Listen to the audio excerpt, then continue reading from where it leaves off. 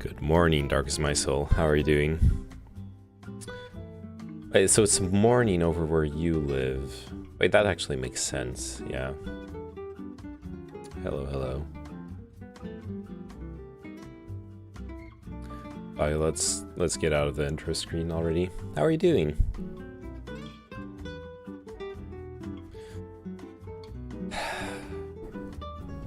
I should probably...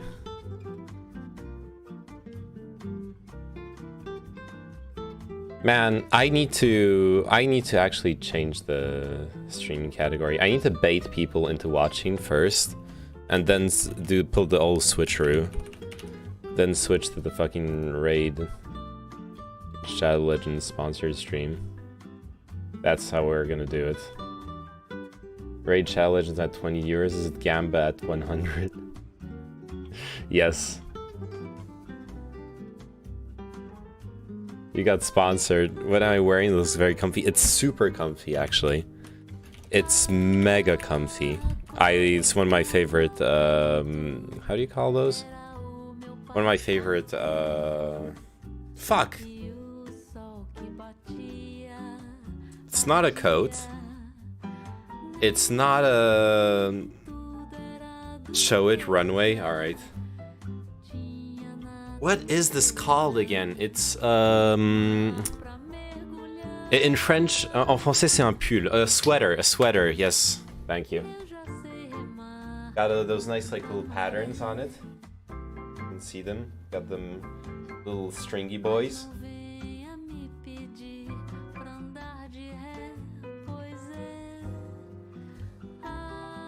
Oh, it's completely different from what I thought. There you go. And one of my favorite things, it's got the long sleeves. Look at what I can do. It's one of my shading, I guess. Yeah.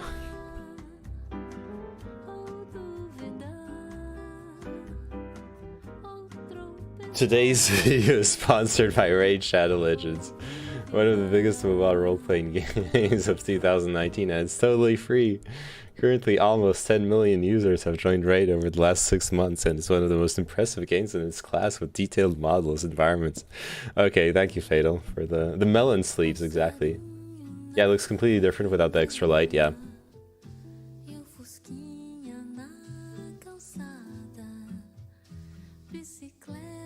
Thank you for the speech, Fatal. I did not memorize any anything like that. Oh. Unironically, I need to bait more viewers in for this shit. I don't know. We will see how it goes. I'm supposed to play it, right? I feel like I'm supposed to play it. That's what's supposed to happen. By the way, this is your penis on Coom. I feel like it's important to share this. Actually, it's especially important to share this to Ximos. Actually, it's important not to share it with Ximos. He's gonna go for the excessive masturbation banana. We all know him.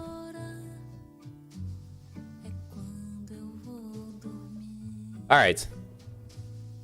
Fuck it, let's start it off. I got it ready here. This is my versional, yep. I have no clue what this game is about, whatever.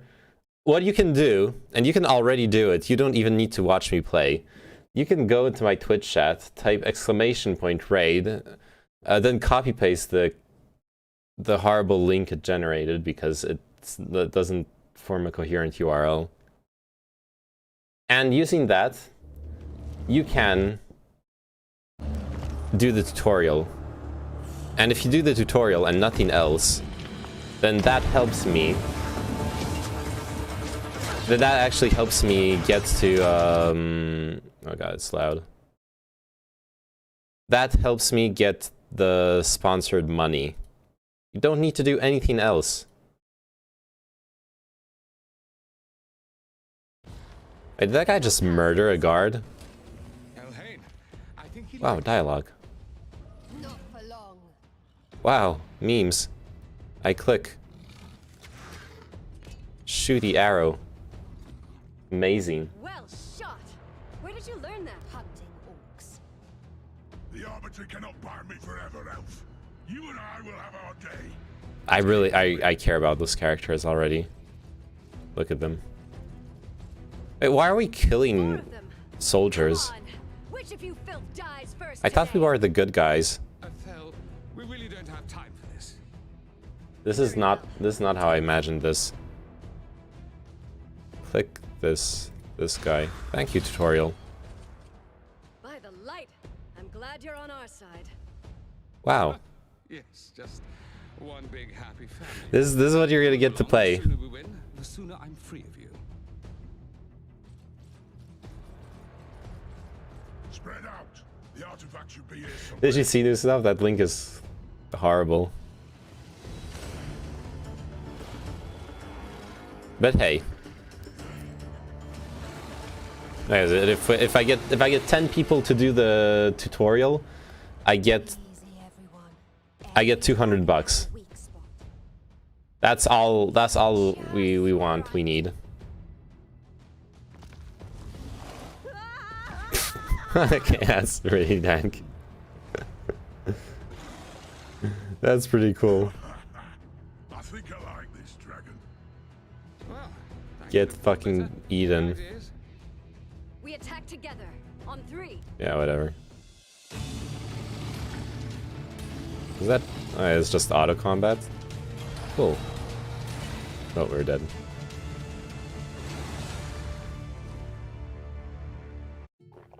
I thought these champions may have been the ones. Yet it seems I have failed. They were not ready. This Damn, the task Arbiter is now hot. falls to you. I have strength left to restore only one fallen champion to aid you. With their shard remain.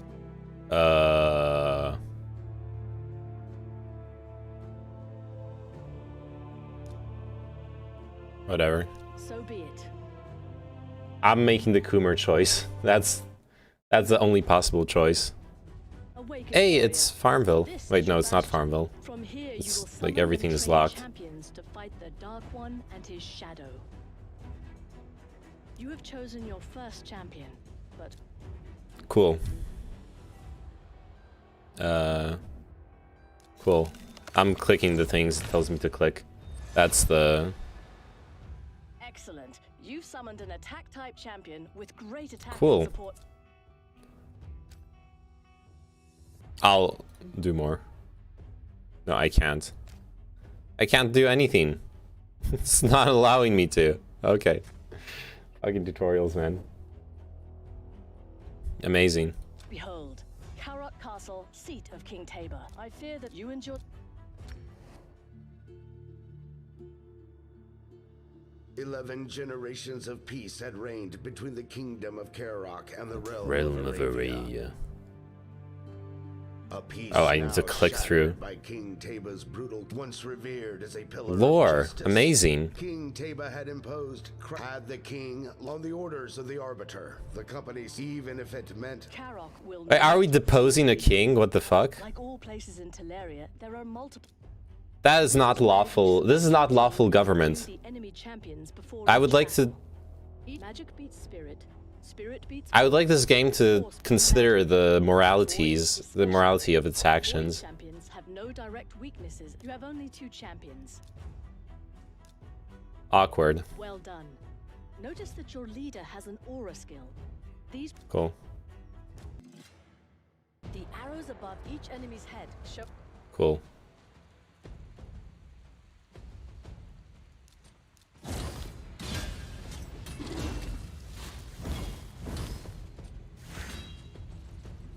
Such gameplay.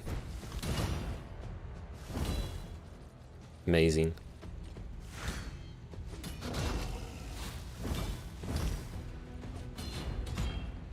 What, deposing a king could just be business as usual? It's by definition unlawful though. Right? excellent. Campaign levels drop artifacts, and here's your first. Wow. Along with special items, your champions will earn XP. Wow. Go Okay, to I your gotta go champion back here. collection and equip that artifact. Okay. This is where you can view all each champion can equip. Okay. See Cool. that? Your artifact has. Cool. I believe you are ready. Return to Karok Cap. Oh god. Go back. Look, that king is the lawful leader of his country. He represents the divine investiture. Who am I to decide that he's a bad king? Maybe he uses those taxes for good things. I don't know anything about the specific internal politics of this kingdom. That wasn't part of the lore. Well, it kind of was, but I skipped through it. So I can claim I don't know. You leveled up. Every time you level up, and here are your rewards from battle. Wow. With Cool. artifacts can be equipped. Special icons will show with this set boosts your.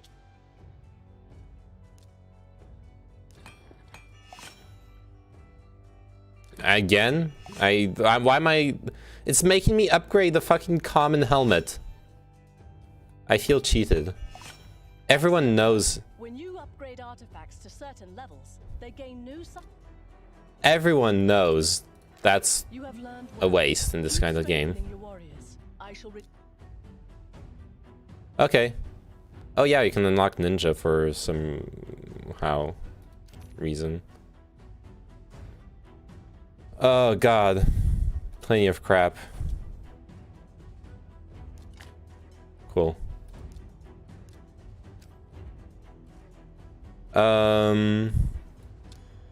Let's open loot boxes, because those are the most ethical part of any such game, right? Wow, it's Lizard Man. It's actually Lizard Man. Okay. It actually is a Lizard Man. Nice. Do I... Fuck it. Gotta continue the campaign, right?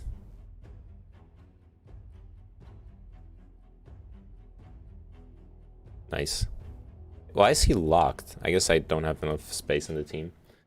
Did you actually get sponsored by Raid Shadow Legends or just the meme? I actually am sponsored by Raid Shadow Legends, so if you... hello. Am I getting paid? I'm only getting paid if at least 10 people go to the link that's in the chat. If you do exclamation point raid, and you go download the game and you install it and you you do the tutorial. All you need to do is do the tutorial. You don't need to do anything else. Do the tutorial of this game, and if 10 people do it, I get $200. That's the deal. So I actually am sponsored, challenge. How much will he pay me to do that? Well, nothing actually. But I do have, I do want to use, if we actually like, so it's every 10 people I get $200 until up to a maximum of, wait, oh shit, that, they actually like murdered the other dude. That's bad.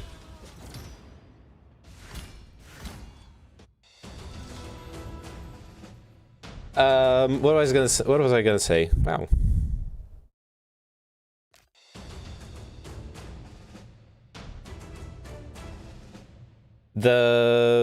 Yeah, so every 10 people who... That's actually fucking crazy, I know, right? Every 10 people who do the tutorial, I'll get $200, up to a maximum of 600. And if I get some money, I can do like that. They would pay you $200. I mean, absolutely no offense. I just can't believe that a channel of this size could get sponsorship and get paid that much, because they don't give a shit about the size of the channel. They only care if I can get 10 people to do the tutorial, which I don't know if that'll be possible. I'll do it for you. Thanks. I would really appreciate that. That'll be then nine left. You know, 9 more people. Oh shit! By the way, I fucking... Yeah. Wait, I need to add...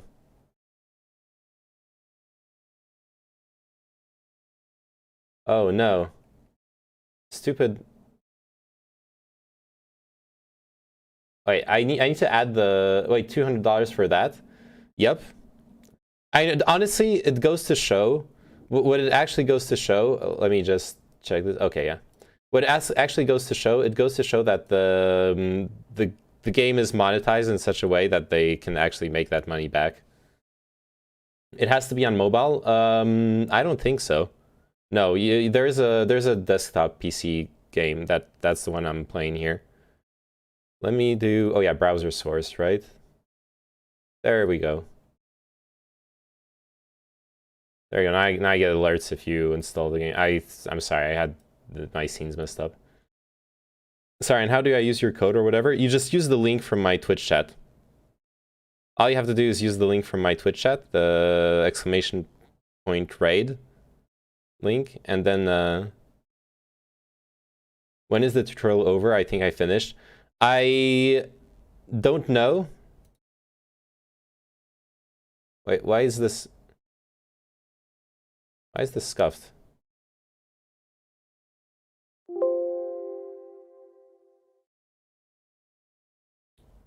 Let me, I should have a goal thingy here. Yeah, that's the gold thingy, the like plugin added to my stream, but it's obviously scuffed and not working. I no longer have the narrator explaining things, so yeah, it's like 6-10 minutes. Yeah, I just finished the tutorial myself. It's just click through the yellow things over and over, exactly. That's exactly it. I don't actually know how the fucking... Dude, the fucking goal box thing is scuffed. I don't know, oh. I don't know how to make it work. Maybe, okay, let's check something. Properties. Larium goal, blah, blah, blah. I can open it in the browser.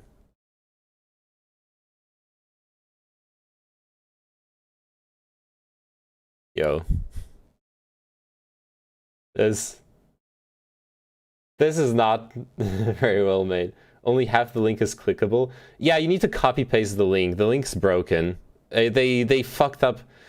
Dude, this shit is so fucked up. Yeah, highlight the entire link and go to it. It works for desktop, exactly. It's scuffed, but it works, exactly.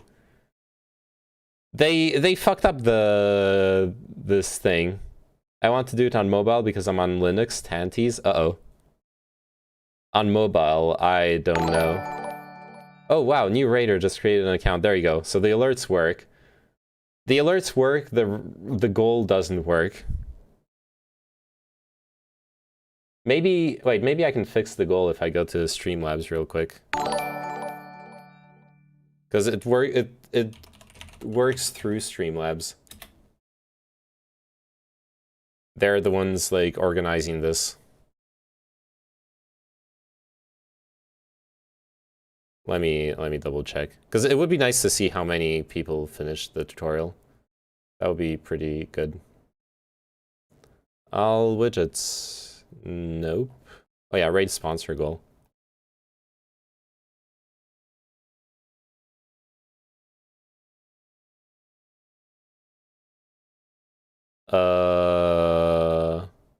Yeah, tutorial completed. Title goal. And goal amount. Let's start off with 10. Starting amount 0, I guess. Okay, Nusanov already completed, so we start off with 1. Date field is required. Someone's making 50 million accounts. Wait, what month are we? October, that's 10th month. I feel so dirty doing this. It's super dirty. I'm so sorry for making you do this. So I promise it's worth it, okay? We're gonna make some dank memes and I want to help you make $200. Thank you very much. No, look, it'll be worth it, okay? I completed it with mobile. I'm not sure it went through your referral link. I'm doing it on PC now. Alright, thanks. You know what, fuck it. Reset goal. Let's put it on 0 and see what happens. I may have scuffed Zozope has just started raiding. Wow. Maybe I can do it on my phone too, so it's 2 completions. Maybe. That would be really dank.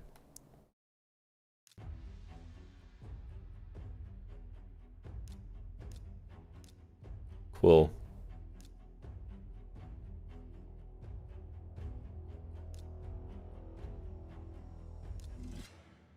I'm gonna keep doing this shit.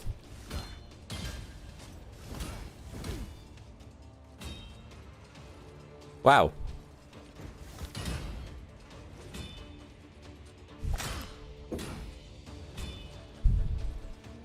Look at him go. Obviously the only problem is I only have 2 hot women out of 3. I need a third one. I've never played, so it's actually somewhat worth just to see what it's all about. Popular mobile game. Yeah, sure. I mean, it's the classic. This message was sponsored by Raid Shadow Legends. Yeah, it's the classic mobile game thing where, like, if you look at it, you're getting where you're like getting currency, some crap here. All right, let's equip.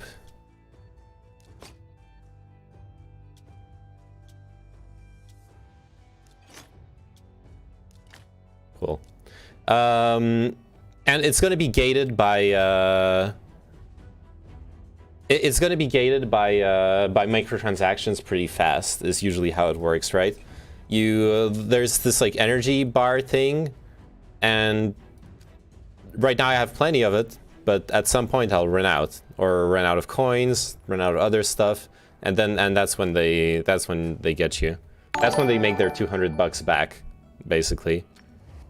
That's how those things work.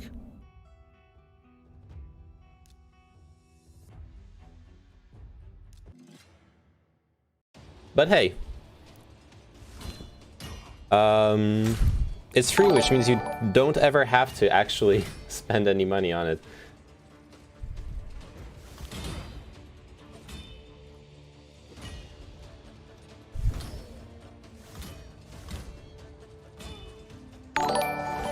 Okay, are you okay? Those alerts. I did not expect this many alerts. I'm so excited to check out this game too, Nusanov. I have finally begun playing Raid Shadow Legends on my Microsoft Windows 10 desktop computer myself. How exciting. Hashtag ad. Alright, I'm installing the virus right now. Nice. We're all partaking in the virus. Sharing is caring.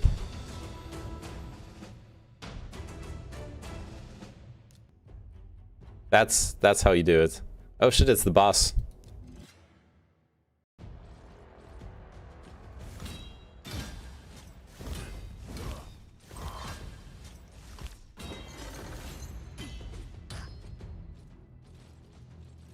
But hey, like I said, if we get even just 10 tutorials done, then that's super dank. That's $200.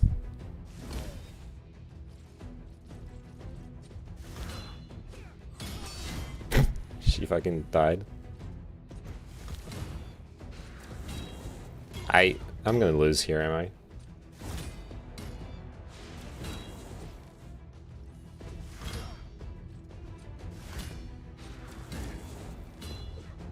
Oh, never mind.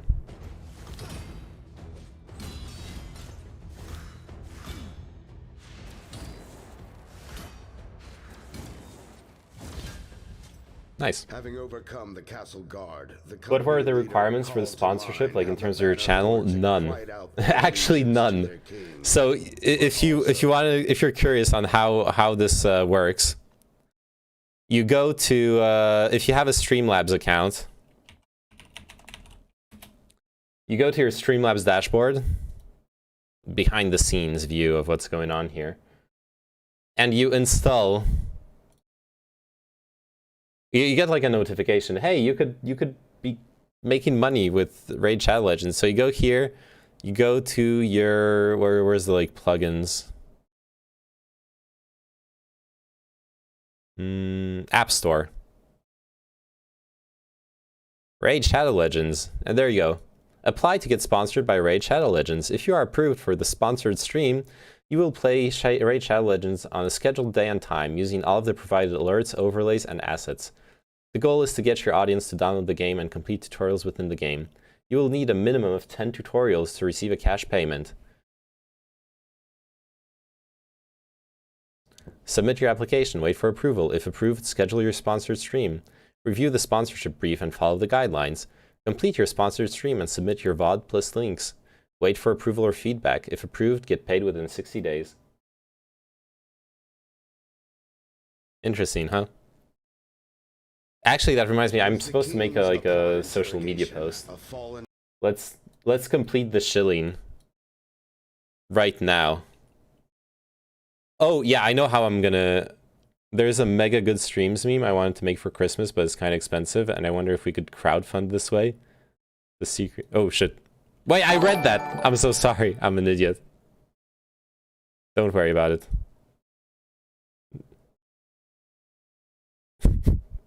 Nice one.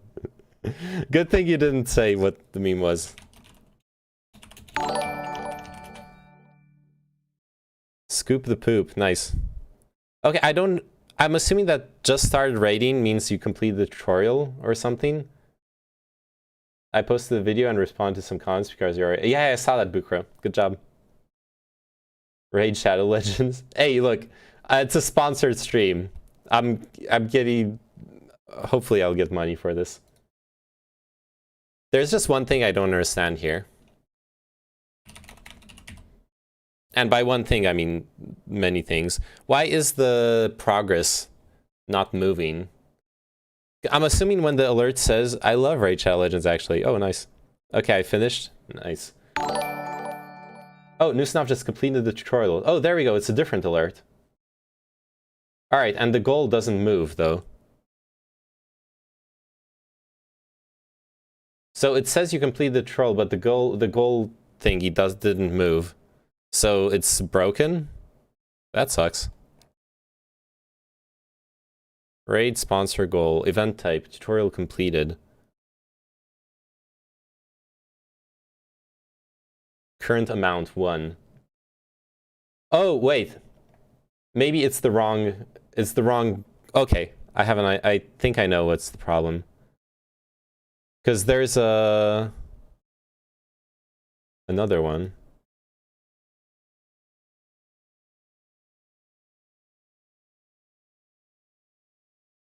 Okay, there we go. That's the real one. The real one.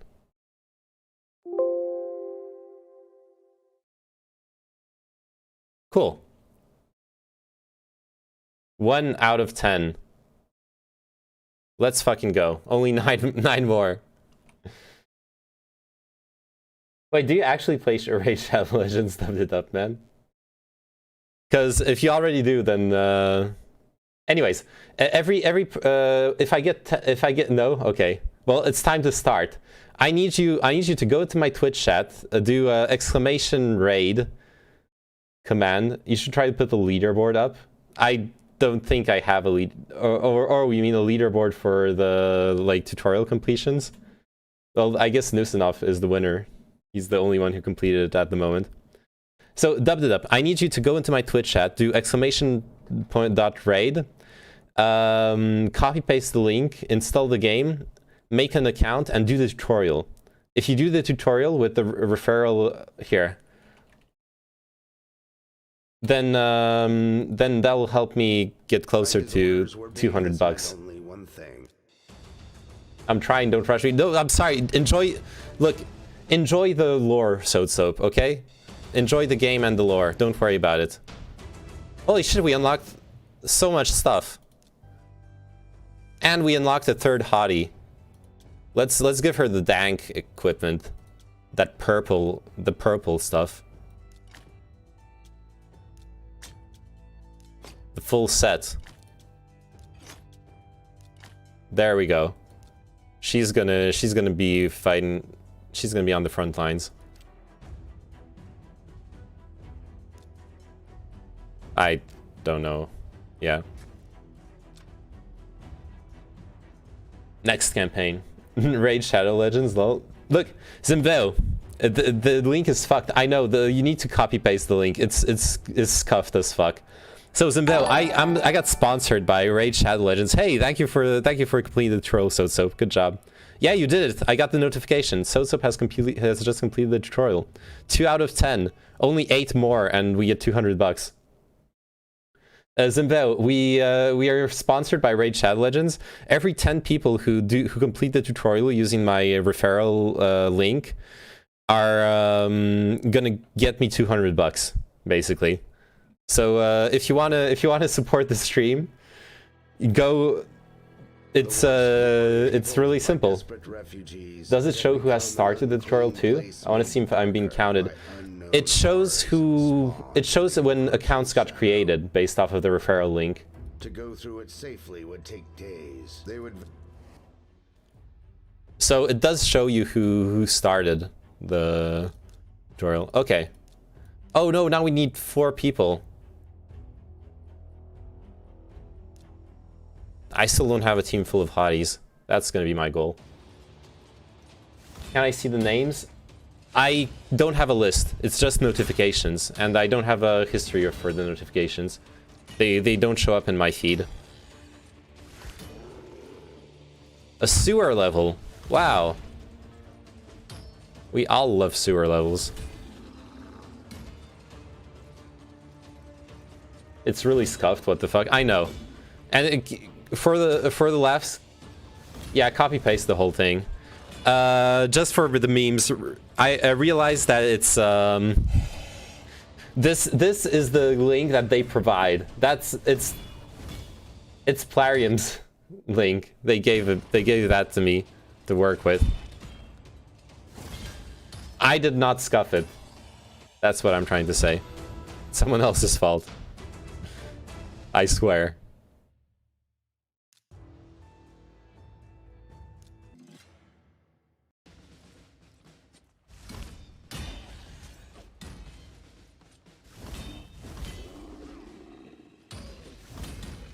Well, it's Twitch chat. Well, yeah, maybe it's because of Twitch chat. I don't know. It's not very well tested, I guess is the whole point. Test. Oh, yeah, the link works in streams chat. Loosen up, yeah. What the fuck?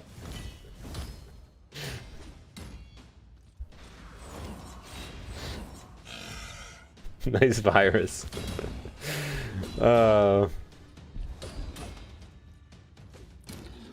Yeah, you probably could have tested it without shitting up the streams chat.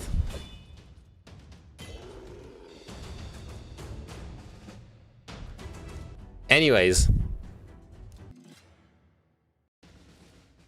Welcome to the Raid Shadow Legends sponsored name and stream. I wonder if we can just uninstall and make new accounts with different emails. I don't know. That would obviously be very unethical to do, and I would absolutely not recommend doing that. And I'm absolutely not saying that because I'm gonna have to send the VOD to Plarium. I'm saying that because I have a strong ethical incentive not to. Okay. Yeah. Nobody tests that.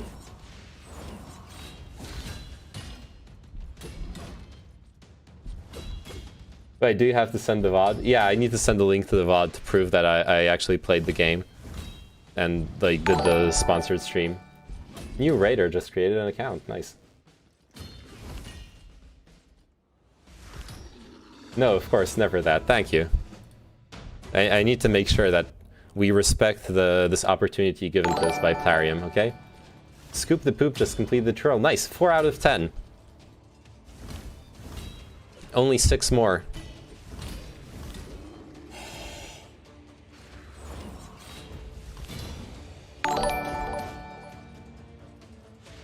Nice, thanks, Scoopsuru.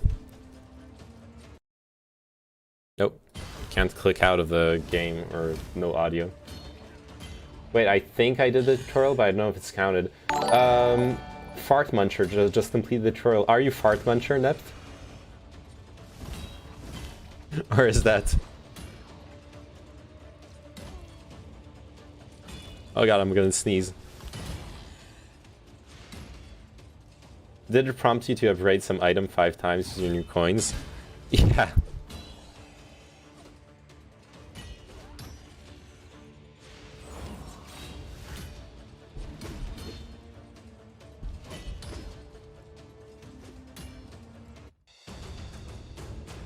My alter ego scooped the poop. Nice.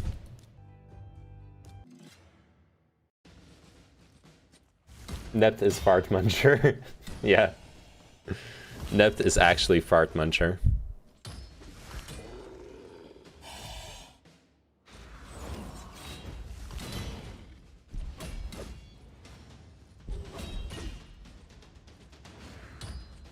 Oh god, Noose enough. I actually watched that, or tried watching it earlier, when scrolling through Reddit. I couldn't. That was a pep laugh. I was actually worried, and then I saw the notification. Can I ask you a political question? Of course you can.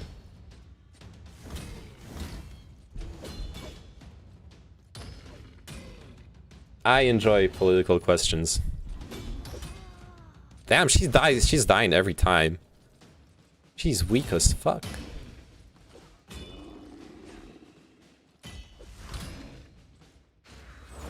He says Amogus. I know. I watched it to that point where he says Amogus.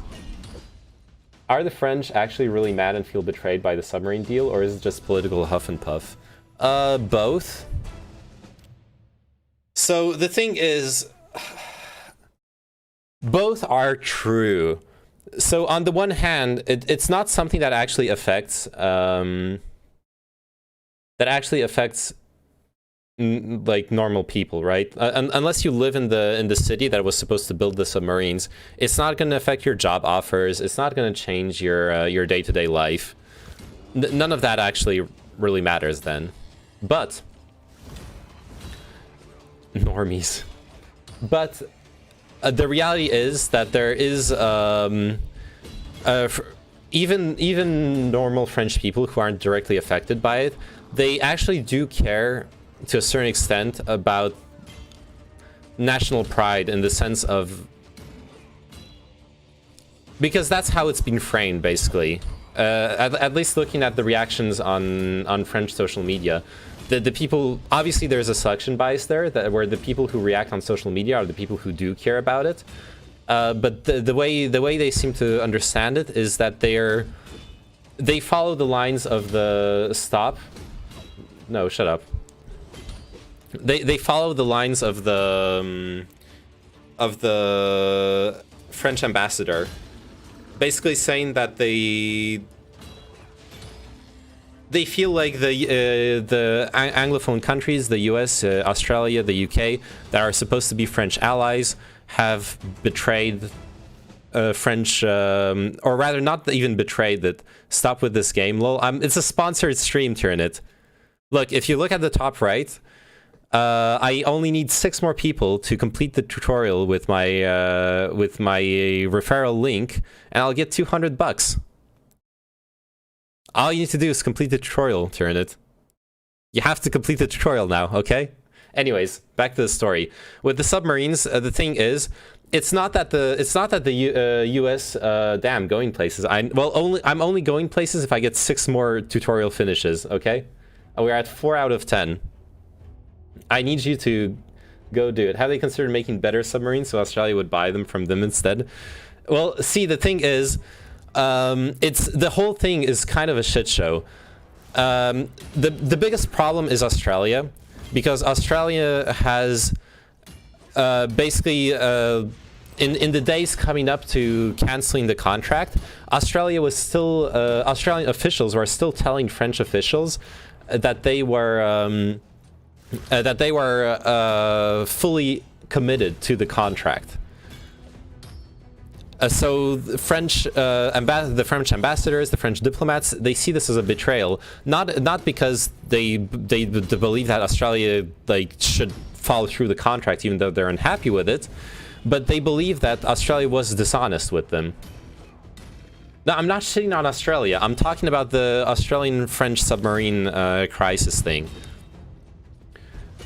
So what happened is, like I said, the Australian was negotiating with the U.S. government for Hey, thanks Bukra,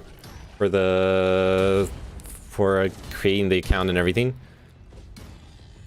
So, God, I'm never gonna finish this story.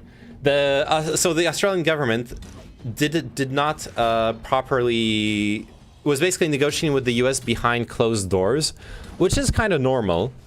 But they were still assuring that the French government that everything was fine, and that's where it gets really shitty. The French government learned that the contract got cancelled through the media. It's when the French officials opened their newspapers and they saw, oh, Australia cancelled the contract? Why didn't they tell us?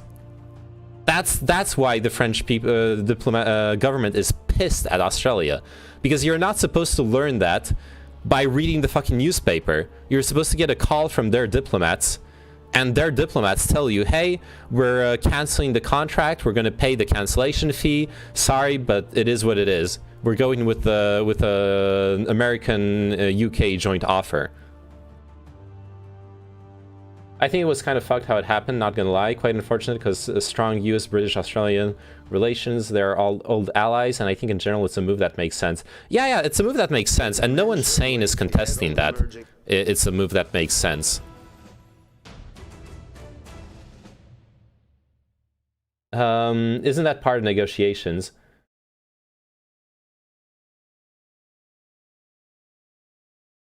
What did... Well, no, it's part of negotiations. Let's try to link off stream to sometime so we can... Yeah, let's do that. The Australian government said that they told France back in like 2019 or something that they were unhappy with the deal and the subs were underwhelming, unless I'm misremembering. That's not exactly what... Why is my mic popping so much? It's popping? Oh, maybe... Oh, sorry, because the anti-pop filter was touching the microphone. That's my bad. Spooky emote. Anyways. So, what specifically happened... Imagine trying to sell non-nuclear subs in 2020. No. Can't I play it on BlueStacks? Don't want to actually put it on my phone. You can play it on PC. There's a PC client. I'm playing it on the Windows client. And the whole sponsorship thing works through the Windows client. Anyways. Oh, wait. No, I need to equip shit.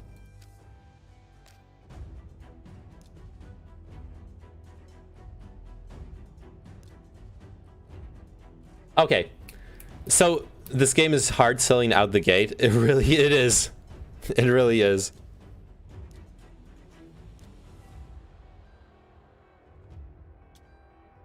Let's give this guy this stuff.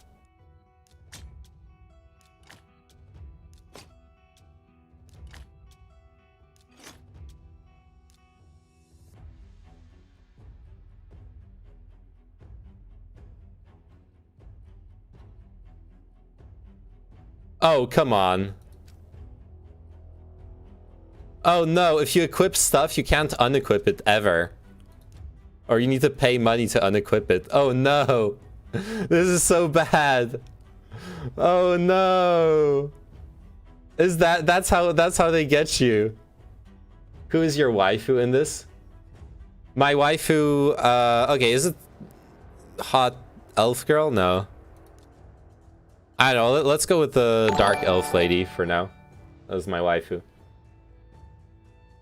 I will say, this reminds me of this shitty backgammon on Facebook. I was just able to just desktop it on my Mac, yeah. Okay, anyways, concerning the nuclear sub thing, the Australian government are the ones who asked the French government not to sell them nuclear subs. The French government, it asked me to let it into some private folder. I denied it. Oh, yeah, that's weird. That's actually really weird.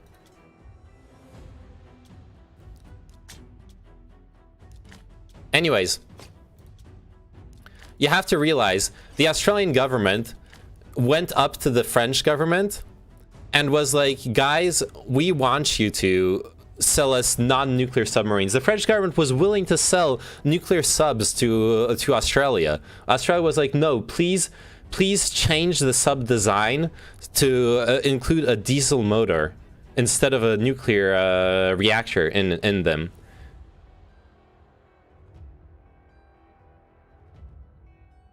Yeah, they're doing what they're literally doing what a responsible government does in respects of like choosing another provider. Yes and no, because like I said, first off, they didn't. Wait, where am I at? Oh yeah, this is done.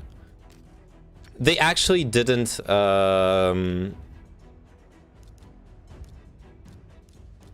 Like I'm saying, they actually did not have. They're the reason. Yeah, man, the things we do for you. I know, right? The Australian government is the reason why, in the first place, there is the submarines who are not nuclear. They asked for non-nuclear subs. Then a couple years later, they changed their mind. They're like, oh shit, we actually want nuclear subs.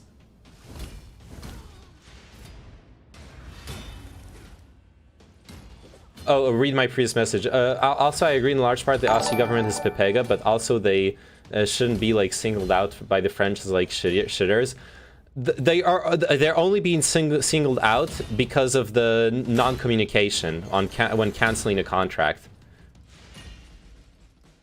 They miscommunicated. They even, hey, thanks for the finishing the troll, Bukra. 5 out of 10. We're halfway there to $200.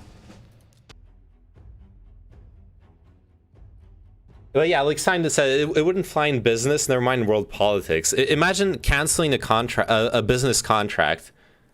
And who's Bukra? Stop calling me that. I'm sorry, exploded knees. I don't know who Bukra is either. So you'd say it's not really the US fault as much as the Aussies? Yeah, because the responsibility is primarily on the US to actually communicate that they canceled the contract. The US is the one, Australia is the one who signed the contract in the first place.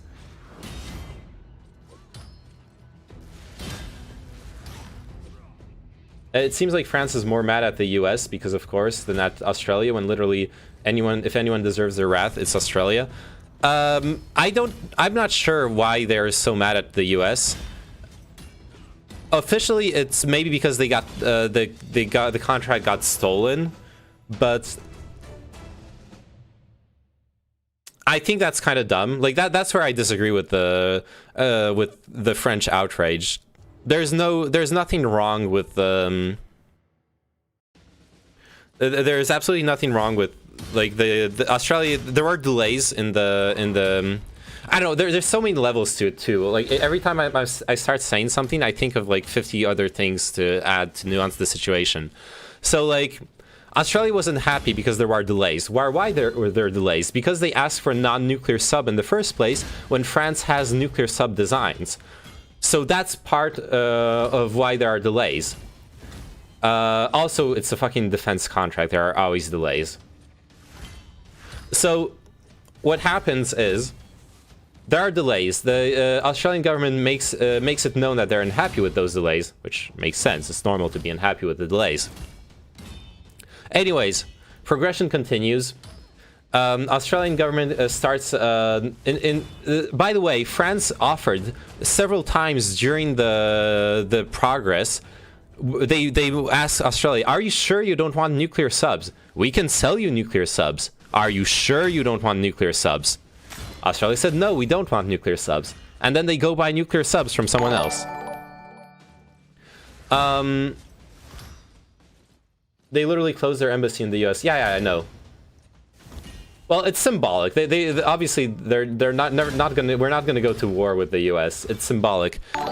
It's posturing. It's posturing because I think Macron clearly wants to use this to show Europe that the US can't be relied on long term. I think Macron has been using this to push for a European army, a European defense force in general. So I think that's a lot of what's been going on here as well. Hence the posturing and the anti-US posturing. to be fair, the problem with the France has with the US there is that France is a major player in the Asian Sea diplomatic issue. France has the biggest extended economic zone, the biggest extended economic zone in the of Western interests in the in Asian seas because of all the small islands that France owns in the area. So it's actually like part of the deal with Australia, for example, was that the French Navy could resupply and repair at Australian docks. So the US undercutting France behind their backs on this actually fucks France on a kind of on a diplomatic / military level as well, which I think is why the US gets a lot of anger directed at it in this whole story. He's the one with the hot wife, right? He's the one with the I think she looks nice, but she's like a lot older than him. That's what the people usually know about it. Uninformed opinion is that the issue against the US is more about the ego part, that France was knocked down a peg. There is that. There is absolutely that. On where they thought their place was in the global political blogosphere. The Australia stuff is the valid mishandling of contracts and basic courtesy. That's true, Sign, but also, like I said, the fact that the US is indirectly undercutting French legitimate interests in the area. Like France has a legitimate military interest in the area, and the US, like what French politicians have been saying, for example, is that they were willing to work with the US. They wanted to work with the US on this crap because they want to have their interests protected in the region. Oh, you mean the previous one? Yeah, Sarkozy. By the way, the Sarkozy got convicted. But yeah, Sarkozy is his wife is the actress who played in Matrix Revolutions, the really hot one. But yeah, Sarkozy actually got convicted, by the way. And Tyrant, your prediction was right. Instead of he got convicted with 1 year in prison. And instead of going to prison, he's in house arrest for 1 year. What a surprise. So you can do this scene, but with bank accounts and get paid. An Uber driver in Poland, who is also a rapper, was pitching it to me. Get 10 people to open up bank accounts and so on. Nice. Her music is pretty good too. Nice. I'd never listened to her music. Also, the nips on her album. Jesus Christ. Chill.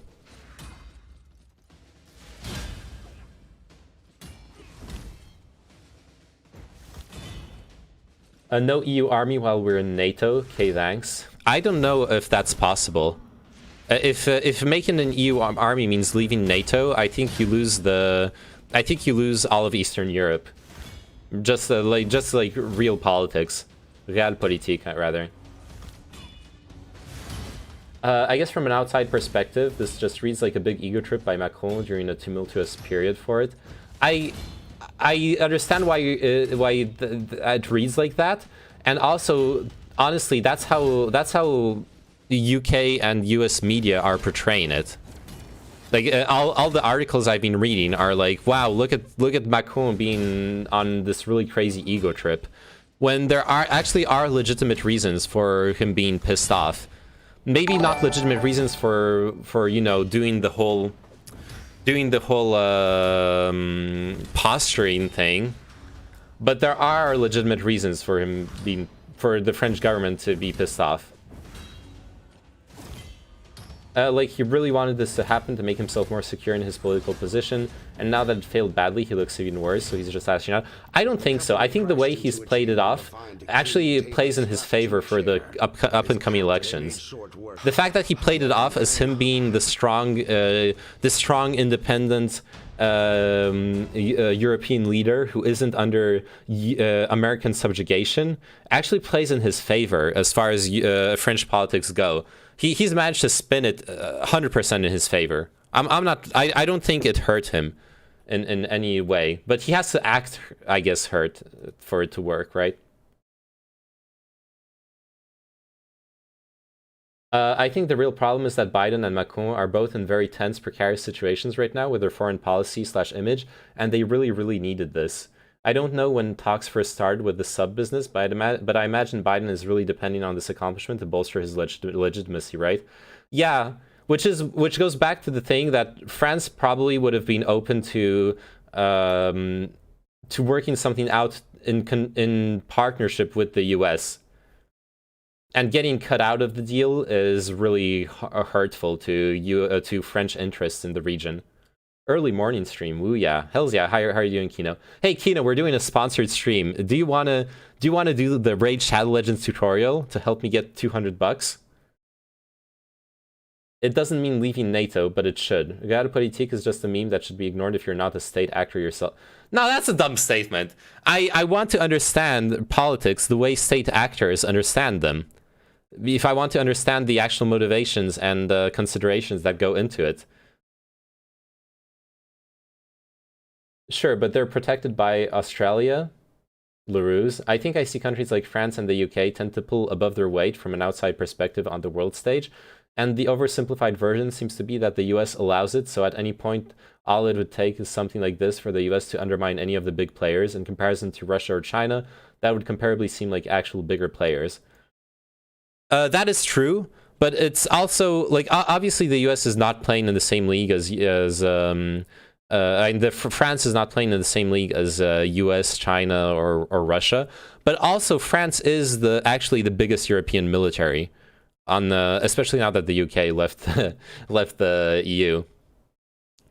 The French military is already one of the biggest ones, and has like legitimate potential for growth if the whole military industrial complex keeps evolving. Hey, thanks for finishing the tutorial. Yo, that's Amogus. 6 out of 10. Only 4 more tutorials left. Poggers.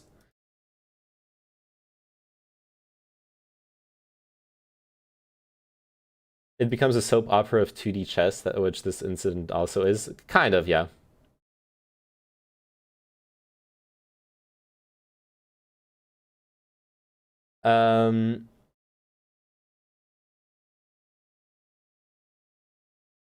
Okay, let me finish reading. Yeah, with the big players thing, and the thing is, once again, France has legitimate interests in the region. France isn't trying to exert military power in the South China Sea out of principle of like, hey, we're gonna exist in the South China Sea. France is doing that because they actually have islands in the region. Do we get to vote what you spend the money on? No, but I have ideas on what I'm gonna spend it on. But it's not gonna be a democracy. So it's not even necessarily about France being or not being a superpower as much as it's about France having reasons to be involved in the region. And I think the main thing that played out there in France's favor is a week later, France signed a big defense contract with India. And also, as far as the big player thing goes, you also need to understand that a great way of strengthening your military without investing more money into your military is to have other countries buy your military's technology, right? If another country buys French fighter jets or submarines, they're putting money directly into the French military power, without France actually having more having to spend more of its tax money on it, right? So that's also like obviously something, and like that's obviously part of why the US has such a strong military as well. It's not just because it spends a shit ton of money on it, but also because there's a shit ton of money getting put into it by foreign countries buying US weaponry. Do you think in the EU he's vying for the Merkel type position?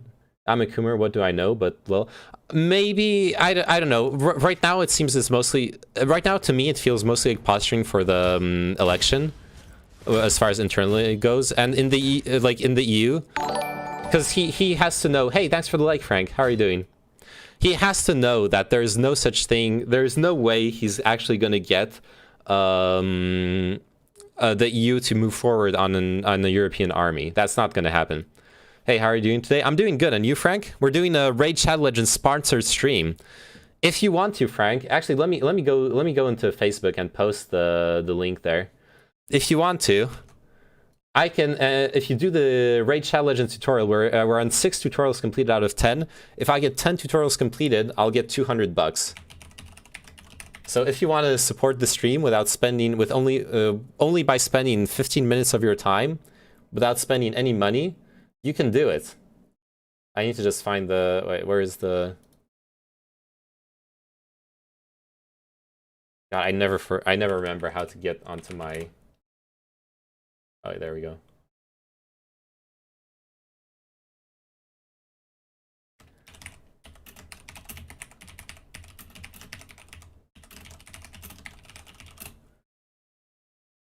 All right. Also, I'm forgetting. I need to catch up with chat. How was the date? The date went well. I ended up spending the night with her, so hey, good vibes.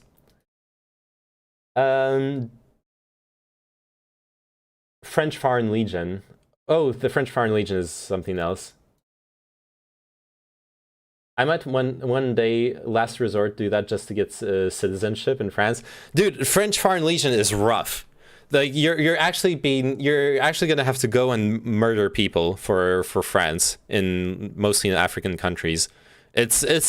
I like the people who've done the French Foreign Legion. I've only seen them like once in the subway when they're traveling to and from a base, and you just look at them and you can tell those guys are fucking killers. They're not like chill whatever, like normal people. Those are people who yeah, I'm like 5 minutes behind. I know because I was doing other stuff and responding to the politics memes.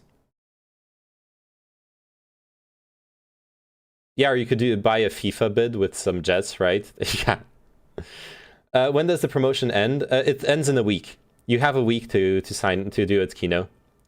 Exactly, but that goes back to my point, is that the US can easily undermine France and put them out in the cold to let them fend for themselves. Like, there's valid and good reasons that countries like the UK, France, Germany, etc. exist on the world stage, but at the same time, it's a very precarious thing when it's at the US leisure, slight hyperbole, to determine whether to let them ride shotgun. Absolutely. And that is the main argument for Macron pushing for a more independent Europe. Macron took this situation and he was like, guys, look at this. If the US wants, they can undermine us anywhere, anytime in the world. That is why we need to be stronger. That is why we need to be united. That is why we need to have a European military, a European true diplomatic front, that will be able to represent us. That what you just said, Sign, is the biggest argument we have for independence from the US, because you don't want to be dependent on the US. It's something that's already been undermined by Trump's isolationism, and now it's even more. I agree, Europe needs to rise up. Now it's been even more undermined by what happened.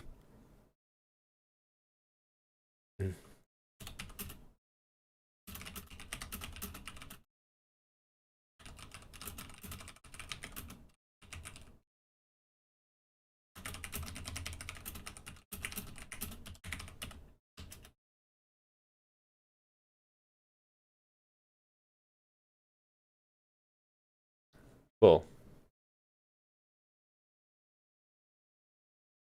I have a military training, last resort meme, I would. How do you know I'm not a killer? I mean, look, maybe that's like, okay, maybe that's a good, maybe you can do that. I know I wouldn't be able to do that shit, honestly. Going into fucking, I don't know if I could ever do military service at this point in my life. I couldn't, actually. That would be impossible. My body's too scuffed for it now. Did you have to be a partnered streamer or whatever that meme is to get approved for this? No, absolutely not, because I'm not partnered. I did not need to be a partnered streamer for this at all.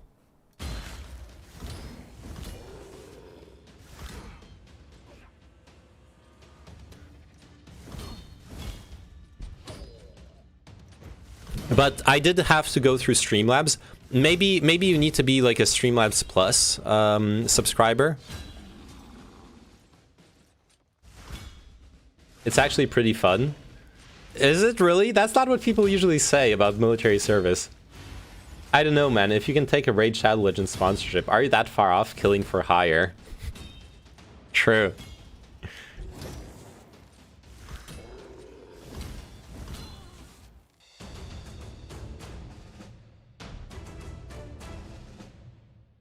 Okay, I'm gonna respond to you, Soap.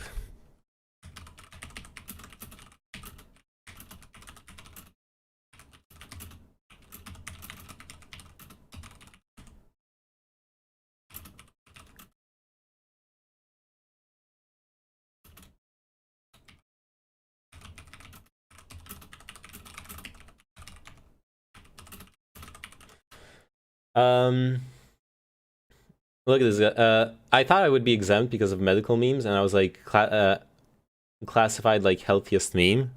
Really? Damn, they must be really desperate. Sorry, I'm joking.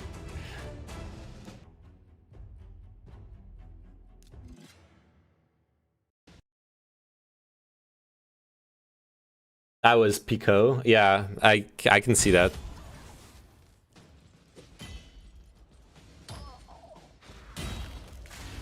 Damn, they all have AoE. I wonder if my Twitch would be approved. I have like 25 followers, I think, and I sometimes stream, but very, very sporadically, like Mass Effect or The Last of Us. Oh yeah, I think I watched some of your Mass Effect stream, like last time you did it.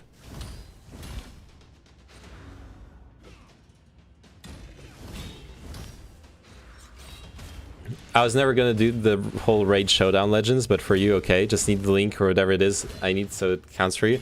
I posted it on the Name Manon Facebook page. The link. Or I can copy it and post it here on the stream. I'll just post it here on the stream, actually. There you go. It's a horribly long link. There you go. That is the whole link. I'm so sorry for how horrible it is. It's not my fault. But thank you for much. All you need to do is download the game like on your PC or on your phone and do the tutorial, and that's it. Don't need to do anything else. I died. I can't. Should we like equip people?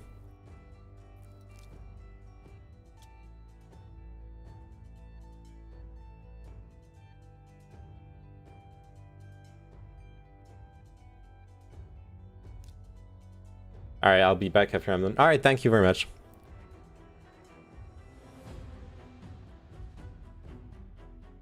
Does this have a sliding scale meme? Some of the bigger streams have like stretch goals. Well, this goes up to 30 signups, maximum of $600 payout. I imagine bigger channels can negotiate bigger deals, but this one is up to $600 if I get 30 tutorial completions.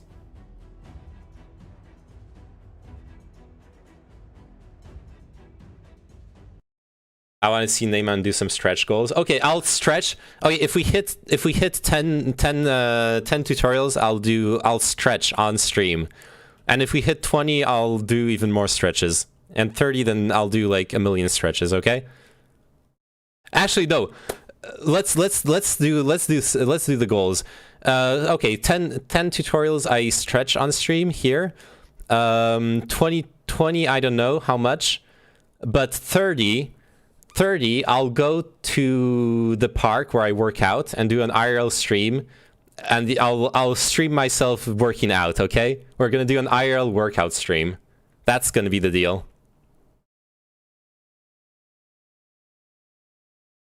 Also, I was gonna type something.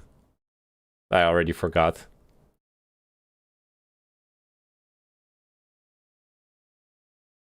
I was able to weasel my way out of my national service, but it sucks we still have all-male conscription. Wait, how is that? Oh, because you wanted to meet women there, I guess? Oh god, it's trying to make me spend so much money. $50! Jesus. Hey, we can open crap.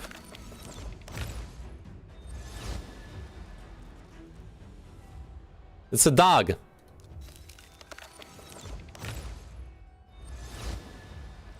It's a Urukai. I mean, it sucks that we still have conscription. Oh, right, that's what you meant. Okay. Yeah, I agree. Forced military service sucks, absolutely.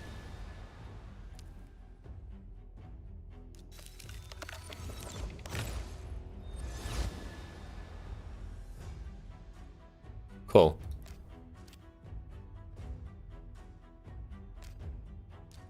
What is this crap? Oh yeah, this is the money stuff. Never mind.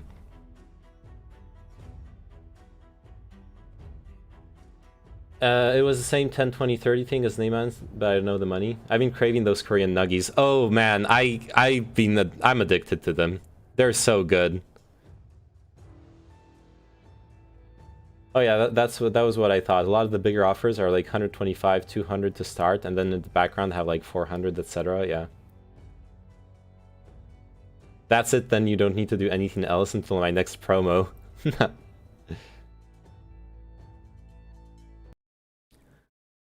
Oh yeah, I remember what I wanted to write down.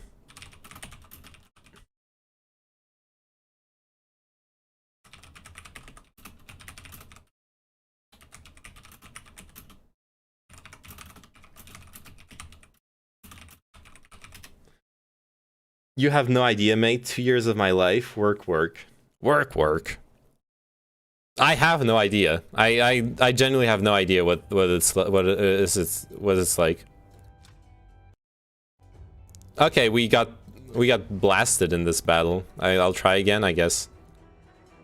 This is my best team. There's no point in trying something else. Oh wait, there is a point in trying something else. Ooh.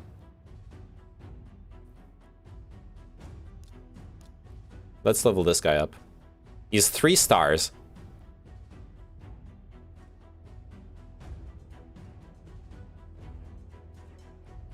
No, actually, there's the battle triangle thingy here. Never mind.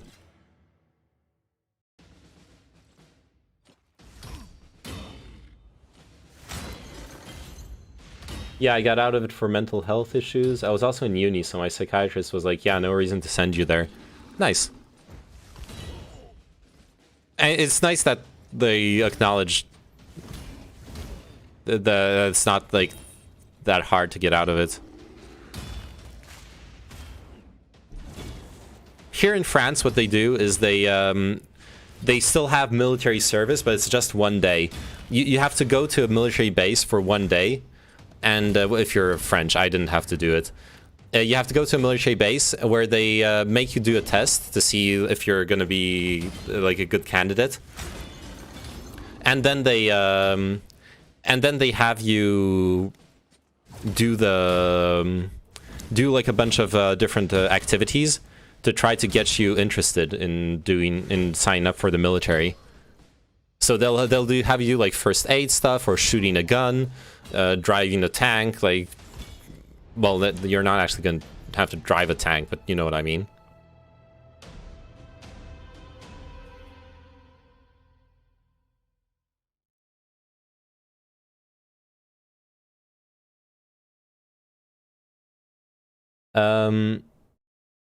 It probably works the opposite, like when they send kids to prisons to scare them straight. I don't know, dude. Like, for a certain the sad thing about military service and conscription and military service is they test you, right? And if they see that you're, for example, if you have a literacy problem, dude, they're gonna go hard on you. They're not gonna try to sell it to the kid who's obviously got good grades and a future being some like scientist or marketing person or whatever the fuck. They're gonna go for the kid who seems like they're out of their league. They're gonna look for the most vulnerable person possible and try to get them to sign away their life in military service. That's how that shit works.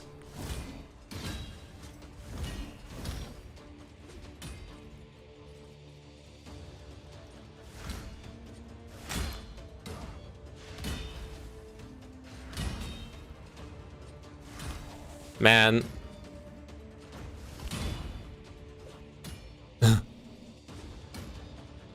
Shoot once again? No.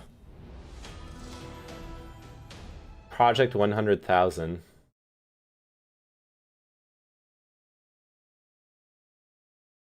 Project 100,000, also known as McNamara's Folly, McNamara's Morons, and McNamara's Misfits, was a controversial 1960s program by the DoD to recruit soldiers who would have previously been below military mental or medical standards.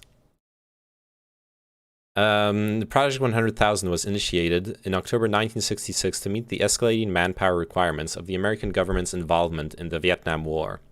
Inductees of the project died at higher rates than other Americans serving in Vietnam, and following their service had lower incomes and higher rates of divorce than their non-veteran counterparts. Yep. And we're not talking about that extreme of an approach, but it's still what they do. That's what the military does in the US. Just find the desperate people or simple people with minimal prospects. Yeah, exactly. It's sad, but that's the reality of it. If you want to be pragmatic, it's where you're going to get the most recruits, and you're most likely to find people as well who are going to stick with it. We're going to do their 4 years, and then they're going to sign up for another 4 years because it's going to become their career. It's going to become everything they know. That's why the South/Midwest has the highest enlistment rates at the least amount of opportunities. Yeah, I can see that. Dude, this is impossible. I'm already stuck. Wait, we can make our way out of this. I have an idea.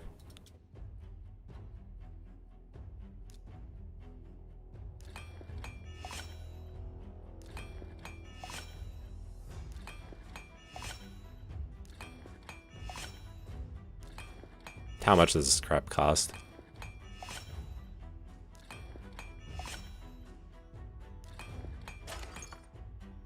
Oh no, you can fail? No! No way! Dude!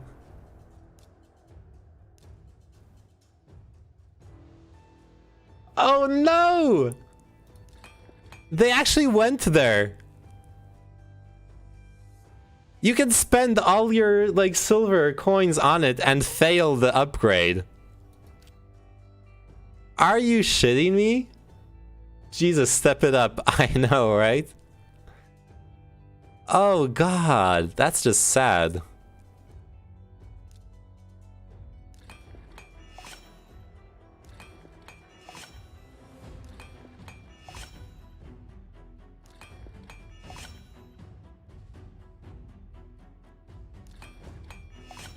This adds tension, real stakes to your upgrades. You suck at this promo. I'm sorry, yeah, you're right. I'm really feeling the tension. With the music. Dun, dun, dun, dun, dun.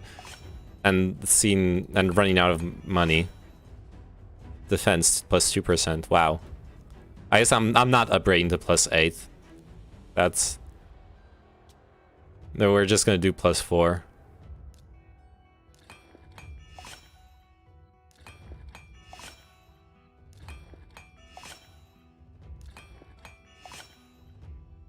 Nice.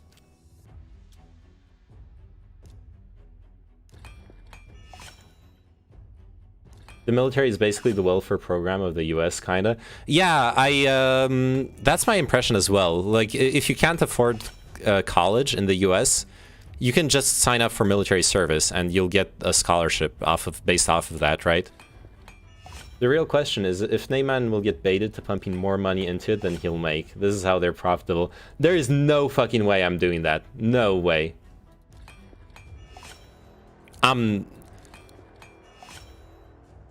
Or as engaging and fun as this game is, I'm not doing that, okay?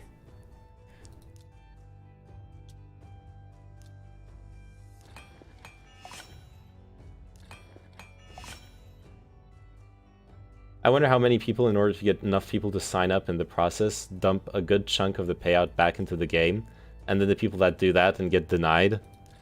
Oh yeah, imagine if they review the VOD and they're like, well, you didn't sponsor it correctly. You I did read the TOS on the VOD stuff, so I like the obvious ways where I could fuck this up is if I streamed another competing game, for example, in the same VOD. That would be really bad.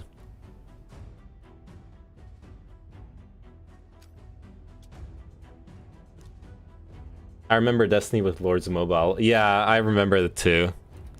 What a shit show. You talked about politics, though. I did talk about politics, but I didn't say anything racist or like those are the other things, right? If I started spouting like stuff that's racist or whatever, not monetizable. It's not. It is monetizable. Okay, it's fine.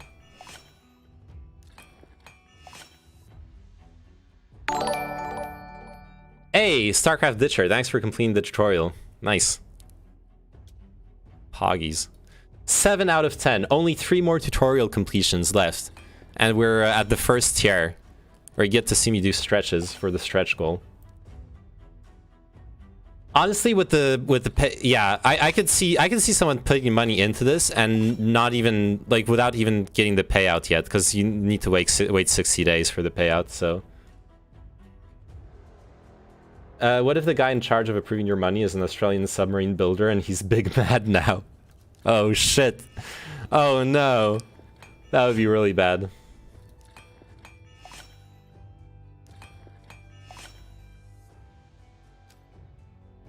That would be really bad.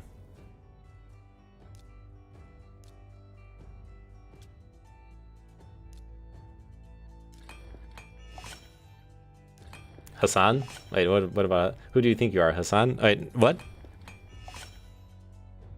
Oh, that I can talk about politics and still be monetizable. Yeah, fair enough. I started playing Minion Masters recently. It's actually a good game. I don't know that game. I have no clue about it. Hey, Dub, are you doing the tutorial right now? I need every single one of you, okay? To do the tutorial. I'm gonna call you out. Oh right, no competing games. Oh wait, is it a competing game? God damn it.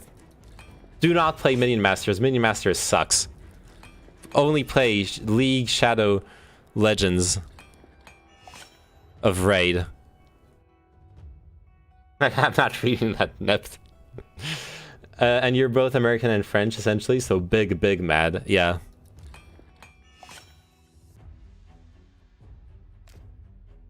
Oh crap, I upgraded it to level 5. Never mind. We gotta work on making you a company, man. Yeah.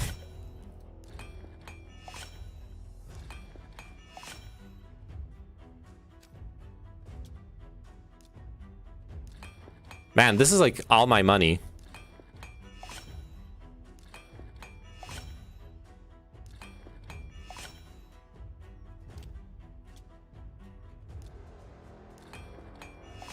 You gotta chill the game more and not read messages aloud first. I know, right?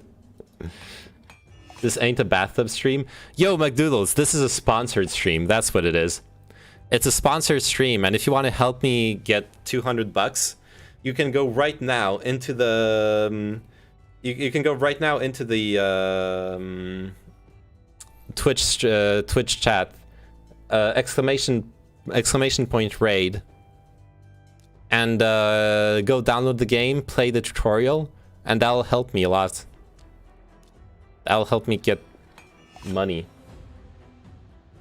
Using Bureau of Labor Statistics data from 1997 to 2008, they found that the services have recruited primarily from the middle class, America's largest socioeconomic demographic. This idea that the US military is strictly filled with the poor is literal propaganda. You realize that in the sentence you give the explanation for it you directly give the reason for it.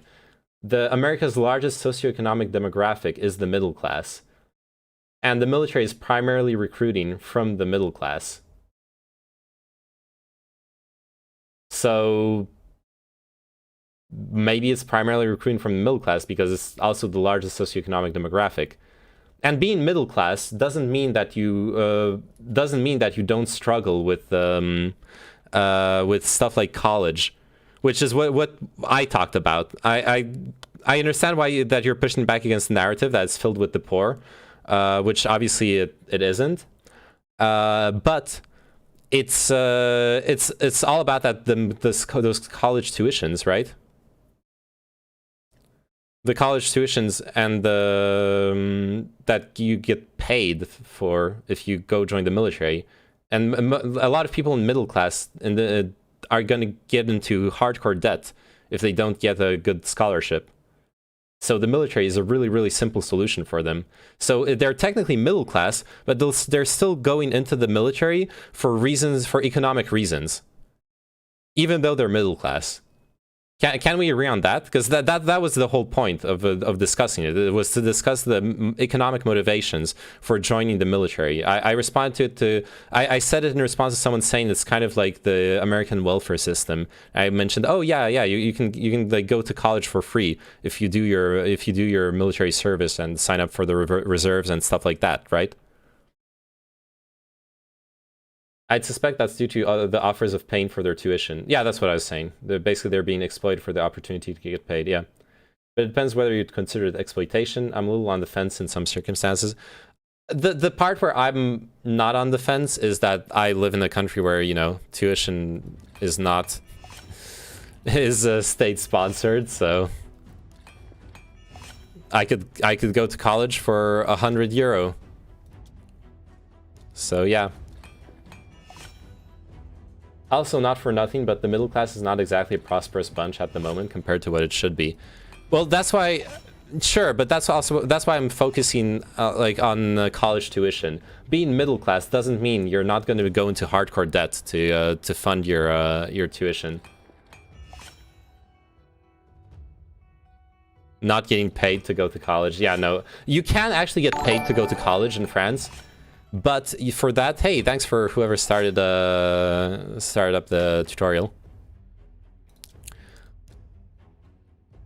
To get paid for going into college in France, you need to make it into like Polytechnique.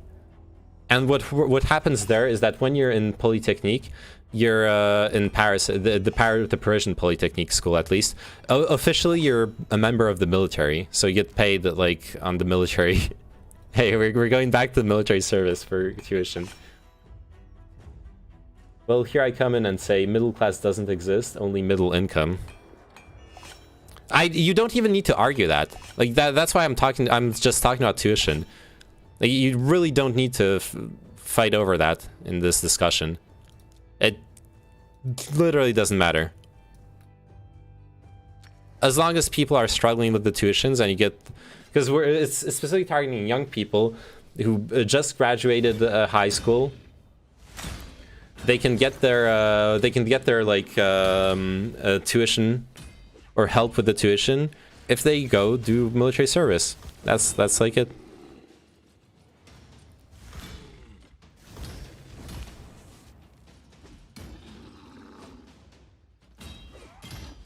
Well, of course, I've literally spent like £5 on books for my degree and like £40 to graduate for the ceremony, and that's my education expenses. Damn.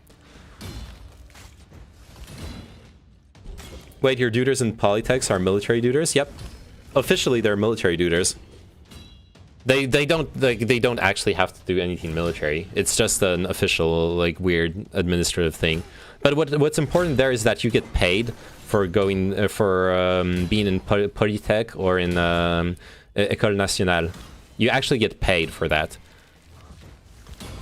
And then what's really nice is if you do that, you holy shit, I'm actually losing this so hard. No. Oh. Okay. That was so fucking close. Wait, that's so weird. I know. It's about $250,000 for private schools now. It's psycho. Oh, Jesus Christ. Yeah, that's insane. I did 3 years in the Polytech. Nice. Is every incentive inherent exploitation? Well, the problem... It's not that every incentive is inherent exploitation. It's that incentive to sign up for military service. Military service is more harmful than most other things you can do. But it's mostly predicated on the idea that like people, if you believe that access to education is a right and shouldn't be an incentive, then that's where you see a problem. It's not that obviously the military is going to have incentives, and that's normal, and there's nothing wrong with that. It's just that if you think that like college tuition should be free, then it being used as an incentive feels bad. But it's not the fault of the military. It's the fault of the society that doesn't make it make college accessible to people. Just to frame things correctly, right? And if you disagree with higher education being a right, then obviously there's nothing wrong with what's going on. It's a perfectly legitimate incentive.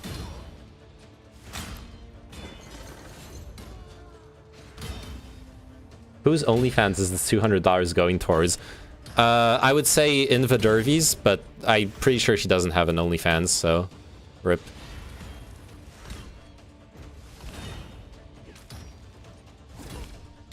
No! Fuck! She almost did it.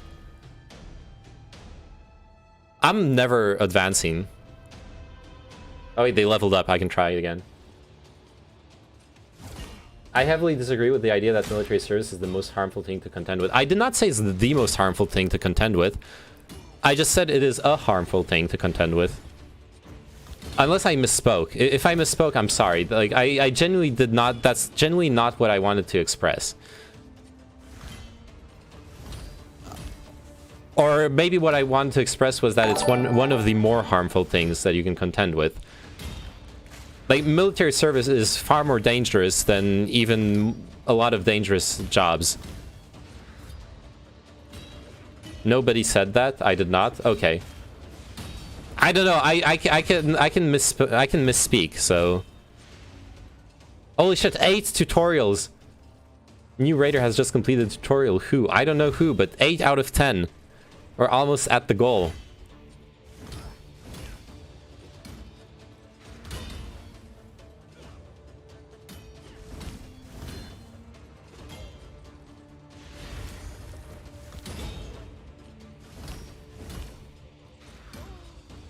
Oh.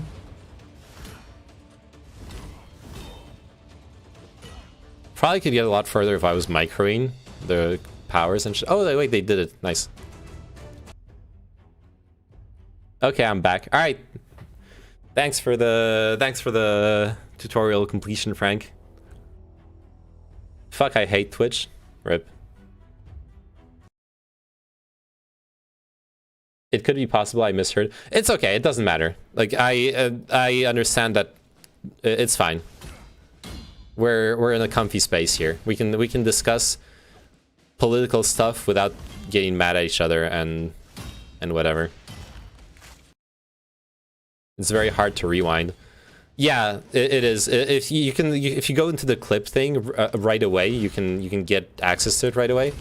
And once again, like if I said that Phoenix Lives, I'm sorry. Like I'm genuinely sorry. It's not what I had in mind of saying. It's a dumb thing to say.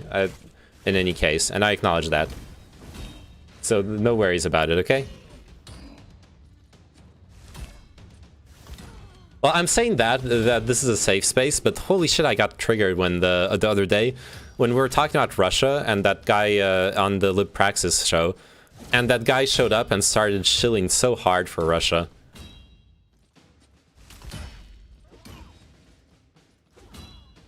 An actual unironic bot in the chat.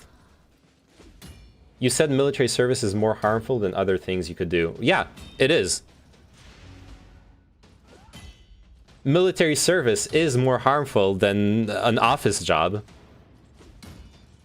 Military service is pretty cushy, dude.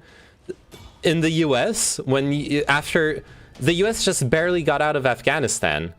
If you signed up for military service in the past 20 years, it's very, very likely you're getting sent to Afghanistan or Iraq. And you're calling that cushy? I understand if you're in an administrative position in the military, yes, obviously you're not gonna, it's not gonna be a problem. We lost about 2,000 in 20 years. Well, that doesn't mean it's not harmful. What about the psychological harm of being in stressful situations where your life is threatened? Like PTSD is a real thing. Or in the chair force. Yeah, you're better off being a private contractor. Well, yeah, but you become a private contractor by usually by first doing the being in the military, right? You need that experience. Which you are in the chair force. Nice. Look, maybe you're right. Maybe it actually was a really good deal, but I highly doubt that it's as cushy as you're trying to portray it as. Because I'm comparing it to fucking normie jobs. I'm just comparing it to normie jobs. In a normie job, you don't even have that 10% chance of being sent to the front lines. What percentage of the military sign-up positions are desk jobs, though? You said that they're likely to be sent to Iraq, Afghanistan, which implies danger. Yeah. Yeah, that's what I'm implying.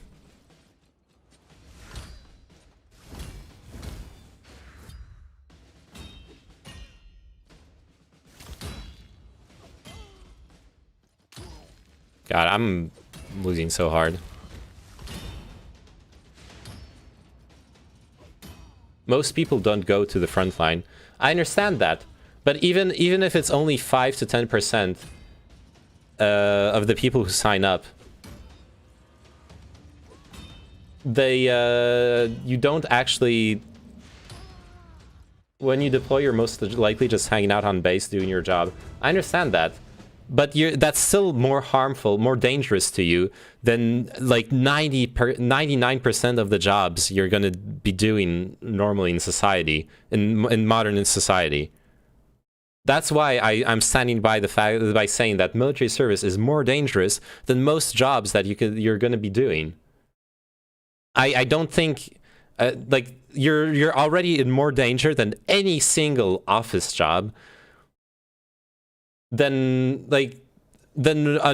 probably most even factory and warehouse jobs. Literally, military service carries risk. Yeah, you're signing up for risk. Even if the risk is small, it's usually going to be bigger. Not if the office building has asbestos. Yeah, that's true. Try not to work in a place that has asbestos, please. Tell that to crab fishermen. No, there are dangerous jobs. It's also why I said most. There are really dangerous jobs that are probably even higher risk. Warehouses can be dangerous. I know, warehouses can be dangerous. But I would love to see a study showing that you're at more risk for bodily harm in a warehouse than in military service. And maybe it's true. Maybe you are. Maybe you actually are. But you would also want to weigh it against the actual severity of the harm that could occur. Because like straining yourself and then having to go on medical leave because of that is not the same as risking your life as well. Sitting at a desk all day is bad for your health. Well, yes, but living is bad for your health also, okay? Sitting is the new smoking. Tell that to crab fishermen. I know warehouses can be dangerous. Stand up now? Okay, I'm standing up. This is a stand-up stream now. You get to see my my nice whatever it's called again. Oh shit, we completed it.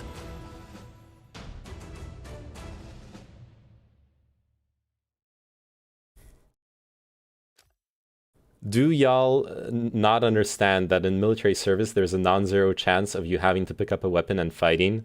No, I disagree. I'm looking up $200 standing desks right now. Nice. Yo, but that's a bit early. We still need 2 tutorial completions, okay? If 2 of you are willing, it's back to the shill part.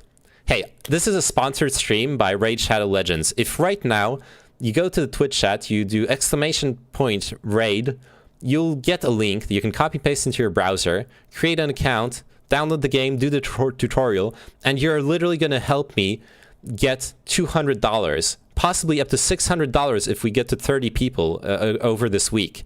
And what's going to happen with that money is I'm going to be doing a streams.gg community esports tournament, okay? I want to give back to the community. I want to do something fun for the memes. And it'll be something to cast and everything. So, and also I'll be able to improve the stream. It's a really easy way of helping me out without doing anything more than investing 15 minutes of your time, okay? That's all you need to do. 15 minutes of your time, do the tutorial, and every 10 tutorials completed, I get $200, up to 600. Give back to the community by making you rich, exactly. Time for Dub Man to take our lunch money in StarCraft. Don't worry, there will also be a Tux cart race, so Bukra can take your lunch money. Can I just give you $200? I don't want to waste 15 minutes of my time. Absolutely, you're welcome to, Sign. If you want to, you're absolutely welcome to. There's a donation link under the stream. Literally, like, every person in the military has done basic. It's a non-zero chance that you have to pick up a weapon and defend whatever. Yeah, I understand that. Like, you're preaching to the choir here, or well, to the person who's been arguing this. Oh yeah, I need to go get some water.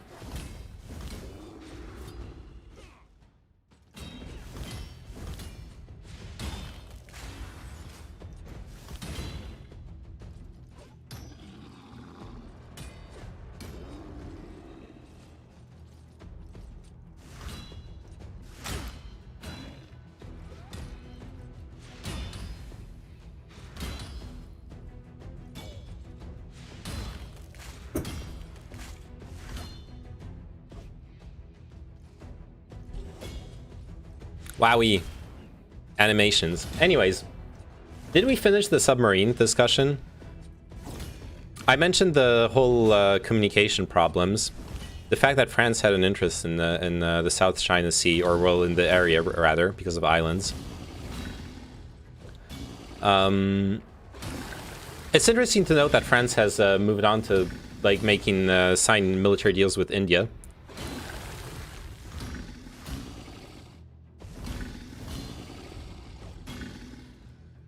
I don't know, in general, it's just to go back to it. I feel like the media in different countries has been very, very biased. Like, French media has been... What islands do they own, though? I don't actually remember the islands. I know there's one near Madagascar, the island of Reunion. Wowie. Wowie, look, there's a teddy bear on the item. What does it do? Divine offense. I'm divinely offended. Like, I understand the sentiment. India probably got that sweet, sweet deal given France would have been wanting to offload any materials progress this far. No, but France is selling, I think they're selling fighter jets to India. They're not selling submarines. But that's not in the South China Sea. No, actually, in the South China Sea, France has fuck all. But, French EEZ.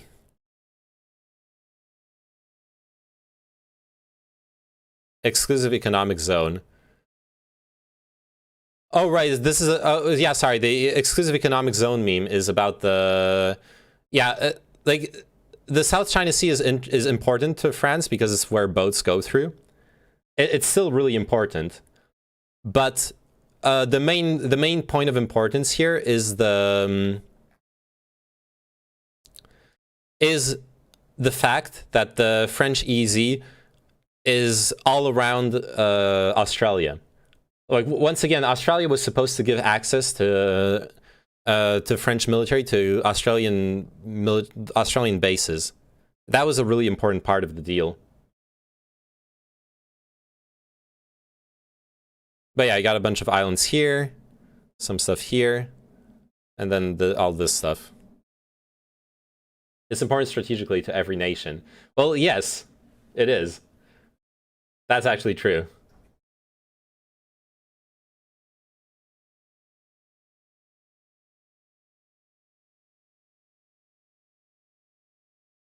Planes are just the subs of the sky. Planes are just tubes with wings. I should know I'm a sub-sim and flight simmer. True.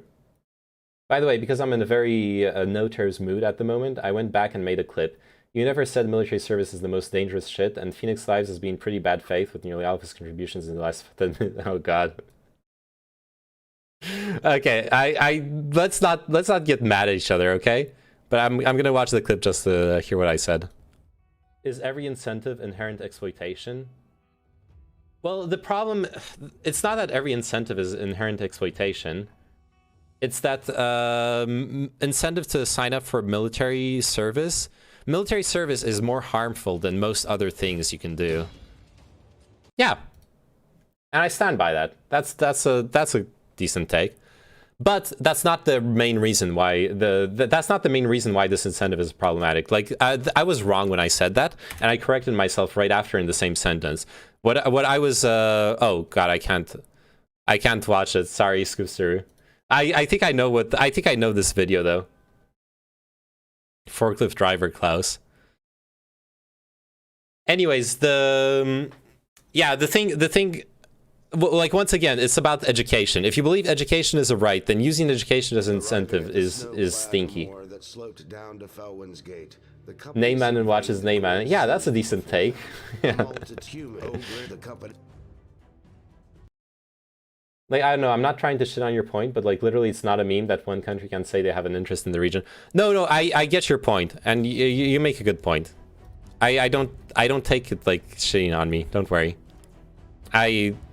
You're right.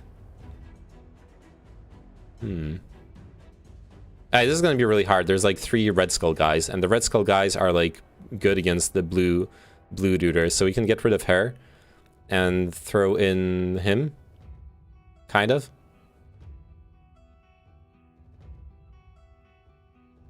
Except he's level 1, so he's gonna die a million times, but I don't care.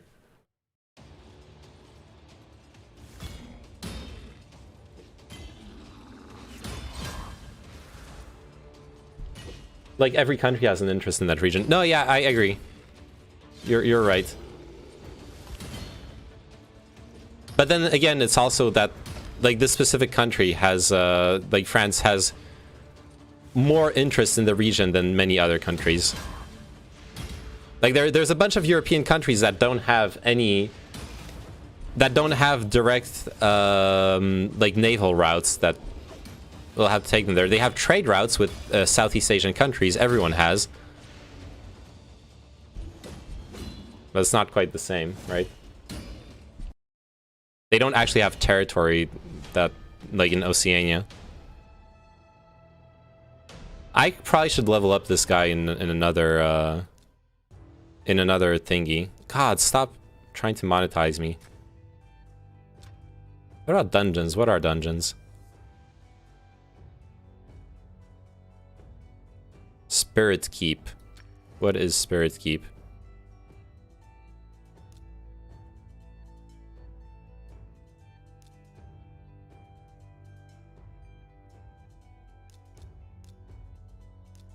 Well, I can put 5 people in. Nice.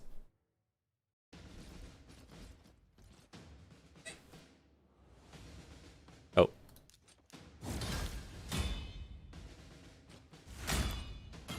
Okay, just saying my home country is literally the center of that mess. Okay. Well, then you have even more of an interest than anyone else in that in that region.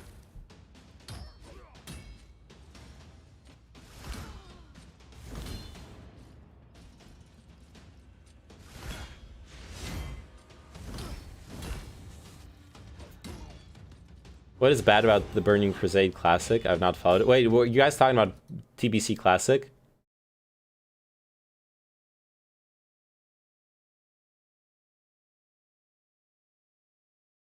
No. Man, I will hesitate to go back to WoW Classic with TBC. But after having missed out on so much stuff in, well, in Classic, I don't know. Plus, let's be real, fucking MMOs are horrible.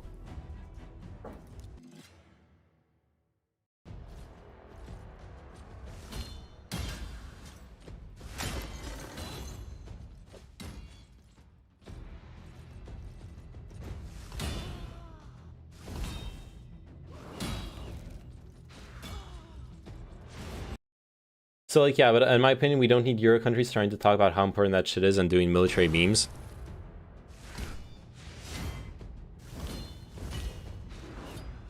Yeah, I get what you I get your point.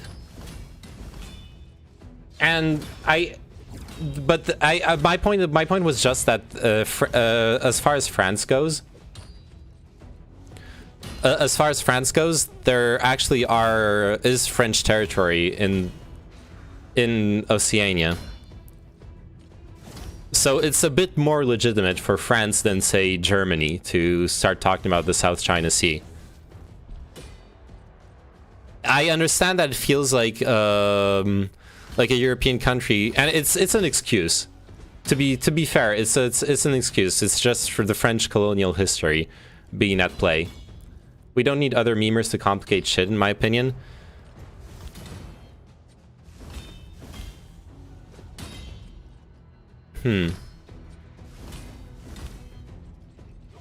Wouldn't having a third party help, though?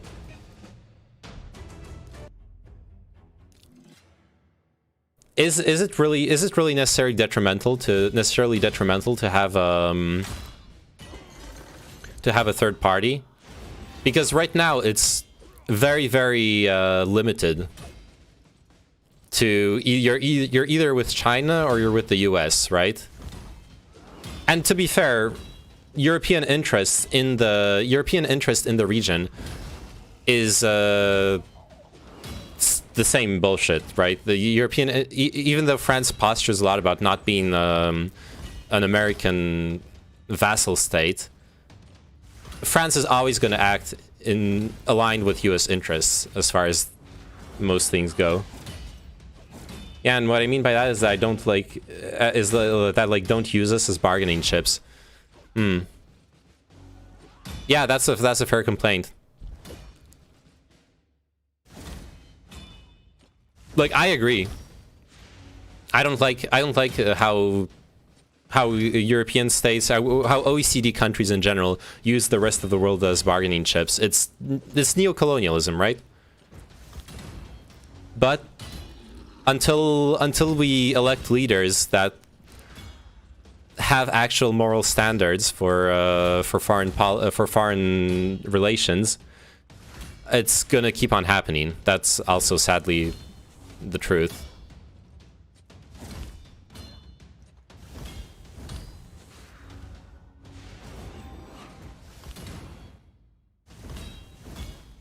The region is tense enough as it is, yeah. Absolutely.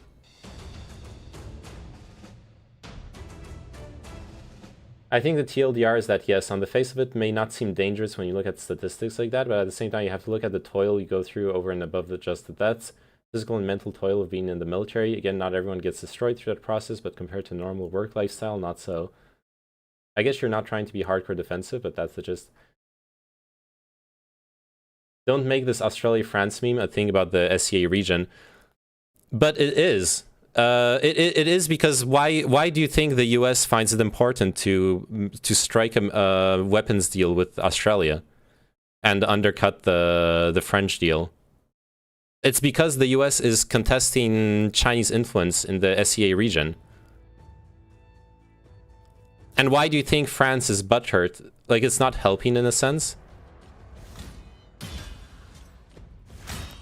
Sure, but I'm just describing the reality of it. It's not my fault that that things are that way, to a certain extent, right? Unless I guess you just don't want me to talk about it then. But if I'm gonna talk about French foreign policy and the submarine thing, which someone asked about, I have to be real about the reasons those things are happening. Like, I understand the Western powers want to exert their power, etc., and I'm not blaming you. And you understand that the reason the US made a deal with Australia is because they want Australia to be a strong ally against China. It's literally because of the SCA Chinese influence thing, right? So talking, even though the disagreement is between Australia and France, the implications of everything that's going on, you have to talk about SCA geopolitics.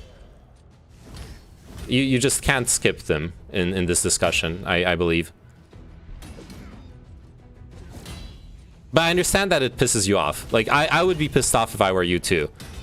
Exactly like you said, like being a bargaining chip, being something that like other countries that fancy themselves superpowers fight over, it's lame. It really is lame. It's imperialism. It's neocolonialism. It's not cool. And I hear you. I'm gonna be honest with you. We don't have world peace because of you. Yes, I agree. Oh shit, we died. Man, I need to level up the siege breaker, dude.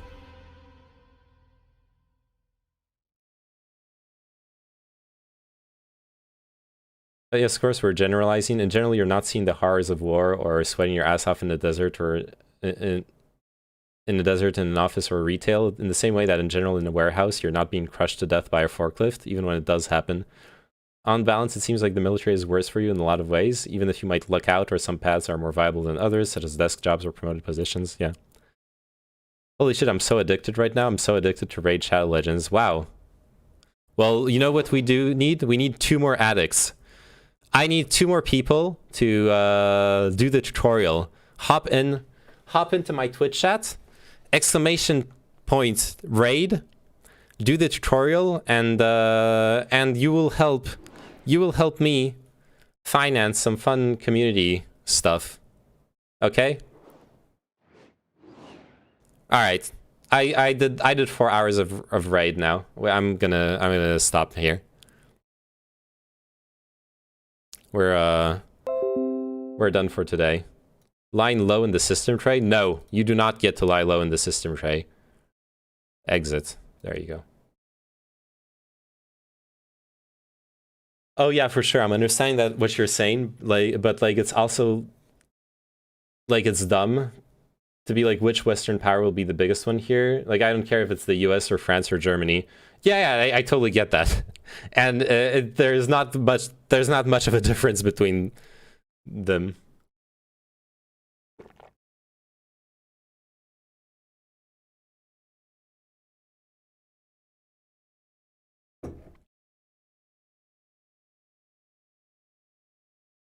$200 in one day, worse than McDonald's? No, I'm pretty sure you can make more. You can make $200. I don't think you can make $200 in a day at McDonald's. Yeah, unless you're working a fucking 16-hour workday. It just seems so shit that these Western countries are like vying over which one is the big dude. Yep, and it's gonna happen. Like I don't want to be fatalistic about it, but that's gonna happen every single time. You're gonna have the big dogs fighting over that.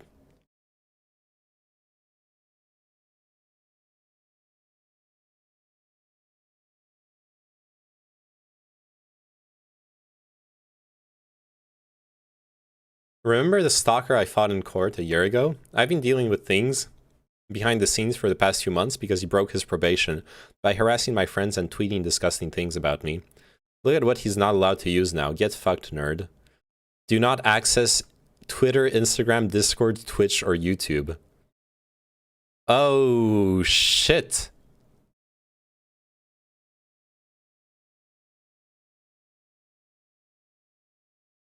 Do you have a moral imperative to coom and be fruitful?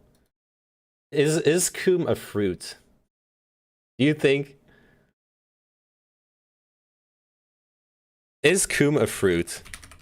That's a philosophical question for the ages.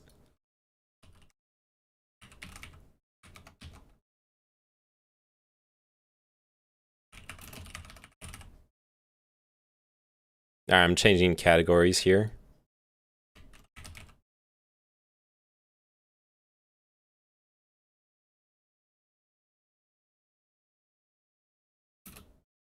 Right.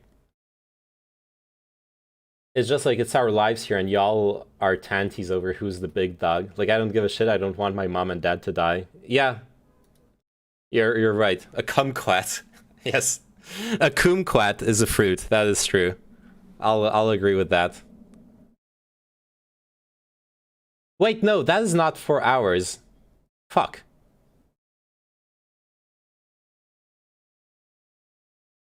Whatever.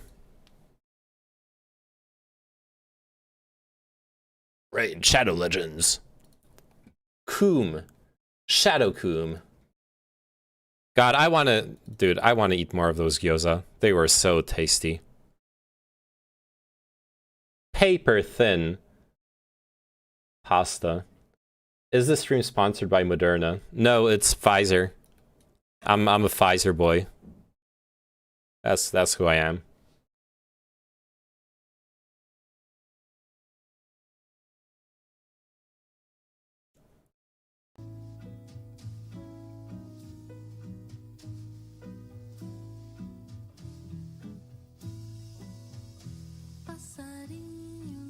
Too many spring onions? You don't have to eat them. They just put them on top.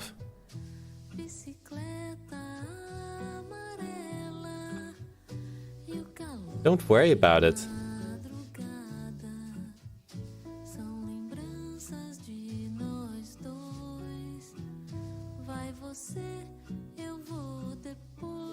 You can order them without the spring onions, by the way. I choose to order them with the spring onions because I like spring onions. You can order them without the spring onions. What the fuck was that? This is gyoza. I totes have some great spots I've been wanting you to try in Brooklyn. Ooh. Oh shit.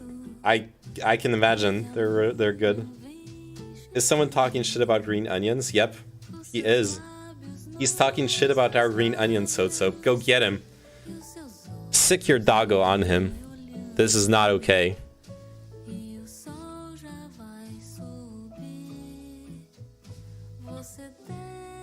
I literally eat green onion scallions by themselves. They're delicious. I agree. They really are. I almost can't see the gyoza. Yeah, it's covered in them. Look, if you look, Burning Amaranth, come to Paris, we'll go there. You'll order them without the spring onions, and you'll be fine.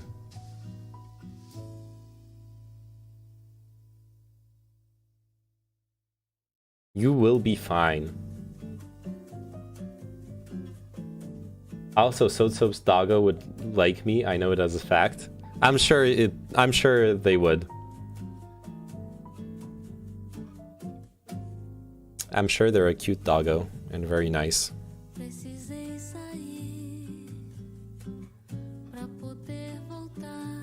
Gyoza.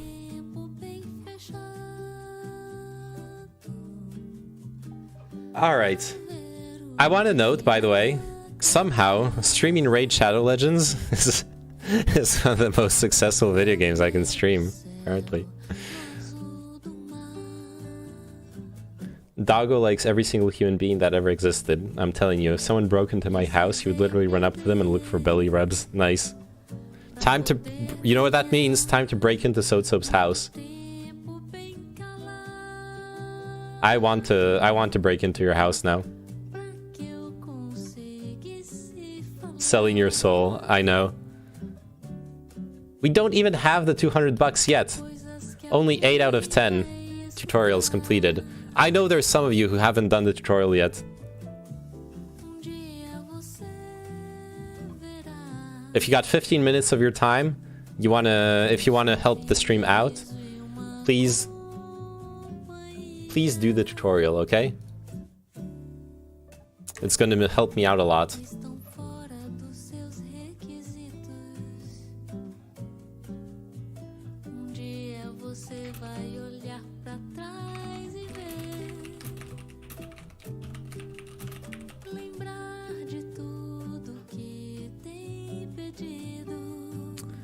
Anyways, I'll chill more in the following days. So hopefully we can get the last two sponsorships needed, and the last two tutorial finishes needed.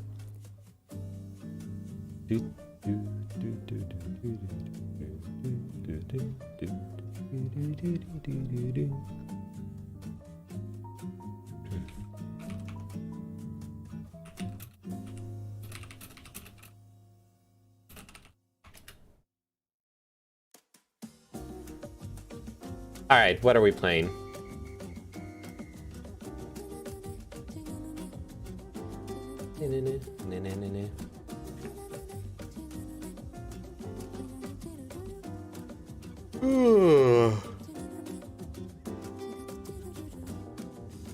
I actually didn't have a plan for today's stream, so looks like your parasocial links weren't as strong as you hoped. This is what happens when you don't do bathtub streams on a weekend.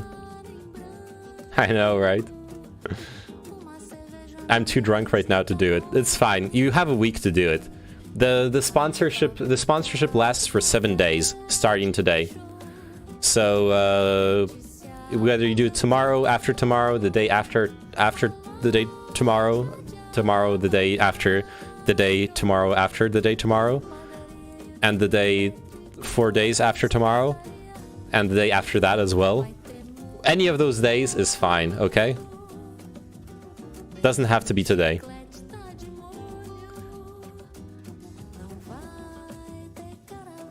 That face when they check IPs and MAC address. Hey, no one would actually try to bot the offer. That would be unethical. I would hope that no one is actually doing that. Okay?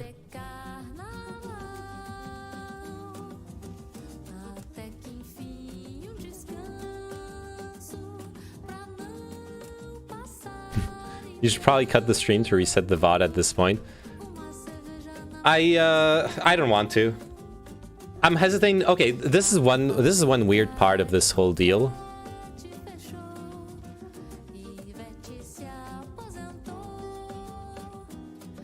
It says a minimum stream duration of 4 hours is required. But I don't know. Do I need to stream the game for 4 hours?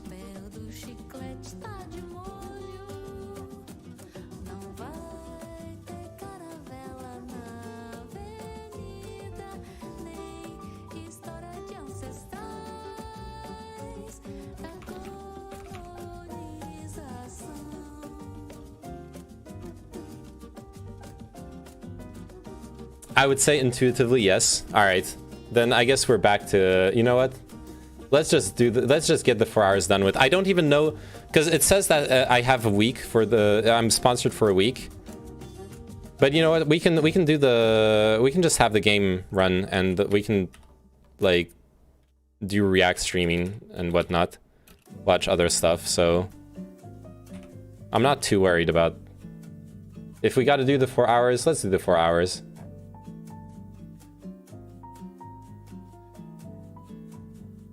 Fuck it.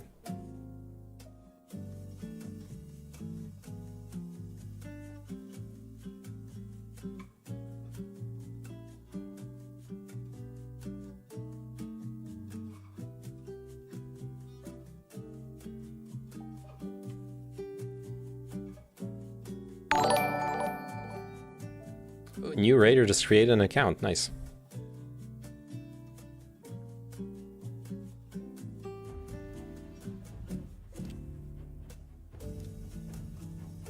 Okay, where's the options in this game? Options. Music. Sound effects. Cool. Alright, you know what we're gonna do?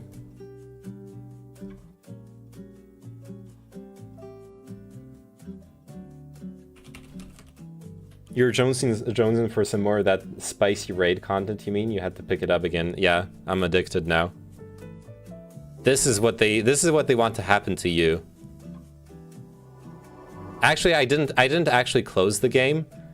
I was just buying $50 million of game content. That's what was going on. Often asked question, what's the difference between Bio 150, Bio 250, and is it Hum Bio 160? No difference. It's exactly the same. So like the same requirements, same units. So take whichever one makes your life easiest. Let's see, any other procedural stuff? Well, the answers are back from Monday's questionnaire, and a variety of interesting answers, not surprisingly, given the size of a group. Why have you taken this course? Really want to know about animal behavior, but willing to deal with humans. Because I'm substituting it for Bio 43, which I don't want to take. My dad used to make me read books about human behavior and biology as punishment. That doesn't make any sense. I know one of the TAs, Wow, it's so I Manon. figure that Hey, guarantees me an A. Magic Turtle, how are you doing? By the way, Magic Turtle, this is a stream that's sponsored by Raid Shadow Legends. Oh, you never watched this? I was looking forward to watching it on your stream. I watched the first lecture, so that's why I'm playing the second lecture. We already watched the first lecture a couple of weeks ago. Sorry you missed it. Yeah, Magic Turtle. This stream is sponsored by Raid Shadow Legends. If you go to the referral link right here and take 15 minutes of your time to complete the tutorial, I will be getting $200 per 10 tutorial completions, up to a maximum of 30, so $600. So yeah. If you want to support the stream without spending any of your money, just helping out with a little bit of your time, you can go to that link. You gotta like copy paste it because the link's broken in the Twitch chat. You can go to that link and do the tutorial, and then you're gonna be all good. It's gonna add another one to the top right on the goal. Once we hit 10 tutorials completed, we're at $200. I like how we're a bit surprised about the return on investment, but at the same time, how much money did DSP spend on a fucking WWE game? Dude, it's actually so not surprising that they can invest hundreds of dollars like this. Imagine. Even if in 30 people they don't get a single whale, like okay, they paid $600 to acquire those 30 people.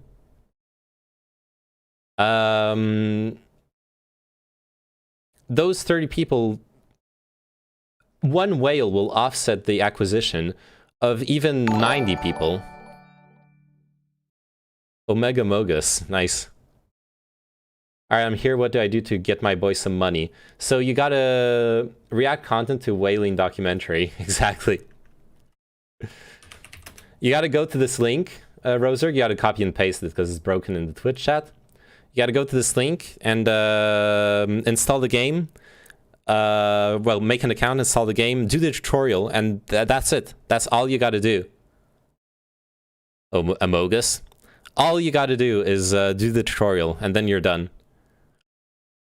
Then you can do whatever you want. And once you do that, you help me get that sweet, sweet sponsorship money. And that will help me invest in a better stream and other cool stuff. Each faction must liberate their own crypt from the crypt. Okay. Oh, wait, I don't have enough people of any given faction, don't I? Yeah, whatever.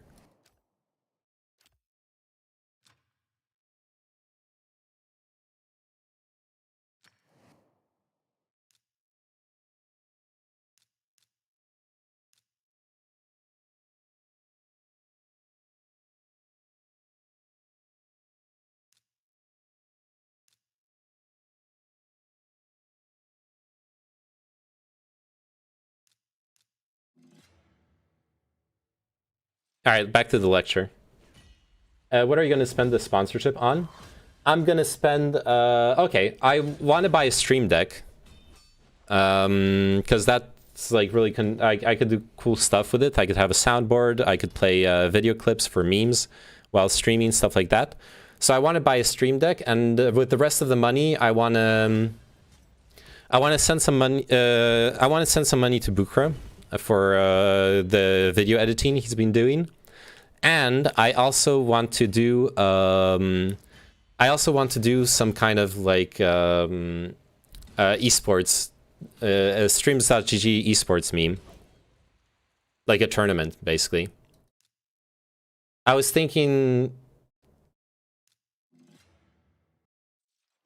buy some Dogecoin. Yeah, I could buy some Dogecoin, but I'm not gonna. I could. Sag, no Apex. No Apex. So those are the plans, go up. Ideally, if we manage to reach like the 20 sign up, the 20 sign up or the 30 signups, which is $400 and $600 respectively, then I'll have enough money to do all of those things. It's not going to be a problem. Are you going to make me reinstall StarCraft 2 and no life that for $12 and an Amazon gift card? AOC face. What? This is not StarCraft 2. You have the wrong game. This is a Wendy's, sir. This is actually a Wendy's. Alright, and speaking of which, go up. If you want to help out the stream with 15 minutes of your time, you can do it too.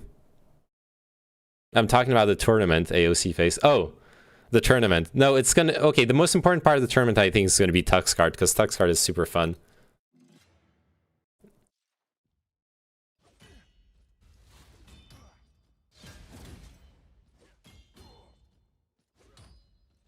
Well, Tuxcart, but it should be several games, right? There should be like a Tuxcart component and yeah, StarCraft 2. Tuxcart, StarCraft 2. I don't know what else. I think those are the only two that we can actually have in SGG. Oh, we'll have fun then. Congratulations, Bukra, on your free money. I know, right? That's the only problem with that.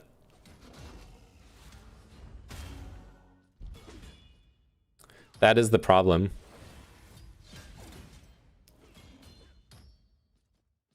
But what about Brood War? Oh, Brood War. Yeah, that's actually a great idea because no one in streams actually knows how to play Brood War. That's a great idea, Soap. Yeah, let's do a Brood War tournament. 100%. That would be so much fun. Why not Heroes of Might and Magic? Oh, but because it's too fucking slow. And there's no way to spectate in Heroes of Might and Magic. As if anyone knows StarCraft 2. Nice meme. No, Heroes of Might and Magic would be amazing, but unfortunately... Unfortunately, Heroes of Might and Magic, we don't have any, whatchamacallit. We don't have any way of spectating the game.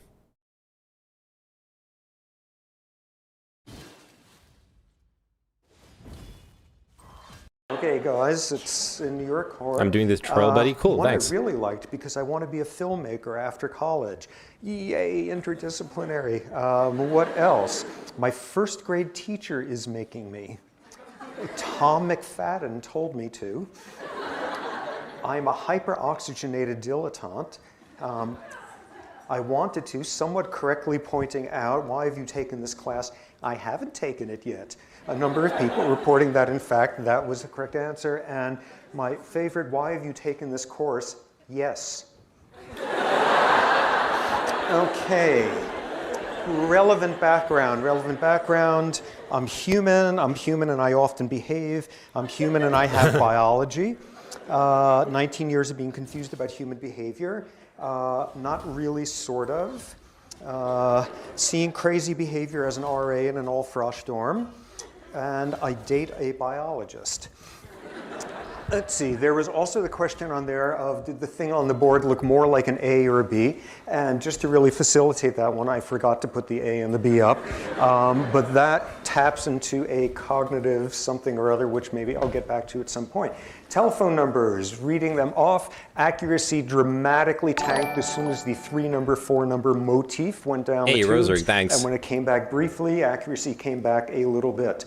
Finally, let's see, all of you guys conform to a standard frequent gender difference, which is everybody was roughly equally, by gender, roughly equally likely to see dependent as the opposite of independent. A small minority went for interdependent. However, one finding that has come up over and over is that far more females are interested in peace than males. Males are more interested in justice. Okay, have you taken the bio core? Quote, no way, Jose. Somebody pointing out quite correctly, don't settle for peace or justice. Then, of course, there was the person who responded to that question by writing, those words are just symbols, need to know assumed meaning. Okay. There was one questionnaire that was carefully signed and something approaching calligraphy. It was so beautiful and was otherwise blank. For years running, the subject that most people really want to hear and most people really don't want to hear is about the biology of religiosity. Why is this so loud? Oh. And for 22 years running now, Stanford students are more interested in depression than sex. Okay, so we start off. I keep telling Hennessy about this, but nothing gets done. Okay, I don't know. I had to lower the volume too. We start off, if I can open this.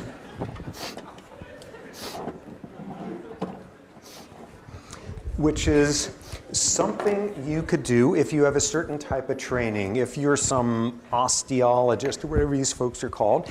If you are presented those two skulls and told this one's a female, this one's a male, you can begin to figure out stuff like how heavy, how large the body was of that individual. Hey, thanks for completing the troll, Omega Mogus. 9 out of 10. Nutrition, had they given birth a lot of times, a few times, were they by?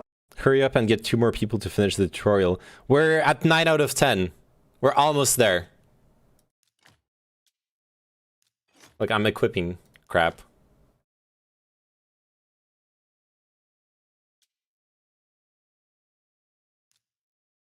Oh. Never mind. And gloves. Here, equip those gloves. Good.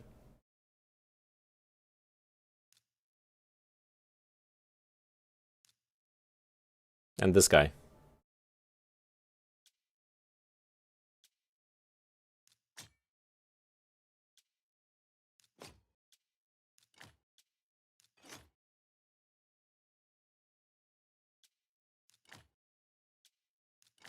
Cool.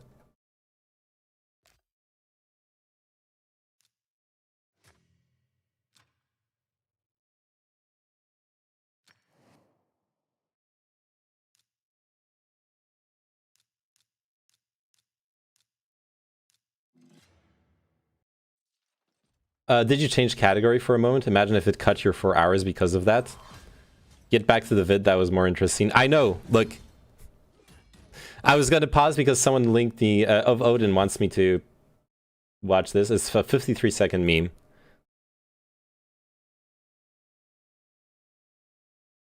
I think that's Drive It. I think so. I'm not even sure.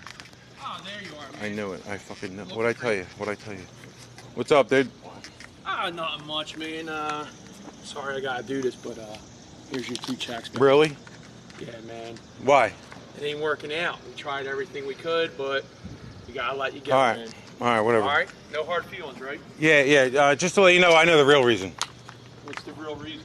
Because every Friday I go to show and tell and get a lap dance by your fucking daughter. That's why. You know, I don't need to hear that fucking shit from you, man. Really? Well, that's why I'm getting laid off. It has nothing to do with my fucking work. You know what? Grab your shit and get the fuck off my job. I am, and guess where I'm going? Guess where I'm going? Show and fucking tell. Enjoy, motherfucker. Yeah, oh, I will. I'll enjoy that fat ass she got. Is that where we're going right now? After work, meet me there. I gotta. All right. What the fuck? Okay. Hurry up and get 2 more people to finish the tutorial. Alright, I will. All sorts of stuff you could figure out from just looking at these skulls.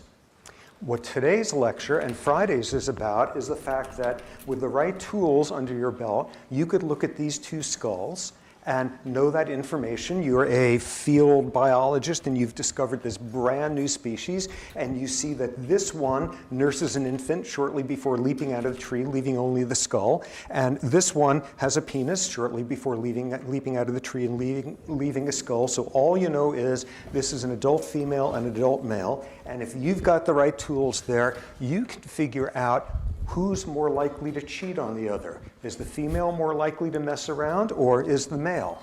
How high are the levels of aggression? Does the female tend to have twins or one kid at a time? Do females choose males because they have good parenting skills or because they're big, hunky guys?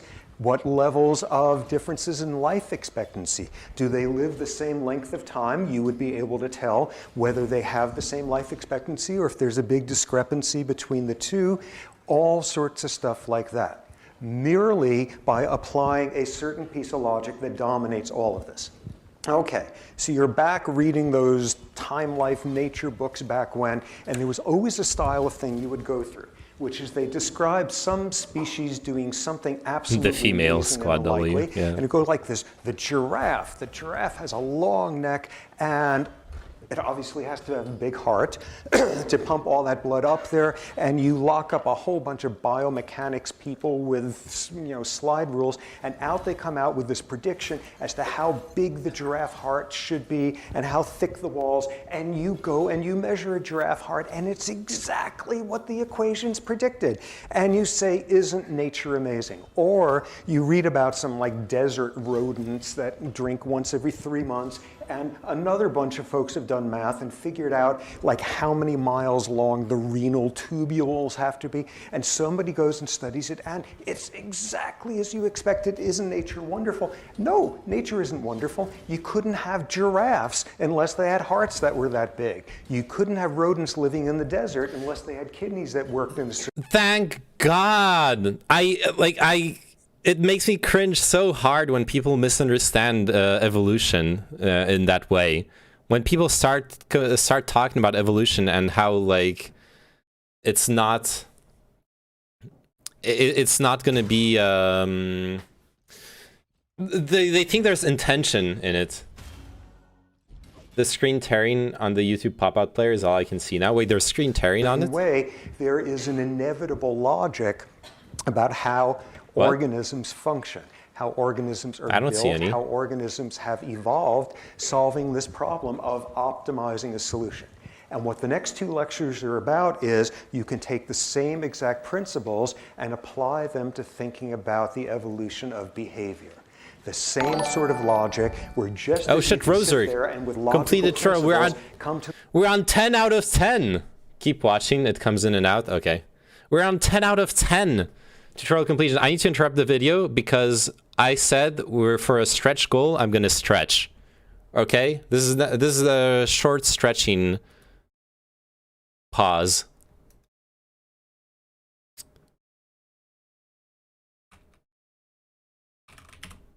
Let me just fix this. Boom, boom.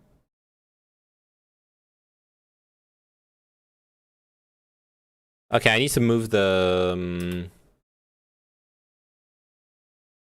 You should give something back to those that made this happen. I will. Is there a second goal? Yes, there is. I'm getting rewards up to 30 people who finished the tutorial. So right now we just got finished 10 people. So that'll be $200, and I can get rewards up to 30 people. Every 10 is 200. So let me just modify the alert, the widget, the alert box. Gotta fix it. Oh, sorry, that was not. That was not I misclicked something on my Streamlabs stuff.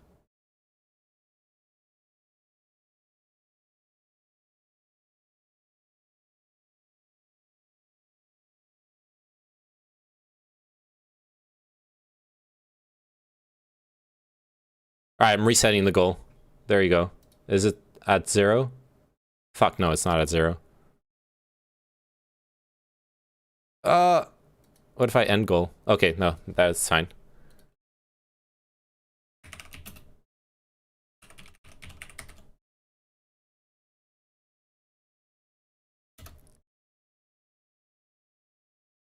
Okay, you know what? I'm gonna put in the full 30. The full 30 here. Okay, I'm making my second account now. No, don't. You can't. It's not good memes, okay? Alright, there we go. 10 out of 30. Let's fucking go. And boom. You want a stretching stream? Let's go.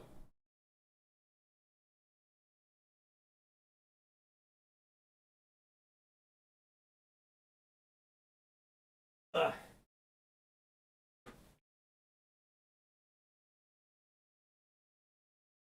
All right. Now, to start this off, the most scuffed thing I can do, which I can't actually do. My face when I help the starving Persian boy today. I can't actually touch my feet by doing this. I'm like, I can't even reach my ankles. Here, let me show you. Okay, let me switch the camera mode to Wi-Fi. I stop, start, connect over Wi-Fi. There we go. Show us your downward dog form. I will. I will show you everything. Let me just put this on the gimbal. That's what we here for. I'm saying that, but I actually don't have the. I can touch my elbows to the ground. Wait, really? Ow! With straight legs? How is that possible? I googled butthole mic Twitch while logged into my real identity Google account.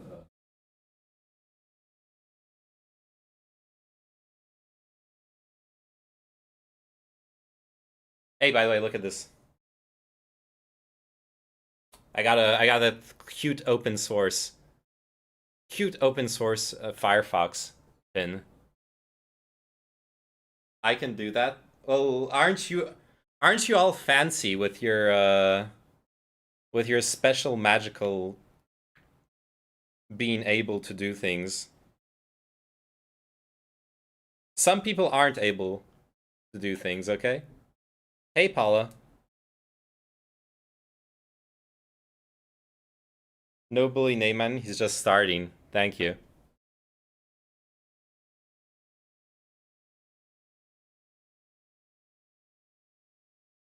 Alright, there we go.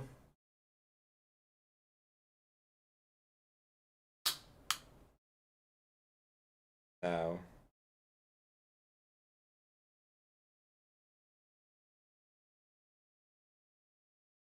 Oh yeah, I need to open this up. And here we go. Okay. Wait, let me rotate it. Perfect.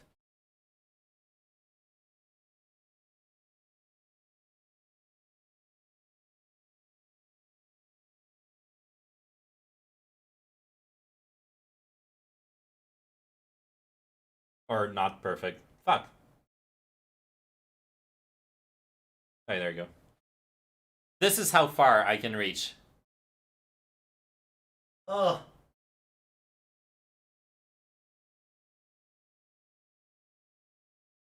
That is the extent. That is the extent of my stretching capabilities. Okay.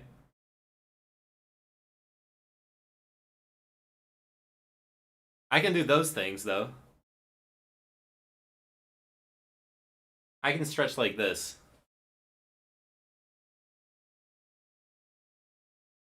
You have to hold it for 10 seconds. Okay. Holding it. Relax for a bit for another 10 and relax. And then another 10. Okay. Let's do it. 1, 2, 3, 4, 5, 6, 7, 8, 9, 10. Relax.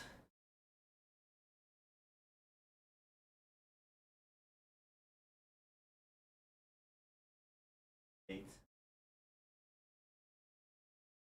1, 2, 3, 4, 5, 6, 7, 8, 9, 10.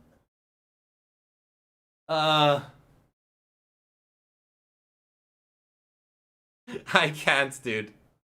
I can't. Alright. Here, I can do this. Stretch out this muscle.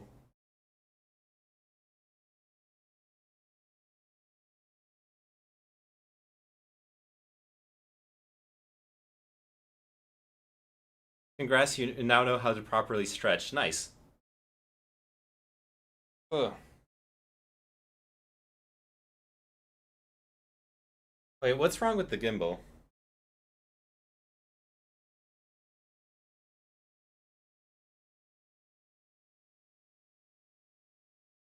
Oh, I think my...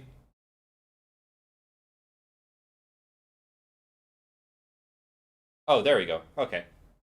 Never mind. Nothing's wrong with the gimbal. It was just in a weird mode. Ooh. Oh. Okay. If you only hold it for a second, it's not really stretching. Yeah. All right. What other stretches can I do? I can stretch my arms like this, right? It also like goes down my back, sort of. I feel it going down my back.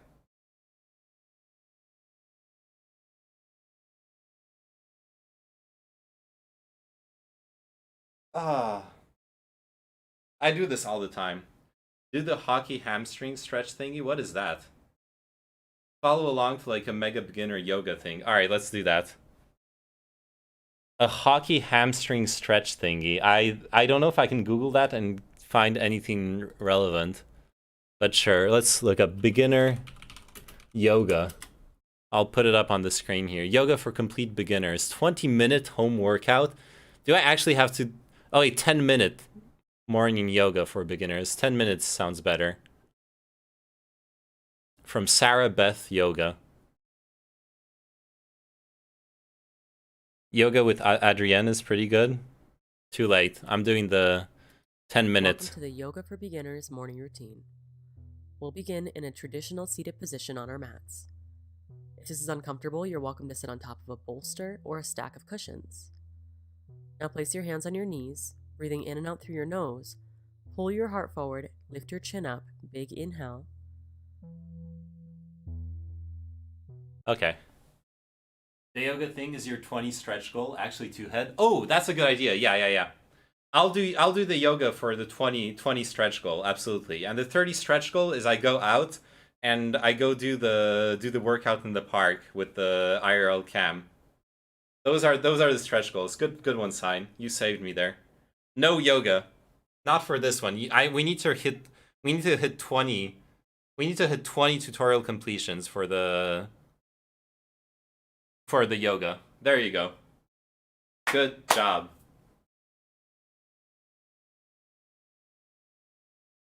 Good job, Sign. You saved me there. I do yoga on concrete. Nice. All right. By the way, Paula, I don't know if you noticed. Wait, I feel like I feel like I should stretch some more though. Like, what are good stretches? Let me just Google stretching exercises. Okay, I got an image up here. Shoulders. Okay. I can do this. Do this.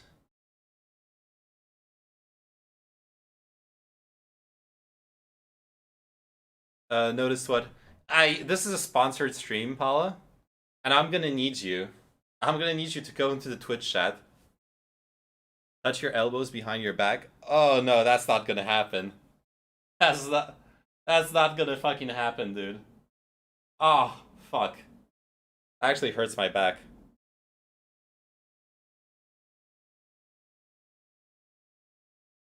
This is a sponsored Raid Shadow Legends stream, Paula. Unless, I hope you've noticed, this is obviously Raid Shadow Legends content. And you can help me out by doing the tutorial. I'm leaving soon. Alright, you have a week to do it. I'll bug you about it later. Lower back. Okay.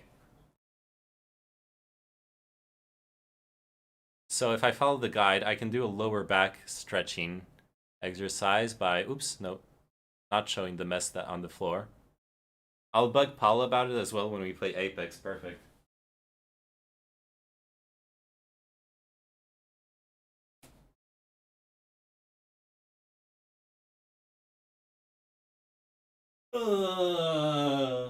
I don't know if I'm doing it right.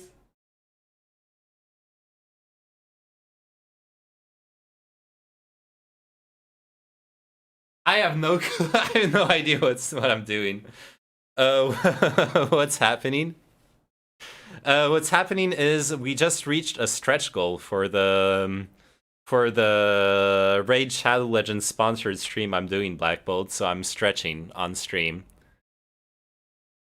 Just to make things clear. Yeah, we reached 10 out of 30 tutorial completions. If you want to help out with it, Black Bolt, I'm getting money for the sponsorship for every tutorial completed, up to 30 tutorials completed. So if you want to give 15 minutes of your time to help out the stream, and I'll do some like community stuff with the... I'm thinking like some esports tournaments with some of the money. If the goals are hit, post link. I can't post the link in streams chat. It's cancer. It's literally the 50 million characters. You have to go into Twitch chat and type !raid, and then you'll get the referral link. Do you want me to add everyone in Discord? Oh yeah, sure. You can do that. Sure. All right. So I just did the lower back, or I tried the like planking one. Oh wait, I'm doing them like this, but you're supposed to like do them like this? Never mind, it doesn't matter, I'll do them like this. So lower back, hamstrings, I can't, I already did it, but quads, I already did that one. Inner thighs, I did that one. Hips, oh my god, look at this Chad position. You should paste bin it. Oh, that's a good idea. Twitch chat, fine. Yeah, I could paste bin it if you want to, but I'm occupied doing the stretch goal, so...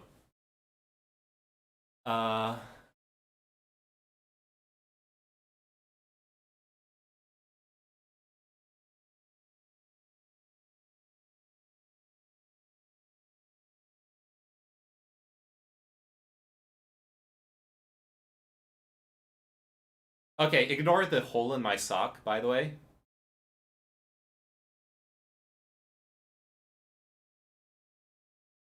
Also, I think... I know this is a pretty controversial opinion, but I think stretching in jeans is not very effective. Just saying.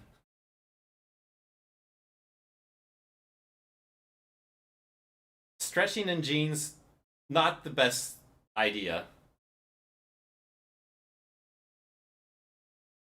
Now go closer to the ground and cross your front leg over your body. No. Yeah, take them off, tanties. No. I'm gonna wear my socks. Suck on that. Sock on that.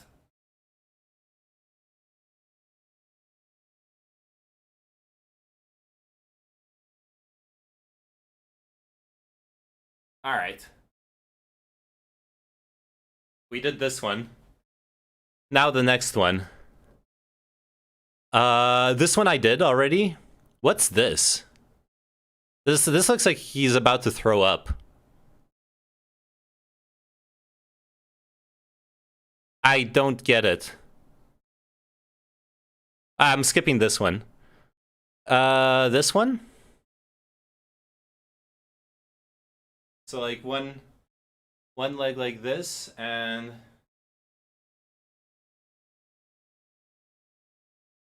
take off your jeans. Yeah.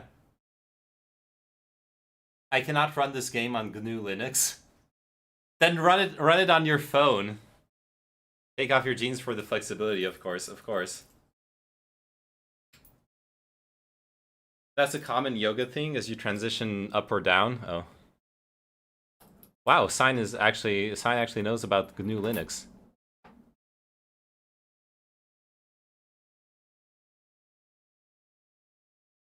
Okay, I have no idea what this stretch is supposed to be. Oh, I get it. I'm supposed to press down like this. I get it. Oh, I can feel it. Can you feel it, chat?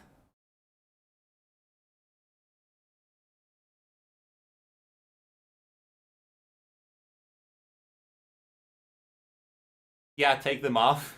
No.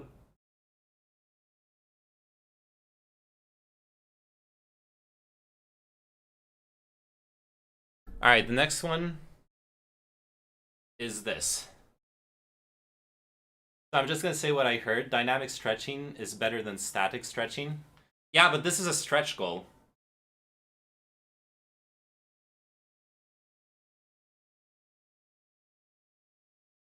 Dynamic stretching will happen. I know. I'll just go for the workout stream if we hit the full goal. Okay.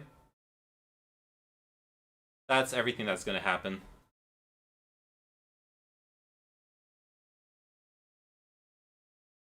Alright, what's the next one? Sitting in. Technically, the stretch goals are the goals after the initial goal, but I don't want to say anything. I know. I actually know. Alright, at least I can pretend I know. Okay, I do put my legs like this. And then I... Oh god. I'm supposed to, like... flatten my... I'm supposed to put my knees, like, to the ground? That's not gonna happen. Help! I am not stretchable. I cannot stretch. This is beyond my capabilities. It feels good, though.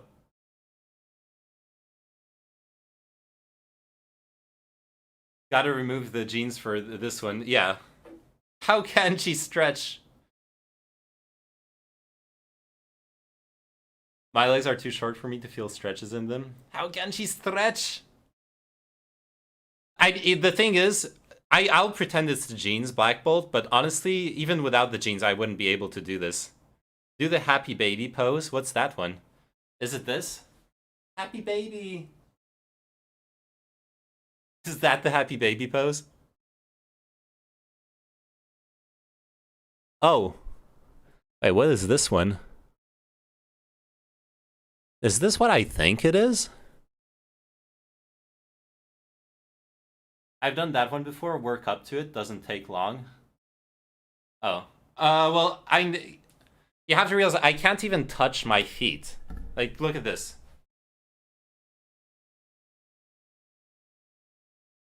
I can't even touch my feet. I'm non-stretchable. I don't stretch. I suck at stretching.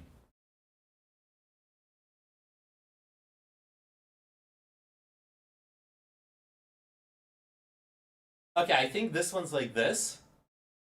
I have no... I'm looking at a diagram, and I have no clue what I'm looking at.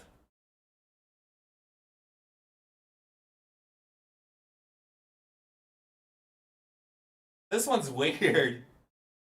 I don't know what I'm doing.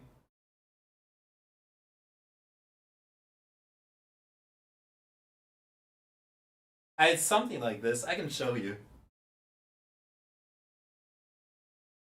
I'm trying to do... So what I'm trying to do is... Here is this one. Oh, wait, I did it wrong. Okay, I get it now. I was doing it wrong, yeah. So... Actually... I hold up this like this, and then I pull. Oh god. And then I pull here. I can feel it against my butt. I can feel my butt stretching.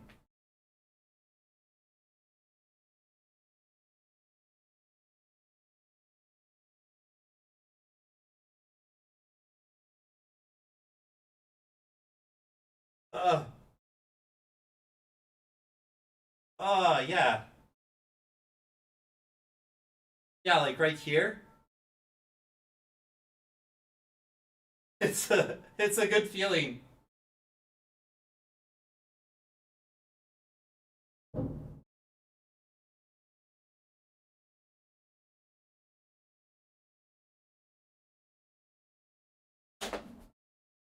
Yeah, right there. Do this, but on your front side. That's the stretch I keep trying to explain. You need to put your ankle behind your thigh. Yeah, yeah. You'll get that ×2 on your front doing the stretch. I keep typing but want to explain. Okay. I'll believe you. I'll trust you. Alright. The next one's gonna be easy. This is a classic. Oh, stretch up to the sky. Reach for the stars. Don't let your dreams be memes. Ah. Gotta hold it longer.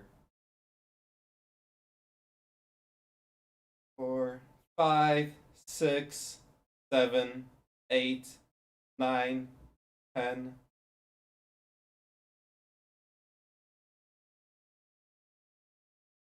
Alright, I think this girl Indie Fox DMCA'd all the fucking clips or some shit, because it's just everywhere that she did it, but no actual videos. I just spent way too long looking for it.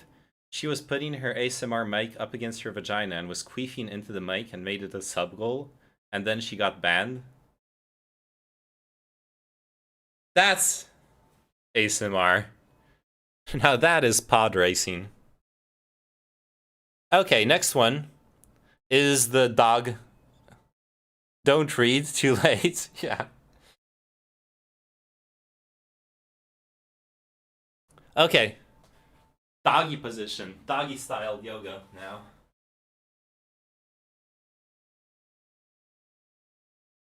Oh, yeah. I love doggy style. You can clip me on that.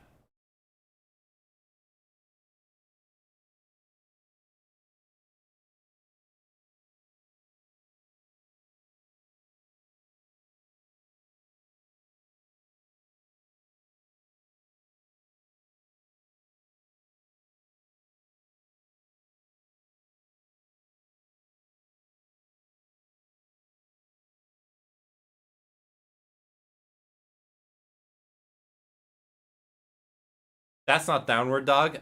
That's one of the dogs, isn't it? In the manner of the canine. Intercourse in the manner of the canine, exactly. Your Raid Shadow Legends handler is going to be so fucking confused when he gets this VOD. Look, it's Twitch. I'm sure they get a bunch of really, really cringe stuff. He has to, they'll have to understand, right? It's a stretch goal, okay? It makes perfect sense when you think about it. Now, what would be really confusing if... Because right now I'm streaming in the Raid Shadow Legends category. Imagine someone tuning into the stream and being like, oh, who's this new Raid Shadow Legends streamer? And why are they on the ground doing some weird shit? Okay. This one's like this. Extend the leg and pull. Oh my god, it's pain. Ah.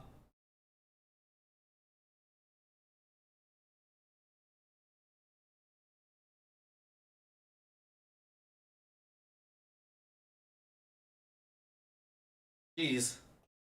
The other leg. I can't even hold it straight. It's so not bendy.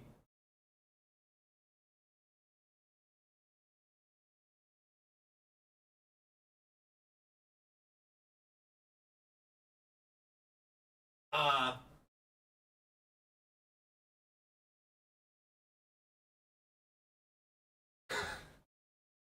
Today's video is sponsored by Raid Shadow Legends, yes.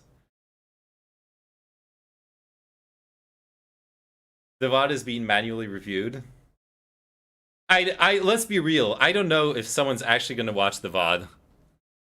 I hope they do. It's going to be one reviewer. Okay, one more. This time I stretch by...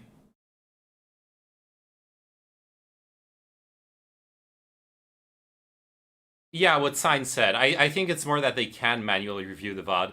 At best, I imagine they like click around through the VOD, make sure I actually played the game. I doubt they will actually watch all of it.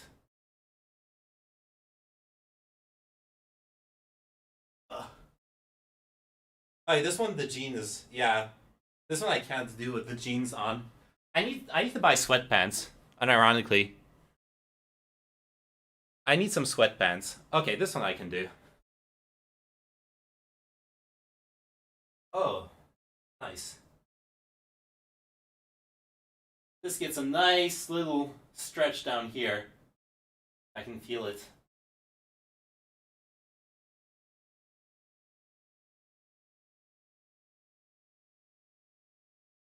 It's also, okay. It's also crushing my balls, but that's got to do with the jeans.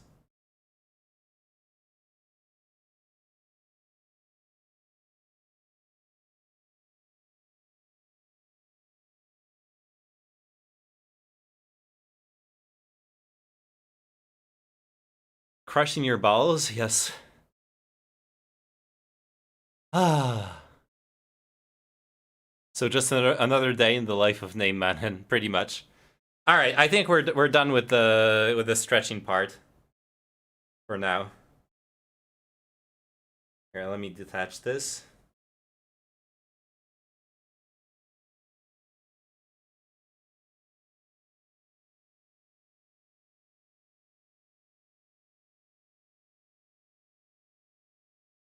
There we go.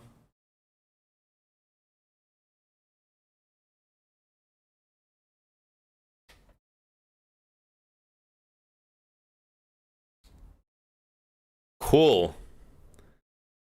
Hey, so as I was saying, if anyone tuned in since earlier, this is a sponsored stream by Raid Shadow Legends. As soon as I here.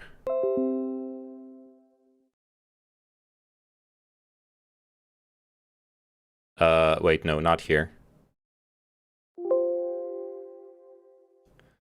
As soon as I add...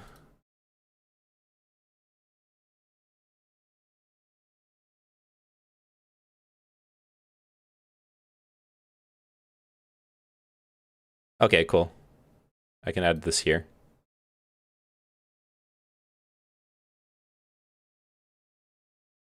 All right.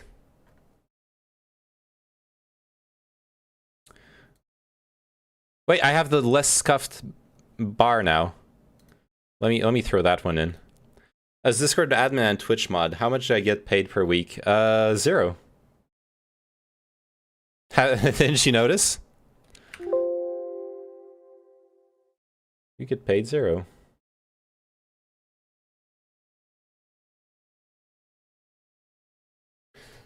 All right. Oof. And we can keep the yoga for if we hit the 20 goal.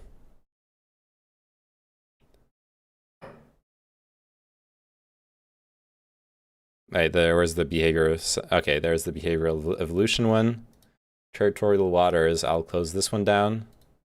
Boom, boom. Picture in picture. To the point of saying a giraffe's heart is going to be this big, you can go through a different realm of logic built around evolutionary principles and figure out all sorts of aspects of social behavior. And we already know what's involved in, say, optimizing. What's the optimal number of whatever's in your kidney? What's the optimal behavior strategy or something? All of us, as soon as we got like some kid sibling, learned how to do the optimal strategy in tic-tac-toe. And so that you could never lose, and it's totally boring. But that's a case of figuring out the optimal solution to behavior, reaching what is called the Nash equilibrium. And actually, I have no idea what I just said, but I like making reference to Nash because it makes me feel quantitative or something. I thought you were just a bit behind on your payments. That explains why my family was so upset with me about quitting my job. Sag. Oops. That does explain a lot, yeah.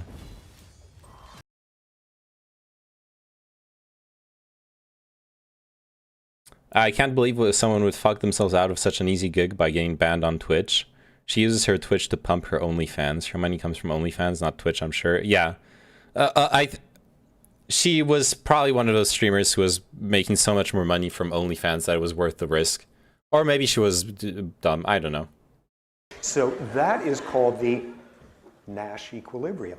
The Nash equilibrium, No chance she got and what the permit? entire point here is the same sort of process of figuring out what are the rules of optimizing tic-tac-toe behavior can be built upon the principles of evolution to figure out all sorts of realms of optimized social behavior. And broadly, this is a field that's known as sociobiology, emerging in the late 1970s, mid-1970s or so, and by the late 1980s, giving birth to another discipline known as evolutionary psychology, the notion that you cannot understand behavior and you cannot understand internal psychological states outside Is there the a name man in context clan? of No. evolution had something Should to I do make with one? sculpting those behaviors and those psyches. So to start off Can with I that make one? basic song and dance about Darwin, just to make sure we're up to speed on this. Darwin, just to get some things out of the way, Darwin Yes, did please. not discover evolution. People knew about evolution long before that. All right, how do I do that?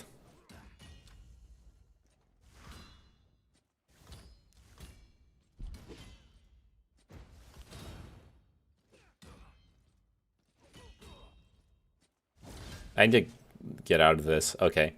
How?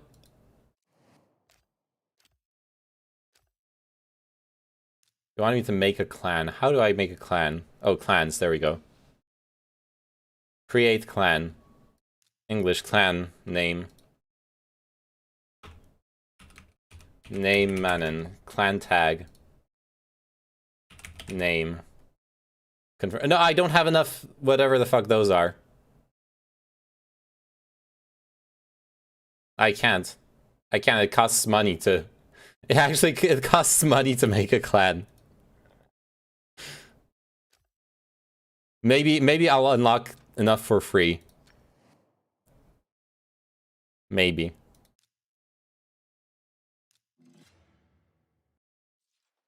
Darwin came up with the notion of a mechanism for evolution, natural selection. And in fact, Darwin isn't the inventor of that. There was another guy, Alfred Russel Wallace, the two of them. And for some reason... Is there an arms race among sexy Twitch girls to one-up each other? Speaking of game theory. Yeah.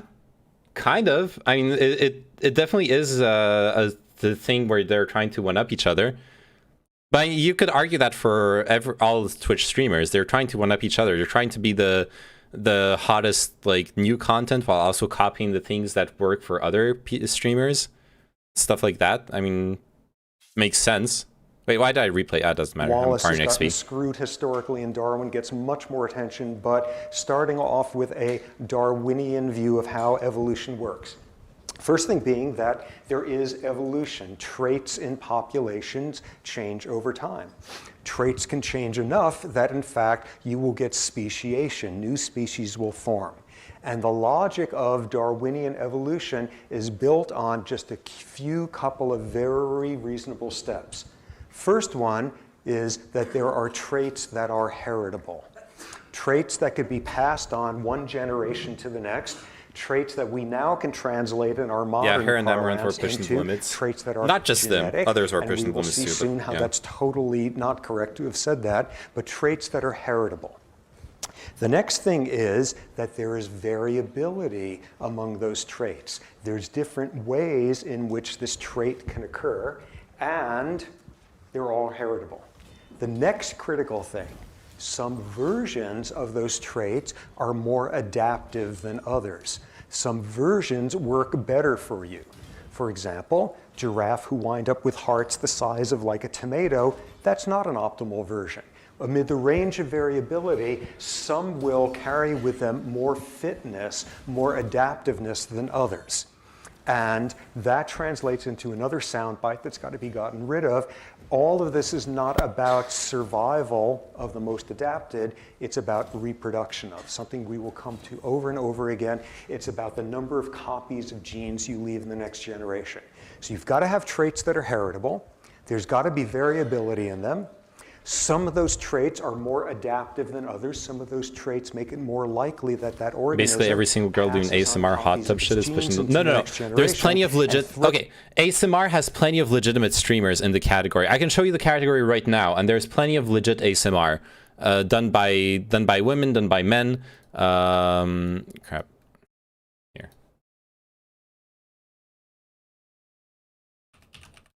I would know. I'm a big fan of ASMR. And live ASMR on Twitch is, if you enjoy ASMR, it can be really, really good. Like here, okay, Miney is someone I think I follow because of ASMR, but she's not doing ASMR right now. JJ Lass, is she doing? It's a commercial. Anyways, there is a bunch of really good ASMR. Okay, it's not every girl doing ASMR that is pushing limits. ASMR Darling, Frivolous Fox. Yeah, Frivolous Fox does not do any of the hot tub stuff. ASMR Darling is really good too. Even hot tub streamers these days, you could argue it before the TOS was defined, but it's defined now and it's valid. True, but pushing the limit means pushing the limit. Like, if someone's doing a hot tub stream but is pushing the limit, then that's what they're doing. If they're not pushing the limit, then they're not. And they're... right? You can push the limit while still being within the limits, is what I'm trying to say.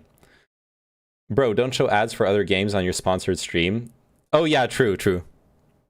I need to watch out with Twitch ads if I'm gonna show a Twitch stream. Absolutely. I forgot about that. Fuck, I'm so bad at this. Thank God you're here.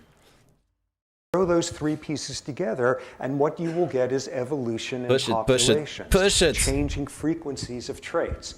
And when you throw in one additional piece, which is every now and then the possibility to have a random introduction of a new type of trait in there, modern parlance, a mutation, from that you could begin to get actual large changes in what a population looks like. Okay. So these are the basic building blocks of Darwin, and it is easy to apply it to giraffes' hearts and kidneys of desert rats and everything we think about in the world of physiology, but they're not pushing the limit. In the context of evolution. They're working within bounds of the TOS. People just don't like it. And the basic notion for folks who've come from this Darwinian tradition, they push the limit when they push the limit of sexualization. There are... Because, okay, sorry for the lecture. Sexualization is supposed to be out of bounds on Twitch, right? So if what you're doing is pushing the limits of sexualization, because it's a hot tub stream, so you can go a bit farther than usual, then you still are pushing the limits. I'll acknowledge my only real exposure to ASMR stuff is through the Amaranth, etc. lens. Yeah, Amaranth is not... Honestly, I like ASMR. I don't find Amaranth to be a really good ASMR artist. Sometimes I like what she does. Most of the time I don't. Most of the time what she does, it doesn't sound good to me. Well, the point is you stand up for ASMR because it's not a catch-all for sexualization, but it's 100% the same for hot tub streams. Fair enough. I'll grant you that. Mostly I'll trust you on it. I haven't explored the hot tub streams outside of the big names that obviously are really, really sexual. So yeah. Well, I guess I watched the clips from those two big Russian dudes who do the hot tub streams, and they're like really buff and everything. Those seemed fun. I don't think you can do a hot tub stream without it being inherently sexual. The Russian twins, those guys rules. Yeah, that's who I'm talking about. The Russian twins. That's what I'm thinking of. As an ASMR connoisseur, I can confirm that not all ASMR artists are pushing the limits. Yeah, we said that, Roser. Don't worry. I'm defending ASMR here. Friendly reminder, I am an Invadervy sub now, so I know everything that I need to know about simping. Even though I got gifted the sub, but still counts. Based. I know. Based on what, though?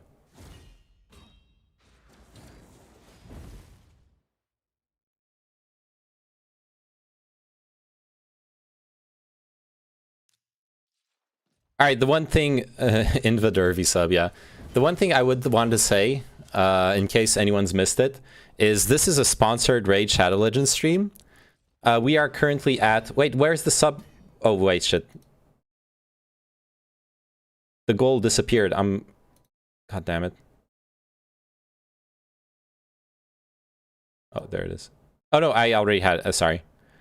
Yeah, I just moved it around. We are at 10 out of 30 tutorial playthroughs needed for me to get the full $600 of the sponsorship.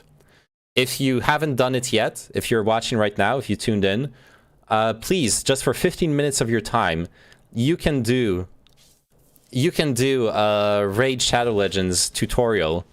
Create a new account, do a tutorial, and it will help me and help the stream, and I'll be able to do a community like tournament thing.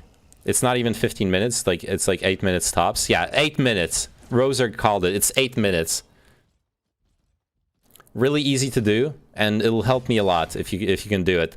We're already at 10 out of 30, so that's going to be $200. But hey, if we can get 20, if we can get 30, that's even better.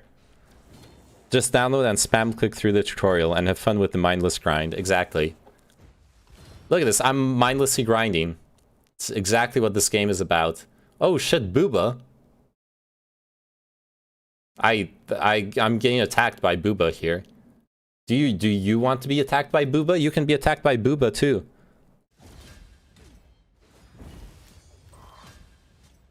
You can also acknowledge that something has sexual content without demonizing said content. It just doesn't belong on a place like Twitch. Well, Twitch gets to decide what belongs on a place like Twitch.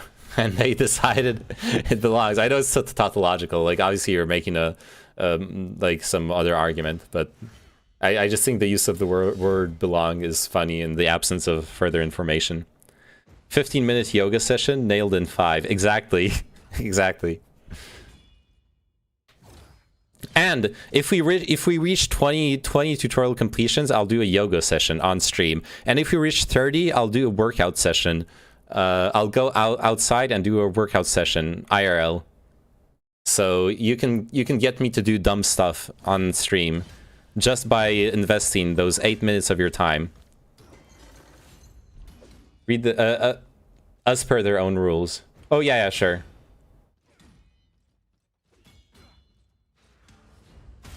Wait, no. But their own rules allow the...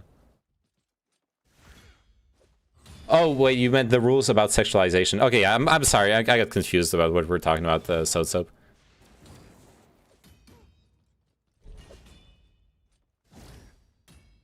ASMR has this weird connotation as some sort of seedy sexual shit or pseudo-sexual, in the same way that you can equally watch someone IRL at the beach versus someone in a hot tub in their home. I find the whole thing trivial from the perspective of the forehead, just close your eyes, dog. We aren't talking Gamba here. Yeah. Behaviors that are heritable, types, traits, classes of behaviors. They come with a certain degree of variation among individuals. Some versions of them are more adaptive than others. Over time, the more adaptive versions will become more commonplace, and every now and then you can have mutations that introduce new variability. Totally logical, absolutely unassailable, and what we're going to spend an insane amount of time in this class on is one simple assumption in there, which is that certain behaviors are heritable, that certain behaviors have genetic components. And as you'll see, this one is just going to run through every lecture wrestling with that issue there. This is a big incendiary issue there as to how genetic, and that's not the same thing as saying how genetically determined, how genetic behavior is. Okay, so that's going to be an issue we come back to again and again. So now transitioning into how you would apply these Darwinian principles. I'll clarify. I'm saying that Twitch does not want sexual content, allegedly, on their platform, and so sexual content does not belong there. There's nothing wrong inherently at all with sexual content on a stream. It's just about the platform that stream is on. Yeah. And they allow it to a certain extent, because obviously there's a nuance and gradation in this matter. You can have sexual content that's acceptable, well, sexualized content, obviously, and there's sexualized content that is not considered acceptable. First thing before starting, a caveat. You're going to wind up, in order to think about all of this most efficiently, hopefully do some personifying. Personifying as in you'll sit around and saying, well, what would a female chimpanzee want to do at this point to optimize the number of copies of her Return genes to in the next monkey. generation? That's what she wants to do. What would this brine shrimp want to do? How much was the clan? Stressor? What would this the clan was 150 rubies, or whatever the fuck they are. They're not conscious. They're not taking classes in evolutionary biology. What would this organism want to do is just a shorthand for something sculpted by the sort of exigencies of evolution and producing the optimal. They want to do this. This is just going to be a shorthand throughout. Once you get past the apes, nobody is wanting to do any of these optimization things. So just getting that sort of terminology out of the way. Okay, so we start off with what's the first building block of applying Darwinian principles to Squad behavior. W.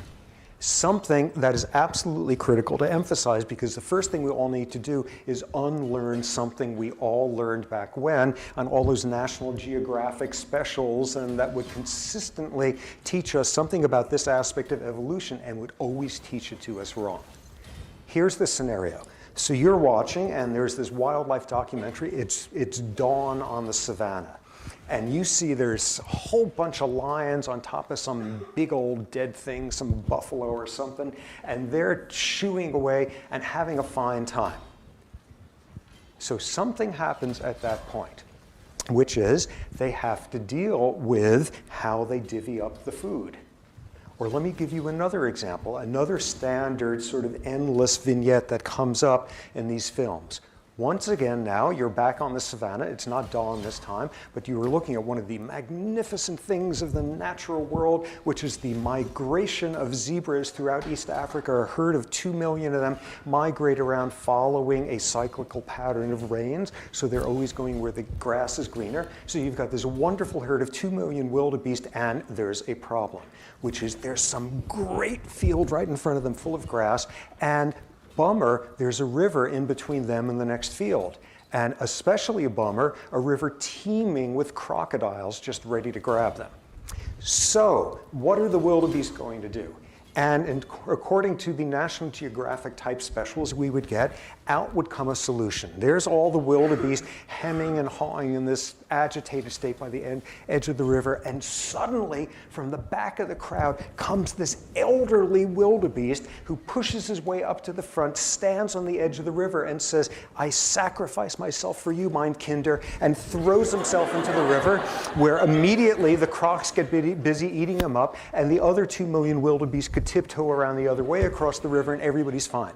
And you're then saying, why'd this guy do this? Why did this guy fling himself into the river? And we would always get the answer at that point, the answer that is permeated as like the worst urban myth of evolution, whatever. Why did he do that? Because animals behave for the good of the species.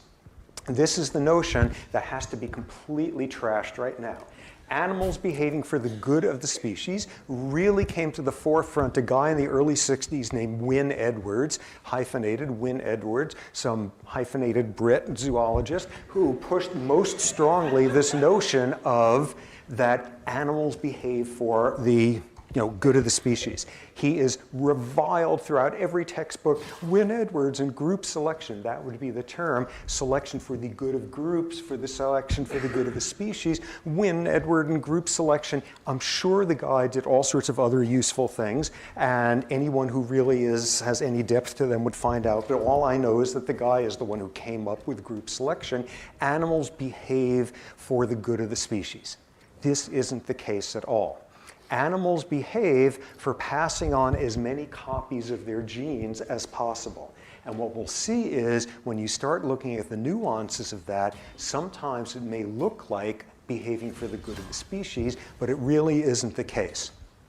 So animals behave in order to maximize the number of copies of genes they leave in the next generation. Remember, not survival of the fittest, reproduction of the fittest. So first thing. Okay. I talked about it when we were reading the paper about blue eyes and cuckoldry. And what level am I? I'm level 16. And I'm 155 gems away from being able to make a clan, so it's probably not gonna happen. Anyways, when we were reading the article about the paper about blue eyes and cuckoldry, we saw a similar issue where everything is explained away by this idea of transmitting genetic material to future generations, which I don't know that we can really claim that that's always going to happen. What do you spend rubies on? I have no clue. Apart from making a clan, I have no clue. I wonder if he thinks that animals behave for the good of the species now that COVID is here. Hey, good one. I don't like, I don't know. I want to see proof. Like he's going to state it and we'll see what he says further about it.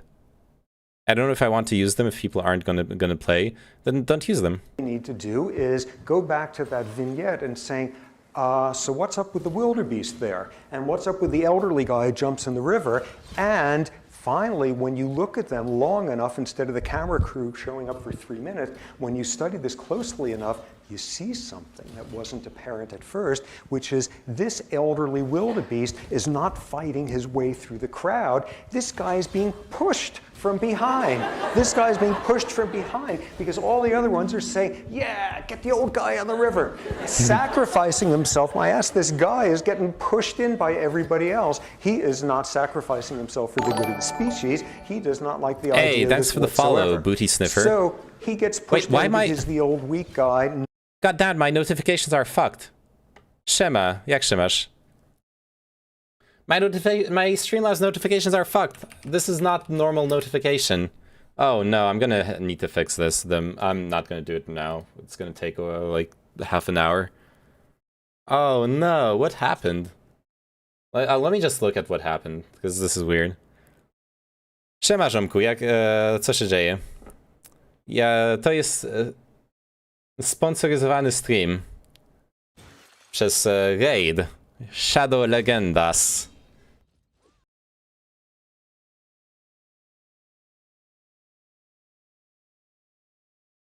All right, let me just look at the alert box.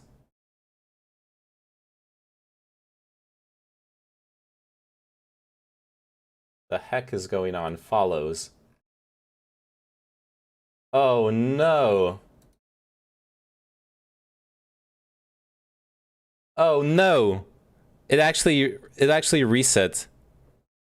It actually reset all my notifications. Looks like you didn't use whatever API it is to link back to the signups, no? I did, actually. U mnie jest git, co tam u ciebie? Dobrze idzie. Gram w Raida, bo tak jak mówiłem, jest sponsoryzowany stream. Jeżeli chcesz pomóc stream, wiem, że dopiero co pojawiłeś się. Jeżeli chcesz pomóc ten stream, to możesz za darmo to zrobić przez pójście na ten link. Tylko musisz zrobić, zagrać w tutorialu. Skończ tutorial, nie musisz zagrać dalej i to mi pomoże dostać trochę pieniążków, które mogę zainwestować w tego streamu. Jak chcesz, a wiem, że dopiero co pojawiłeś się, nie ma problemu, nie musisz nic robić. A jakbyś chciał, to by mi dużo pomogło. Alright, my Polish is on point, no cap. It's because my parents are Polish. Dobra, zagram, miłego streama życzę. Dziękuję bardzo. Yeah, my parents are Polish. I don't live in Poland. I've never lived in Poland, but I learned Polish by living with my parents. You know, we always spoke Polish in my family. None of this group selection stuff. What came in by the 70s as a replacement, a way to think about this, is this notion of animals, including us, behaving not for the good of the species or the group, but to maximize number of copies of genes left in the next generation. And what you see is 3 ways in which this could occur, 3 building blocks. The first one being known as individual selection. The first one built around the notion. Też nie musisz wyjść z tego streamu. Możesz stanąć. Nie ma problemu. That sometimes the behavior of an animal is meant to optimize the number of copies of its genes that it leaves in the next generation by itself reproducing. The drive to reproduce, the drive to leave more copies of one's genes. This was once summarized really sort of tersely as secret Polish memes, a chicken is an egg's way of making another chicken. No, that's backwards. Sometimes a chicken is an egg's way of making another egg. Okay, ignore that. Sometimes, what the guy said is, sometimes a chicken is an egg's way of making another egg. All this behavior stuff and all this animate sort of social interaction is just an epiphenomenon to get more copies of the genes into the next generation. Individual a chicken is an egg's way of making another egg. I like that. This is selfish genes. What behavior is about is maximizing number of copies of genes in the next generation. And sometimes the best way to do it, sometimes the way that animals maximize, is to get as many copies by way of reproducing themselves. It's not quite equivalent to a selfish gene, but for our purposes, individual selection. And this can play out in a number of realms. And bringing in sort of a big dichotomy and thinking about evolutionary pressures, Darwin and the theory of natural selection. What natural selection is about is processes bringing about an organism who is more adaptive, what we just went through. Darwin soon recognized there was a second realm of selection, which he called sexual selection. And what that one's about is this is selecting for traits that have no value whatsoever in terms of survival or anything like that. Traits that carry no adaptive value, but for some random, bizarro reason, the opposite sex likes folks who look this way. So they get to leave more copies of their genes. And suddenly, you could have natural selection bringing about big, sharp antlers and male moose, and they use that for fighting off predators or fighting with other male. That would be natural selection. Sexual selection might account for the fact that, like, the antlers are green paisley patterns all over for that. And for some reason, that looks cool to female mooses. And what you wind up getting as a mechanism for sexual selection is, as long as individuals prefer to mate with individuals with some completely arbitrary traits, those traits will also become more common. So this dichotomy of natural selection for traits, driven by traits that really do aid leaving copies of genes outside the realm of just sheer sexual preference, sexual selection. And sometimes they can go in absolutely opposite directions. You can get some species where the female fish prefer male fish that have very bright coloration, and that's advantageous then to have the bright coloration by means of sexual selection. But the bright coloration makes you more likely to get predated by some other fish, natural selection pushing against bright coloration in males. Very often you've got the two going against each other, having to balance. So how would that be applied in this realm of individual selection? This first building block, sometimes an egg, sometimes a chicken is an egg's way of making another egg. Sometimes what behavior is about is one individual trying to maximize the number of copies of their genes in the next generation. A natural selection manifestation of it being you're good at running away from predators.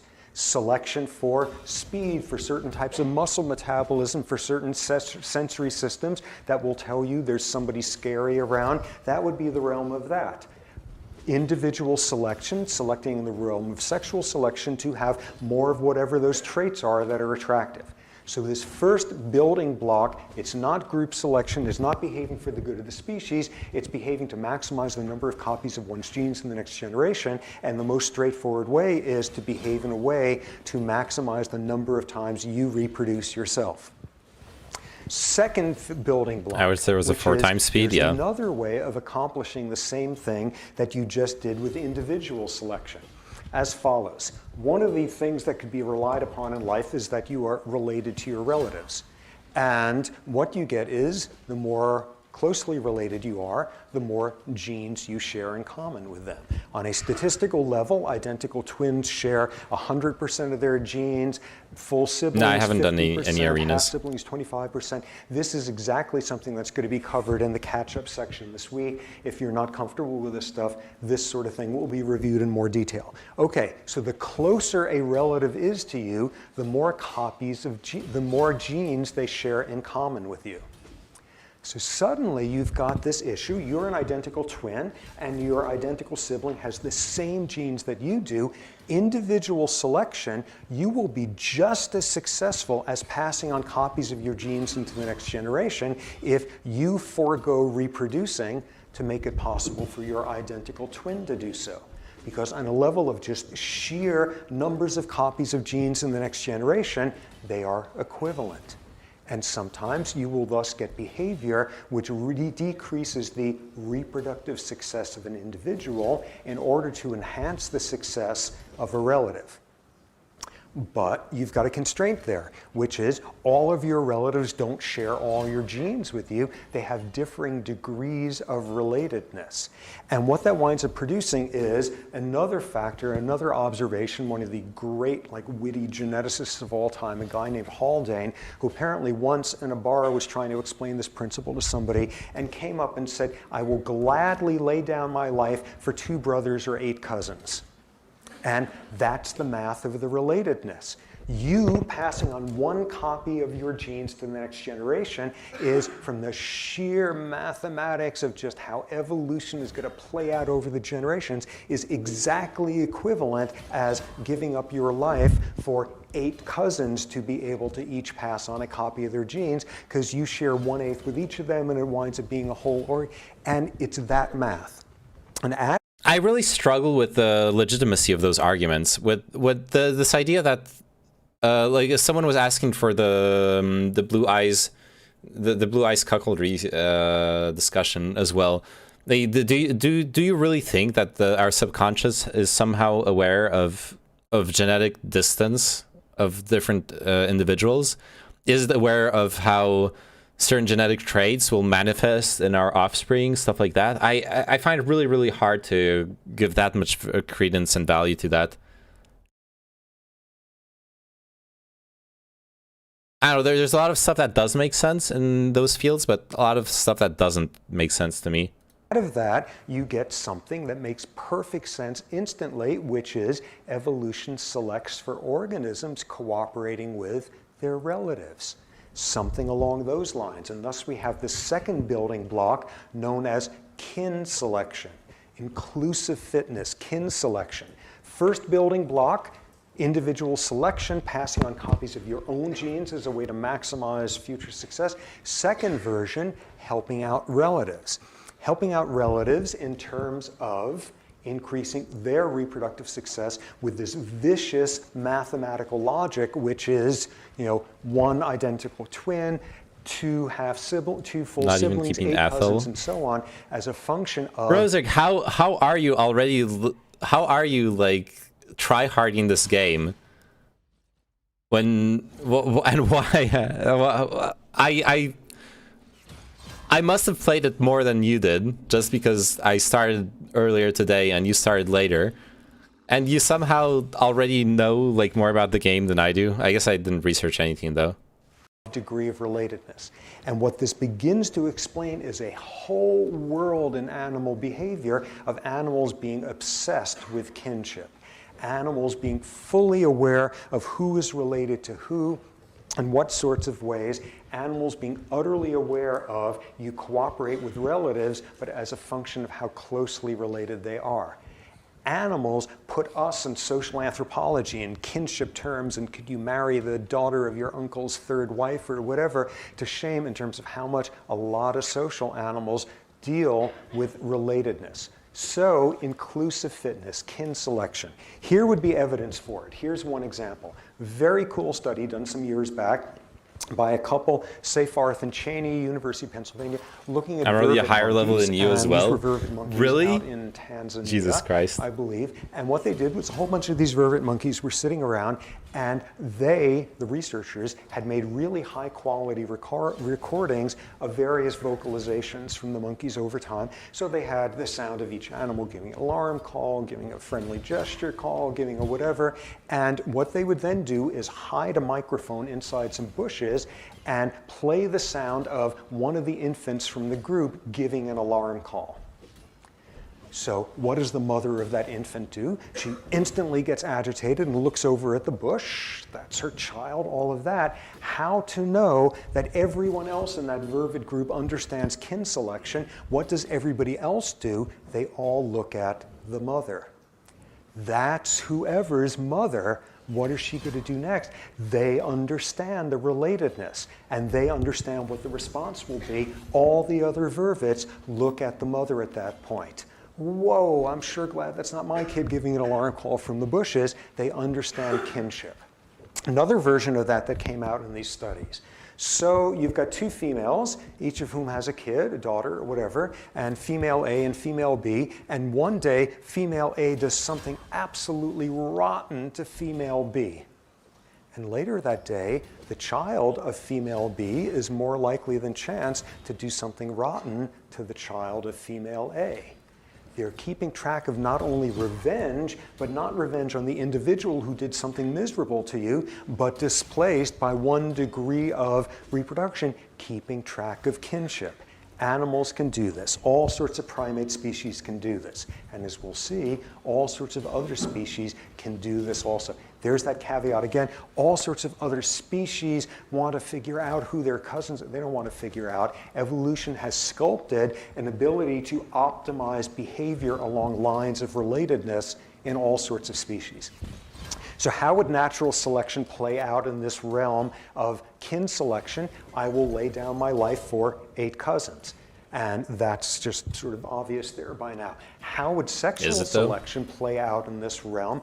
I am willing to expend great amounts of energy to convince people that my sibling is incredibly hot. She wins this, right? And with any chance then passing on more copies of genes. That would be inclusive fitness, kin selection in both cases, decreasing your own reproductive potential by way of being killed by a predator to save the 8 cousins, or having to spend so much time haranguing about your sibling, doing that in order to increase the reproductive success of relatives where you were willing to give up more energy and potential on your part, the more closely related the individual is.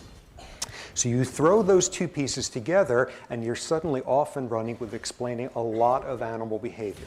Individual selection, none of this for the good of the species, maximizing the number of copies of your own genes. And the easiest way, the most straightforward, is you yourself maximizing reproduction. Foundation number 2 to the whole thing, kin selection. Sometimes the best way of leaving more copies of genes in the next generation is using up your own reproductive potential, foregoing to help relatives as a function of degree of relatedness. Okay, that's great. So now the third piece, the third final building block of making sense of social behavior in the context of real contemporary evolutionary theory, the third block here, which is you look at animals and I'm gonna talk about my family. I'm gonna get my nut off, brah. Wicked. Wicked. And they're not all just competing with non-relatives and things. Animals forego competition at certain points. Animals would have the potential to be aggressive to other animals, and they will forego doing so. And there's one circumstance in which that can happen, where you get what is called a rock, paper, scissors scenario. You've got animals A, B, and C. A has a means of damaging B, but it costs A. B has a means of damaging C, but it costs B. C can damage A, but it costs A. And you get the right distribution of individuals with one of those traits in a population, and you will reach a rock, scissors, paper equilibrium where nobody is doing anything rotten to each other. Great example. Mutually assured destruction. Cool example that got published some years ago by a guy named Brendan Bohannon, who was assistant professor in the department here at the time. He was studying something or other about bacteria, showing a rock, paper, scissors circumstance. You had 3 different types, 3 different versions of this bacteria in this colony he had made. The first one could generate a poison, but it cost. It had to put the effort into making that poison and protecting itself from that poison, all of that. The second type was vulnerable to the poison. It happened to have some transporter on its membrane that took up the poison, and that was bad news, but it had an advantage, which is the rest of the time that transporter took up more food. The third one, the good thing going for it is that it didn't have, the bad thing was it didn't have poison. The good thing going for it was it didn't have to spend energy on a poison, and it didn't have that transporter. So each one of those has a strength. Each one of those has a vulnerability. They're like, I don't know, Pokemons or something. And you put them all together there, and you get a rock, paper, scissors scenario where you get equilibrium, where they are not attacking each other. Because note, if I am A and I destroy B, B's no longer wiping out C, who's the one who could damage me. It's got to come to an equilibrium state. So you can get the evolution of stalemates like that, and that's quite frequently seen. And note here, this was the evolution of stalemates, not in chimps, not in cetaceans, but in bacteria. What we're going to see is bacterial behavior, to the extent that this is sort of a metaphor for behavior of all sorts of unlikely species are subject to these same rules of passing on copies of your genes. These 3 different strains of bacteria are competing with each other. None of them are behaving for the good of the species there of the 3 of them. So rock, paper, scissors is very cool, and you get versions of that in humans, and that's been sort of studied quantitatively, all of that. But that's not real cooperation. That's merely everybody realizing we have to cut back on the competition. Okay.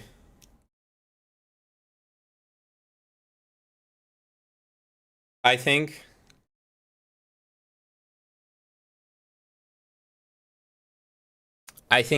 rock, paper, scissors is a pretty dank game. Oh shit! I can't talk about the other games.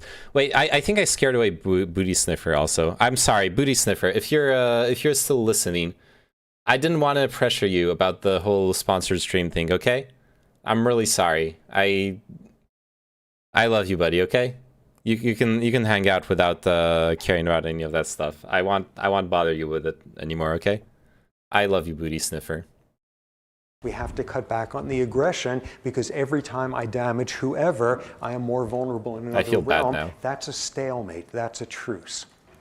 But you look at animals, and in all sorts of realms, it's not just rock, paper, scissors stalemates they're reaching. They actually cooperate with each other. Wait till you get a rock, paper, scissors sponsorship. I know, right? They're not relatives. They're not relatives. Set a timer for 20-30 minutes to remind streamers to sponsor stream. Yeah. And you've got it under a whole bunch of domains. I need to do that. Because this brings up the shit, question, we won. Why should you ever be cooperative with another individual if you're a social animal? At every possibility, you should stab him in the back and be selfish. And the reason why that isn't a good idea is there's all sorts of circumstances the real where money's in many rock, hands paper, make scissors, the yeah. task light or whatever that is. Cooperation can have synergistic benefits. And you see that with species that are cooperative hunters, where they are not necessarily relatives. They will chase one, chasing an animal, while the other is getting ready to cut a corner on it. Cooperative behavior, and they increase the likelihood of them getting a kill. Another example of this, research by a guy named Mark Hauser at Harvard looking at rhesus monkeys. And what he showed was he would put these monkeys in a situation where they had access to food. They had access to food under one circumstance where they could reach for it and take it in and share it with another monkey. Under the other circumstance, it required 2 monkeys to get the food in there. Otherwise, when someone new comes in, I can do the raid command and tell them to try it out. No, it's fine. Like I think the lesson here. Guy were more likely to get shared back with and got more cooperation. I think the lesson here is not to attack people right away with the whole sponsor stream thing. That's got to be the lesson here. I think it's better the way you said. Just talk about it from time to time. Mention it in general, but not single someone out, because that's kind of lame. I should not be doing that. Oh, look at this! Look at this face. When it was a task where 2 of them had to work together to get the food, one alone wasn't enough. Many hands make the task lighter. Under all sorts of circumstances, cooperation has a strong evolutionary payoff. Fun fact, Mark Hauser, the guy he's referencing, was the center of a huge research misconduct fiasco, mislabeling data to support conclusions, etc. Uh-oh. Uh-oh. Bad science. This talk is about the evolutionary biologist, Mark Hauser. For the skydiver, see Mark Hauser, skydiver. Professional Swiss skydiver, artist and entrepreneur. Amazing. In 2010, Harvard found him guilty of scientific misconduct, and a year later he resigned. Because his research was financed by government grants, the Office of Research Integrity of the Health and Human Services Department also investigated, finding in 2012 that Hauser had fabricated data, manipulated experimental results, and published falsified findings. Yikes. That's really bad. Oh no. Rip. Even among non-relatives, with a condition, which is you're not putting more into it than you are getting. That is reciprocal. And this opens up the 3rd building block of all of this, which is reciprocal altruism. Cooperation, altruistic behavior among non-relatives, but undergoing very strict sort of constraints of it's got to be reciprocated with all sorts of rules like that. So what does that look like? So you're going to see reciprocal altruism. When would you see that? What's the immediate thing? What sort of species would show systems of reciprocal cooperation among non-relatives? They got to be smart animals. They got to be social. They got to be smart. Why do they have to be smart? Because they have to remember this is the guy who owes me a favor from last Thursday. They need to be able to recognize individuals. They have to be long-lived enough so that there's a chance of interacting with that individual again and establishing this reciprocity. You would thus predict you would see systems of reciprocal altruism only in long-lived The video social seems a bit quiet. All right. vertebrates. But you see the exact sorts of things in bacteria. Better? You see the exact sort of things in fungi. You see that in all sorts of other realms. You get social bacteria. This video predates all that coming out, I'm sure. It's from 2010. It's from 2010. The scandal around Mark Hauser is from, let's double check, 2010 as well. But this is March 2010, so it could be from before the findings of guilt of scientific misconduct. Let's double check. Sources: Mark Hauser's fall from grace. Blah blah blah blah blah blah. On August 10th. Is August before March or after March?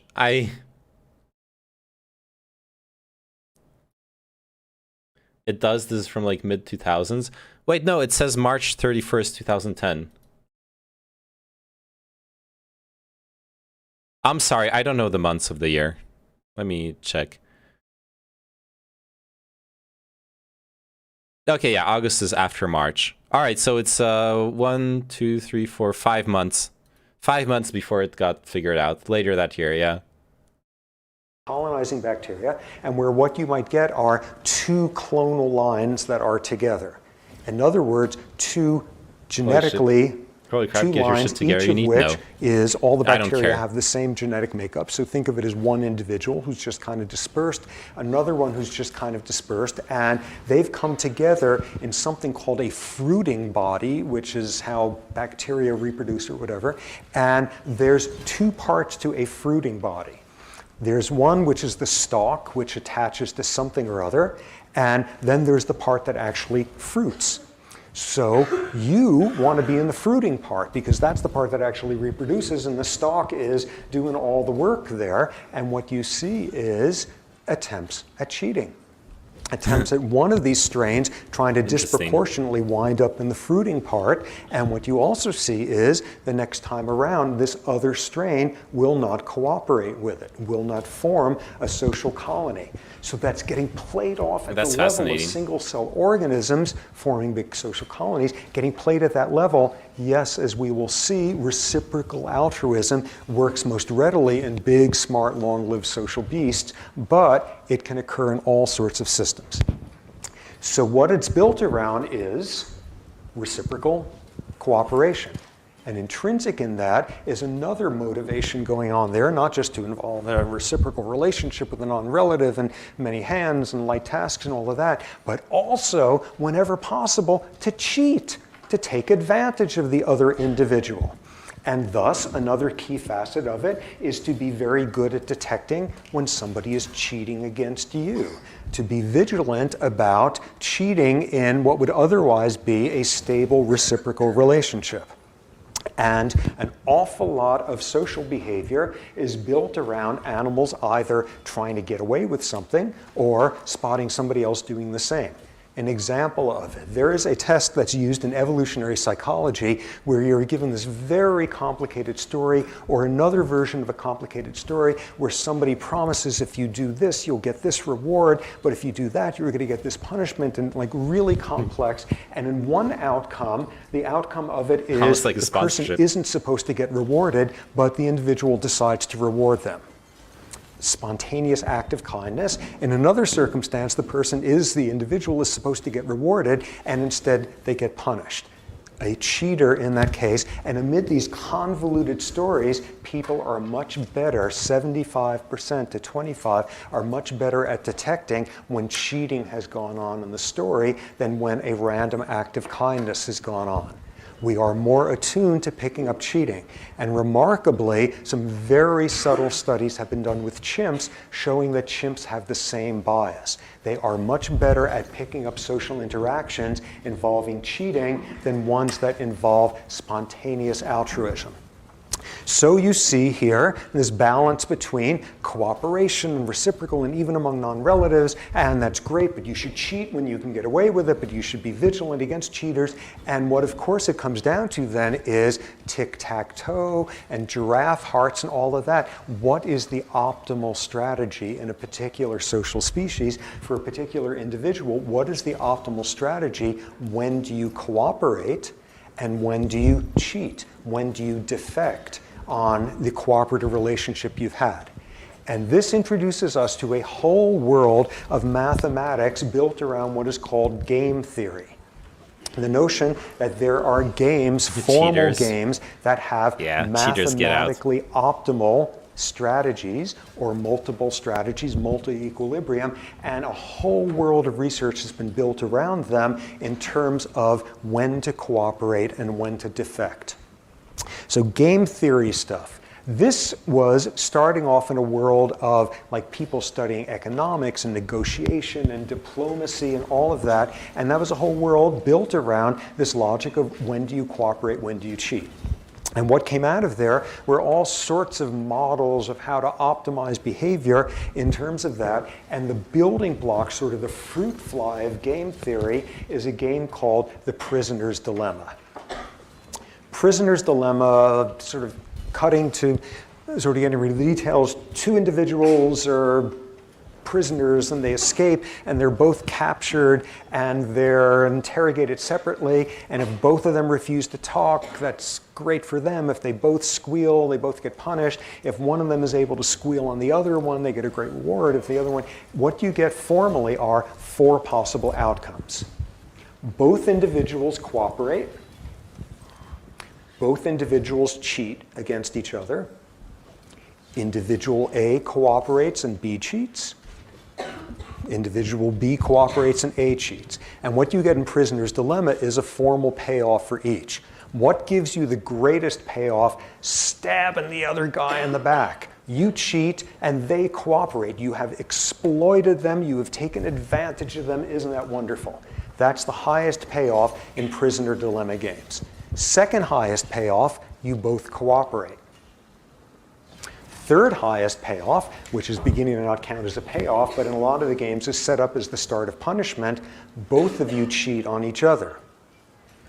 Fourth, worst possible payoff is you're the sucker, you cooperate, and the other individual stabs you in the back. So what the Prisoner's Dilemma game is set up these circumstances where individuals will play versions of this against each other with varying rewards and that sort of thing and parameters that we will look at in a lot of detail, and seeing when is it optimal to cooperate, when is it optimal to cheat. When would you do this?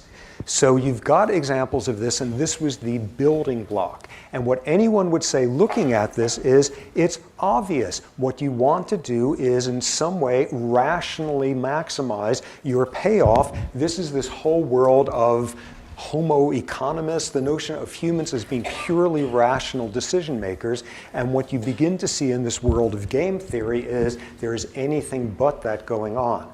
And later in the course, we're going to see something very interesting, people playing Prisoner's Dilemma games inside a brain scanner, looking at a part of the brain that has a lot to do with pleasure. And what you see is some individuals activate that part of the brain when they've successfully stabbed the other guy in the back. Some individuals activate it when they have both cooperated, and there's a big gender difference as to which circumstance. So you just guess which one is going on there. We're going to see a number of studies like that coming down the line. Oh, shit. So the question becomes, how do you optimize Prisoner Dilemma play? And what emerged at that time was the notion of all sorts of theoretical models and stuff. And then in the 1970s, there was an economist at University of Michigan named Robert Axelrod, who revolutionized the entire field. What he did was he took some Paleolithic computer and programmed in how the Prisoner's Dilemma would be played, and he could program in, as if there were 2 players, and he could program in what each one's strategy would be. And what he then did was he wrote to all of his buddies and all of his mathematician friends and prize fighters and theologians and serial murderers and Nobel Peace Prize winners, and in each case explained what was up and saying, what strategy would you use in a Prisoner's Dilemma game? And he gets them all back, and he programs all these different versions, and he runs a round-robin tournament. Every strategy is paired against every other strategy at one point or other, and you look at what the payoff is. You ask, which is the most optimal strategy? And out of it, shockingly to everyone, because this was a computer teaching us optimizing human behavior, out of it came one simple strategy that always outcompeted the others. This is people sitting there, probabilistic ones as to when to cooperate and lunar cycles as to what to do. The one that always won is now called tit for tat. You start off cooperating. In the very first round with the individual, tit for tat, yeah. You cooperate. If the individual has cooperated with you in that round, you cooperate in the next round. And you cooperate as long as the other individual cooperates. But as soon as there's a round where the individual cheats against you, you cheat against them the next time. If they cheated at you that time also, you cheat against them the next time. If they go back to cooperating, you go back to cooperating the next time. You have this tit-for-tat strategy. In the absence of somebody stabbing you in the back, you will always cooperate. And what they found was run these hundreds of thousands of versions of these round-robin tournaments, and tit for tat was the one that was most optimal. To begin to use a word that is not just going to be a metaphor, tit for tat always drove the other strategies into extinction. And what you wound up seeing is this optimized strategy. And it was very clear why tit for tat worked so well. Number one, it was nice. You start off cooperating. Number two, it retaliates if you do something crummy to it. Number three, it is forgiving if you go back to cooperating. Number four, it's clear-cut in its play. It's not some... They have that campaign going on at my local tattoo shop as well. Wait, what are you talking about? What? What's campaign? What? I don't get it. I'm so sorry. Probabilistic thing. And what you get then with tit for tat is, suppose you're playing 3 rounds with another individual. That was a you both cooperate joke, yeah. the first one, you both cooperate the next one, you're playing... Tit for tat, tits for tattoos. I get it now. Oh my god, show tits get tat. Okay, I get it. Oh god, that's a good one. Good one, actually. Tit for tat strategy, so you cooperate on this one, and I they like it. stab you in the back, and you can't get back at them because this is the last round. What you'll see is, under lots of circumstances, tit for tat is disadvantageous, but what the soundbite is about it is, tit for tat may lose the battles, but it wins all the wars.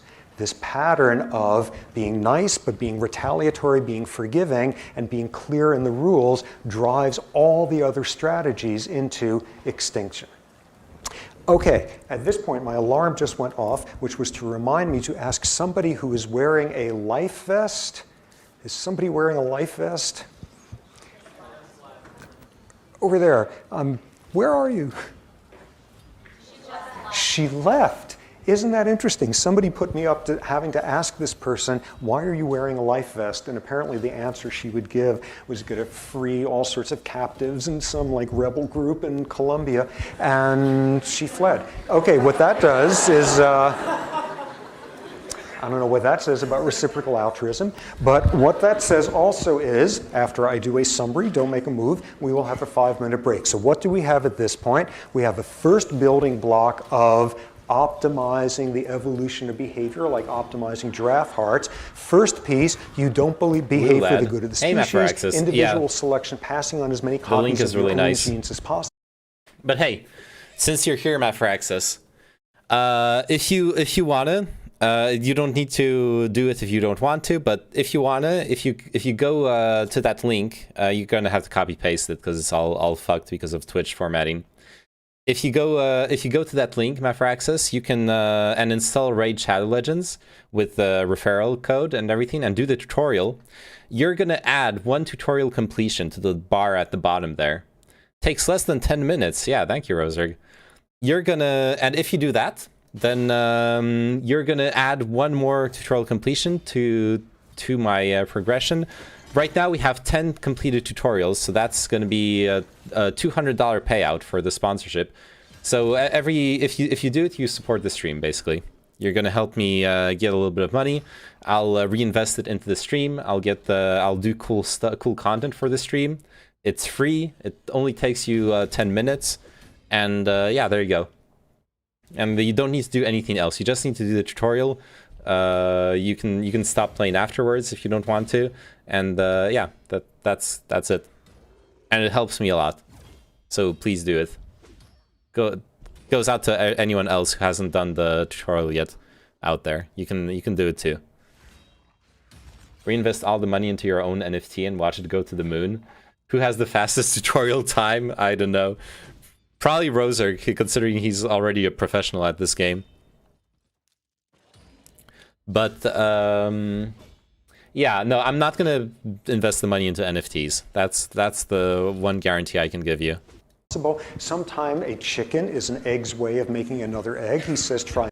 Currently, the plans are I want to invest into the stream, so that will be buying a stream deck and also So buying a Stream Deck and also buying like sending some money over to Bukra, and also especially if we hit the 20 tutorial threshold for $400, or even the 30 tutorial threshold for $600, I want to do what's it called? I want to do a streams.gg esports tournament, okay? I want to send some of that money back into the community with some fun memes. So yeah, there you go. That's the plan right now with the money. Triumphantly. Building block number 2, kin selection. Some of the time, the best way to pass on copies of your genes is by way of helping relatives. Kin selection with the mathematical fierceness of degree of relatedness driving it. Piece 3, sometimes what's most advantageous is to cooperate even with non-relatives, but with the rules of it has to be reciprocal, and you have to cheat when possible, you have to be on guard against cheaters, and as we've just seen, game theory, prisoner's dilemma, beginning to formalize optimal strategies for that. Okay, let's take a 5-minute break. But promise you will come back if you go out and everyone won't wander off. Which stage am I doing? I don't know, dude. I actually don't know what I'm doing. I'm just clicking through it until I finally progress. That's what I'm doing.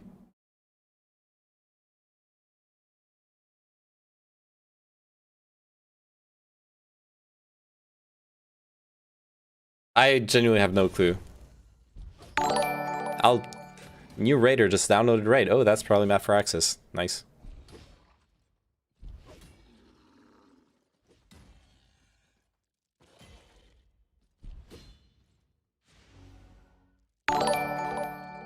Created an account. That's probably Map for Access as well. Wicked. I've got to choose a direction in life. Tempting to enroll in computer science next year, but at the same time it appears to be a pretty antisocial field with high associated stress. I worry I'm shooting myself in the foot. Could be. Stage 7. Felwyn's Gate. There you go. Is that the answer to your question? I hope it is. Stages 3 and 6 are best XP silver payout per energy spent. Okay. Holy shit. Rosrick, how many tutorials did you already read to gather all the information? Holy cow. Rosrick's on that professional grind already.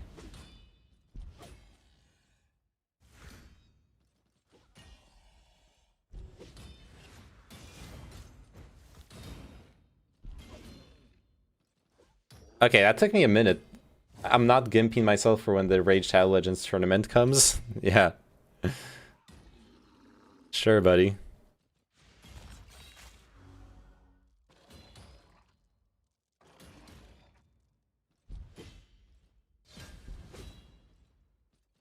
Slap him. She slapped him. How can she slap? Ow. 1v1. Boom. Big hit. Heal. Bless. Why is she doing... Oh, fuck. Dude. Act. Okay, thank you.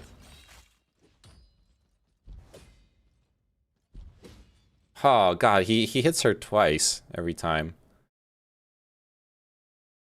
How can she slap? I'm not in computer science, but I would say there are enough people in most schools that you can find groups of people that aren't completely antisocial. That is probably true. I shouldn't speak out on even though I work in the field, I don't actually know what's it like studying that kind of shit.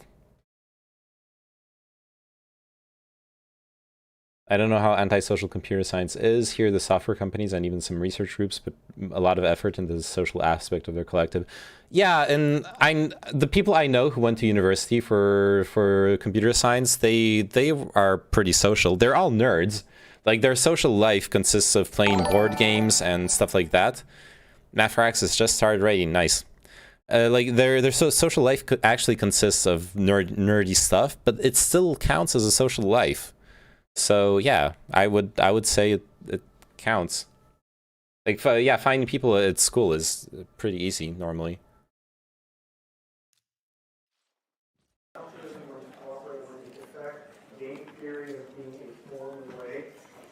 Maximize that behavior in a very artificial realm, but stay tuned. Prisoner's Dilemma as the building block of how to do this amid lots of other types of games that are used, but Prisoner's Dilemma is the most basic one. And that round-robin tournament, that computer simulation, Axelrod asking all his buddies to tell him what strategy would you use, run them against each other, and out comes tit for tat. Tit for tat drives all the others into extinction. Here, there's a lot of mandatory fun in software companies. Okay, mandatory fun is not fun. I imagine you're saying that like as a meme, but mandatory fun does not count. Like many jobs, you can find that poor balance anywhere. CS or programming can be one of the most collaborative and creative processes you will experience, like Nept has said. I don't know what makes you have that notion. I know what makes him have that notion. It's like commonly held stereotypes. However, there is a vulnerability in tit for tat, which is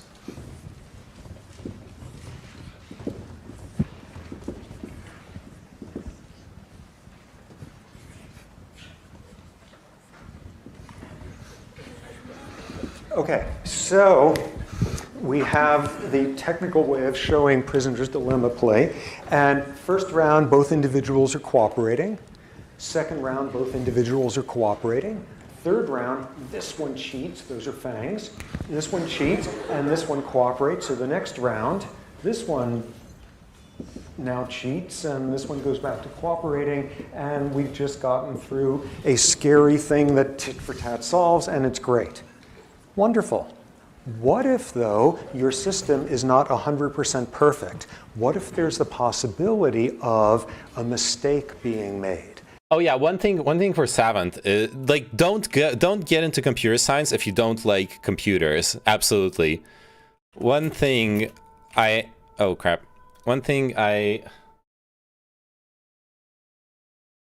must tell you is do not get into programming computer science if you do not like computers. Seems obvious, but a lot of people seem to only think about the money, jobs, etc. Well, career rather.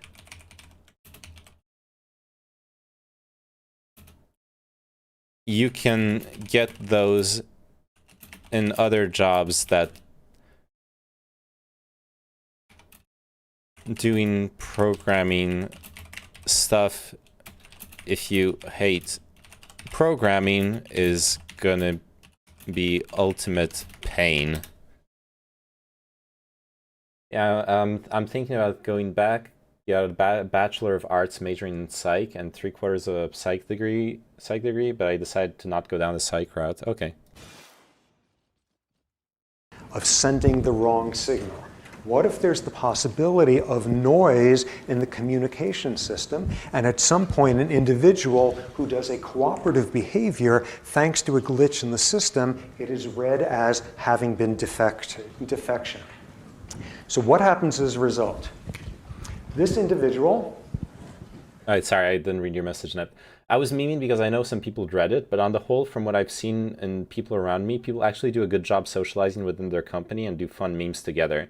But they put a lot of work into it. Okay, that sounds really positive. Like, that sounds like a really, really positive work environment, for sure. Forget it. Okay, what happens as a result? The individual who cooperated, but somehow the message got through as cheating, they don't know. Something got lost in the wires between them in translation. The other individual is saying, whoa, that individual cheated against me. I'm going to cheat in the next round. So along comes the next round, and that individual cheats against them, this one who's cooperating, because they've been cooperating all along, they don't know about this error, and they say, whoa, that person just cheated against me.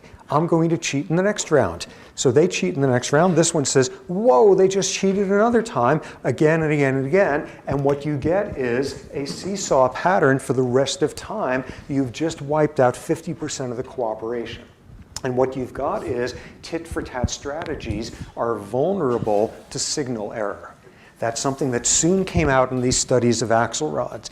And when I was a kid, there was like one of these like thriller books I remember reading. Yeah, I remember. It was a long time ago, so I didn't want to say anything because my memory is very vague on the subject. But I remember reading about game theory tournaments. And reading about a tournament where apparently the most efficient algorithm was the one that was simply cooperating on every single encounter. Just our permanent cooperation. Not even tit for tat. Not even taking into account getting betrayed. Just always cooperate. And apparently it was really, really good as well.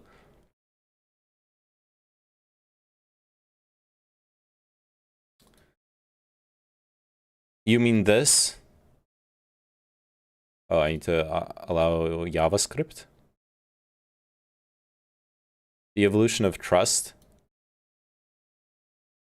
Wait, is it this? Playing time, 30 minutes. In World War I, peace broke out. Why, even in peacetime, do friends become enemies? Why, even in war times, do enemies become friends? I think game theory can help explain our epidemic of distrust and how we can fix it.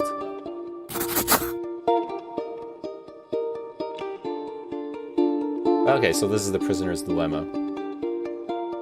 Let's say the other player cheats and doesn't put in a coin. What should you do? Well, you should cheat. Let's say the other player cooperates and puts in a coin. What should you do now? I should cheat.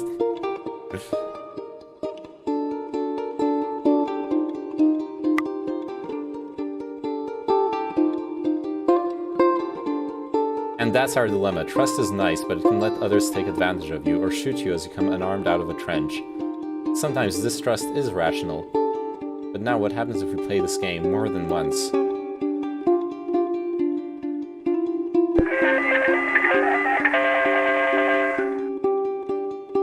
Yeah, I'll cooperate.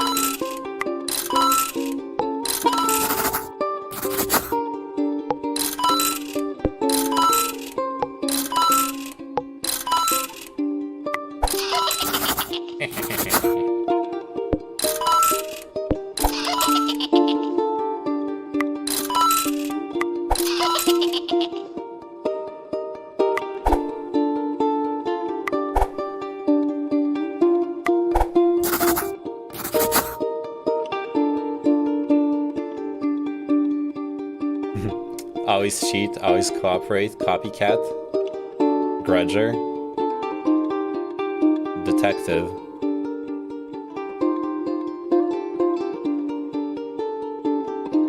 It's kind of explaining what the video is also doing. Yeah. Okay, that was cool. Anyways, back to Raid Shadow Legends. Where there's a glitch in the system, and at the time the Or rather, should I say Raid Shadow Evolutionary Biology. scary Soviet Union launched a missile that, no, it was the United States. The United States, by accident, launched a missile, a nuclear weapon where they didn't mean to. Some cockroach, chewed through a wire someplace or other, and the missile went off and wound up destroying Moscow. And oh my God, we had a cooperative system of mutually sort of restraint of aggression, all of that. And thanks to a signal error, a cheating signal was accidentally sent off. Hey, thanks for completing the tutorial map for access. End Poggers, we are at 11 out of 30. Reminder, at 20, I'll do yoga on stream, and at 30, I'll go do an IRL workout. I'll take the phone camera to the park and I'll work out on live on stream. I was like 10 minutes to get through to. Yeah, it's just 10 minutes. Just 10 minutes of your time, and it's those 10 minutes I get $20 basically out of them if another 9 people do it. So it's not much, and you give me $20. And those $20 I'll give them back in like better stream content and cool and like doing cool stuff. And you get to see me do like dumb workout stuff. It's win-win for everyone. It's a cooperative prisoner's dilemma. Name Manon, content, Pepe. Yeah. That's her advice. I love computers and being involved in some form my whole life, but I worry about choosing CS, I'm doing myself to life behind one. To be fair, a lot of developers either evolve to management positions when they get tired of CS, or they just go do something different with their dollars.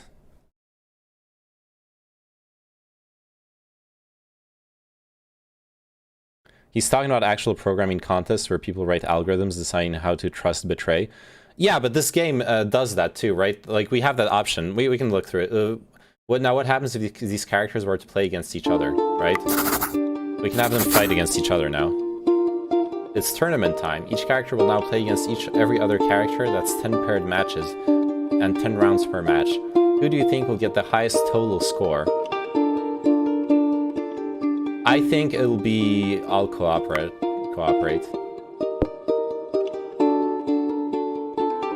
Copycat versus always cheats.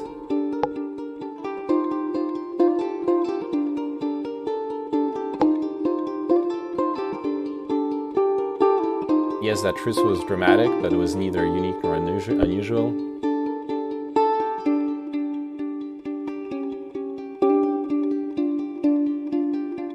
Not every trench joined in the piece, but it was pretty widespread. Many frontlines came up with the ideas independently, and again, despite specific strict orders not to.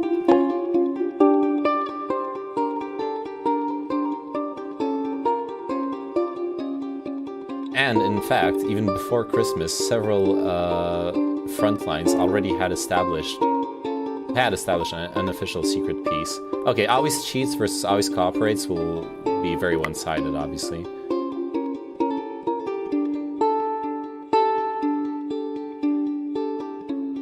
They called it the live and let live system. Basically, you don't shoot me, I don't shoot you, and this worked in a lot of places.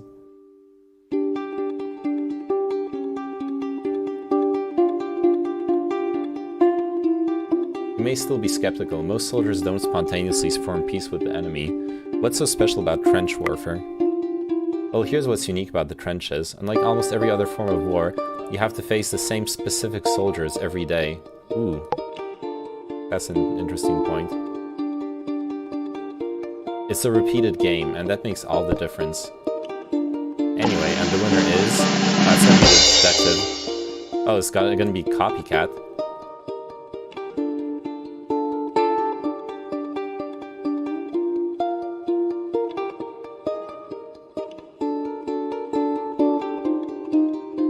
But if things change a lot when you play multiple rounds of the same game, what if you play multiple tournaments?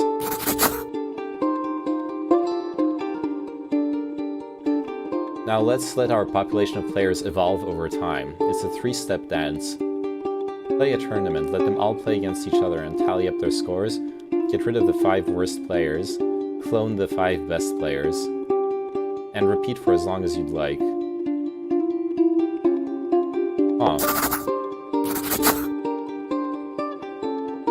Say we start with the following population of players. 15 always cooperates, 5 always cheats, and 5 copycats.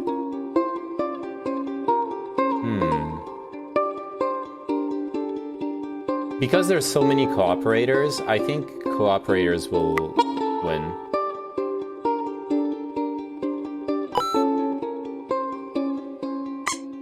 No!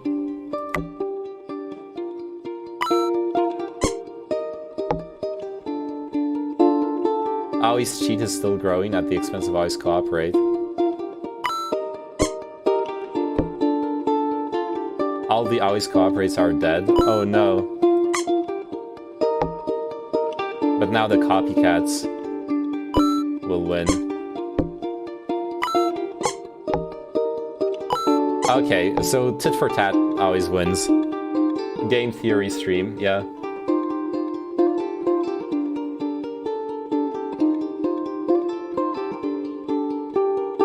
So although your bet was off, the nice but naive always cooperators were doomed from the start.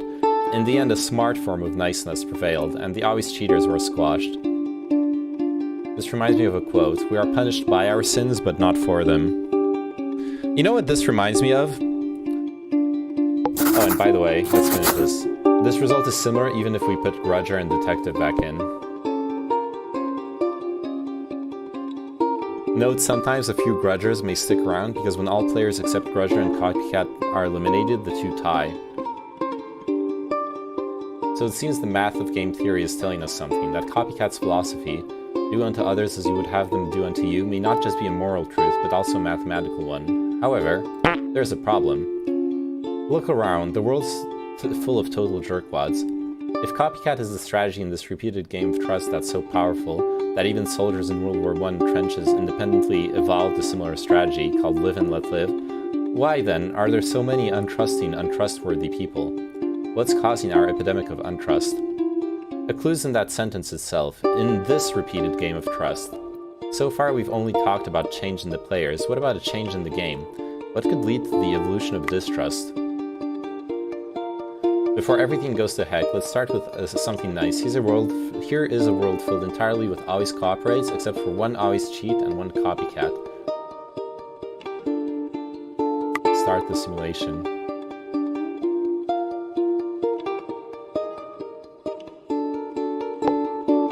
As you already know, Copycat wins handily in the long run, under our current rules.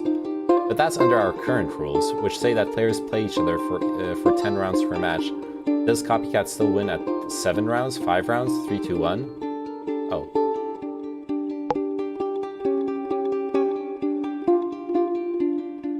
Ooh, the cheaters now win. Right, because the Copycat doesn't have time to learn, well, to copy properly. Interesting. What about more? 20 rounds.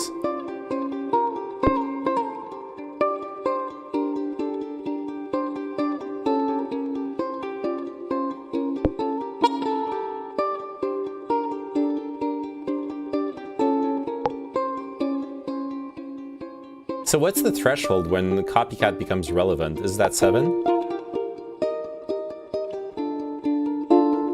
Okay.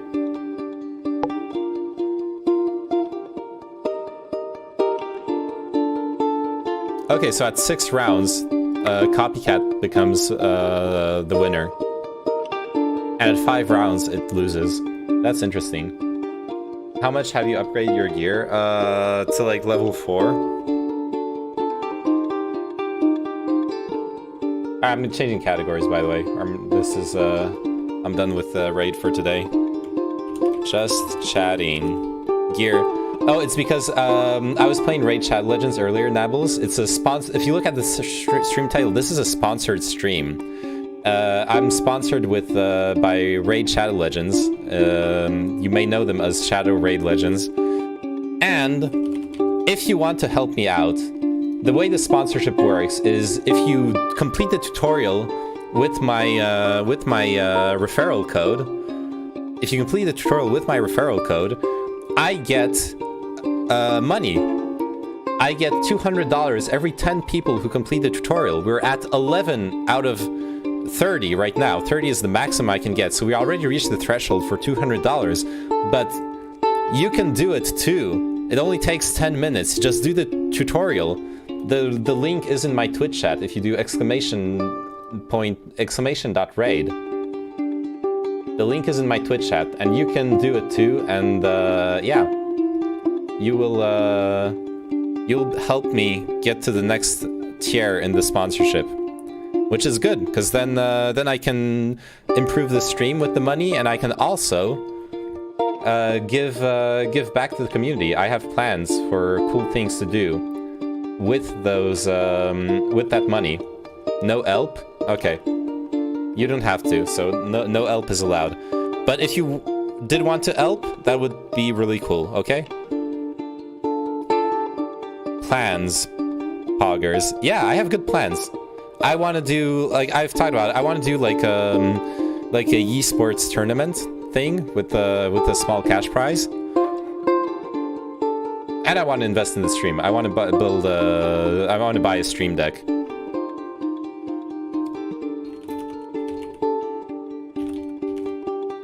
Esports, yep. Plans, deliver food delivery on stream. Hey, how did you know that I actually am ordering food right now? How did you guess? Am I that obvious? I'm hungry, okay? Bogged. Alright, continue. As you saw, if you don't play enough rounds, here 5 or less, always cheat dominates. In 1985, when Americans were asked how many close friends they had, the most common answer was 3. In 2004, the most common answer was 0. That's sad! We now have fewer friends across class, racial, economic, and political lines because we have fewer friends, period. And as you just discovered for yourself, the fewer repeat interactions there are, the more distrust will spread. No, mass media doesn't count. It must be two-way interactions. No, my parasocial relationships don't count. There's another way to breed distrust. Here are the payoffs for the trust game. With the normal payoffs, copycat wins. But now change from the both cooperate reward from +2 to +1 and then click start. Even though +1 is still more than the punishment for both cheating, what happens? Cheaters win. What if we increase?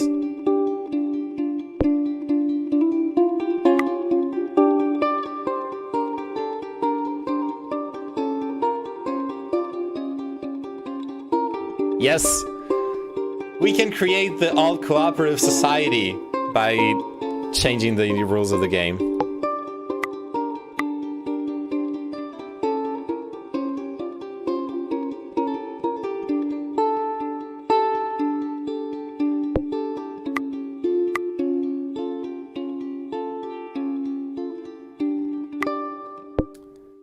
Interesting.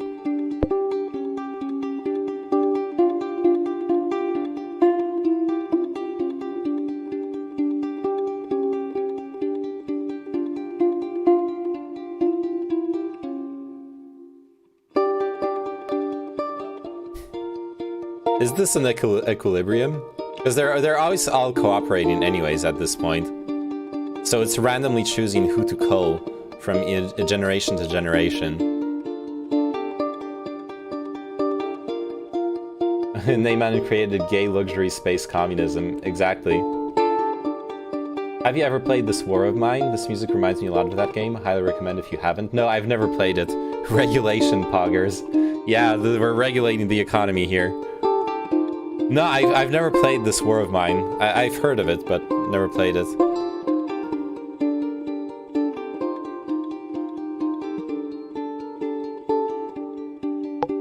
Interesting. The same thing happens with lower win-win reward, always cheat takes over. Game theory has two powerful ideas about this. Zero-sum game. This is the sadly common belief that a gain for us must come at a loss to them, and vice versa. Non-zero-sum game. This is when people make the hard effort to create a win-win solution, or at least avoid a lose-lose. Without the non-zero-sum game, trust cannot evolve. Speaking of which, let's now look at our third and final barrier to the evolution of trust. Mistakes.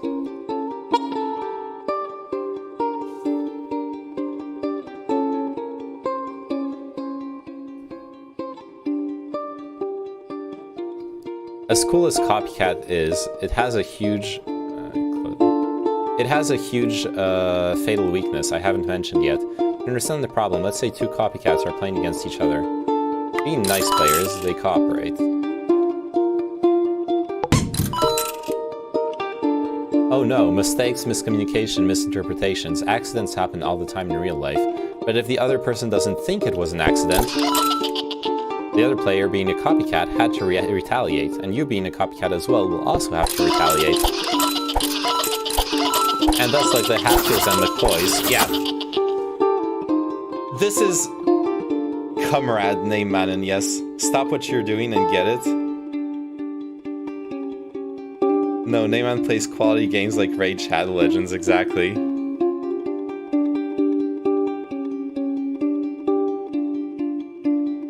I'll do some digging, but I think in my country networking... Oh, right. So...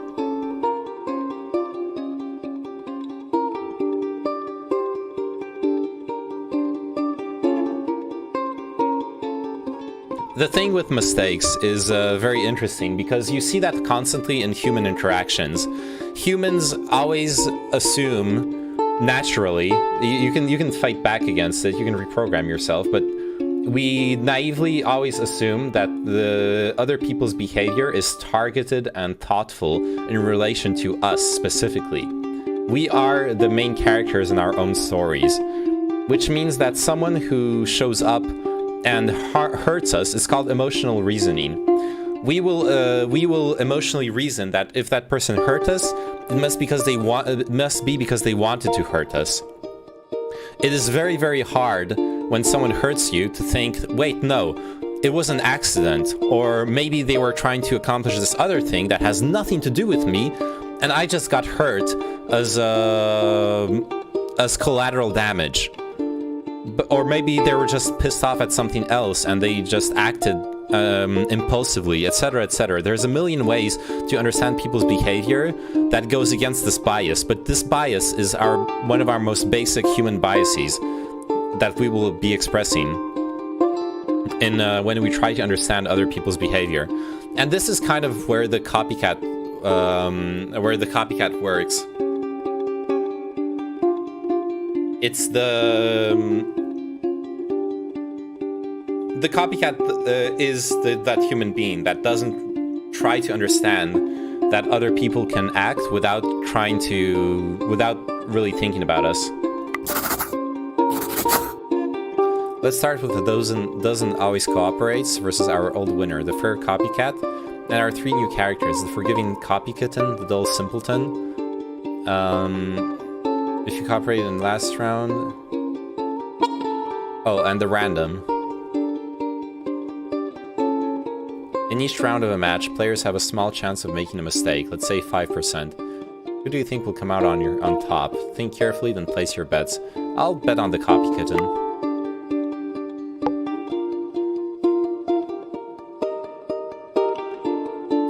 Your bet was close, but no cigar. Simpleton wins. This is because Simpleton is actually capable of exploiting Always Cooperate. They both start cooperating, but if Simpleton makes a mistake and cheats, since Always Cooperate never retaliates, it will keep cheating them. Oh.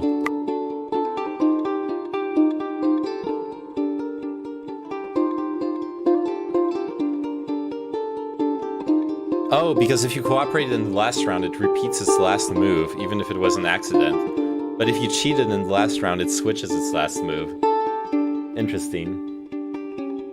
It's made by 11-Bit, the studio that made Frostpunk. Oh, I loved Frostpunk. And is inspired by the Bosnian War and the Siege of Sarajevo. It's one of those games that is a piece of art. Very the feels. Uh-oh. Comfy feels, rather.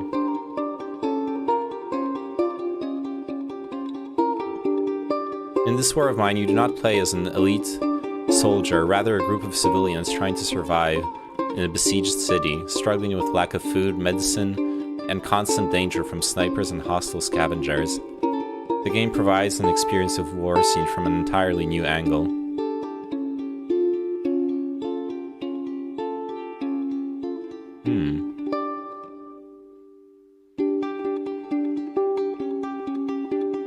Alright, I'll add it to my wish list.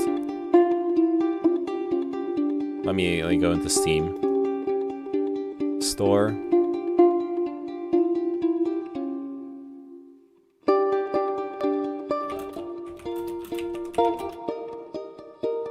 This War of Mine, complete edition.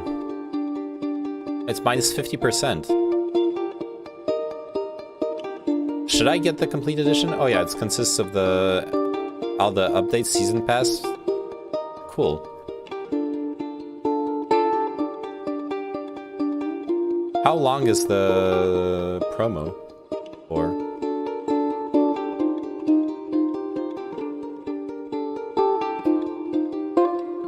So kinda sus. You sussy baka. Oh, it's just a bundle. Okay, cool. So I can buy it later. Awesome.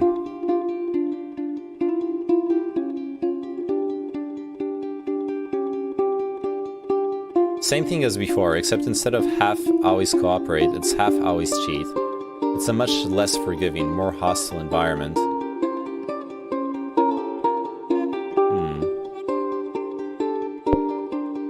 I'll bet on Simpleton again. Oh no, he died already. It's the copy kitten. Good guess, but someone else took the prize. Copy kitten wins this time. That's surprising that with an even meaner starting population, Copy Kitten, a more forgiving version of Copycat, was the most successful. Note, Copy Kitten is so forgiving it doesn't even entirely wipe out Copycat, it shares room. In this case, a bit of miscommunication could lead to more forgiveness, but this is true for all levels of miscommunication. Thanks for the stream. Thanks for watching, Roser. This War of Mine is really good. Alright. You can buy it for the 200 big ones. Yeah, I can. I need to see if I'll actually get the payout, though. To be fair. But yeah. I will, I can definitely afford a game with that money.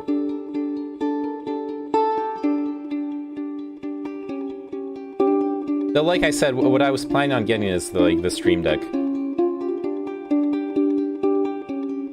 The Stream Deck, and there's like other stuff I wanted to do. But yeah.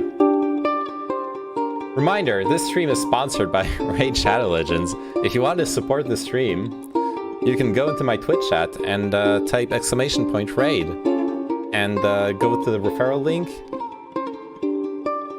And with that, help out my stream at no cost to yourself. Just 10 minutes of your time. Okay, let's try it with a 15% chance of making mistakes. Oh, geez. At 15%, it's the cheaters who win. 50% chance of making mistakes. Well, it basically just makes everyone random, to be fair. Oh, the simpletons win. Maybe?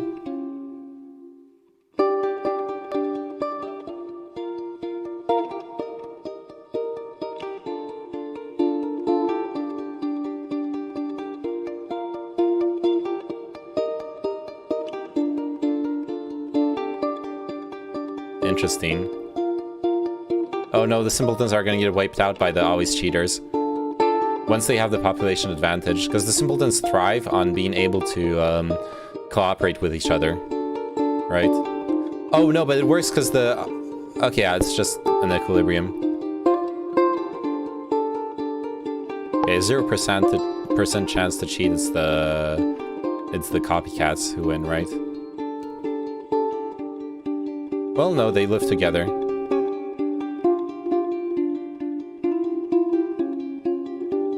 This just goes to show that nobody knows what the fuck is going on ever. Oh, yeah, true, actually. Actually true.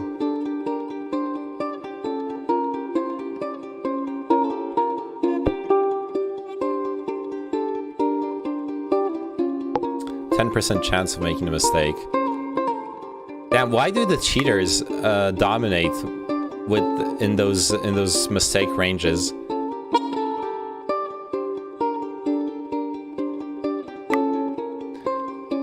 The results turn out something like this. At 0% the fair copycat wins, at 1% to 9% the forgiving copykitten wins, at 10% to 49% the unfair, unforgiving, always cheat wins, at 50% nobody wins ever.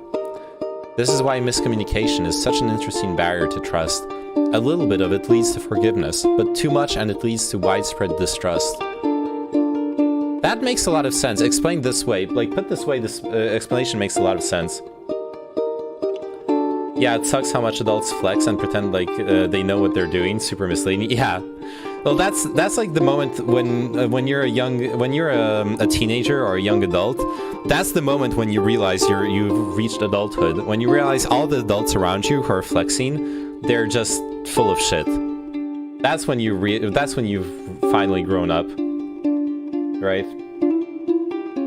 When you realize everyone's full of shit, including yourself. That's also a good lesson. I think our modern media technology, as much as it's helped us increase communication, has increased our miscommunication much more. That's a fair argument, yeah.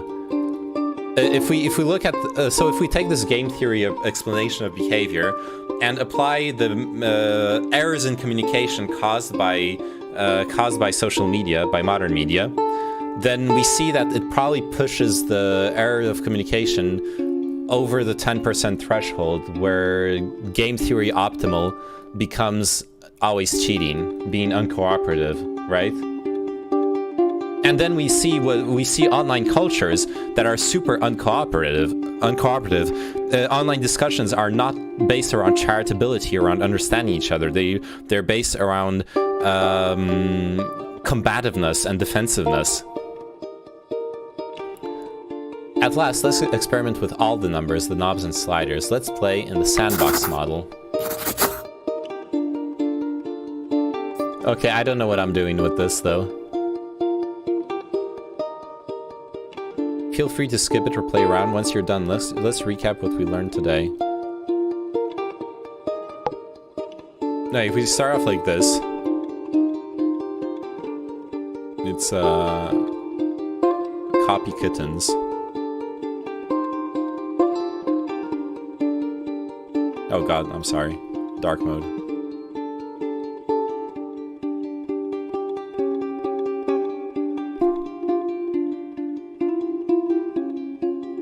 But the force opposing this is that there are multiple times for entry into the game. So good actors with influence oppose the cheating or something. You mean in real life? Concerning social media, for example?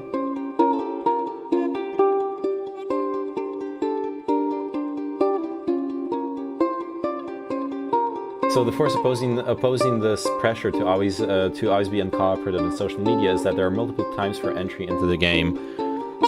Sure, I guess there's many rounds per match, right? Let's try to simulate social media. So 50 rounds per match. During each round, let's go for a 10% chance of mistakes. Let's say, okay, let's start like this. No, wait, reset. So we quickly reach the copy kitten equilibrium. Even if the mistakes increase. No, at 20% chance of mistakes, we're seeing grudgers win. Interesting.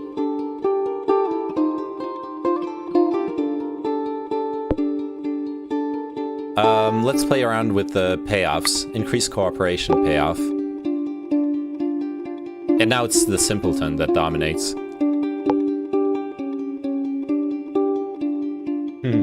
Grudgers. Feels Peppo Man clap. Yeah. This is really interesting. Like, what are the characteristics to try to simulate social media? Finally, my people. Yes. All we need to do is make cooperation that little bit more interesting, and your people will lead. Wait, no, this time they died. Oh no, it seems like it's kind of random actually at first.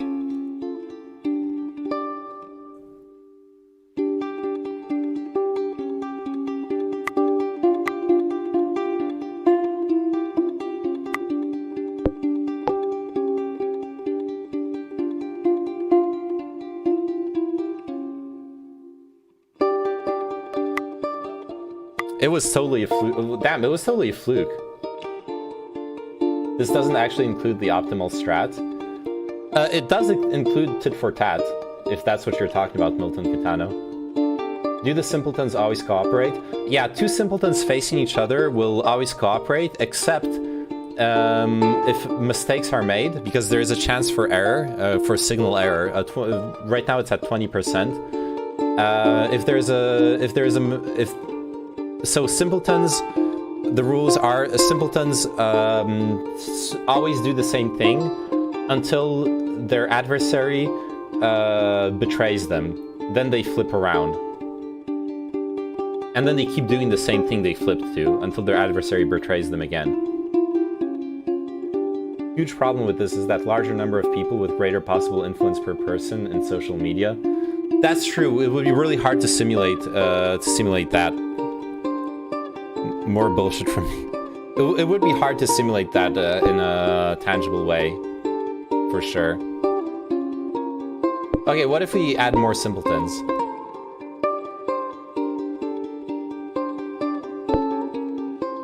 Yeah, then they dominate really fast. Like the starting equilibrium is really important as well, right?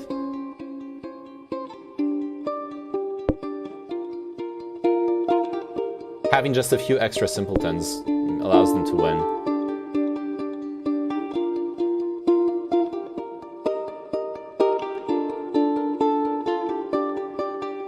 I'm going to send this website to my friend who did his capstone research in game theory. Can you link? Text is small screen. Yeah, of course. Oh, there you go. Mafraxis linked it to you.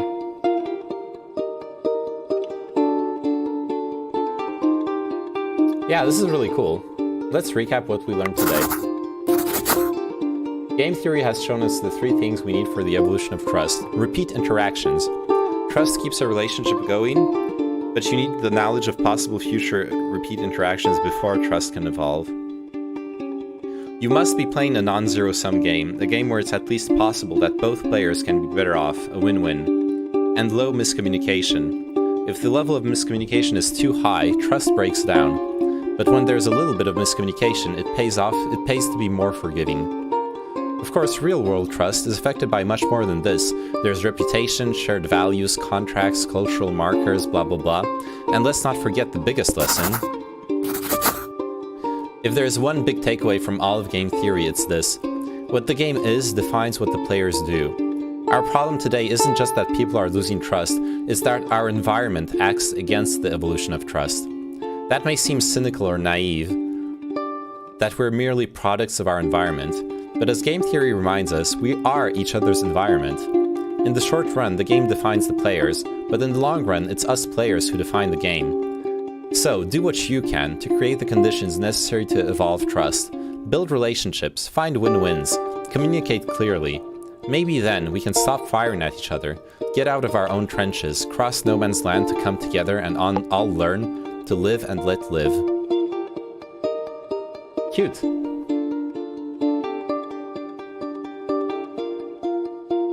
Forehead? Really?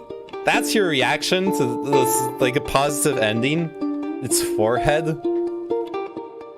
God. Intelligent cooperator will allow for mistakes by not retaliating to a retaliatory cheat, i.e. if both players are even again. Wait, so the intelligent cooperator tracks the score and only retaliates when he starts falling behind? Is that what you're describing as a strategy, Milton Kitano?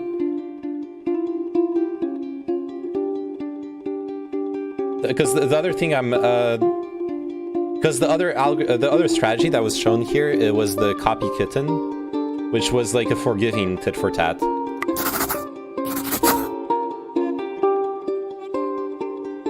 Can I go back to the... Oh yeah, I can go back here.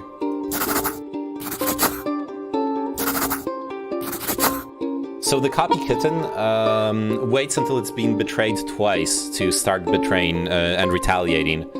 It's forgiving. The copy kitten forgives one retaliation, one betrayal, and then only starts retaliating after a second betrayal in a row. So it allows for a signal error. Yeah, it's super neato. Neyman just finished going through it on stream. Yeah. There you go. The evolution of trust. Okay, how does game theory how does game theory explain the fact that you guys haven't all done the Raid Shadow Legends tutorial for my sponsored stream? Hey, Love Surfin'. Yeah, I'm streaming right now. How are you doing? How does game theory explain that? It's at no cost to yourself. And so it's obviously game theory optimal to do the tutorial for me. You just got your nipple pierced. Damn, nice. I assume that's nice. Are you a dude or a lady? Real cooperator wouldn't do simple copy kitten. I don't believe in game theory. I only use gamer bro theory. Based and gamer pilled. You saying my labor time is not valuable, huh? Well, maybe I'll value it when you start valuing it. Got him. The ultimate own.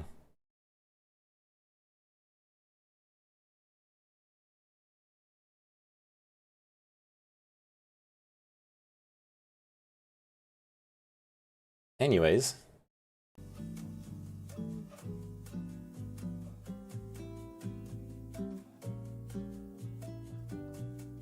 Today, wait, what is that emote? Fidget lol. What the fuck? Okay, as much as Gehanhyug's emotes are usually really good, that does not look good. Jesus Christ. I mean, look at this. Alright. Look at this. It looks good. Okay, it looks good once you've zoomed in, but there's too much detail.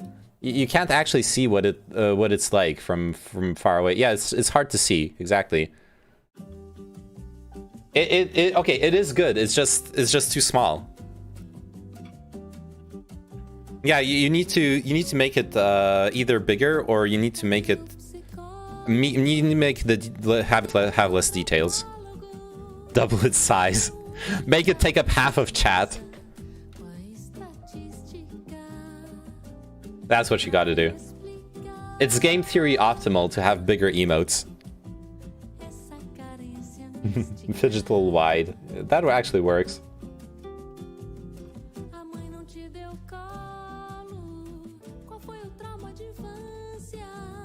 Alright. Quick reminder, this is a stream sponsored by Raid Shadow Legends. If you want to support me in a free way by just spending 10 minutes of your time, I can. There's a referral link. You can get access in my Twitch chat with the command !raid, or I can send it to you, and it will. If you do the tutorial, that will help me get money directly from Raid Shadow Legends. And with that money, I'll be able to improve the stream, and I'll also be able to do a community event with rewards to you guys with that money. Those are the plans. Hey, Skits, how are you doing? Game theory optimal is the new douchey bro thing. It kind of is. Well, because we were talking about it in poker, right? Just got back from shopping. What did you go shop for?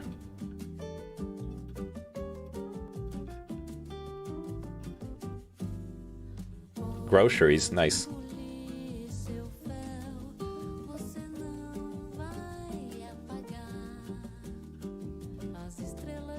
Alright, that one goes out to you too, Skits. Do you have 10 minutes of your time to spare for my stream sponsorship?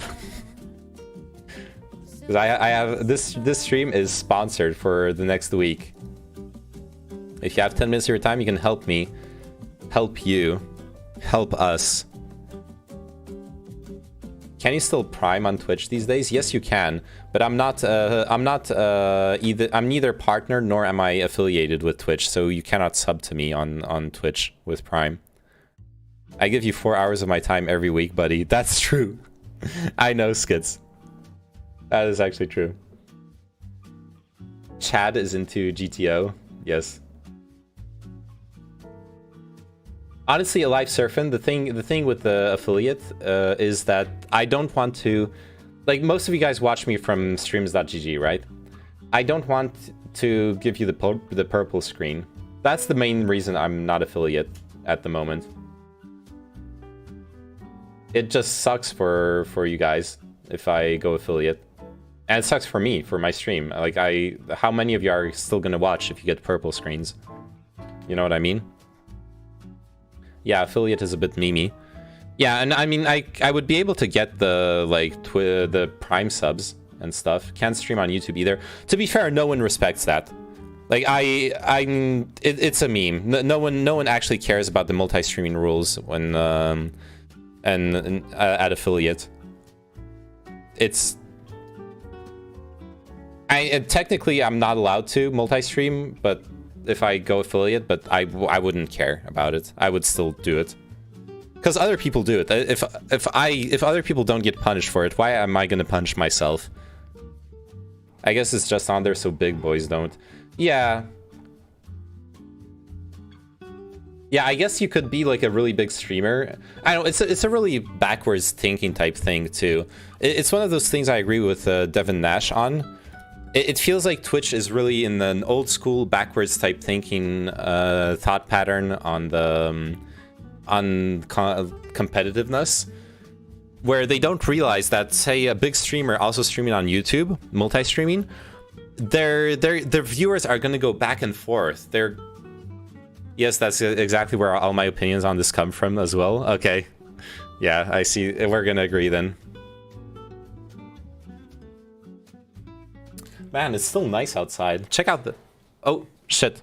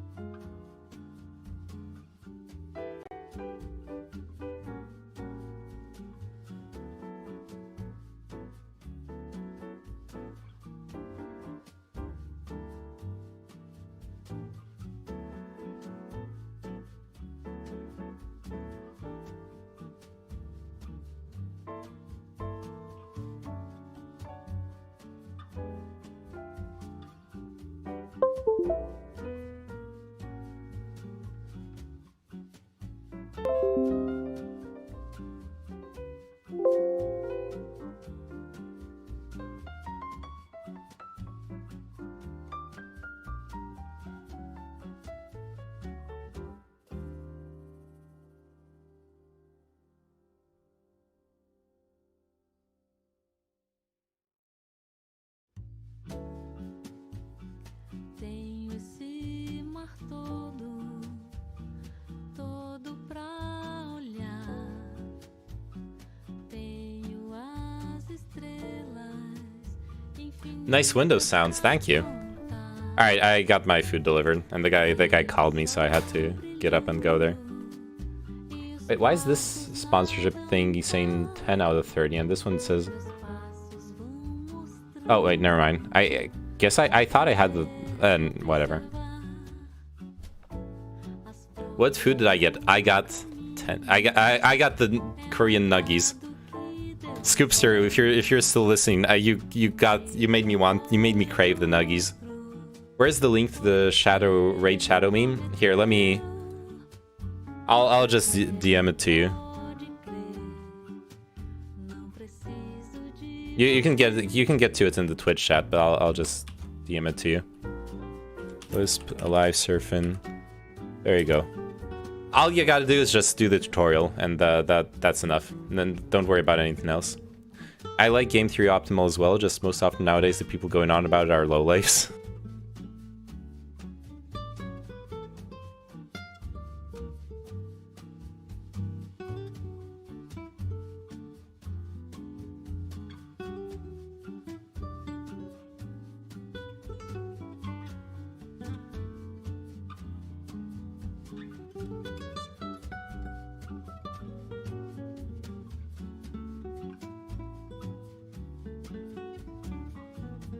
All right, so what's going on right here is those are Korean-style chicken tendies with spicy sauce, sprigs of coriander, some spring onions, and some slices of hot pepper on top. Smells delicious. Got some coleslaw with it to have a little salad. And a little mayo and samjang dipping sauce for the tendies. That's what I got.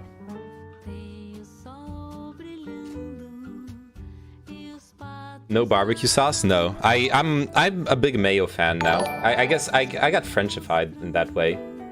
Hey, thanks Live Surfing for the raid stuff. I really appreciate it. Have fun with doing the tutorial. I love mayo. I love mayo too. I used to be anti-mayo for a long time, and now I just love mayo all the time. Hey Neyman, thoughts on vax mandates? You know what?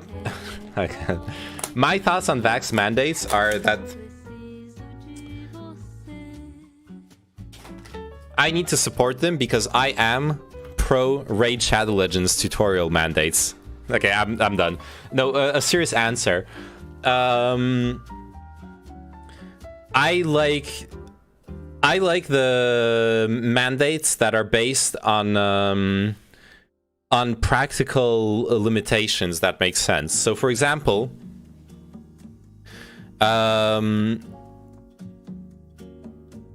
I think it makes sense when... oops, sorry, I just hit the microphone. I think it makes sense when employers have to have their employees be vaccinated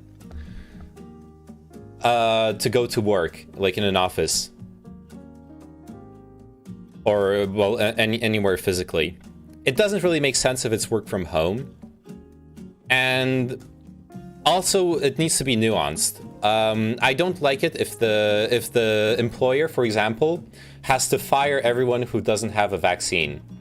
It should be rather that the people who don't have a vaccine, they are put on unpaid leave, at least for a certain time, so they have time to actually get their vaccine if they've been hesitant, right? Being a person who's an emergency services person, we have until October 15th for our first vax, or we can't work. I think that makes sense, right? I think that makes sense. Do you disagree with it, Moser? Do you feel like it's bad that you're coerced in that way?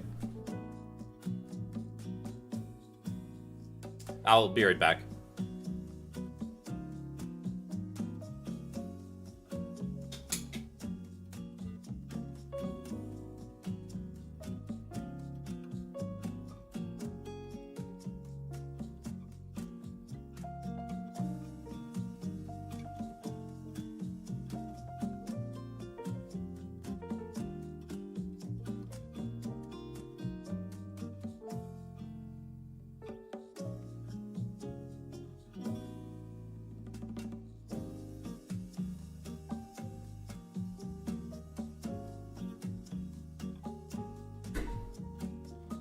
Measles, mumps, rubella shots are mandatory to attend uni. Yeah, and there's legal precedent for it too. Absolutely.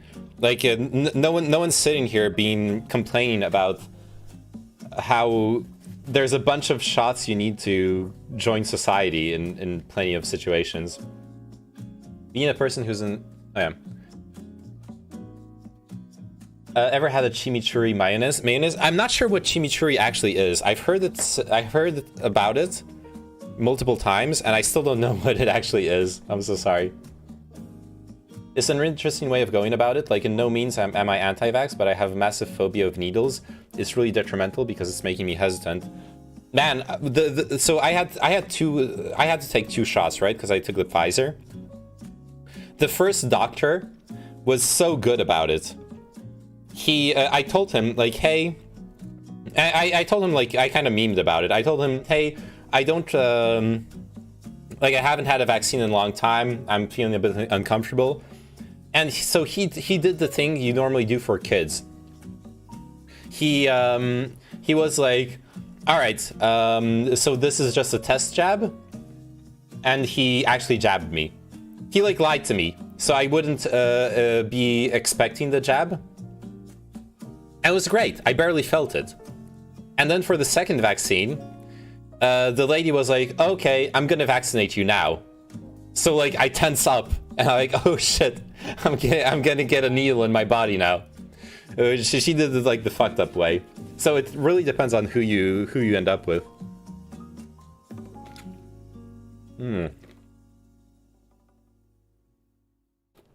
Dude, the chicken meat is so tender.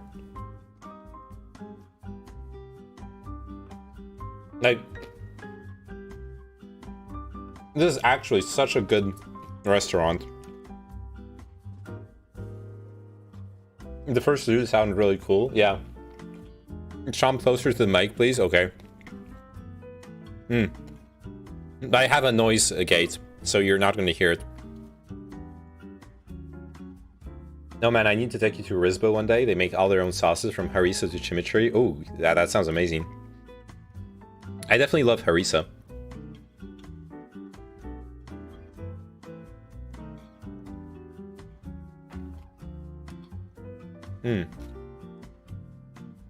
Last time I went to give blood, the nurse couldn't get any blood out of me. Are you a vampire? Is that why she couldn't get any blood out of you? But yeah.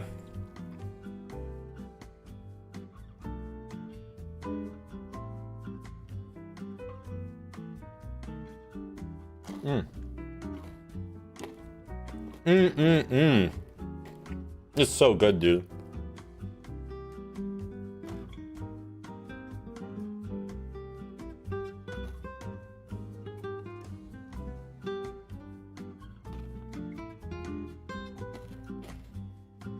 Alright, let me check out that link. I guess we can continue watching the lecture while I eat.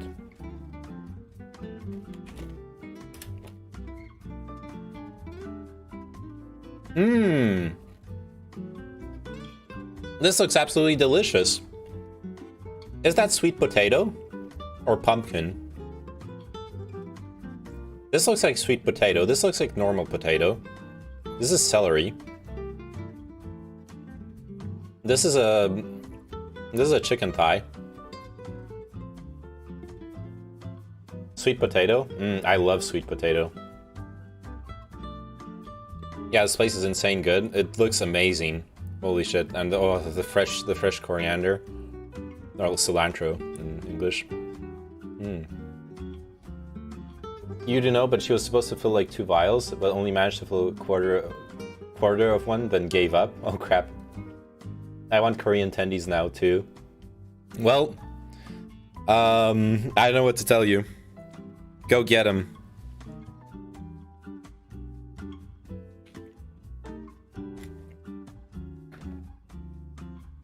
I mean, this thing I'm eating is kind of a chain, so it's possible that it spreads out across the world, and wherever you live, you'll be able to buy it at some point. But right now, I'm pretty sure it's mostly in Paris.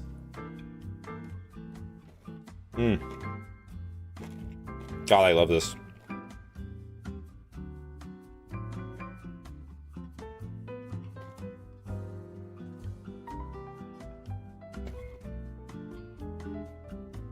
All right. Want to finish the lecture while I eat? I kind of do. Some more game theory memes.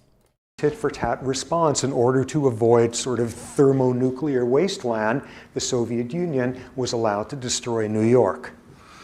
Okay, so that shows exactly how you could then get into a seesawing thing. Segue back into simply by way of if the system has any vulnerability to signal error. So it soon became clear, as soon as Axelrod began to introduce the possibility of signal errors, that tit-for-tat didn't work as well as another strategy, one that quickly came to the forefront. And that one, for some strange reason, that's the way it's shown. That one was called forgiving tit for tat. What happens with forgiving tit for tat? The usual rule, like tit for tat, if you cooperate, if they cooperate, you always cooperate. If they cheat against you, you punish them in the next round. Exactly same thing as tit for tat. But oh no, what if there's a signal error in the system and you've gotten caught in one of these horrible seesawing things? What forgiving tit for tat does is we'll have a rule, for example, that if we seesaw like this 5 times in a row, I will forego cheating the next time, and instead I'll cooperate. And that will get things back on track. I am willing to be forgiving in one round in order to reestablish cooperation after the signal error came in. And that one, as soon as you introduce the possibility of signal error, that one outcompetes tit for tat. Because it makes perfect sense. It's a great way of solving that problem. So that was terrific. Tit for tat with the ability to forgive, and what you would then see is variability. How many of these do you need to go through before you forgive? What's the optimal number of seesawings? All of that. So a whole world of optimizing how soon you are forgiving. Nonetheless, the general theme being forgiving tit for tat outcompetes tit for tat when you can have signal error. But there was a vulnerability. There was a vulnerability here to this one, which is you could be exploited. If you're playing against, for example, a tit for tatter or all sorts of other strategies where they don't have forgiving strings of defection, and you... This is kind of what I was talking about. I see, yeah.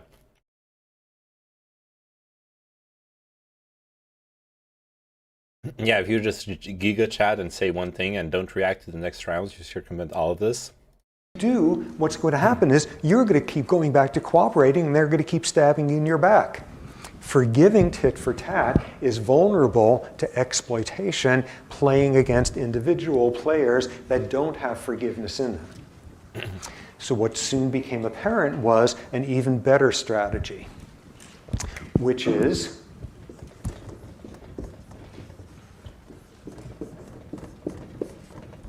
you start off with a tit-for-tat strategy, which is you are punitive, you are retaliatory, amid being forgiving, clear, nice initially. You are willing to punish, and you cannot be exploited in this way.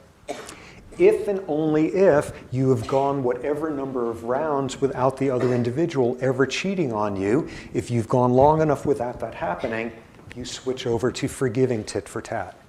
What is that? That's deciding you trust somebody. You've had enough interactions with them that you are willing to trust them. This is the transition from pure rational optimizing to switching over. Forgiveness coming in there protects you from signal error. And of course, now a whole world of how many rounds do you need to do this before you switch that, as to what the optimal deal with that is. But again, this is a way of transitioning to solve the problem of signal error, but forgiving too readily and being taken advantage of. Soon, another strategy appeared, which was called Pavlov. And those of you who know Pavlovian psychology. Oh, by the way, Alive Surfing, if you're struggling with the tutorial, you can just click through all of the yellow buttons, okay? Like highlight stuff, you can just click through it. You can speedrun it if you want. We'll see that this, in fact, has nothing whatsoever to do with Pavlovian psychology, and I don't know why they did that, but they thought it was kind of cool. But the rule was, remember, if you stab the other guy in the back, you get a bunch of points. If you both cooperate, you get points, not as many. If you both cheat, you lose some points. If you're taken advantage of, you lose a lot of points. So 2 outcomes you gain, 2 outcomes you lose. In Pavlov, the simple rule is, when I do something, if I get points, if I get some degree of reward, I do it again the next time. If I get rewarded in either of the first 2 types of payoffs, I do the same thing again. And the other part, of course, is, and if I play my strategy and I lose one of the two bottom outcomes, I switch to the other strategy the next time. And what you see is that can establish very good tit-for-tat stuff. But if you sit and spend hours tonight with a long roll of toilet paper and playing out all the rounds of it, you will see what Pavlov allows you to do is exploit somebody else who is forgiving.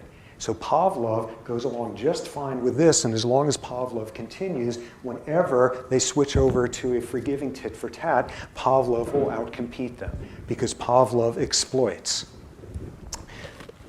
What then emerged was just zillions of people studying all sorts of games like this, and there's other ones. Ultimatum game is a trust game. It's the same notion of business there, which is you choose to cooperate, you choose to cheat, what's the optimal outcome? There are mathematically optimal outcomes that you can use, and you run all of it against a computer, and you get the optimization popping out the other end.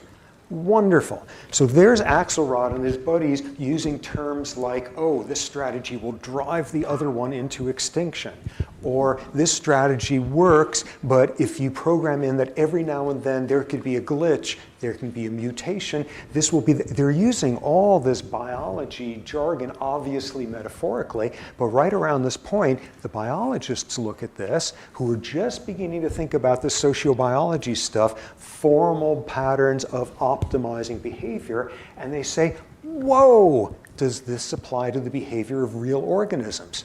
Because at this point, it's just economists and computer types and diplomats learning when to optimize, all that sort of thing. Around the time, there was a paper published, somewhat before that. This is a name nobody is going to know, lost in history, a guy named Daniel Ellsberg. Daniel Ellsberg became very famous around 1970 he was working in the Pentagon, and he stole thousands of pages of secret files there and gave it to the New York Times, showing how utterly corrupt everything that went on behind the scenes was in getting us into Vietnam, major blowout, all of that. He had spent the early part of his career perfectly happily working in the Pentagon for the military as a game theorist. Coming up with optimal patterns, and he wrote one paper called The Optimal Benefits of Perceived Madness. What times do you want your opponent to think you are absolutely out of your mind and going to do all sorts of crazy stuff, and where they wind up cooperating to keep you from doing that? The Rosert strategy. The advantages of madness, what's that? That system's where things like mutually assured destruction doesn't work because you're willing to set it off that. The advantages of madness, this whole world of people working on it, mathematicians and war strategists, and there's the zoologists now looking at this saying, whoa, this is cool. I wonder if animals behave that way. And that's when people, now armed with their insights into prisoner's dilemma and tit for tat and all this stuff, started to go and study animals out in the wild and see, were there any examples where this happened? Yes, in all sorts of interesting realms. First example, vampire bats. Vampire bats, we are all set up to be creeped out by vampire bats, but in actuality, when you see a vampire bat drinking the blood of some cow or something, you are watching a mommy getting food for her babies, because vampire bat mothers are not actually drinking the blood, they're filling up this throat sac thing, and they go back to the nest and they disgorge the blood to feed their babies. She's just watching out for her kids. It happens that vampire bats have an interesting system of reciprocal altruism, which is a whole bunch of females will share the same nest. Will have all their kids in there mixed in, and these are not necessarily related, so we've just left the world of kin selection. They're not necessarily related, but they have a reciprocal altruist system. Each female comes in, disgorges the blood, and feeds everybody's babies. And they all feed each other's babies, and everything is terrific. And they have this blood vampire commune going there, and they have reached a nice state of stable cooperation. Now, make the bats think that one of the females is cheating on them. Out comes that female flying off to find some blood, and instead you net her, and get a hold of her and take some syringe full of air and pump up the throat sac so the throat sac is really full and distended, but there's no blood in there. You've just pumped air into there, and stick her back into the nest there, and she's just sitting there happily. And the other females are sitting saying, look at her, look at how much blood she's got there. I can't believe it, because she's not feeding our kids. She's cheating on us. And the next time they go out to feed, the other females don't feed her kids. A tit for tat. And what you saw here is an exact example of introducing That's a really signal fucked up error. experiment. Signal error in this case That's really being interesting. some grad student pumping up the throat of some vampire bat and showing that they're using a version of a tit for tat strategy. Totally amazing. People were blown away by this. Another example. Fish, stickleback fish. But for reals, that's actually super fucked up. You're fucking up the relations between those vampire bat families. Just to prove a point. In the world of animals, you know, bats are probably not some of the brightest folks around, but I don't think sticklebacks are within light years of them. But stickleback fish can do a tit for tat strategy. Here's what you do. You have a stickleback fish in your fish tank, and you make him believe that he's being attacked by another fish.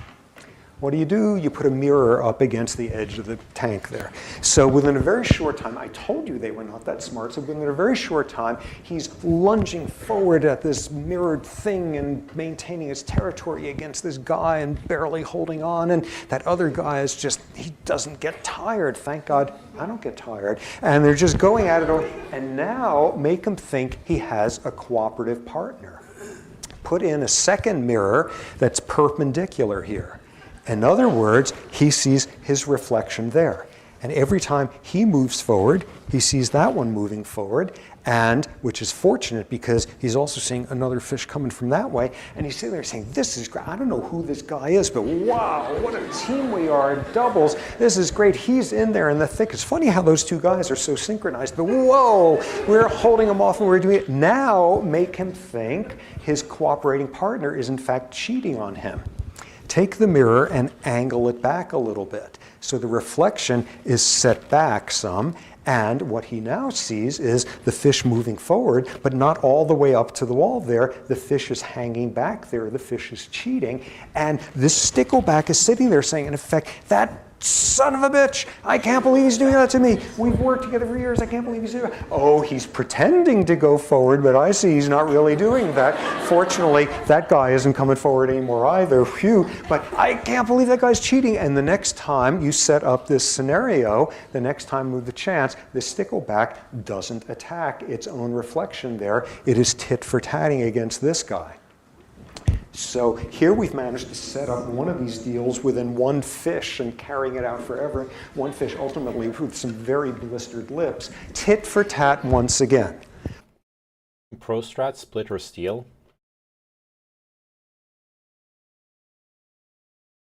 What? What is this?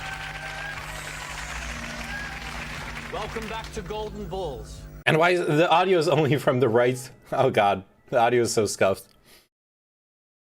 I'm sorry, I'm skipping that one. It looks interesting. It's like a TV show game, right? And someone...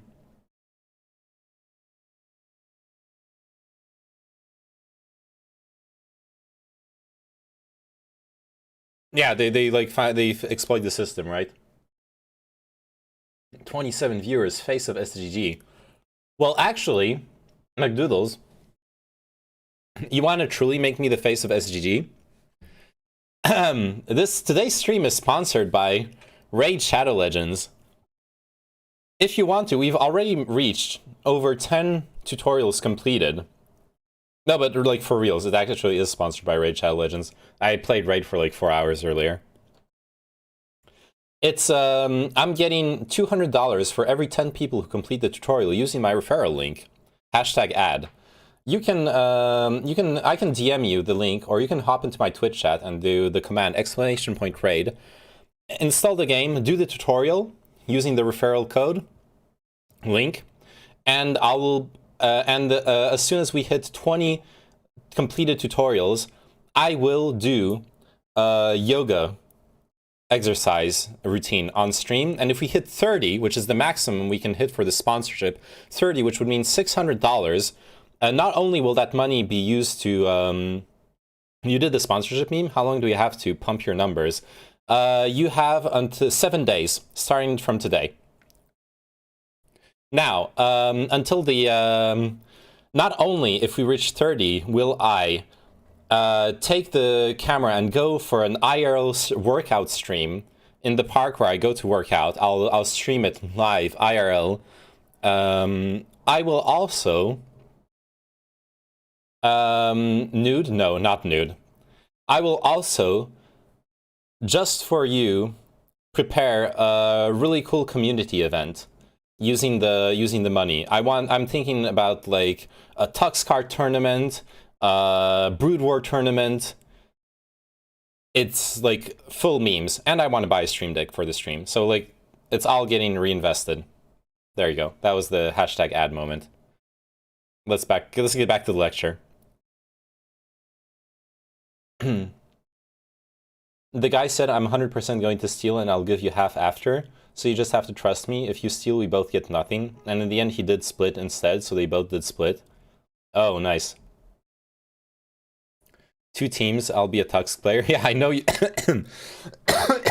Yeah, I know you'll be a Tux player, Bukra. What a surprising thing. Oh, you know what I can get? I can make myself a drink. Let me be right back. I'm gonna go make myself a drink. Another example, this is the most bizarre one I can imagine and leads to all sorts of subjects that are going to come many lectures from now, but there are fish species that will change sex. And they do it under all sorts of strategic circumstances that suddenly begin to fit into this realm of what we've been learning about. And you've got one of these things called black hamlet fish, and they can change gender. So you'll have a pair of them who hang out with each other of opposite genders, and they take turns. They flip back and forth. For a while, this one's female, and for a while, this one's female, and they go back and forth, and that's great. But there's an inequity there, which is that the price of reproduction is greater for the female than for the male.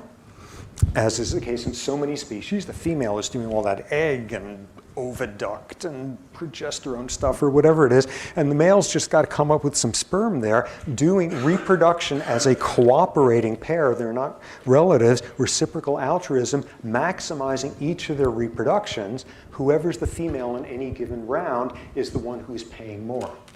And what you see are reciprocal relationships there of the fish using tit for tat. If you get one fish that begins to cheat and winds up being a male too much of the time, the other fish stops cooperating with them. Again, tit for tat stuff. So people were just blown out of the water at this point, seeing, whoa, forget rational human economic thinking and all of that. You go out into the wild and bats and stickleback fish and gender switching fish and all of that, they're following some of the exact same strategies. Isn't nature amazing? No, nature isn't amazing. It's the exact same logic as saying a giraffe has to have a heart that's strong enough to pump blood to the top of the head of a giraffe, or else there wouldn't be giraffe. And when you look at this realm, it's applying the same notion, the same sort of wind tunnel of selective optimization for behavior in this case, when to cheat, when to cooperate, sculpt something that is as optimized as a giraffe's heart being the right size. So this made perfect sense. Wonderful. But then people began to look a little bit closer and began to see sort of the very distressing real world beginning to creep in there, which were exceptions.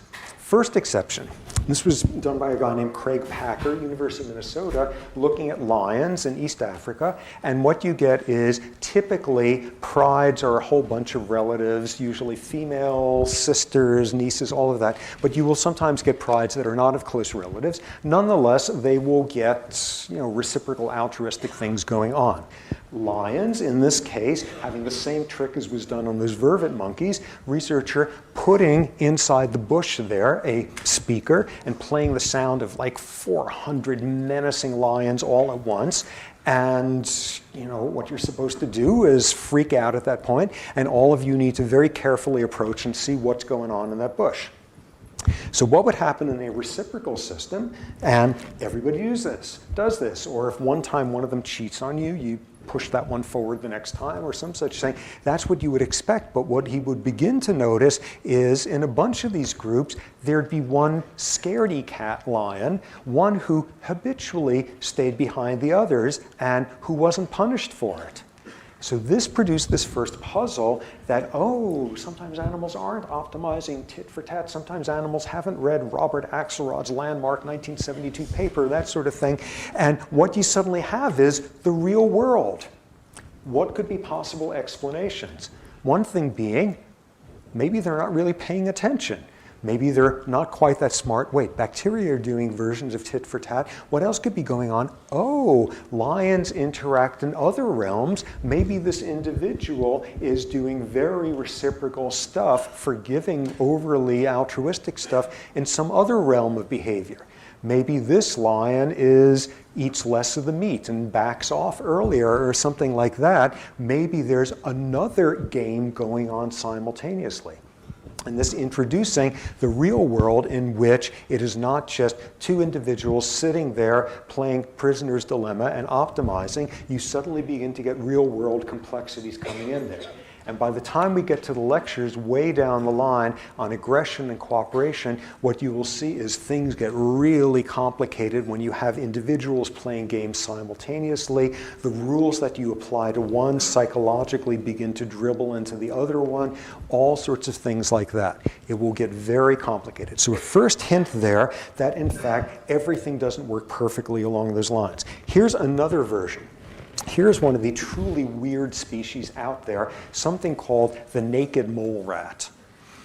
If you ever have nothing to do and you've got Google image up there, go spend the evening looking up close-up pictures of naked mole rats. These are like the weirdest things out there. They're the closest things among the mammals to social insects in terms of how their colonies work. They're totally bizarre, all of that, but they live in these big cooperative colonies that are predominantly underground in Africa, and they were discovered, I think, only in the 1970s or so. And for a while, when zoologists got together, if you were a naked mole rat person, you were just the coolest around, and everybody else would feel intimidated because you were working on the best species out there. And you would see these big cooperative colonies soon shown to not necessarily be of relatives, and reciprocity, all those sorts of rules. But people soon began to recognize there would be one or two animals in each colony that weren't doing any work digging out tunnels, bookkeeping. I don't know what naked mole rats do in terms of work, but there would be a few individuals who would just be sitting around, and there was these big old naked mole rats. They were much bigger than the other ones, and they were scarfing up food left and right. There goes Robert Axelrod down the drain. There goes all that optimization, because no one would be punishing these guys.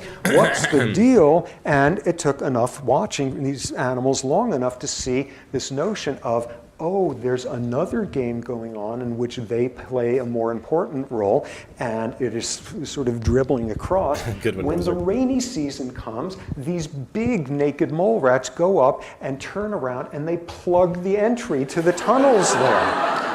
That's what they do. And suddenly, these guys who have been sitting around doing no work whatsoever all year and eating tons of stuff, they suddenly have to now stick their rear ends out for the coyotes to be around or whatever it is that predates them. What we have is role diversification. Real animals, real organisms are not just playing one formal prisoner's dilemma game against each other at the same time. And by the time we again get to the later lectures on aggression, cooperation, all of that, we will not only see that things get much more complicated when you're playing simultaneous games, when you're playing a game against one individual while you're playing against another one, and then against triangular circumstances, how play differs if you know how many rounds you are playing against the individual versus if you have no idea. He's referring to a game theory researcher. When you are about to play against someone, you get to find out what their behavior has been in the previous trials with other individuals. In other words, if somebody shows up with a reputation, we'll see this is a much more complicated world of playing out these games, a much more realistic one. So we begin to see a first pass at all this optimization stuff and how great that all is. One final interesting addition to this game theory world of thinking about behavior like that, which came from a guy named James Holland, who apparently might have a different first name, but Holland apparently, as an interesting piece in history, he's the first person to ever get a PhD in computer sciences, which I think was in the late 50s, University of Michigan. Savant. Apparently there are realms of that computer goes back to our discussion who earlier. worship this guy, and he, like a lot of other folks in that business, got interested in this game theory, evolution of optimal strategies, and he designed ways of running all of this, and he introduced a new ripple, which is the possibility of a strategy suddenly changing, the possibility of a mutation. And what he could then study was mutations, how often they were adaptive, how often they spread throughout the strategy there of individuals playing, how often they drove the other strategies into extinction versus ones that were quickly driven to extinction themselves. More cases where we are getting these systems where maybe they're not just metaphorically using terms from biology, maybe they are exactly modeling the same thing, and we will see more and more evidence for that. Okay, so reciprocal altruism. How would that play out in the world of natural selection? Natural selection, cooperative hunting. And there's lots of species that have cooperative hunting, wild dogs, jackals, some other species as well. That's like the definition of cooperative hunting, of cooperative reciprocal altruism, if they're not relatives. How would sexual selection play out in the realm of reciprocal altruism? A little bit less obvious there. That would be if you and some non-relatives spend an insane amount of energy and time making sure you both look really good before going to the prom. That would be sexual selection working on reciprocal altruistic system. So what we have now are our three building blocks. This whole trash. So does that mean we have cooperative? We're cooperating, and when I'm reviewing Eric's Tinder profile on stream, we are cooperating to improve the sexual selection for one of us. That's based. I like that. It's not survival of the fittest, it's not behaving for the good of the species, it's not behaving for the good of the group, but instead these three building blocks, the ways to optimize as many copies of your genes in the next generation as possible. Way number one, individual selection, a version of selfish genes. Sometimes a chicken is an egg's way of making another egg. Behavior is just a way of getting copies of genes into the next generation. Piece number two, inclusive fitness, kin selection. That whole business, that's sometimes the best way of passing on copies, is to help relatives do it, and it's as a function of how related they are. The whole world of cooperation more among related organisms than unrelated ones. And as we will see way down the line, what is very challenging in different species is how do you figure out who you're related to?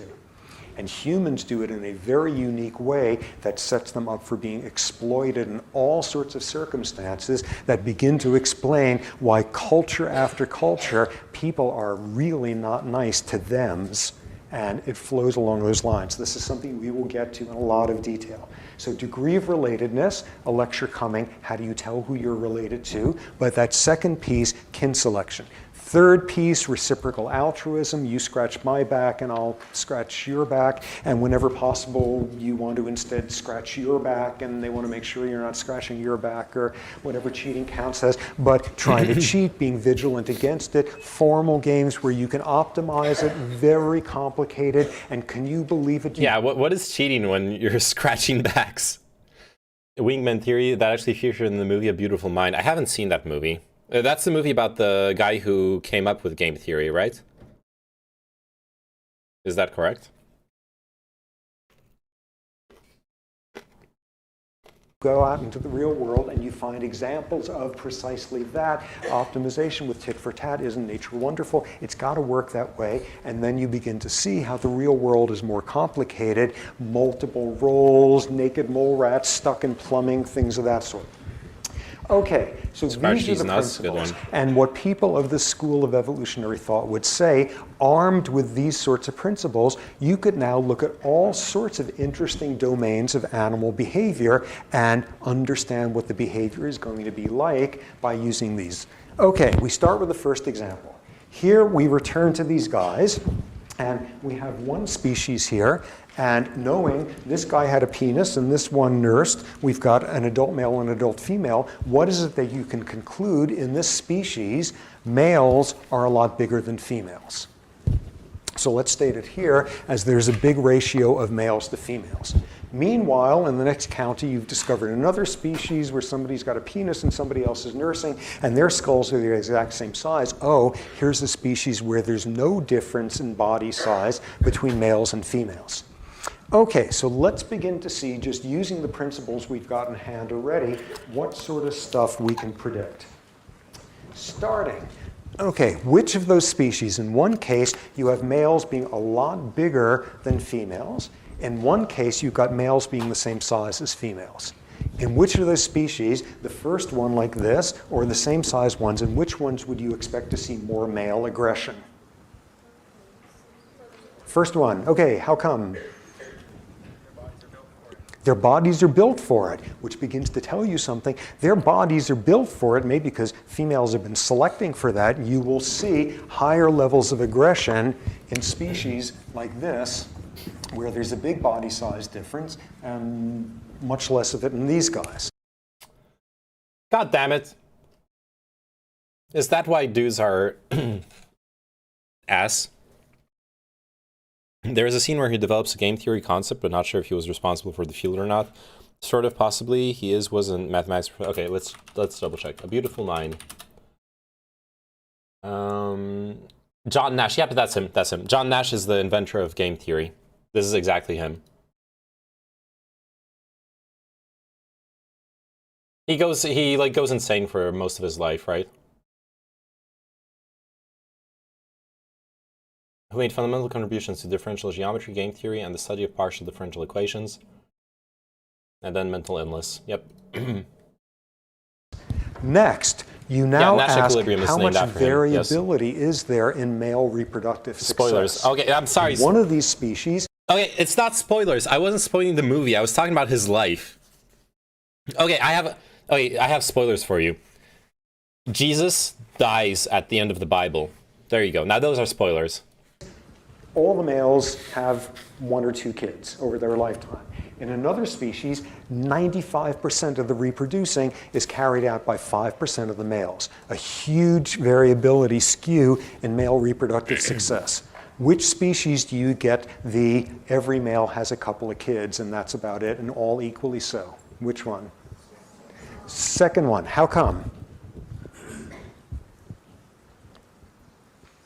Because these guys are being selected for aggression. If they're fighting, there is going to have to be something they're fighting for, differential reproductive access. Is that even true? Okay, so you see more variability. There's a book about it. In species that look like this. Next, females come into the equation. What do females want? What do females want in the species on the left versus the one on the right? The one on the right. Hey, let's not get into that, okay? You know, again, skull's the same size, same body size. On the left, what does the female want? The Roman Empire killed Jesus, okay?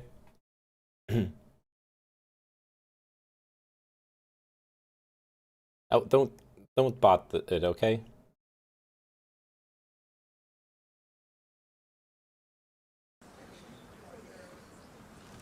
What sort of male is the female interested in?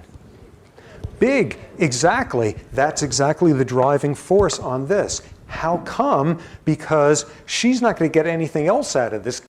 I've got Jewish blood, so I can make those jokes. Pepe pass. I got Jewish blood too, so I can make those jokes as well. But you know what? I'm not gonna.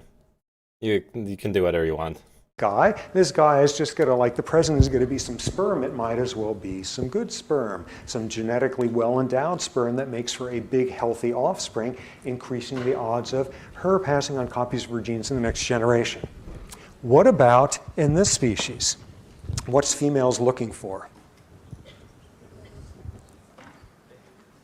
Okay, good. Hold on to that for a second, and let's jump ahead a few lines. One of the species, males, have never been known to do the slightest affiliative thing with infants. They just get irritated and harass them and all of that. And the other, you have soccer dads who are doing as much raising of the kids as the females are. In which species do you get lots of male parental behavior?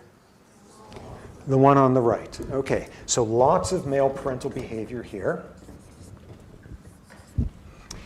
So somebody just gave the answer here, female choice. What would you see in this species? You want big, muscular guys. You want whatever is selling that season for what counts as a hot male, because you want your offspring to have those traits. And somebody else called out here, what do females want in this category? And what was it you said? He talks about this and that and the quality of the sperm, but doesn't mention taste. True. How can you even talk about the quality of the species sperm if you haven't even tasted it? That seems like an obvious oversight.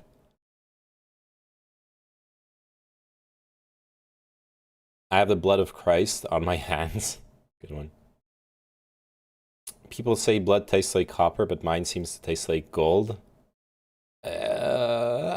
Gold doesn't have a taste. Good personality. Good personality, yes. Able to express emotions. Gold actually doesn't have a taste. That too. Okay, somebody else shouted out something that gets at the broader, more globally Oprah version. Okay, somebody shouted out parental behavior. You want a male who's going to be competent at raising your children. What is it that you want really most deeply? You want to get the male who is the most like a female you can get a hold of.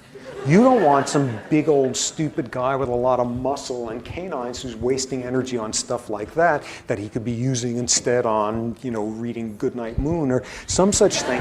What you want instead is somebody who's as close to a female. Oh, he's making a Jew joke. Oh, right, he's referring to the gold. Wait, wasn't it 30 pieces of silver that the Judas got? I don't remember. Judas silver, right? 30 pieces of silver, so it's not even a reference to that. Wait, I don't even get the reference then. Naaman tried to eat gold. Yes, have you never had gold leaf pastry? Have you never had a pastry with just like a little bit of gold leaf on it? Yeah, stuff like this, you know?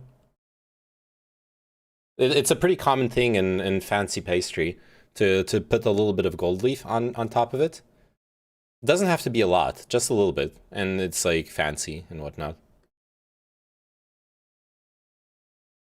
Big streamer man Naaman spends so much time chewing on all the gold doubloons he gets from streaming that he can be referred to as an expert on the matter. Exactly. When the racism is too advanced for you. Wow, trying to flex on his spores. No, it's like it's not that expensive, okay? Like obviously this is some really fancy shit, and this probably is actually pretty expensive. But like you can go to pastry shops and buy stuff like this, and it's not that expensive. I don't care about it, but it really doesn't have a taste. That's all I wanted to say. No, because the gold leaf is very, very thin. It's a very small mass of gold, so you're not paying hundreds of dollars for it. Have you never had gold pastry? Some snobby Parisian. Okay, I'll admit it. That was very snobby and very Parisian of me, 100%. The only gold I consume is gold Schlager. Nice. Name, why don't they just eat gold flake cakes? Name Manon, yeah.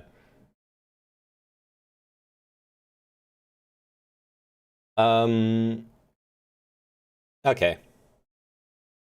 As you can get to without getting this lactation stuff, males are chosen who are the same size as females.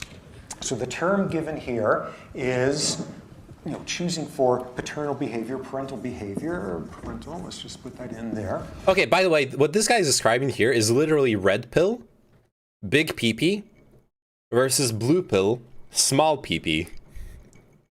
The Chad versus the nice guy. This is literally the dynamic he's describing. It's pretty funny when you look at it that way. And that begins to explain the top line, species in which there's a lot of sexual dimorphism, morphism, shapes of things, sexual dimorphism, big difference in body size as a function of gender. And in these sorts of species where you get male parental behavior, not much variability in male reproductive success, low levels of aggression, and what females want is a competent male, these are ones where you see low degrees of sexual dimorphism. So how's a female going to figure out that this guy is going to be a competent parent? You know, once again, we just figured out if he looks kind of like you, because that suggests he hasn't wasted health and metabolism on stupid, pointless muscles when there's more important things in life for making sure your kids have good values. What else would the female want to know when she's first considering mating with the male?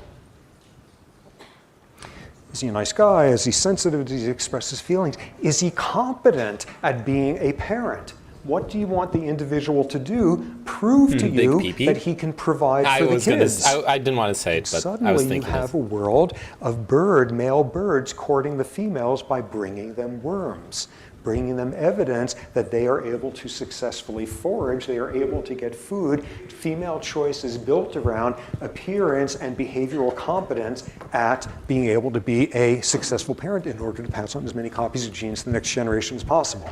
Okay, how about lifespan? In which species is there a big difference in life expectancy as a function of gender? Big pee-pee.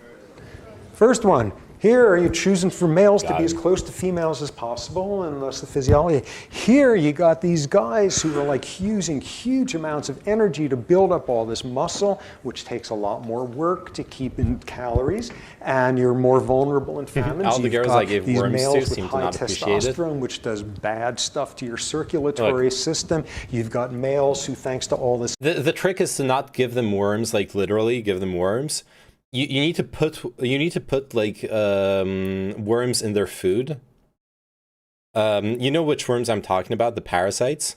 you need to put those in their food, and then the parasites will like take control of their brain and make her like you. I read that in the manga. Okay. Just give him your pee-pee. Yeah, that's the only worm you need to give them. Your pee-pee. Your pee-pee worm. Aggression are getting more in. Oh yeah, you gotta try lots of blue stuff. Bitches love blue stuff. Good stuff, thank you. Oh yeah, where's the... Fuck, this reminds me of that. Becky, let me smash. This is a nice stick. I like sticks. You wanna go into Toxoplasmosis? Let me smash. Please. No, Ron. Go find Becky. You want some fuck? No, Ron, I don't want some fun. I got you blue. Hey girl, you want some tail? Flint. Ron, your tail is small. What? Swiggity sweetie. You want yellow? She doesn't want yellow. Blue and yellow, no. Ron, I'm leaving. What? No, wait, let me smash. What does my life come to? Becky thought my tail was big. Becky used a lemmy smash, but Becky is smashing Ben. Ben is a hoe. Ben is a hoe. Fuck this next. Fuck Ben. I need you, Becky. Becky, let me smash. I'ma get that bitch a stick. Bitches love sticks. Wrong stick, stick, stick, stick, stick, stick, stick, stick, stick, stick. Need stick, got stick, Becky. I got stick, let me smash.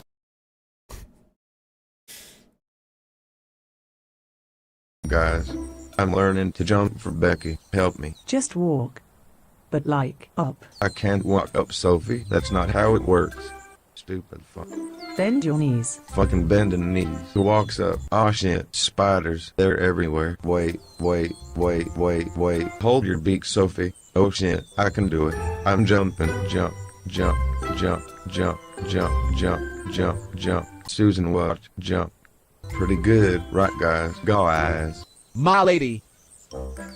What? Just go with it, Ron. Nice guys finish last. What the fuck? Susan, are you seeing this? He had a hat.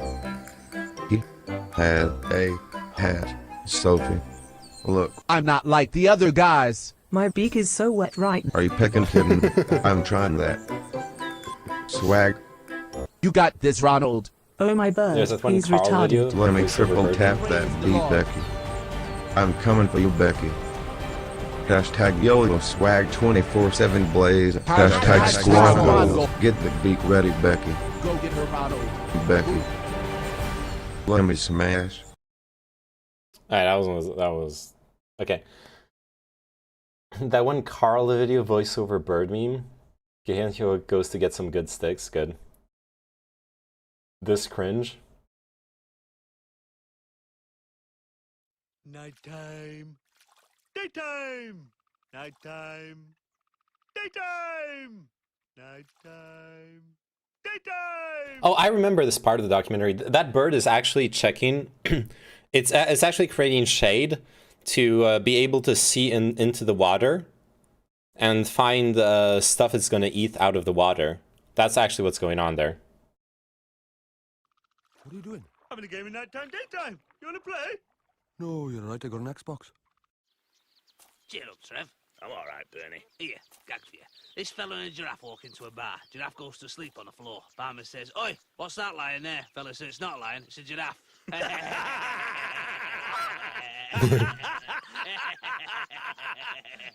Giraffe. You crack me up, Trev. Hey, Keith, do that thing where you fart through your head. All right, then. Oh, mate, that was wicked. Humor has come such a long way in 10 years. Yeah, I know.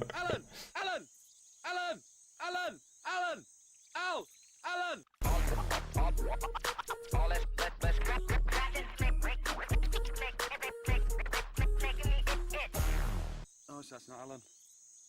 Steve, that's Steve. Steve! Alright. Golden balls.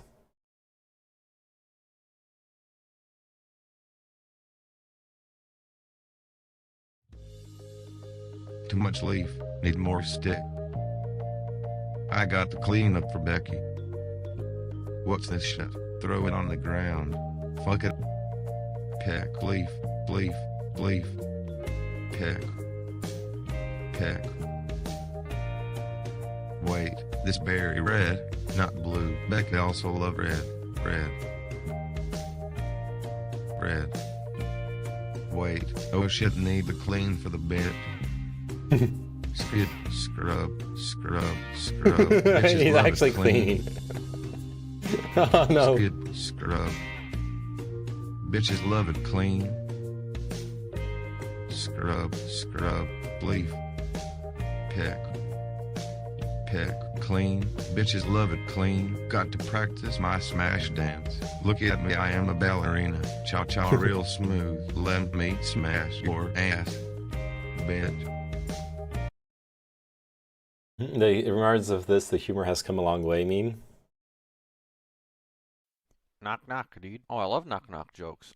Who's there? Orange. Orange who? Orange, you're glad I didn't say but banana? Hey, dude, knock knock. Get out of here, man. I don't want any Girl Scout cookies. Ooh, you got me. Ooh, you got me good. Ooh. Hey. Yeah?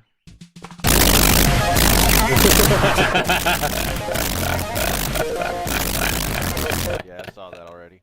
Yes. That actually, dude, there was a moment where when I was exchanging memes with Tyranid in our like WhatsApp convo.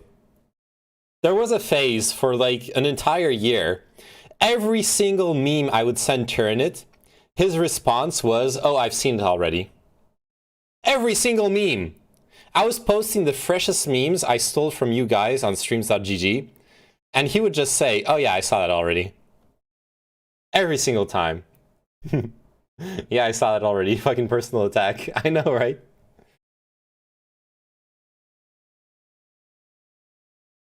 Alright. Injuries more likely in species in which you have a lot of sexual dimorphism in body size, you get a lot of sexual dimorphism in lifespan. And then you look at these guys and it's basically no difference by gender. Moving on, considering primates that are one of these two patterns, in which one do you always want to give birth to twins? In which one do you never want to give birth to twins? Who gives birth to twins? The one on the right. Of course. How come? Because you got two parents on the scene. You are not a single mother, and you are a single mother rhesus monkey or something, and you give birth to twins, and you do not have the remotest chance of enough energy, enough calories on board to get both of them to survive. A twin that is born in a species like this has the same rate that it occurs in humans, about a 1% rate, and it is almost inevitable that one of them does not survive. Meanwhile, there's a whole world of primate species with this profile where the females always twin. Finally, you are the female, and you are contemplating bailing out on your kids and disappearing because there's some really hot guy over there who you want to mate with, and you are trying to figure out this strategy. So you are going to leave and abandon your kids. In which species do you see that behavior? The one on the right. The one on the right, because you bail out and the male is there taking care of them. You bail out in here and you've lost your investment and copies of your genes for the next generation. You see female cuckoldry, this great Victorian term. You see females cheating on the fathers in this species, but not in species like this, because the father is long gone in 3 other counties there. Oh no! He actually, oh no, this is actually so fucking red-pilled. The nice guy species is the one where there's cuckoldry, and the Chad species is the one where there is no cuckoldry. And the worst is it kind of makes sense, but holy shit. This whole scenario is so fucking red-pilled. Recording somebody else, and it doesn't matter, you're not going to get any help from him. In primate species of this profile, you always see twinning. And they both survive. And what studies have shown in these species, and we'll get to them shortly, is after birth, in fact, the males are expending more calories taking care of the offspring than the females. Go bail out on him and go find some other hot guy, which in your species counts as some guy who looks even more like you than he does in terms of what you want out of the individual. So what have we done here? We've just gone through applying these principles in this logical way, and everybody from the very first step was getting the right outcome. And these are exactly the profiles you find in certain species. Among social mammals, these would be referred to as a tournament species. A tournament species, whereas the one on the right is referred to as a pair bonding, a monogamous species. Because in this one, males and females stay together because they both have equivalent investment in taking care of the kids, all of that. What you have here is this contrast between tournament species and pair bonding species.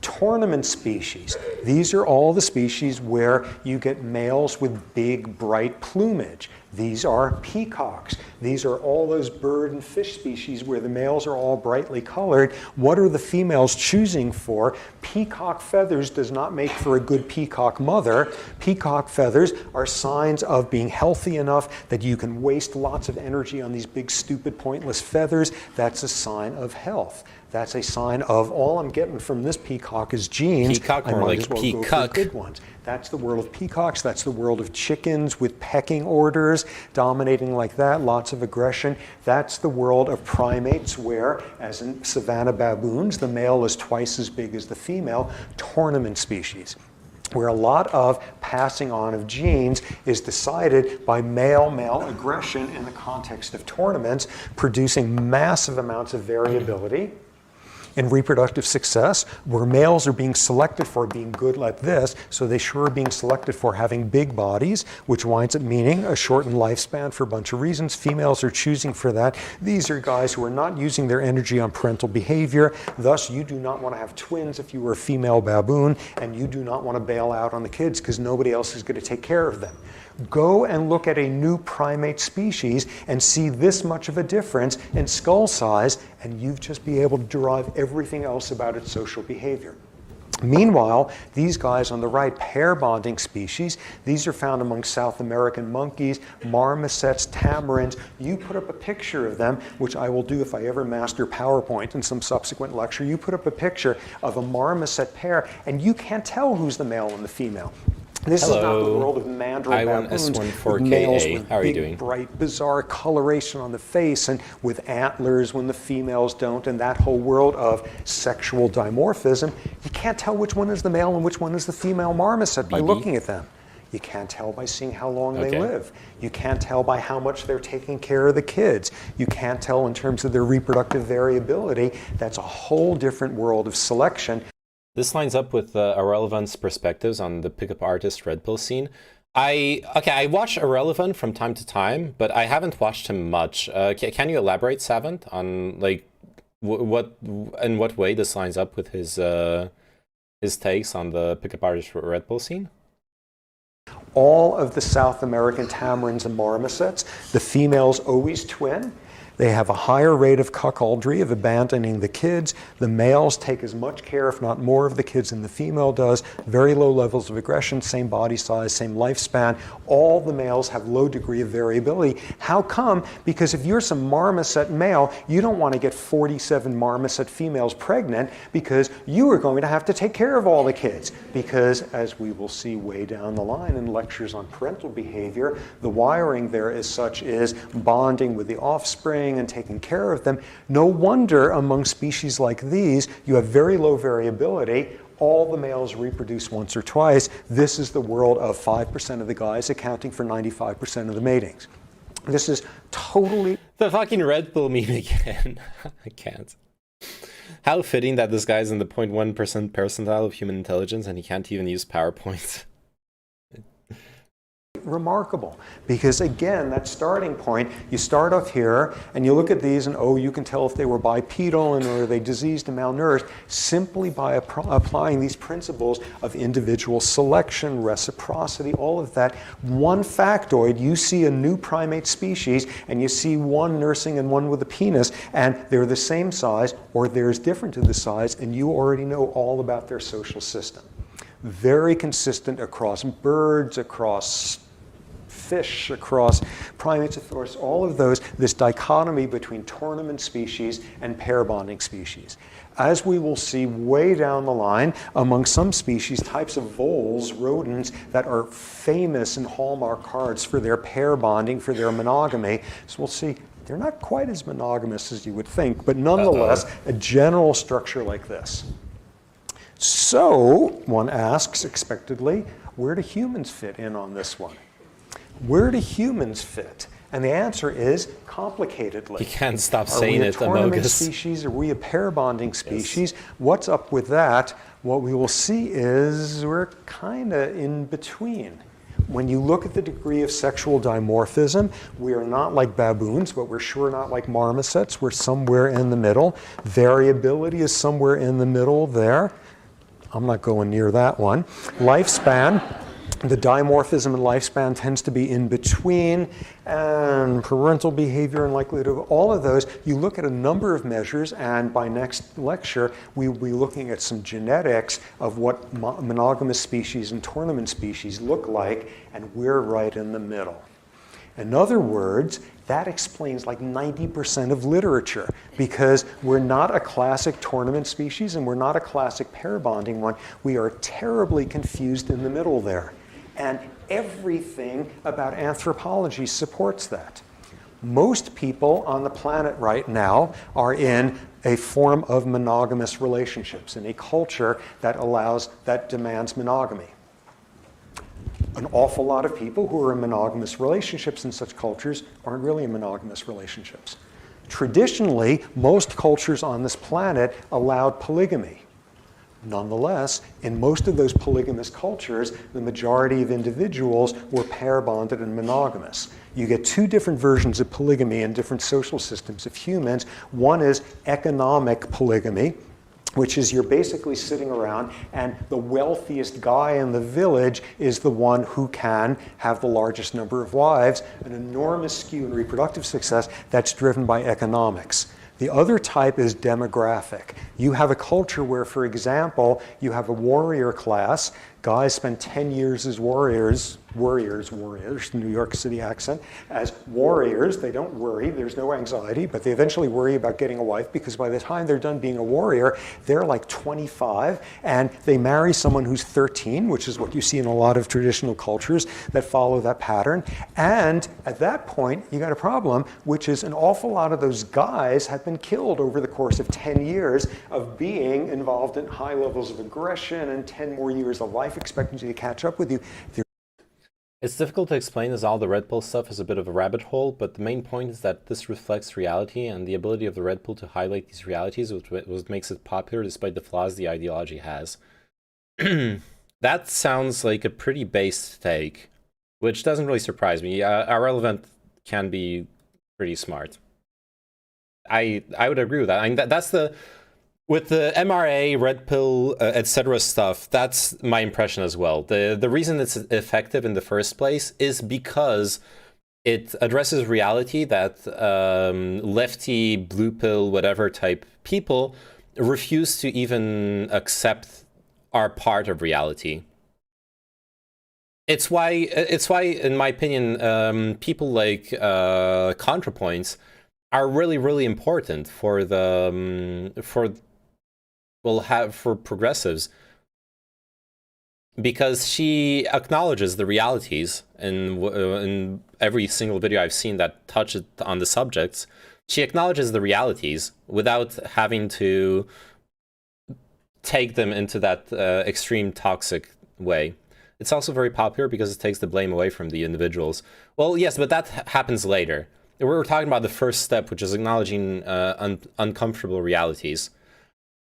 You can acknowledge uncomfortable realities and still even take blame away from individuals, but in a more productive way. If you analyze systems as being problematic instead of individuals, that's also taking blame away from individuals, but that's usually productive. If those systems truly exist and you can truly observe them, then that is useful for society as well.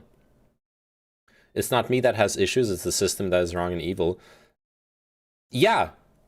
Like I'll say that about cops, for example. That right, a lot of countries have problems with police brutality, but in general, I would say that most people who go into law enforcement probably have really positive ideals and intentions. They aren't going in there to exert power over other people necessarily, but they go into a fucked up system.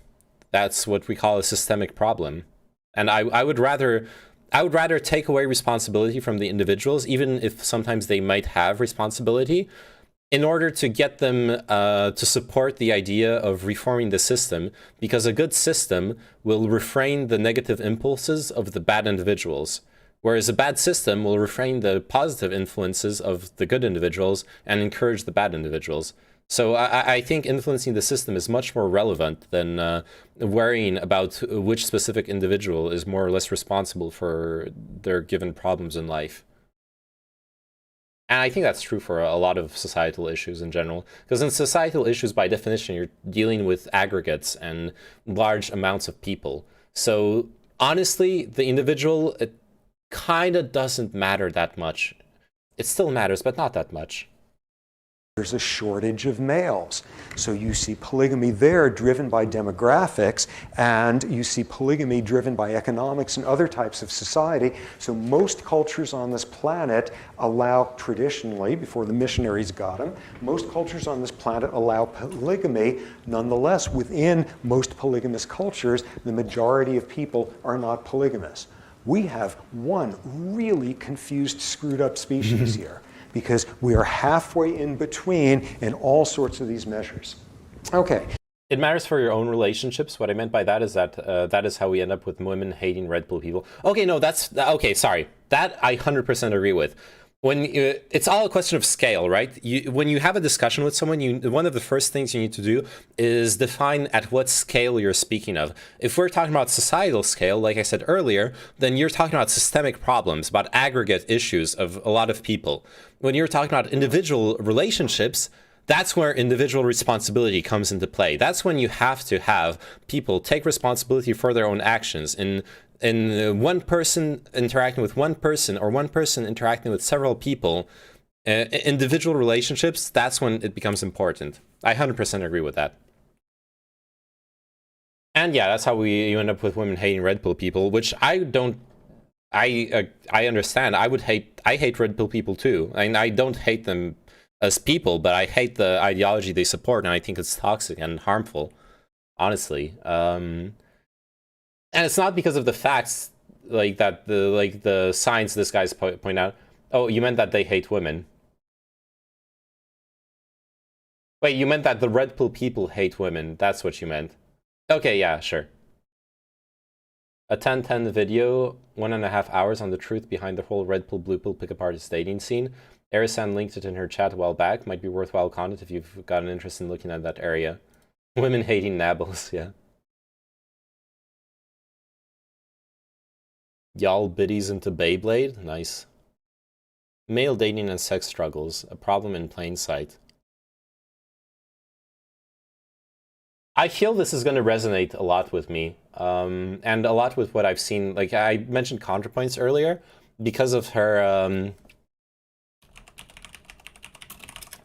her video on MRA. I think it's this one.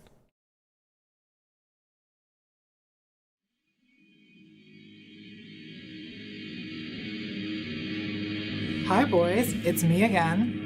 Just your average girl. Look, I may be a biological female, but I do hope that, just for this video, we're able to converse as men. I want you to think back to 2016, which I know in internet years is like, I'm pandering to the male gaze. Oh, and the male straights. God, I love attention. Hey, Gorge. Hey, Gorge. Okay, I swear I did not click for that, okay? I promise. I'm sorry. Our queen. She is our queen. I may have, okay, I saw the thumbnail. I saw she was in a skimpy outfit and I clicked. I'm so sorry. I wanted to spy on that. Was it this one? I'm not sure it was this one. But it had to be this one.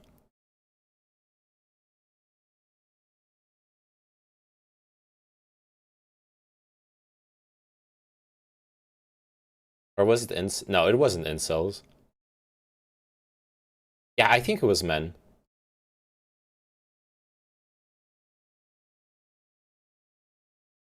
Okay, so if this is the video I'm thinking of, at the end... the feminist tranquilizer. We say, look, toxic masculinity is the reason you don't have room to express your feelings, and it's the reason you feel... Oh yeah, this is the speech I was thinking of. So of. while feminism tells women you hate your body and you're constantly doubting yourself because society did this to you and needs to change, we kind of just tell men, you're lonely and suicidal because you're toxic. Stop it. We tell them they're... Yes! Fucking yes! Like, when ContraPoint said this, I was actually, like, honestly, I was on the verge of tears. It was the first time I was hearing someone from the progressive feminist approach to understanding society and societal problems acknowledge the fact that feminism doesn't actually address male issues. Feminism is biased because it's by women for women. It doesn't magically resolve the problems of male suicide rates and male loneliness and men getting in touch with their emotions. They're broken without really telling them how to fix themselves. I think what we need is a new, positive ideal of manhood, which I don't think is something that women can create for men, even if they wanted to. And honestly, the best way for that to happen may actually be some kind of men's movement. But on the left, the whole idea... There you just hearing a woman acknowledge that, what she just said, honestly, it almost made me cry, because it was the first time I ever heard that, and it's very, very touching, and it's very, very true what she's saying there. Of a men's movement is basically taboo, because the men's movement we all know is basically just a backlash to feminism, and at worst, it's just straight up misogyny. And look, boys, I understand that being lectured about manspreading for most of 2015 was super fucking hard for you, and you're still mad about it, but posting endless outrage porn about false rape accusations and paternity fraud isn't actually going to make life any better for you. Because yes, those things are horrible. It's finally a nuanced take on the issue of men's rights activism. She's so fucking based. I can't even put words to it. It's amazing. It really moved me to see this based on what these nuts. Anyways, let's finish this video. So what do we have next, which we will pick up on Friday? What we've just started with here is the first case of using all these principles, individual selection, kin selection, reciprocal altruism, to understand all sorts of aspects of behavior. We will then move on to seeing how they explain other aspects of animal behavior, some ones which, if you are behaving for the good of the species circa 1960, there's no explanation at all because you're doing things like killing other members of your species. And then finally, we will see how this applies to humans and some of the witheringly appropriate. For more. Well, it's cut off. God damn it. Am I the only one who didn't engage with any of this while it was in the cultural zeitgeist? Probably one of the. I don't know. I engaged with it, so. There's some interesting discussion on r/menslib that tries to address gendered issues that isn't just women bad. Yeah, I think our men's lib seems pretty interesting. I haven't delved into the rabbit hole very deep, but from what I've seen, it seemed interesting for sure. Okay, I want to take this moment as we have 35 viewers here live right now watching me. I want to remind you that starting today for the next 6 days. My stream is sponsored by Raid Shadow Legends, and what that means is that if you choose to go into my Twitch chat and do !raid, you get a referral link that allows you to support my stream. And all you need to do is play the tutorial. Install the game and play the tutorial. You don't need to do anything else. Just play the tutorial, and that will help me get money to improve the stream and do community events. That's all I wanted to say. If you don't want to, that's fine too. I can also link it to you directly in DMs on streams or whatever if you don't want to hop into Twitch chat. If you're interested in doing the tutorial, it'll take you like 10 minutes of your time, and then you can move on with your life. You don't have to do anything else, and you don't even have to do that. But if you do want to support the stream, it lets you support it for free, and that's pretty cool. All right, there you go. There's nothing more exhilarating than pointing out the shortcomings of others, is there? This video is made possible due to those who support me on Patreon. And I'd like to give a big shout out to patron Conrad Truitt. Thank you all for your support. This guy's chill moment. At first glance, you wouldn't think me and my little sister had anything in common. She looks like she could slip seamlessly into the Gossip Girl universe, while I am solely on my way to becoming the dude. Despite this, our relationship holds strong due to our two mutual. Wait, why are you mad at me, Bukra? What's going on?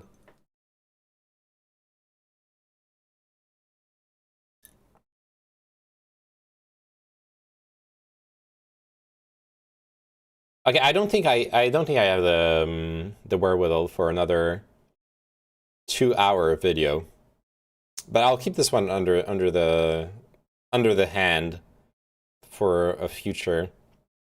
Make your camera larger so I don't lose quality in editing slightly if you can. Okay. Is this better? Wait, also, while we're at it, it was slightly out of the frame. There you go. Is this better, Bukro? Is this good enough for you? Good? All right, cool. Anyways, just edit in the quality, homie. You an editor or what? True. Just added the quality filter. No, but seriously though, that is one of the things that zoom in till we can see your pores. There you go. Here. You like those pores? Anyways, Pepe hands. Anyways, that is one of the things that if you do help with the nice vein, Hey, I got another nice vein for you. If you wanna, if you help with the, if you do with the Raid Shadow Legends sponsorship thing, I'll be able to buy a stream deck. Every 10 people completing the tutorial, I get $200. So that'll be pretty cool. That's pretty much it. All right, we gotta play a game, right? This is a Christian website? No. This is a Wendy's, sir. Not a Christian website. All right, what are we playing? Because I want to play video games now. I think it's time for video games. I don't have the. I'm not psychologically ready to play more Raid Shadow Legends. No, I'm not playing Raid Shadow Legends. I don't have the. I don't have the motivation to play SCP. We could continue Deus Ex though. I think I'll continue Deus Ex.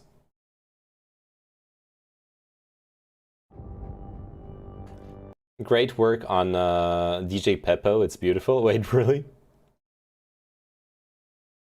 That's DJ. Oh shit, that is DJ Peppo. I actually like it, yeah. Alright, this is now a Deus Ex stream. If you're expecting more React content, you can expect me to react to the game. That's what's happening.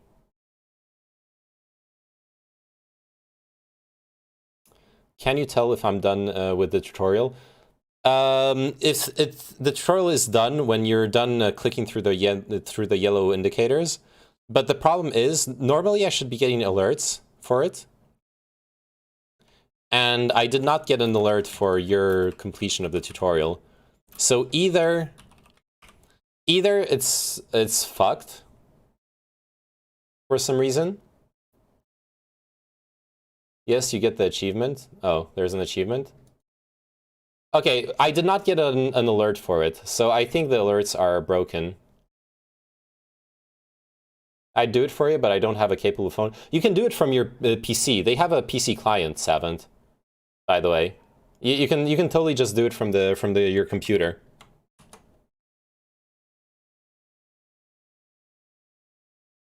Yeah, tutorial ends when you upgrade 5 times. I'll link it to you here. Enjoy the virus. Yeah, it auto installs an emulator thingy on PC.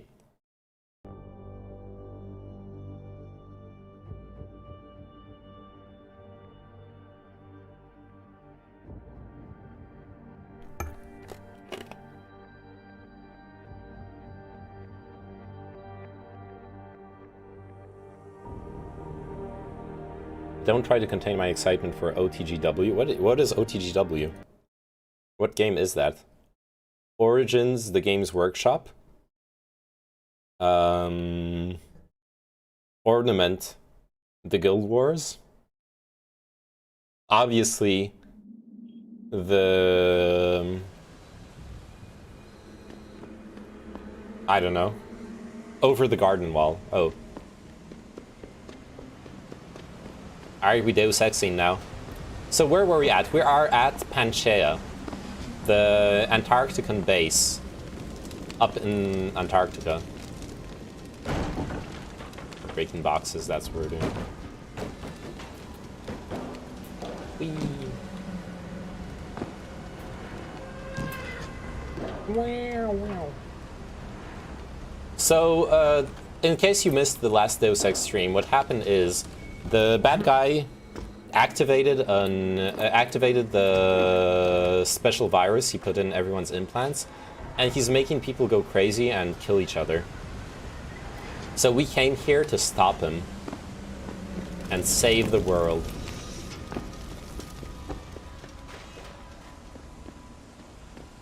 And instead of that, we're looking in containers.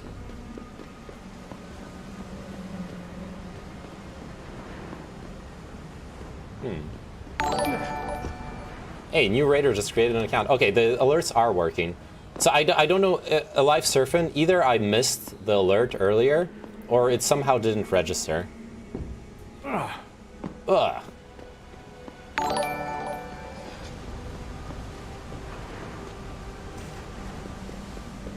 There must be another way in. Up those containers, I'm imagining. So I can jump up onto them, because I got the Pep's energy pack. Laser rifle battery, nice. Some chalky bars. Oh, sniper rifle ammo, I don't need that. Where's the sniper rifle ammo? Get rid of it. Get rid of it.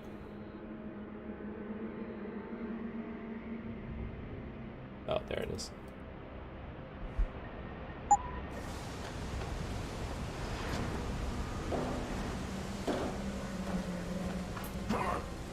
Ugh.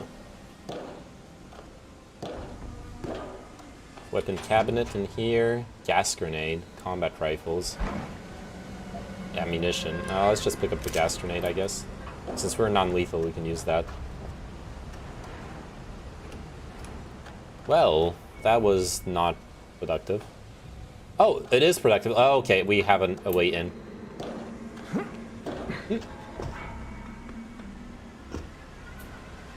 There we go. Easy peasy.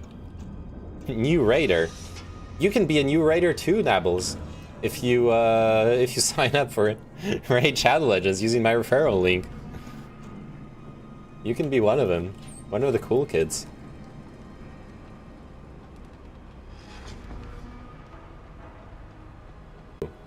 Fake ceiling. I love those.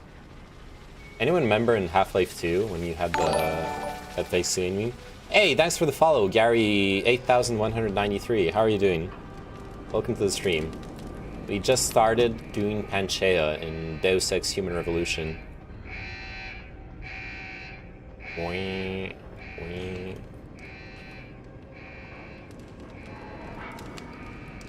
we gotta jump down here, right?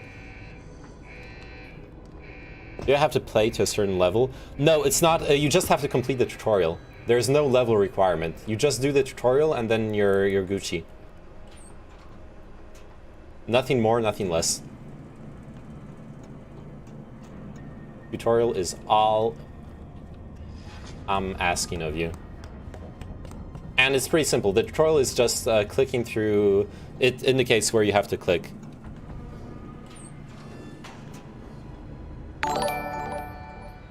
Hey, there you go. See, Alive Surfing just completed the tutorial.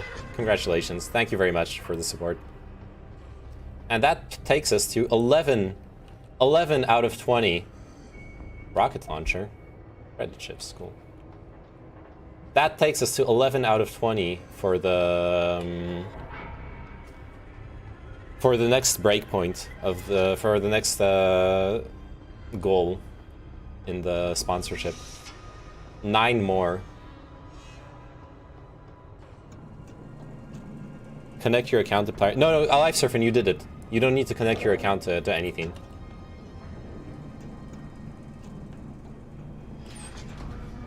Pritchard, Panchaea's broadcast center is at the base of the station near the bottom of the ocean. Is that right? But the lockdown caused all the blast doors to seal. You won't be able to go down until you override them manually. From up in the tower. I got it. Hey, thanks, Seventh. There we go. Another one. Alright, let's hack this. Boo-doo-boo-boo-doo. Uh-oh, I had a small frame drop episode of the stream. Switch to game capture. Nah, I'm gonna stay on display capture.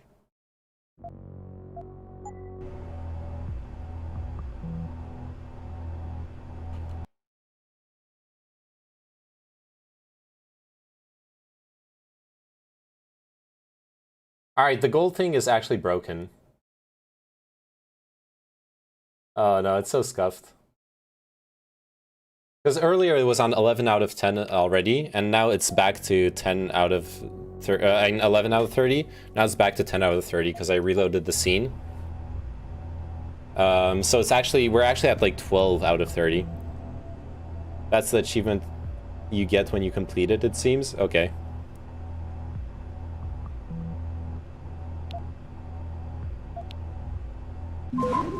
Oh, come on.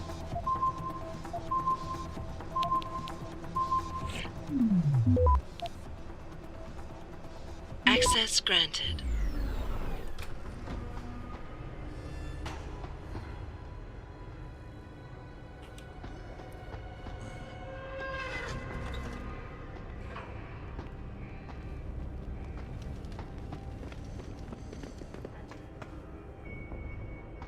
I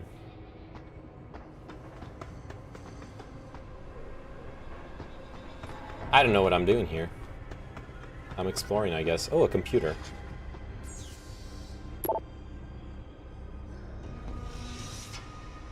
All right, let's read the emails. The conversation was automatically saved in your conversation history. Hire an alpha pod. Panchaea Oceanic Installation 5 online. Emergency situation detected.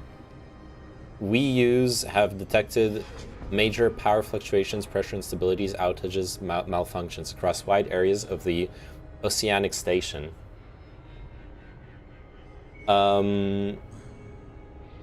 Repeated alert warnings remain unattended. Situation approaching critical. Advise, advise, advise. Secondary control command unresponsive. Analysis suggests immediate activation of emergency lockdown procedure 999 is necessary. Commencing full lockdown in 5, 4, 3, 2. Emergency override protocol is activated. To disengage lockdown, proceed to main tower and use manual override 747-736. Have a nice day. This is not a test. Oceanic Installation 5 is experiencing a temporary emergency lockdown situation. This is not a test. I see it, mommy. Wait, what the fuck? Why is it talking about mommy? That's weird. Another event? Nice. I chill, homie, I've completed it. Yeah, no, thank you for the help. Why are you thanking me for the help? Thank you.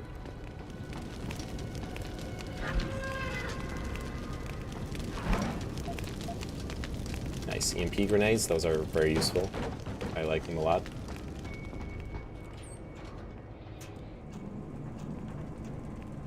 Sussy? No, you're the sussy baka.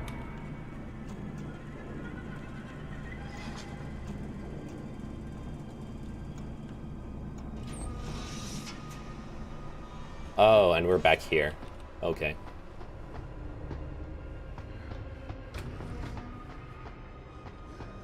Rockets, no. I have no use for rockets.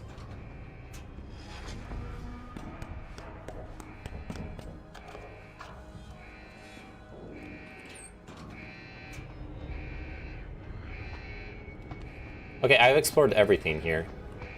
And I haven't found an exit.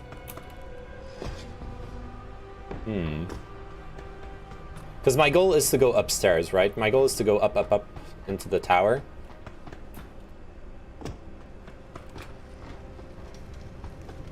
Oh, this is one of those robots. That's gonna, like, fuck with me once it gets activated.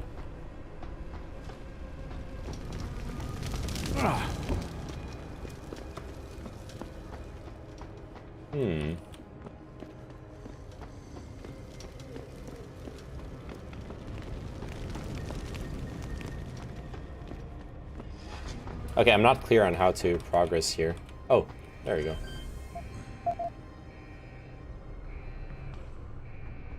Just gotta do a little hack.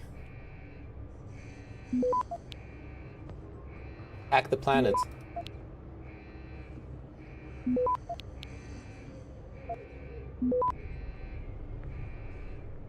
Come on, stop.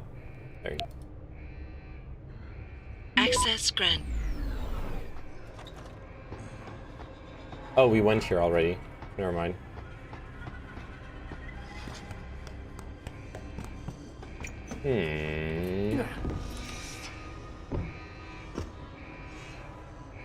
Man, this is not... Okay, I'm actually so confused about where I'm supposed to go.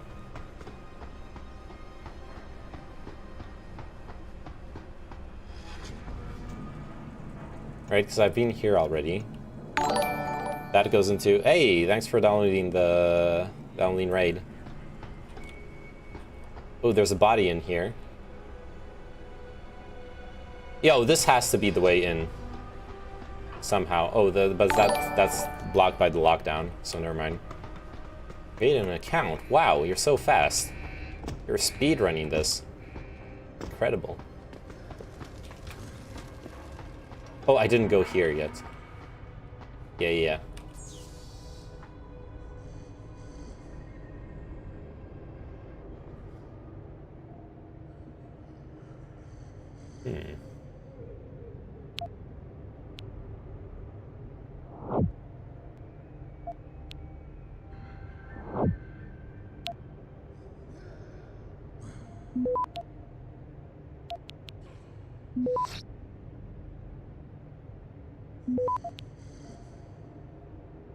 Access granted. Okay, so we can disable the robot. Keep the camera disabled as well. Cool. Heavy rifle ammo. Okay. Oh, so there was a camera here. I get it. But it was disabled already. This is very confusing. I'm not sure. I'm really not sure how we're supposed to proceed. I'm gonna check if I missed anything outside, perhaps. Oh, and there was this part here. Oh, yeah, I can climb into here. Never mind. This doesn't help me at all. Right? Yeah. Or does it? No, I was here already. Oh, there's an elevator. Never mind. I found it. I found it. I found it. I got it. I missed the elevator.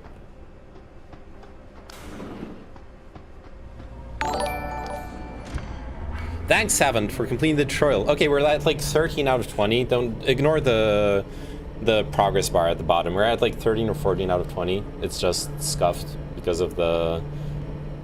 I don't know, so something with the Streamlabs integration is scuffed. Don't mind it. But thank you so much. We are close. Well, getting closer to the 20. To the 20 goal.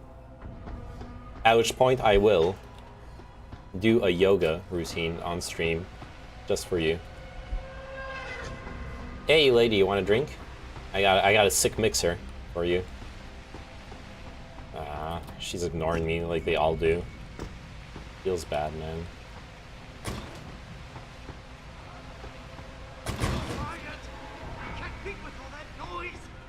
What? He wants the pipes again! Be quiet! I can't think with all that noise! Who are you? Must have been the wind. The fucking wind! That? Oh, that was like... Please, let it be nothing. Oh, it's because the people got driven mad by the program, like I was saying earlier. That's what's going on. Okay, I get it. Alright, let's finish exploring the cafeteria or around here. Wait. That's not the map. Ooh, fridge. Tab. Doug, I'm witnessing the most disturbing things I have ever seen. Something terrible is happening here. Panchea has erupted into complete mayhem. Augmented workers are running amok, writhing in pain and senselessly attacking everything in their path. I do not know what is going on, but it appears their augments are turning against them. I can see several afflicted people nearby. Soldiers, I think. From the... Uh-oh. Poor lady.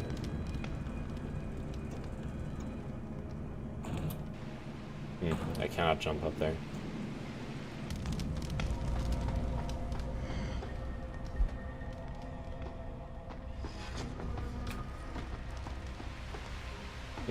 Okay.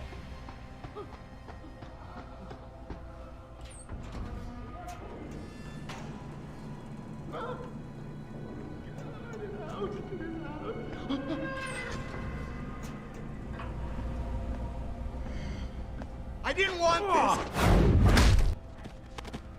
this! Just fucking punch him.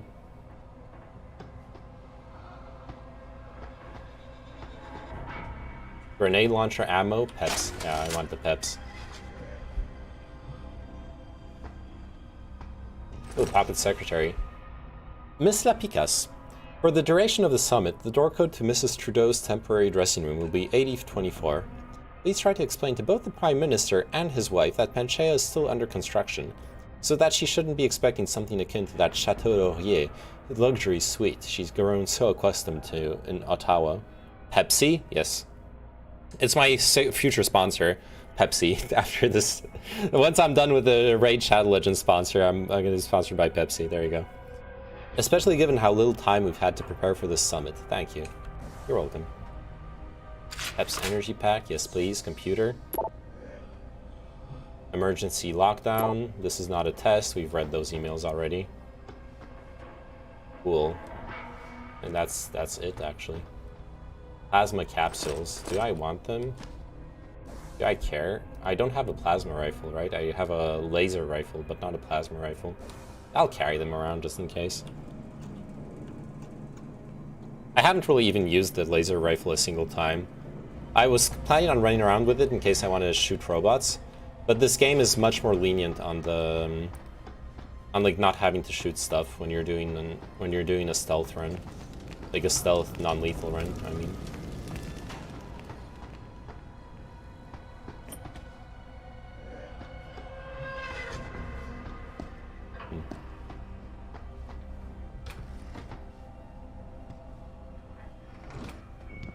Wash your hands. Key a little bit. Open vent. No vent. Oh. Whoa! Whoa, whoa, whoa, whoa, whoa, whoa. How do you do this? How do you do this kind of blood splatter in the toilets? This does not make sense. This does not make any sense. I cannot imagine a single kind of interaction that creates this blood splatter. Taco Bell. Okay, maybe that explains it. You're right. You know what? Thank you. Thank you. Now I understand that this game is far more realistic than I give it credit for.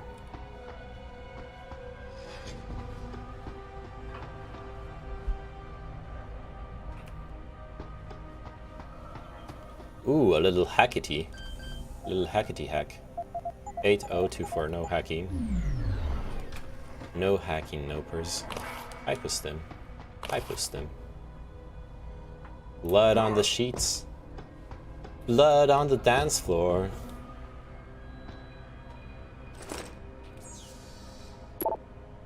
Emergency lockdown, login and passwords. Hey Russ, can you tell me if the login and password info I have for the sex station XXX is correct? I think it's this. Oh, I already hacked that computer anyways. Amity is for forever.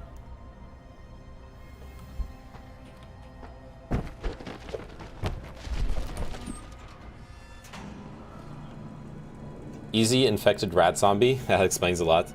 Hey Zenixbear, how are you doing?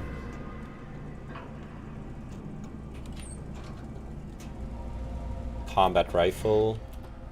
Heavy rifle. I don't care about those. Alright, this is this room. Cooling system. Heavy rifle, plasma rifle, coolant system. Would it work for the laser rifle? Question mark?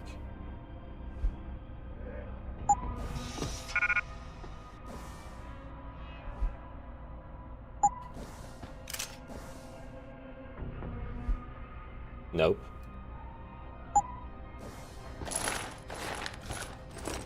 Alright, let's get out of here. Which is your favorite Halloween emote? I'd have to take a look at him again.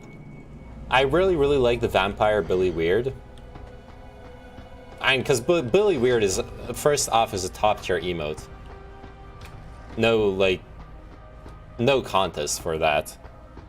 And the vampire Billy Weird elevates it, so that's an easy one. Now, what would be next is the question. That's a lot of bodies. Wait, is that a turret? That is a turret. Uh-oh. That explains why there's so many bodies here as well as the bullet holes. Okay.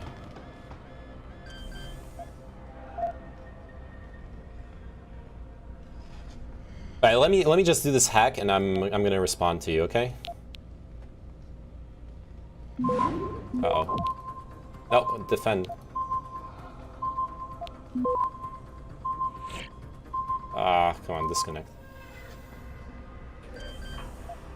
You know what, I'm just gonna do this. So I can alt-tab, which is your favorite Halloween emote, and why is it Peppo Hmm? No, Peppo Hmm is too busy. The Halloween Peppo Hmm is too busy to be my favorite. Like, Billy Weird is simple, and I like keeping it simple, stupid, as the saying goes. Don't know if you've ever heard that one. Kiss. Isabella. I do not have the login for that. Heck. Okay, go here. Oh, come on.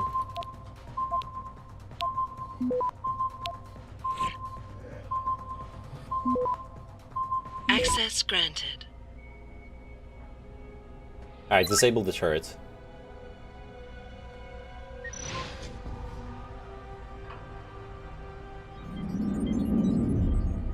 And keep the camera disabled. Okay, perfect.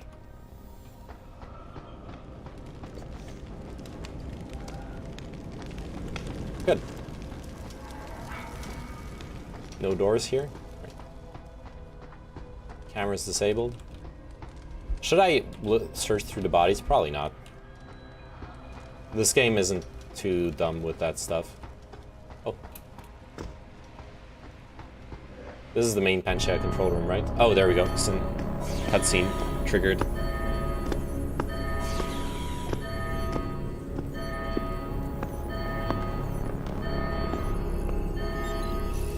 I don't think you want to do that, Mr. Jensen. Disengage lockdown, and whatever demons this station contains are likely to come crashing out on us. Afraid to die, Darrow? Or just unwilling to face what you've done? Oh, I know what I've done, believe me. I take no pleasure in it. And yet you still did it. I did what had to be done. 20 years ago, I gave the world augmentation technology. I thought I was giving it a bright future, but instead I gave it the means to destroy itself. No law, no UN regulation was going to fix that. People are dying out there. Hundreds of thousands of people driven to the brink of insanity because of you. I had to convince the world. Before today, people believed we should steal fire from the gods and redesign human nature. Human nature is the only thing we have that gives us a moral compass and the social skills we need to live in peace. Destroy it, and you destroy our very species. Don't paint yourself a savior in this. What you're doing is insane. Is it? When this is done, the Illuminati won't be able to control men and women like you as they had planned, from the inside out. No one will be able to use the technology I invented to make others into beings they desire. Something we both know has happened already. You think you're Frankenstein? Killing his own monster? Actually, Mr. Jensen, I prefer to think of myself as Daedalus, watching helplessly as his child crashes into the sea. Interesting exchange. I'm ending this. Now. You can't. The signal is being generated from the broadcast center at the base of this facility. Panchea's security system has been programmed to protect it, and will kill you before you even get close. You designed that system, Darrow. You can tell me how to shut it down. But I won't. You think what I'm doing is extreme. You simply don't understand. For humanity to survive beyond this century, it must abandon ill-conceived notions about transcendence and embrace change. But for that to happen, the hard lesson must be learned. Am I good on progress and raid? Yeah, you're good, Savant. You're Gucci. I got the notification. You finished the tutorial. Thank you so much again. Is this the ending of the game? Yeah, we're close to the ending. I don't know how close, but we're definitely close from what I've seen. You think humanity needs to be punished, is that it? By the time this is over, there will be no humanity left to embrace your change. What you're doing is horrific. You can't force people to change. They have to do it on their own. Okay, the appeal is not going to work, right? He's kind of a rational Redditor. He views himself as an educator of lesser people. May be destabilized if his arguments are proven wrong. So I need to prove his arguments wrong.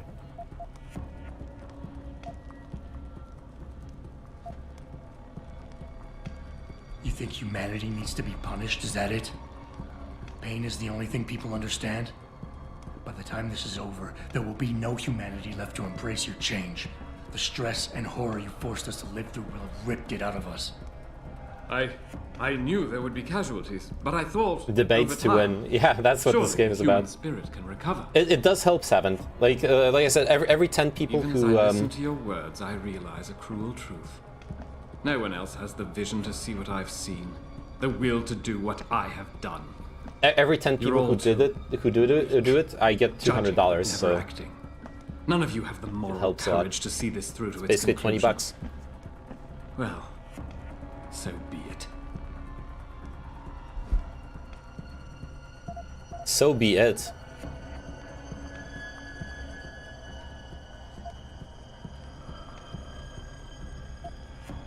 You want us to see what you see, but how can we when we're grieving over the people you forced us to leave behind? Whatever moral high ground you're standing on is nothing but a stack of innocent victims. You're trying to justify genocide. None of it matters because this is what will happen now. After today, whatever you say will be dismissed as the ravings of a mass murderer. Okay, he doesn't care about how he's viewed. He doesn't care about how he's viewed. Nothing more to say, Mr. Jensen? What he cares about is the actual logic, so I think I'll critique. You've convinced yourself you're right, but whatever moral high ground you're standing on is nothing but a stack of innocent victims. You're trying to justify genocide. All your talk about ethics and ideals doesn't mean a damn compared to that. You think my methods are inhuman, Mr. Jensen? Oh, why did I expect this to turn out differently? People like you, people who willingly surrender their humanity a piece at a time, you'll never understand. And browbeating won't get me to change my mind. You can talk and talk and talk, but in the end you'll still fail to grasp the fundamental underlying truth. I just don't understand how you can use the Play Store link with a client on Mac. I don't know how it works. People like me, you mean not like you, your creation is leaving you behind. Mankind will use it to evolve without you. You're not interested in saving humanity, Darrow. This is about jealousy, pure and simple. You can't stand anyone leaving you behind. I'm no different than you, Darrow. I'm still a human being. Step back for just one moment and see it through our eyes. I'll try this one, I think. Nothing more to say, Mr. Jensen? Like, it's either this one or the extrapolate. People like me, you mean not like you. Your creation is leaving you behind. Mankind will use it to evolve without you.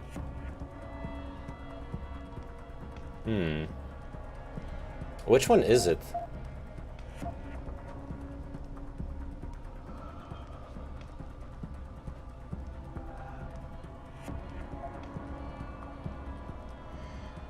Because, like, if I finally have gotten to like a bit of an emotional side to him, then I need to appeal.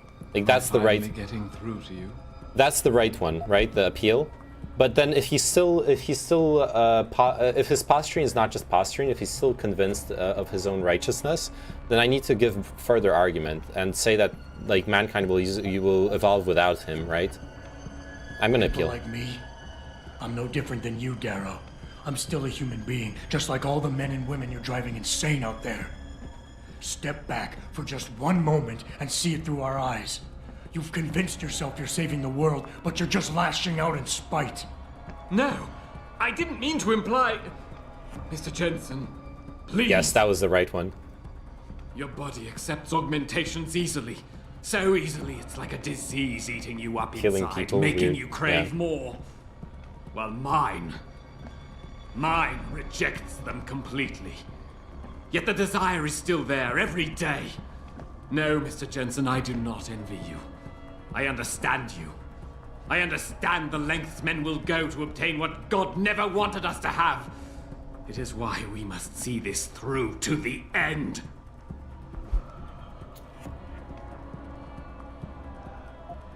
When all this is over, nothing will be left but anarchy and fear, smoldering in the ashes of burning cities. How can anything be rebuilt from that? That's a good one. My God, you covered it up with all that pretense about saving the world, tried to justify it, but deep down inside you're nothing more than an angry child, spiteful, full of hate, envious and bitter. How petty is that? No, that's not the right one. Is hatred really the only thing you have left? Look at what you've done out there. Open your eyes and look. I'll go with the smoldering cities. Nothing more to say, Mr. Jensen?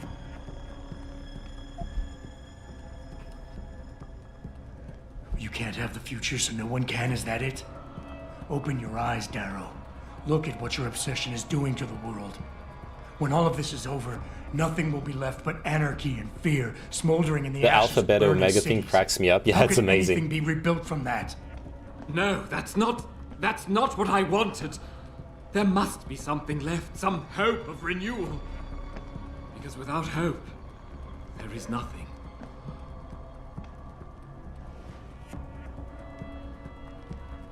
I will give you what you want, Mr. Jensen. Codes to shut down Panchaea's security system. But you'll still be in danger. Much of the system is self-determining and lethal. When you see it, maybe then you'll understand. The technology I created will not be the future any one of us desires. Please, help the world understand that.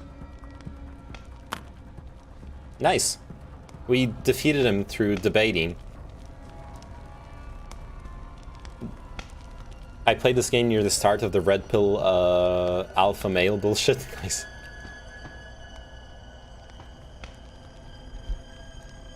Right, so we got the... Oh.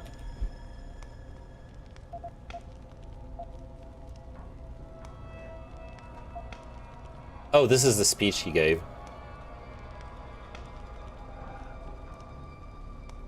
An issue which now threatens to pull our society apart. I'm speaking, of course, of human enhancement technology, the merging of man and machine.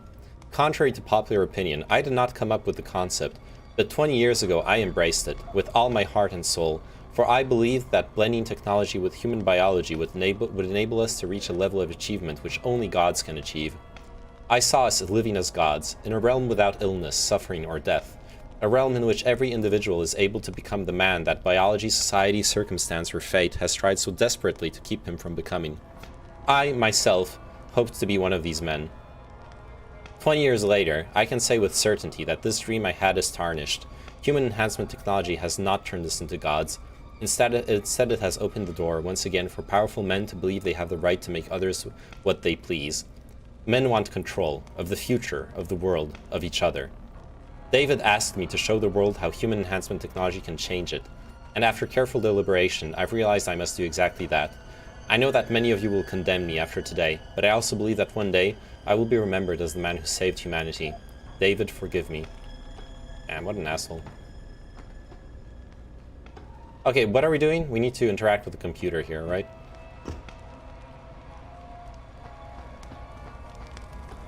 Oh, there. Ow, ow, ow! It's... Fuck, it's on fire. Oh, I already disengaged the lockdown. Never mind. Oh, so what he gave me is I can go to the central security computer now, right? The codes should help you shut down the Hyron project, Panchaea's security system. When you see it, you will understand. There is no room for this technology in the world. It's gonna be AI. AI is so obvious at this point. It's gonna be AI. Richard, the lockdown's disengaged. I'm heading back to the hangar to see if those blast doors are open. Have you been able to raise anyone? I'm picking up several glimmers, but there's too much interference. I think you're on your own, Jensen. Careful there, Francis. You almost sound like you regret that.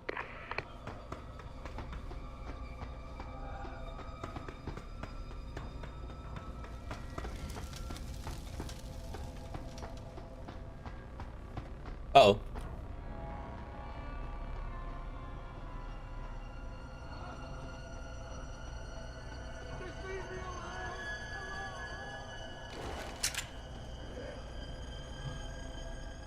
Okay.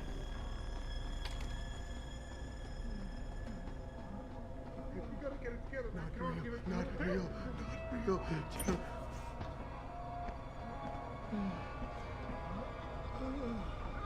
Kill. He's just gonna kill all. Gonna kill. Kill. Get it together.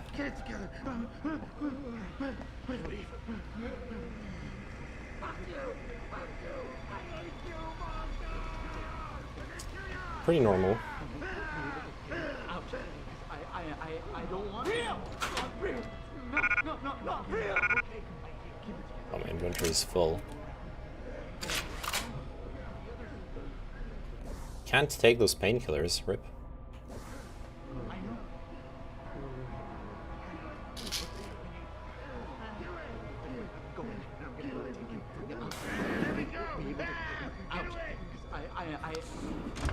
Okay, let's get out of here.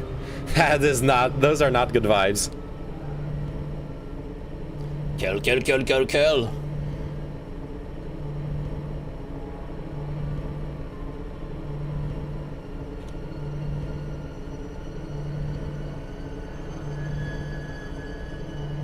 Pause champ.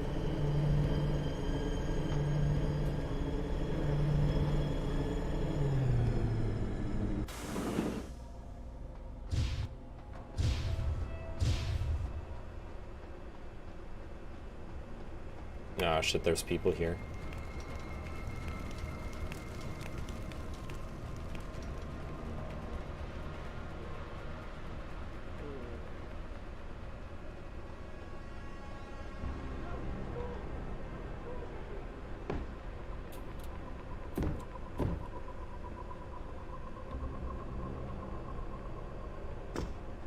Cool.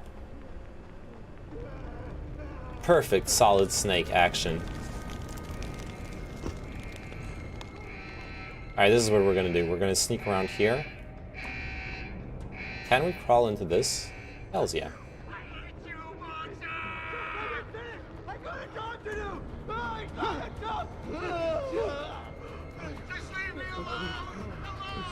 We're gonna sneak into that door down there. That's the plan.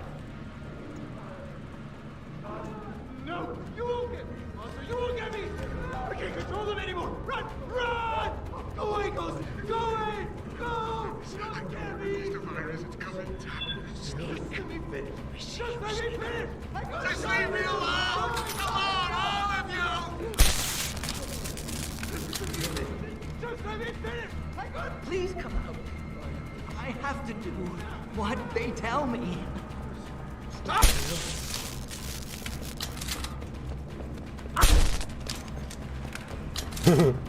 Shoot him in the nuts. Bok! Bok! Bok bok. Bok bok.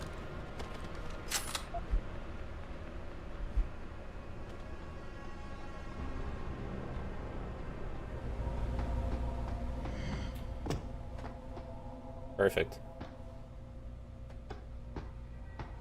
Zap him in the balls. That's how I do it. Open. Thank you. Cool. Can't believe you said that at lunch today, Henry. Global warming is no joke. Most of the people in this station came here because we know our planet is in imminent danger, and it's our responsibility to do something about it.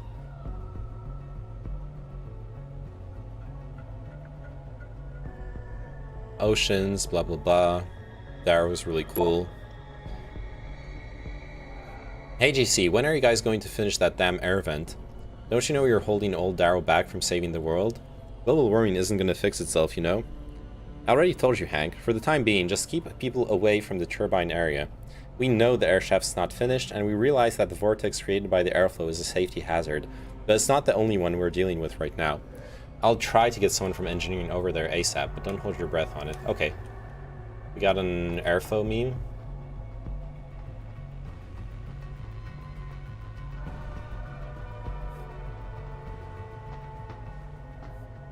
Somewhere. It's electrical hazard. No one. Oh shit, there's someone here.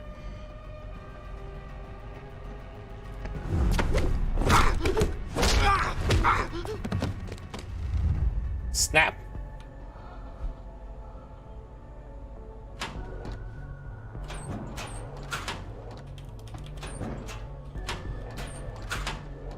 Okay, anything good in here? Nope.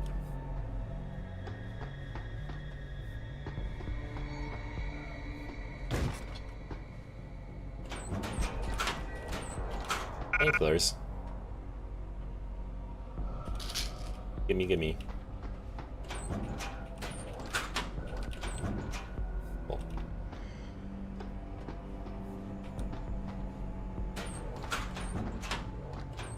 Achievement unlocked, the Nutcracker, yeah.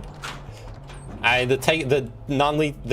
are non-lethal takedowns, but they're still really brutal. Which is kind of fun to see, I'll admit it. I enjoy them. Plasma capsules, I don't do anything with those. Alright, we're done.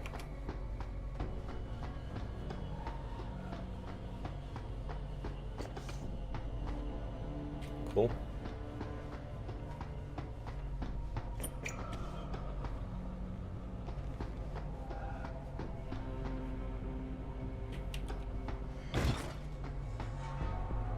Oh, she's alive.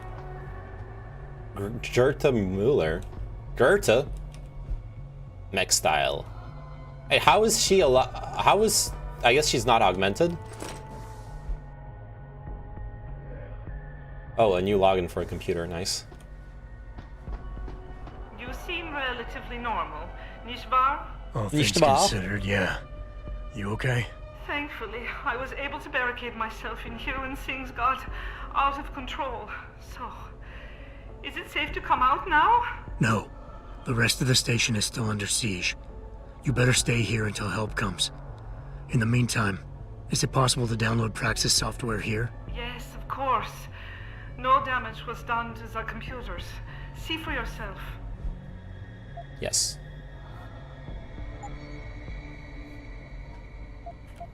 Alright, we can buy Praxis kits. Buy them. Typhoon ammo, we don't do anything with that. Hypostem. And Chug Jugs, no. I will remain here. No need for Chug Jugs. If you need help, or get word of help, please come back.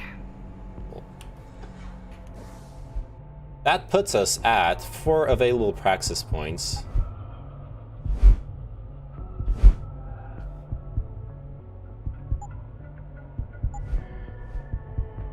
Reduces recoil. What do I even want to invest them in?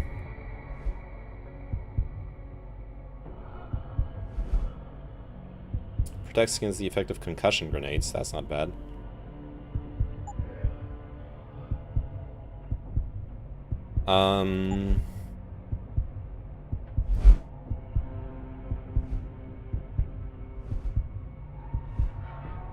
Okay, I really need to pee. I'm so sorry. I'm leaving you on this screen. I need to go pee.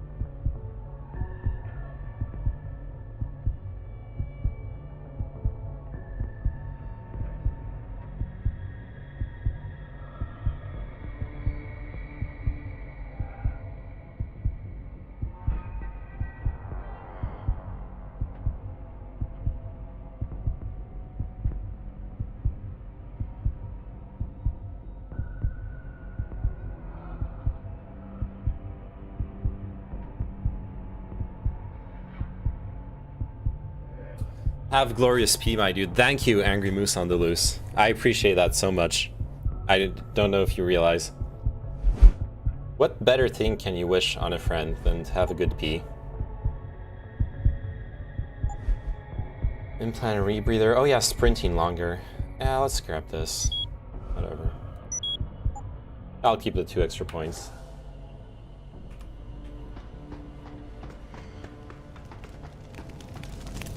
This is William Taggart. If anyone out there is listening, I'm begging you, help. We've barricaded ourselves inside the core server room. Many of us are wounded. Please, save us. Please, save us.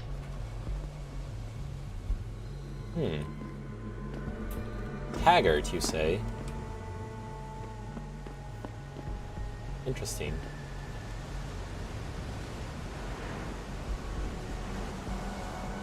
Ay. Do we go through here, or...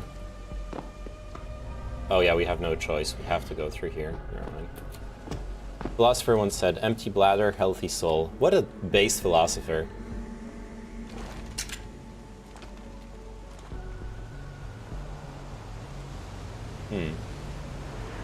And they're not going to wake each other up, are they?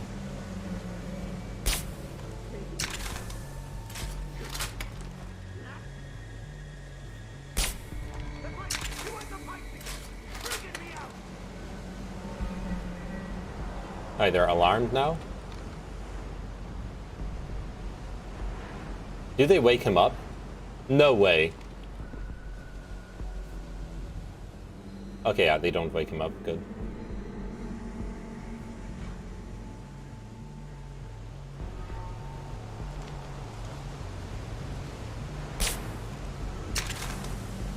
Oh, you're very late into the game? Yeah, we're close to the end here. Absolutely. A little non-lethal run. As you can see. Because we're shooting little into people.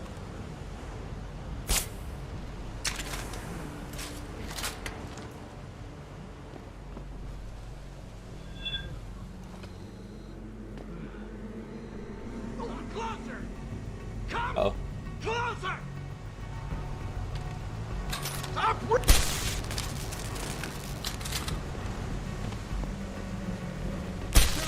run. It'll be much easier this way. Don't be difficult. This is best for both of us. Okay. Come here, dude. I can deal with all of you. Dude, this game is so well executed in terms of connecting every aspect in lore, music and graphics. It's a very good game. I'm very happy with it. For the background, I came to playing this game after having decided to replay the old Deus Ex, the 2001 one. And I was afraid. I was a bit afraid because I tried out Invisible. Look at this. Look at him. He's doing yoga. He's actually doing yoga. There you go. This is one of the stretching poses I did earlier, okay? I swear I did this one. Anyways. Yeah. I like this I like the game a lot. It's different from the old school Deus Ex, but it respects the important parts, I feel like.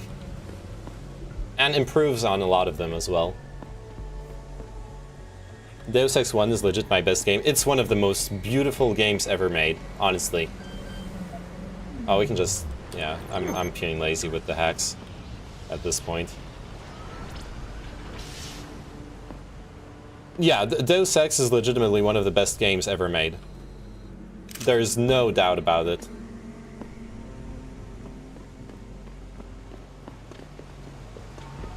Anything else up here? Pause, champ. No, there's no one here. It's all in your head. Hello?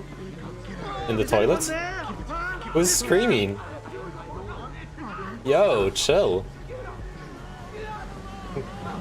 I woke up. Oh. Here? I played it as a 15-year-old. I legit thought Area 51 and aliens were real for 2 years. It had such an impact on me. He's going for the self-suck, literal god. Yeah. Oh, there he... okay, yeah. There they are.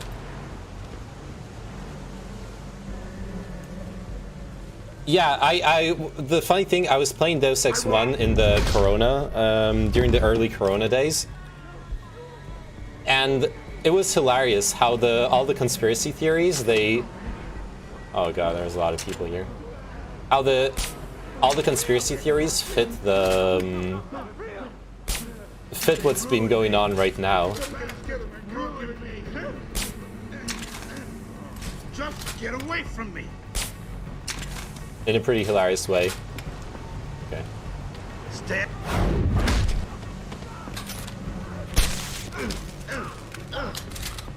Don't run. It'll be much easier this way. You know where you can go. Closer.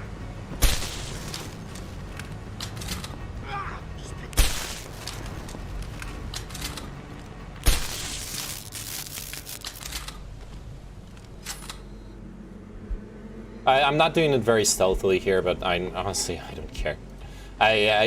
At some point, I also just want to get to the end of the game. Stealth is so time-consuming. And those guys are shitters, so... A little hacking kit, a shotgun, combat rifle, ammo. I don't care about that. What's up in here? Is anybody there? Can you hear me? I've got survivors here. We've locked ourselves in the machine room. Please! There's so many people locking themselves in so many places. It's a lychee berry. That's super cute. What are you guys talking about? Oh, this one's open. Cool. Shotgun cartridges. Oh, credits.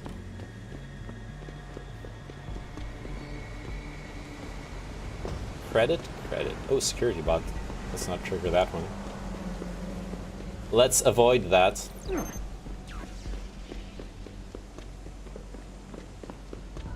And nothing here? Yeah, nothing here.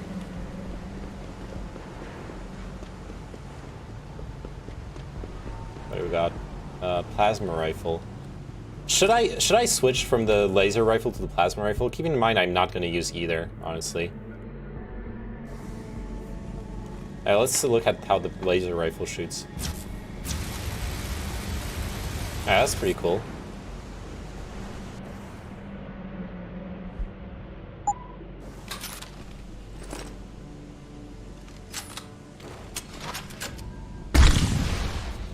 That's really fucking cool. Alright, we're doing plasma rifle. Not that I'm gonna use it, because non-lethal, once again. There we go. When you say plasma, I can't stop thinking of Mr. Mouton. Why? Wait, what does Mr. Mouton have to do with plasma? Did I hear someone talk here? Are there people here?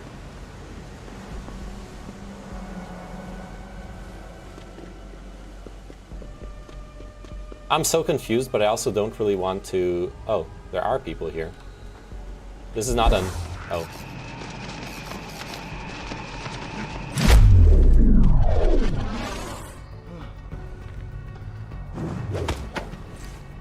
Can't help you, I always play with pistol, revolver, and bazooka. Oh. Well... There's nowhere to go! Oh, I missed! Believe me, I know. And I'm stuck! I got stuck on the ground for some weird reason. That was really weird. Okay. So not a very non-lethal player, are you?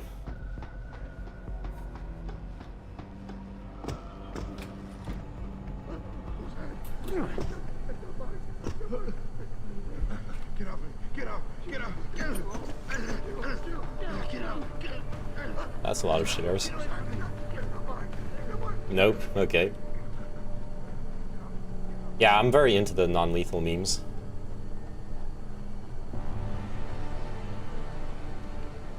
That's not a vent.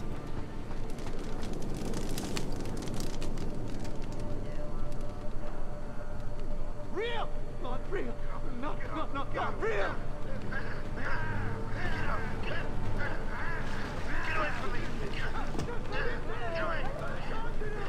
Okay, I'm gonna cheat a bit. I'm gonna use the map. I'm here. Oh, I'm gonna have to work my way all the way back up. Oh god.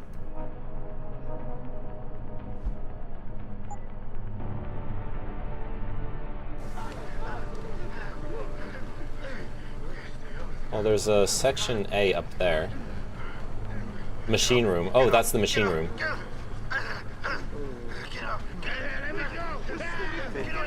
Enough! You're the one! Ah, fuck it. They just blew up a grenade in there. Fucking idiots. Ow, ow, ow. Stop, stop, stop, stop. This is the best. Ow. They almost killed me. I have 1 HP. RIP for all my victims. Did I... Wait, does that count as a lethal... Wait, did I fuck up the non-lethal run? Because they blew themselves up with the explosive barrels? They're making me Does that count as my fault? You're the monster! It's your fault! Get up, get up, get up, get up! Get up, get up! Like, knowing how those games sometimes work... Get away from me. It very well might be my fault. Don't run. It'll be easier if you come out. Oh crap, I didn't reload.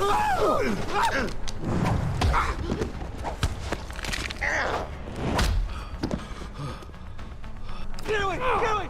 Stop! When you're getting hit by them, they like stun lock you. It's really annoying. Good question. Well, I guess we'll know at the end of the run because I'm not reloading. Fuck that shit.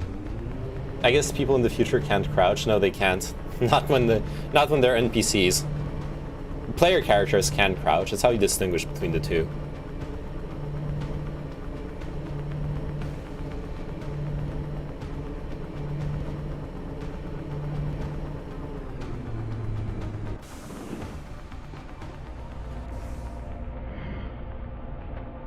Oh, hey.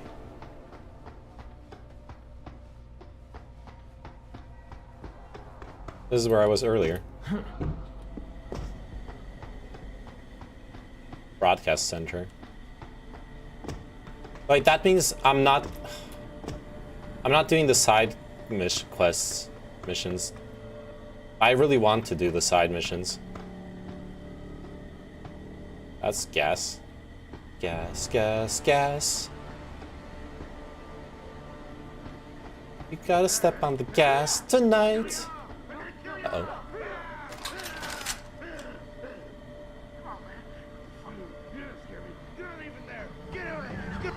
Don't! Get fucked.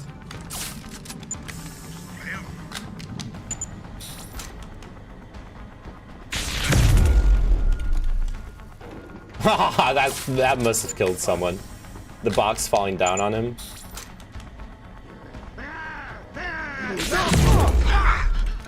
Ow. Stop running! How do you expect me to catch you?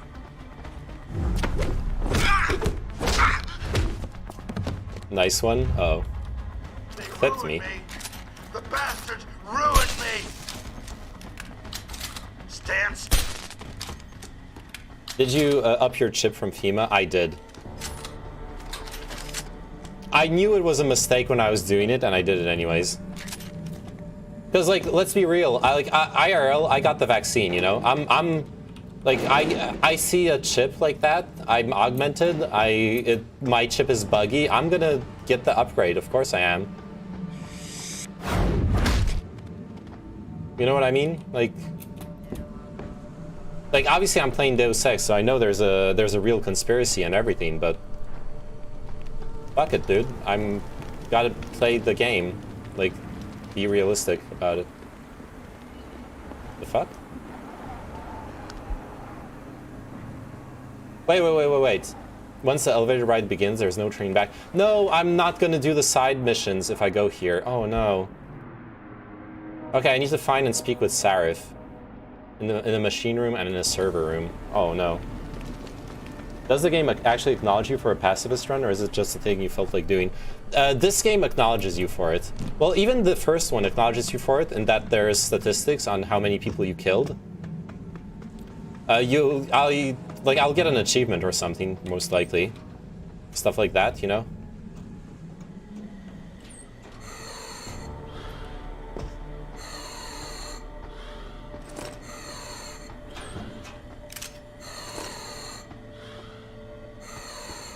Where's the computer? Oh yeah, there it is. 2 times XP for unlethal. Oh yeah, you get the extra XP when you finish missions without lethal. Those people look pretty not alive. No, there was... I knocked them out non-lethally, I swear. I pinky promise. Oh shit.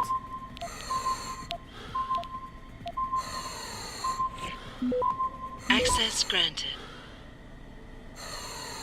Turrets disabled, camera disabled. Okay, yeah, nothing. Don't have to do anything here.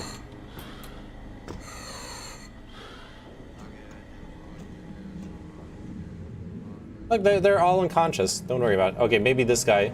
Look, it says the Z sign when I want to move. Oh no, fuck, he's dead. Shit, he's dead. Dude, I killed him because of the box. The fucking crate that that the Peps gun shot, this fucking crate, it fell on top of him.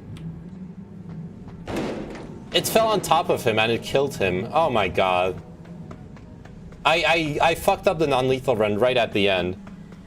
I'm not gonna reload. I'm feeling lazy at this point. I don't want to redo entire passages of the game just for like an achievement. I did the non-lethal run. No, I didn't kill anyone, and the box fell on him. It's a workplace accident. You can't hold me responsible for that. You literally cannot. Okay? Jeez. That happened to me too. In the recent game, I shot someone with a tranq sniper and they fell from a high height and I got a death. Yeah, it's fucked up, dude. Okay, so that's to the machine room. Do I have to go back down there? Nah, I think the better way to go down there is the way I went there originally, like through down here. If I jump down, do the bzzz,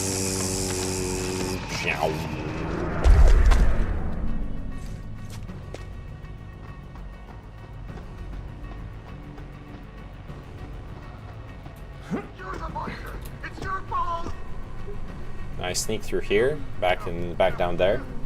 I got the bat. Nice.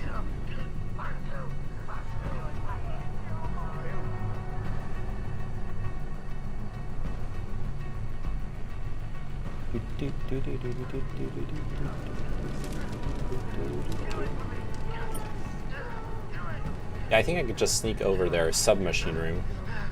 Or like submachine gun.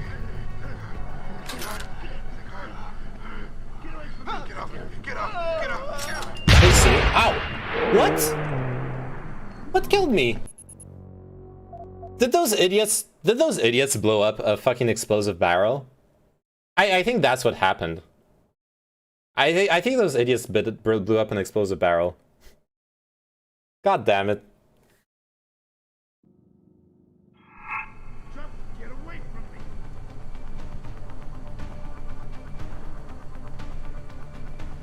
Click my link. Okay, I'm gonna click your link. Where is it? Oh, it's a clip. It's a Twitch clip. It's probably of me, isn't it? Oh yeah, it is me. It's your fault. You're making me Does that count as my fault? You're the monster. It's your fault. You're making me Does that count as my fault? Oh shit, that's so good. It's your fault. You're making me Does that count as my fault? You're the monster. It's your fault. It's your fault. Does that count as my fault? It's your fault. That's a good one. I like it. They ruined me. They ruined me. Ruined me.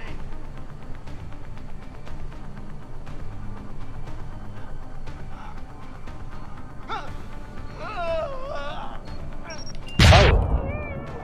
I get it. There was a mine there.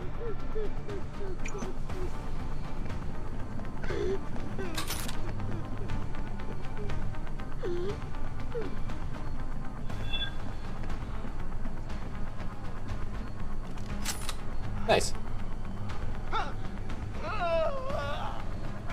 We can't control them anymore. Run! Run! Too much looping. Nah, not enough looping. There's never enough looping.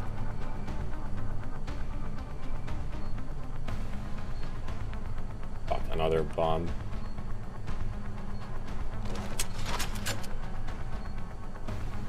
Find mine.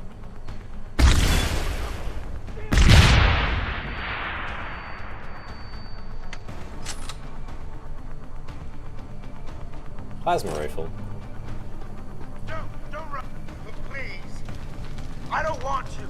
They're making me do it. What the fuck is going on here? They're making me do it. You're your own person, dude.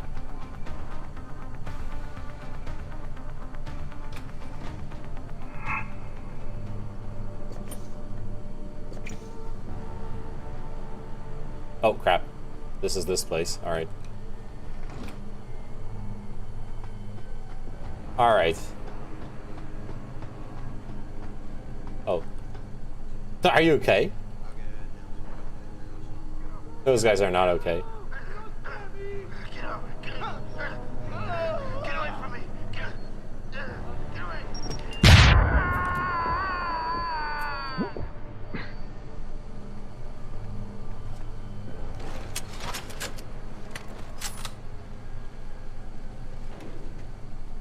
Bad grab.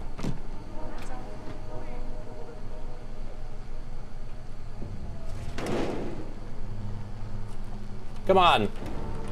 Move! Stupid crate.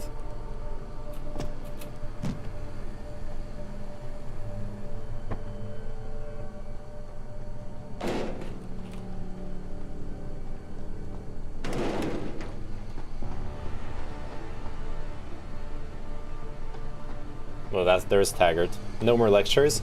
Not for tonight, no. Oh, Sarif, sorry. Adam! Oh, thank God you came. I've got Only, wounded here. We'll have to some move them Deus Ex. first. We can't move anyone yet. Not until I get to the base of the station and shut down Darrow's broadcast. What? Why? The chaos you experienced here, it's everywhere. The Illuminati created a biochip that stops people from using enhanced abilities, and Darrow turned it into a kill switch. Oh my God, you. We gotta fix this, Adam. If people realize what's happened, if they believe augmentation technology created this chaos, they'll ban human enhancement research forever. And that would be a bad thing. Yes, it would! Don't you see what's at stake here? Ever since man first crawled out of that ocean, we've been striving to be more than we are. Augmentation technology is just the latest, greatest step on a very long road.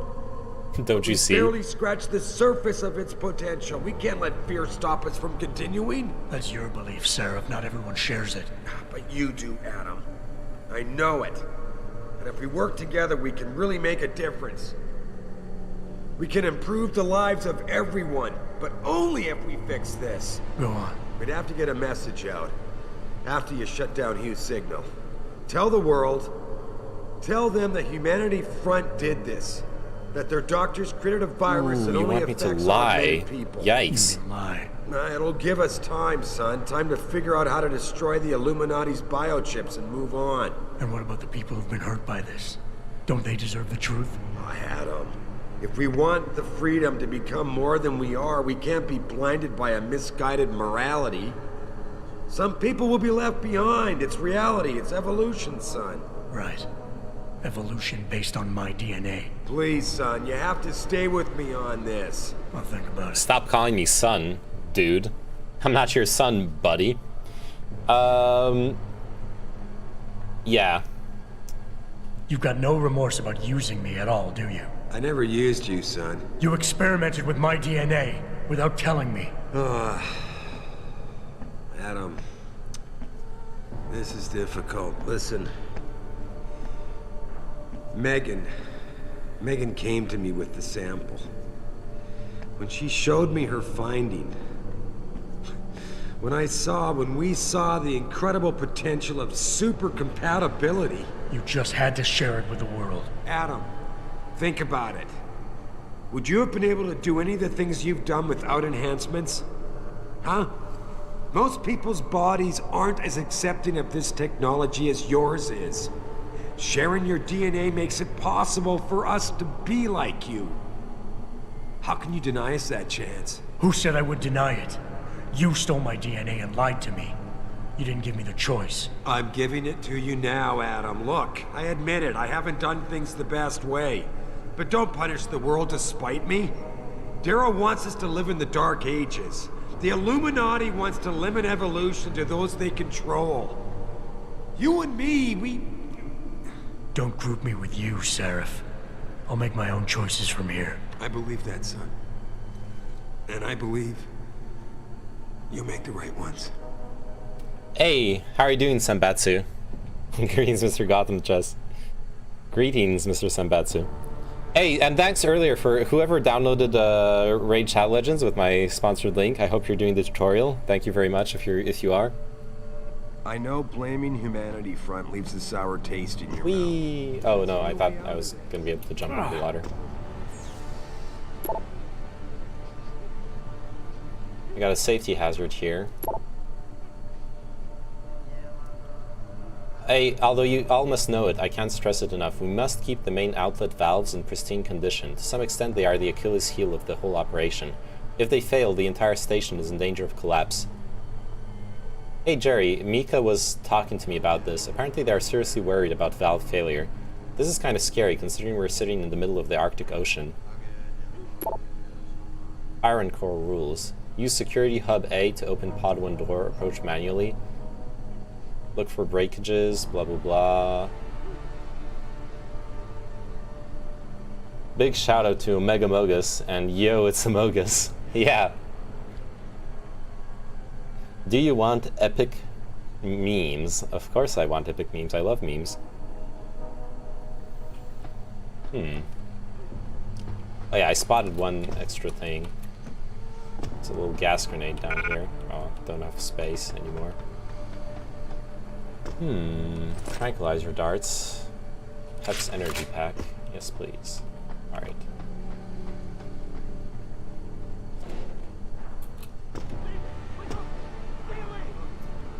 So...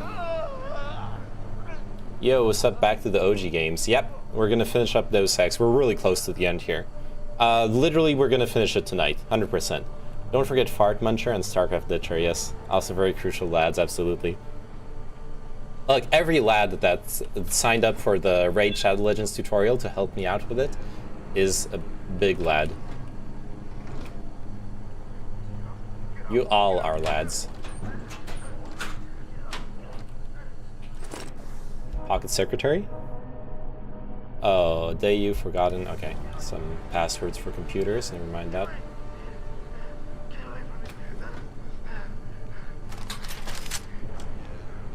I'm just gonna run through them. Save. Get up! Go out, goddammit! Get away! Oh, I ran the wrong way.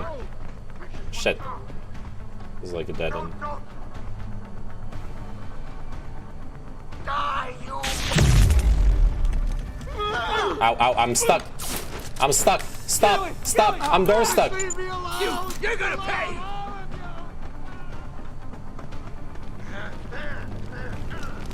Oh, no! Never mind. The elevator's over here. No, it's not!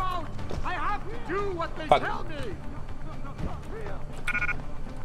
Just get away! Stop chasing me! I have to do this! I have no choice!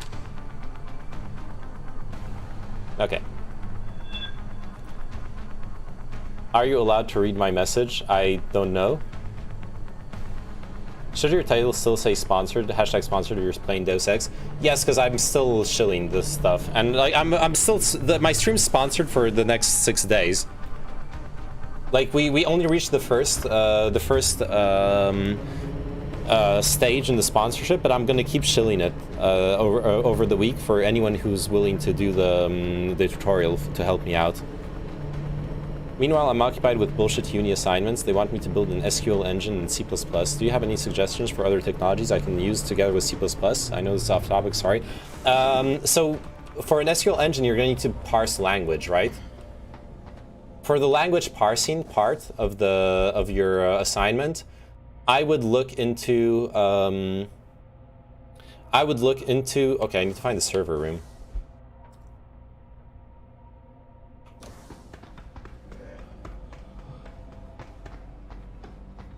Oh, this is towards the control tower. This is not where I want to be going. For the language parsing part, I would... I forgot the name of the libraries, but there's libraries that are designed just for language parsing. Gehenhyog in the streams chat would know more about it, because he's actually studied... He works and has studied intensively transpilation. That's his specialty, and he's good at it. So he knows a lot about language parsing and how to deal with it and the technologies that are associated with that. He's the one who made me read the Dragon book. If you're familiar with that, you're gonna know what I'm talking about. If you're not familiar with it, the Dragon book is basically the main reference on how compilers and parsing computer software development languages works. I love this guy's pose, seriously. Holy shit. Fuck you. Fuck you too, Roser. Why are you telling me to fuck me? Yo, chill. Yep, I'm familiar with the book. Nice. Oh yeah, we can go here.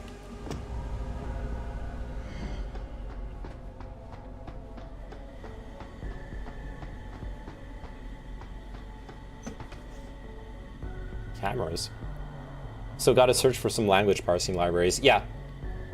That's what I would recommend. Unless, it would be a very good exercise to do that yourself as well.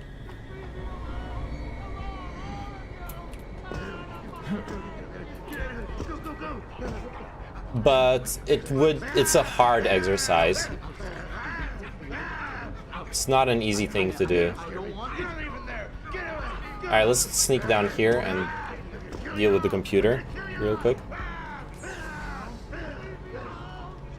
I'm sure there are libraries that give you the AST. Oh yeah, the syntactic tree of a SQL query and work from there. Yeah, exactly, that's what I was thinking of. He also recommended me the Dragon Book and it was great. Is there any way you can combine JavaScript with C++? I think that would be cheating in your assignment. Like, honestly, to be entirely fair. Like, if your assignment isn't C++, you should be using C++. You know what I mean?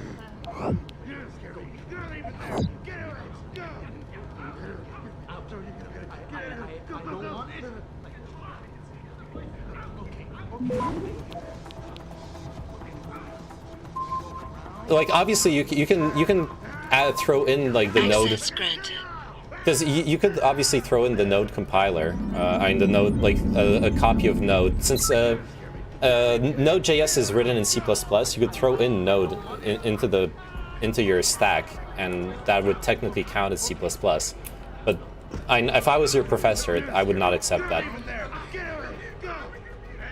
Like that was obviously cheating.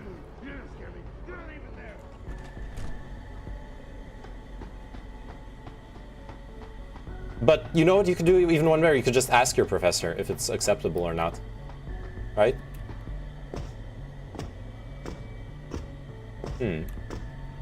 Miano hype?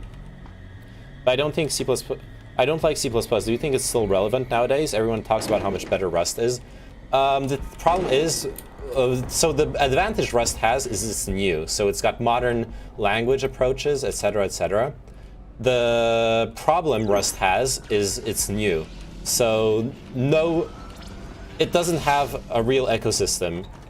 It doesn't have the actual support that other languages have, and most importantly, it's just not used as much. I think the best example, for example, the reason I learned C++ was for Windows, like deeper Windows development. I had to develop video filters for Windows systems that were based on the COM object model in DLLs. I could have used C#, except it was video processing, and video processing is very computationally intensive. I can't leave the memory handling to a garbage collecting system when I'm doing that. I need to write on a lower level with C++. So that's what I did. I learned C++ to do that. I would not be able to do that with Rust. There is such a thing as a porting of Windows API for Rust, and I looked into it because I was interested in that question. And it's not quite there yet. And definitely not for creating like complicated stuff like DLLs and that are then going to be used by arbitrary programs, stuff like that.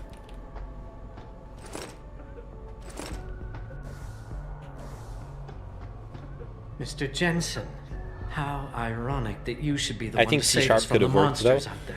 Monsters, Probably, Taggart? but maybe not. You mean people. Augmented people who've lost all control, lost their reason. Isn't that supposed to be my line? Unfortunately, it seems your esteemed Mr. Darrow decided to appropriate my point and turn it back on me. In madness and in blood.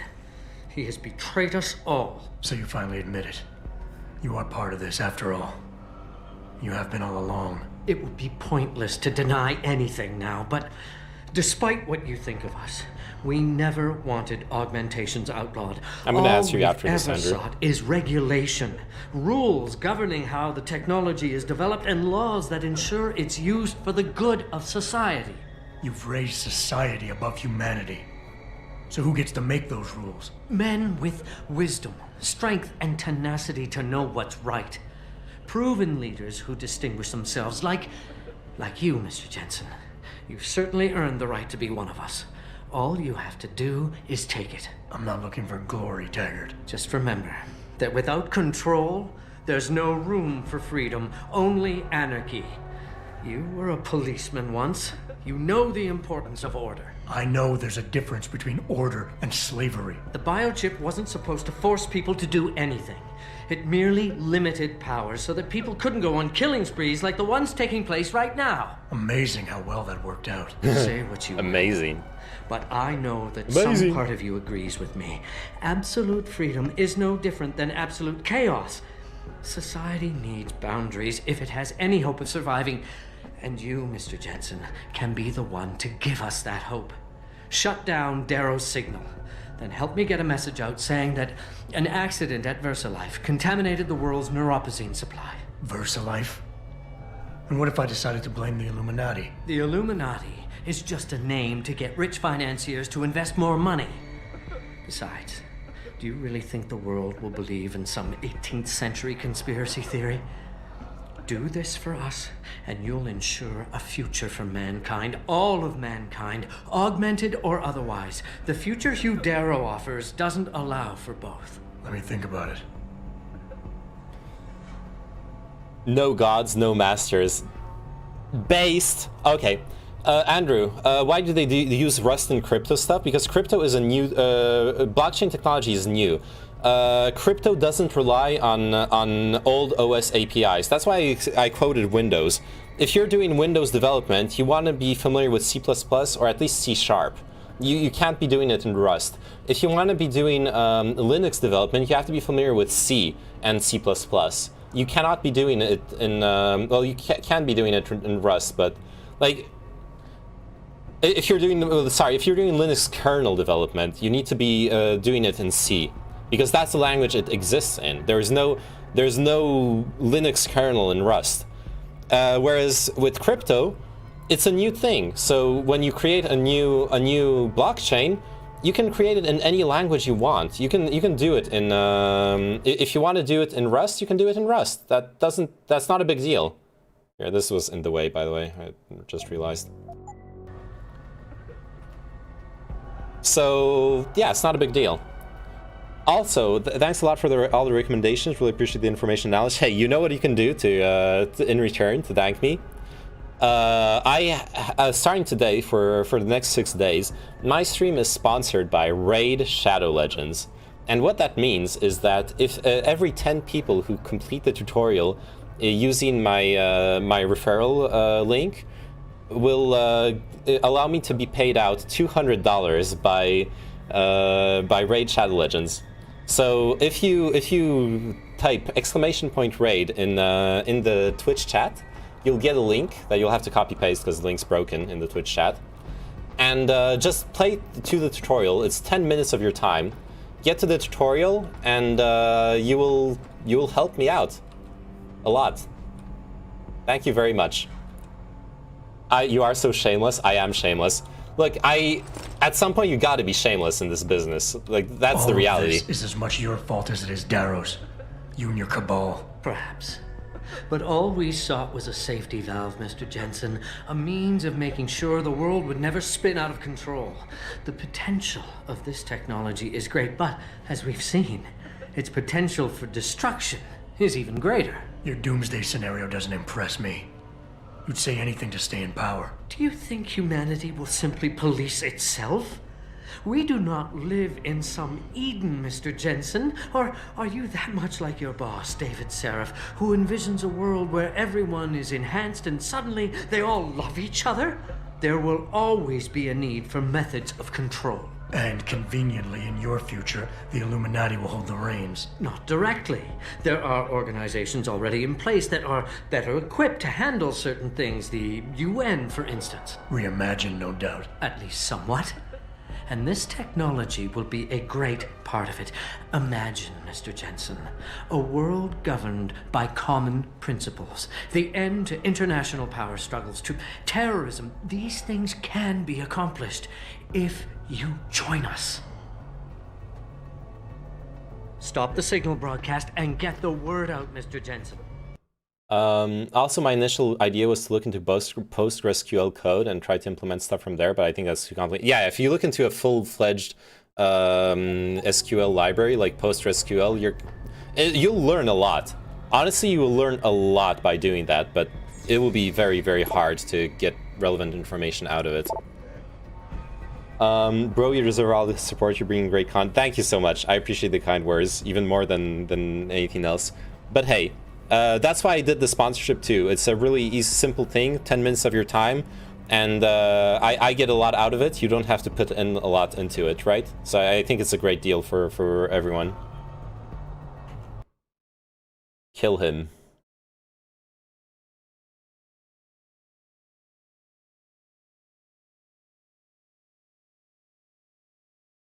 Oh, wait, sorry. I thought there was one more message for me. Never mind. Oh, wait. Yeah, there's a soap message. I want to nap so badly, but this person won't give me a solid answer for buying my couch. Are you selling your couch online? It's basically spending 5 minutes to pay you 20 bucks, mega worth. Yeah, exactly. It's literally you spend 5 minutes and I get 20 bucks out of it. Well, only if 9 other people do it too, but it still counts.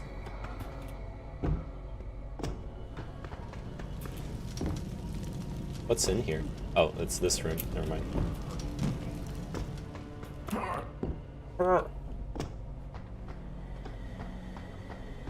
Oh, security bot. Never mind. Let's get out of here. Yeah, on Facebook for $400. Nice. You know that that sketch, the "fuck your couch" meme. Yo, man, fuck your couch. I'm Rick James, bitch. Fuck your couch. But she keeps saying, I'll let you know about when she's coming to look at it. Oh no. Yeah, you might want to cut your losses at some point if that doesn't seem like legit. If she seems like she's fucking with you. People do that on the online marketplaces. If you ever been to r/choosing beggars, then you know what I'm talking about.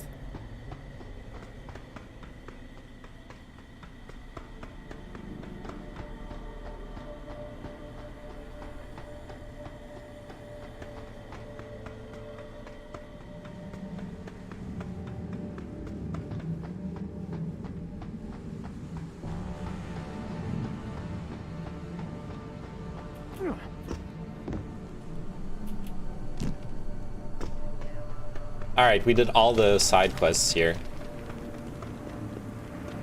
Right? Yep. Let's go. Last section of the game. I have been relentlessly ghosted by people who reach out to me, negotiate a price, set a time to come see it, and then just disappear and never respond again. It's so fucking rude and such a waste of my time. That really sucks, yeah. That's terrible. Like, people should at least have the decency to cancel, but they don't. And I've talked about it previously when talking about online dating sites. People do not respect other people's time or emotions or anything really once the interaction is online only. Those same people who are being absolutely rude and disrespectful towards you in this interaction, they would probably be all right if you connected IRL. They would probably respect your time if you connected IRL. But since you're not an actual human being, you're just a profile online, they don't give a shit. And it's terrible. Yeah, exactly. If you don't want to come anymore, that's fine. Just let me know. Yeah, seriously, it's insane. Yeah. But the sad part in all of this, it's not surprising to me to hear that that's your interaction online. It really isn't. It's because it's like fits my theory.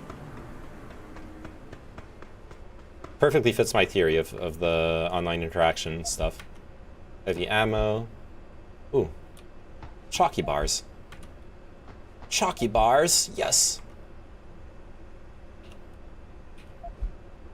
Drugs, yes. Plasma. Uh-oh. What the hell? Cutscene? Last jam.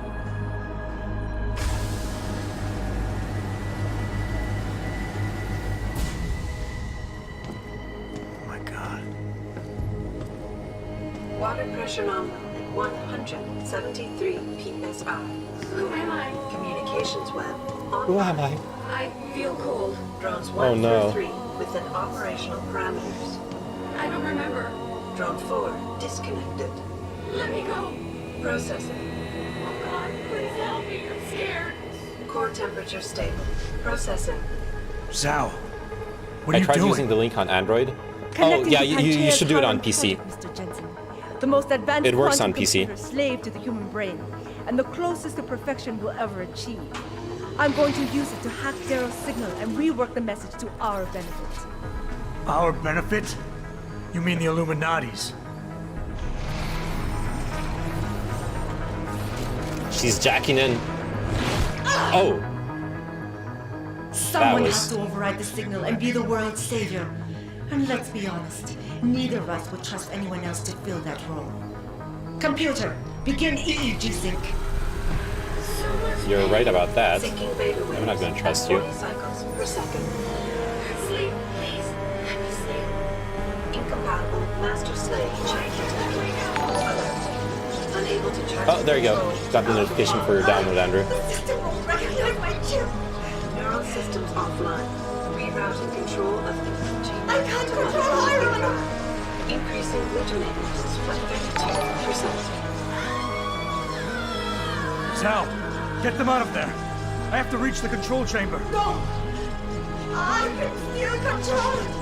I'm in control! Stop the signal. Security alert. Through the primary control panel. Oh, shit. Ah, shit. But it's not a... That's it, right? Yeah, you have to play. You have to play the tutorial, Andrew.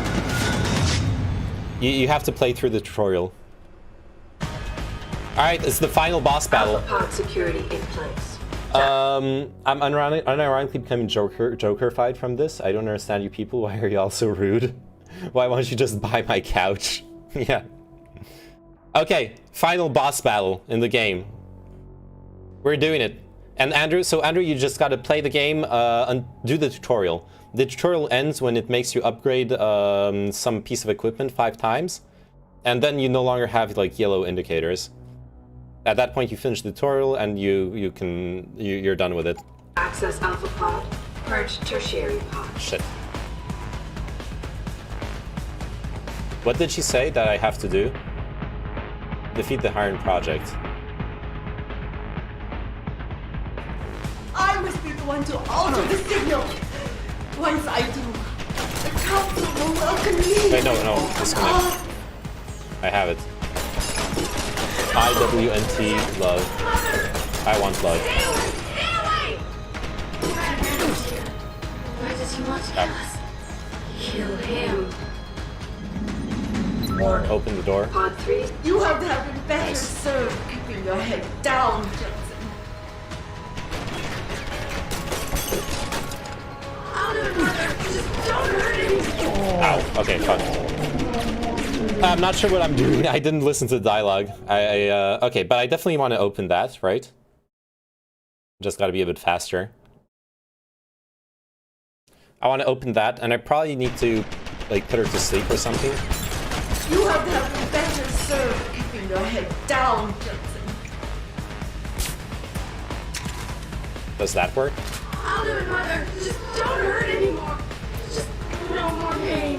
Please keep him away from us. Security measures are sufficient to fail him. Sufficient. Yeah, that's the one. Once the weight of their gaze touches you, there is no escape. Oh yeah, there's another computer over there. Oh, it can shoot me when I'm under it? No, it can't. Cool. Systems are... Bioorganic systems under stress will upon the target. You see?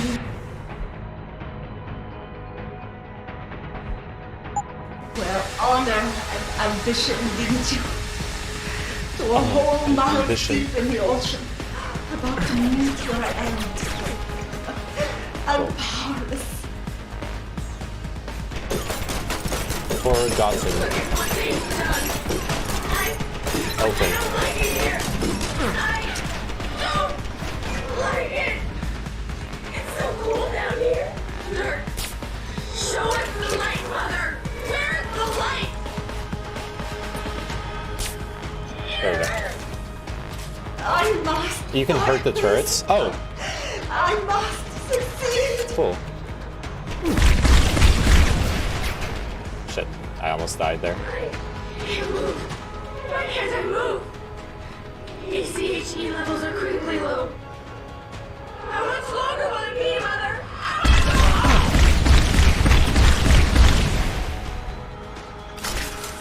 I have no That choice works. but to eliminate you.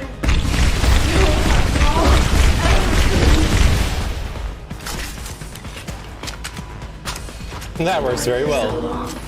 Okay. System monitors online constantly. There's too much to keep track of. Supplemental diagnostics required before we can sleep.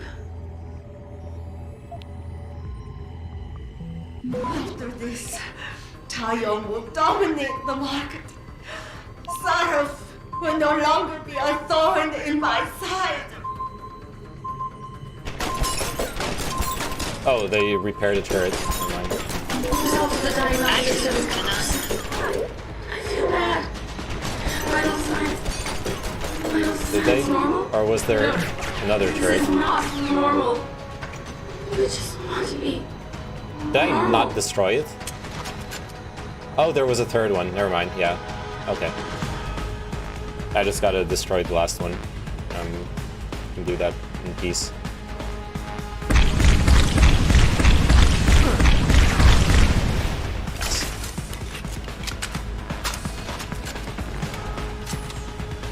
Wait, I can just do this. It's much easier.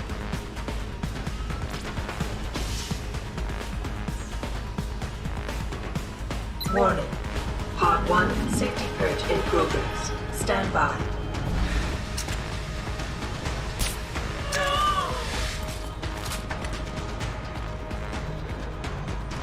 Oh, that's all of them, right?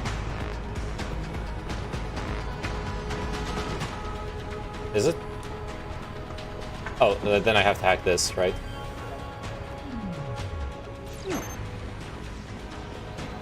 Cool.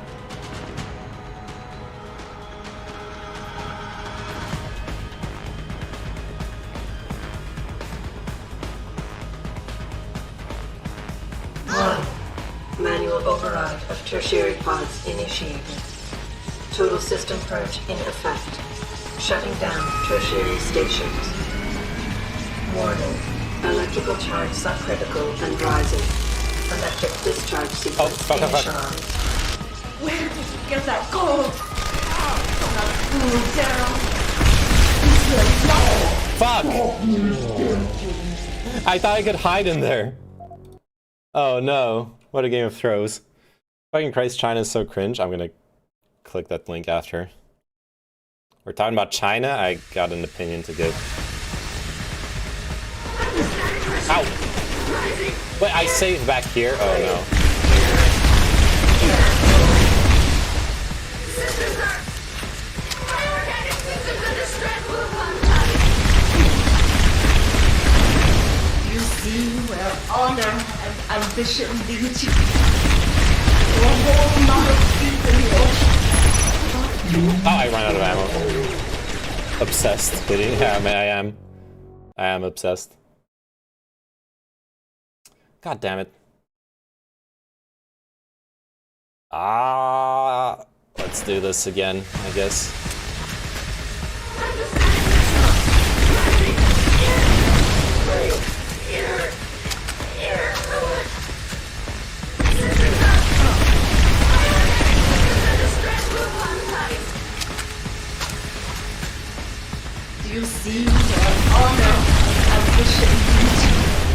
Perfect. To a hole miles deep in the Much ocean. better. About to meet your end. Alright, so this one's still closed. Look at what they've done. Forgotten. I don't like it here.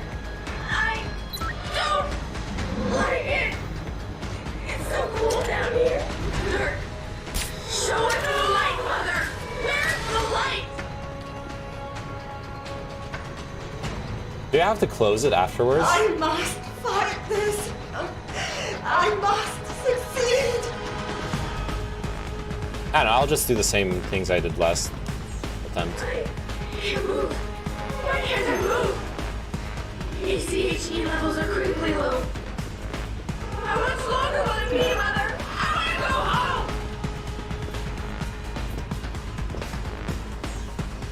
I have no choice but to eliminate you. You have ruined everything. System failing. Been awake for so long. Wait, what happens if I just close it System now? monitors online constantly. There's too much to keep track of. Supplemental diagnostics required before we can sleep. After this, Tayo will dominate the market. Cyrus will no longer be a thorn in my side. Part 3. Results of the diagnostics are inconclusive. I feel bad. Vital signs. Vital signs normal? No. This is not normal. We just want to be normal.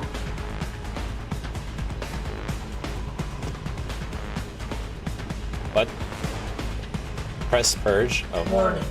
Part 3 safety purge in progress. Stand by. Contamination warning. Part 3 access hatch is open. Part 3 safety purge complete.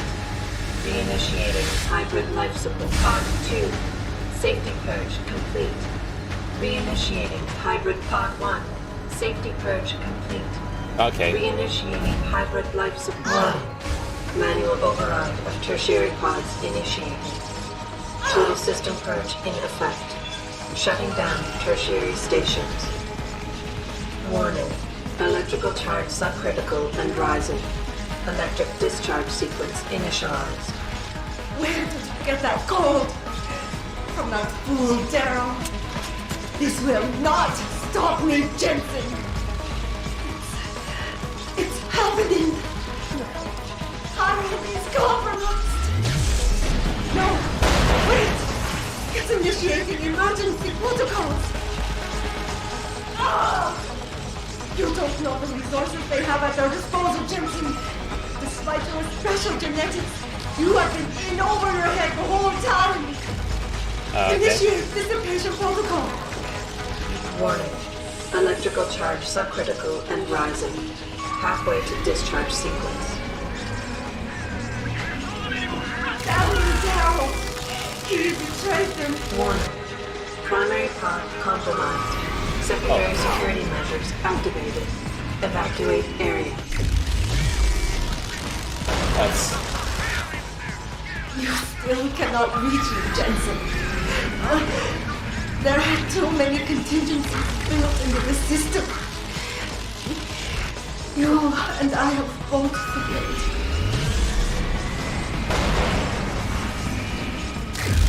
Oh.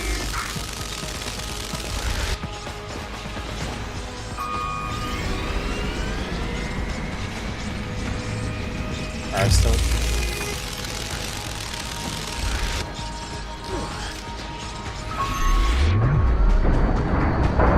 Cool. No, don't zap me. Warning. Primary pod station damaged. No! I must not lose this. You're right. I have worked too long to stop now. You on the floor. Exactly. No! It is all mine. I have given everything for this. I don't know what I'm supposed to do. Primary pod station failure imminent. Warning. Electrical charge approaching critical levels. Discharge imminent. Clear the area. I genuinely don't know what I'm supposed to do here.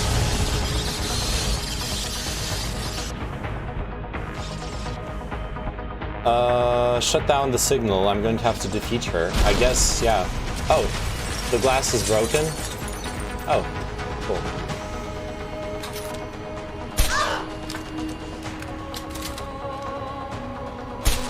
Oh, there you go. That's all I had to do. Never mind. All I had to do was tickle her with the tickle gun.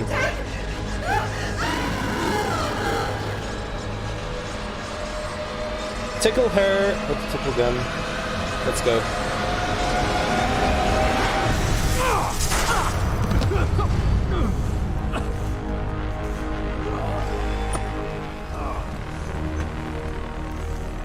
Wow.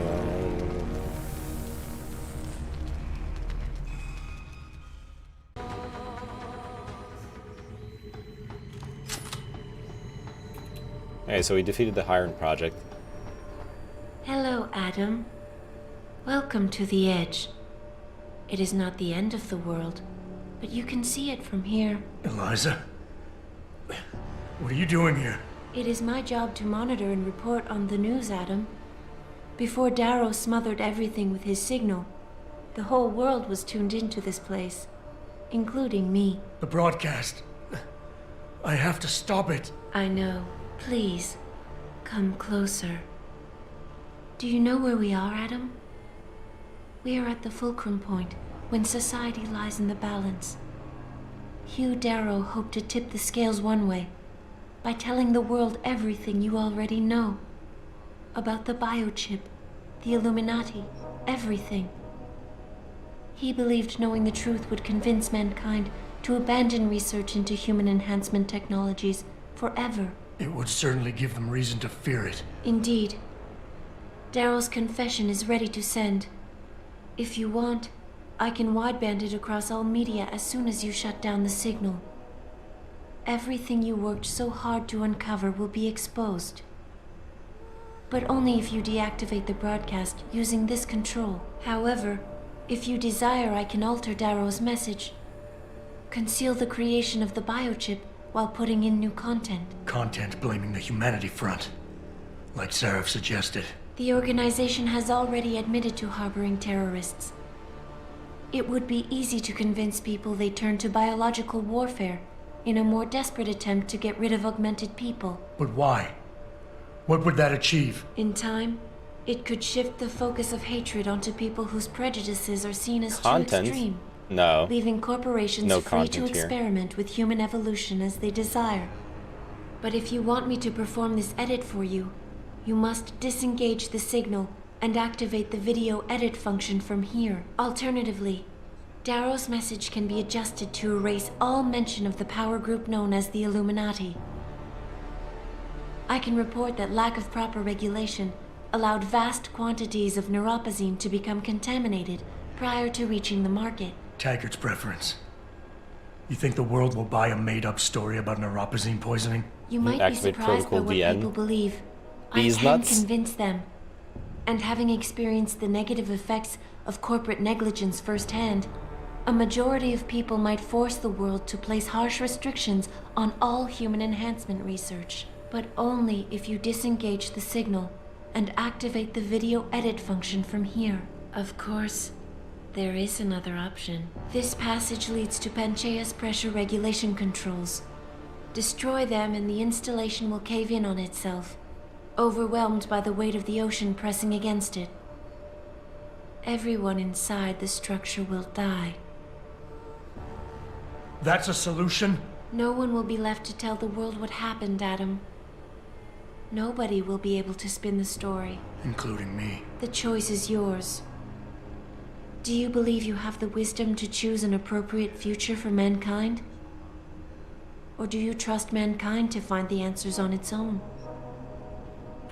Save. Alright, so this is the end game. We choose the cutscene we don't want to see here, right?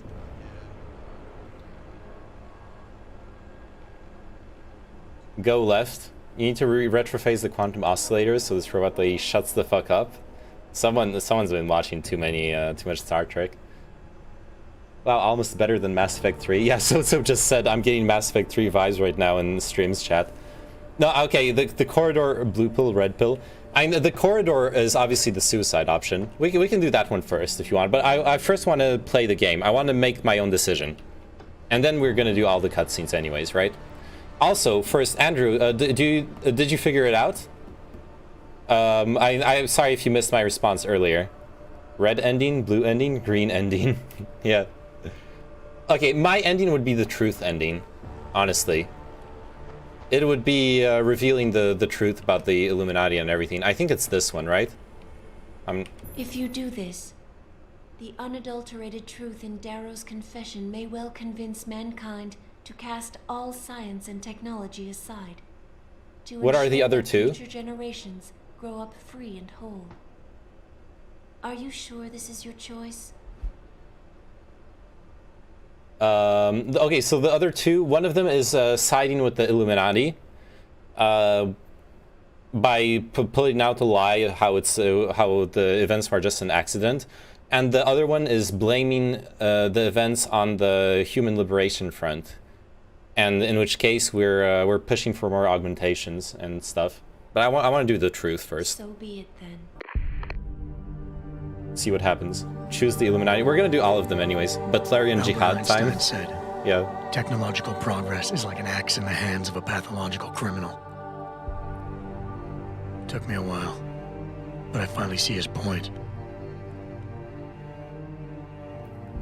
How often have we chased the dream of progress only to see it perverted? More often than not, haven't the machines we built to improve life shattered the lives of millions? And now we want to turn that dream on ourselves to fundamentally improve who we are. Experience has shown me how dangerous that can be. How many times in the Call of Duty did I almost fall into the trap of taking shortcuts, abusing my abilities or the resources at hand? I resisted. Barely at times, because I valued human lives and considerations. Can I truly despise others who fall? Technology offers us strength. Strength enables dominance, and dominance paves the way for abuse. Darrow understood this. He knew that using technology to become something more than we are risks losing our ability to love, aspire, or make moral choices. The very things that make us human. It also risks giving some men the power to make others what they choose, regardless of the cost to human dignity. I was hoping this wouldn't become a Luddite thing, though. Wow, epic gaming reference. Suffering Darrow inflicted is not the end of the world. It is merely the seed for change. And change never comes without pain. Man, I was hoping this wouldn't be the Luddite thing. I was thinking this would be the... like, this putting the truth out there would mean people would be, like, more responsible. Not that they would throw away all of augmentation. Cactophil L not enabled? No. Achievement unlocked. Trooper. Legend. Wait. Complete Deus Ex. And what was the other one? Legend? Complete Deus Ex at its hardest setting without ever changing the difficulty. I did not get... okay, I did not get the non-lethal one. Fuck!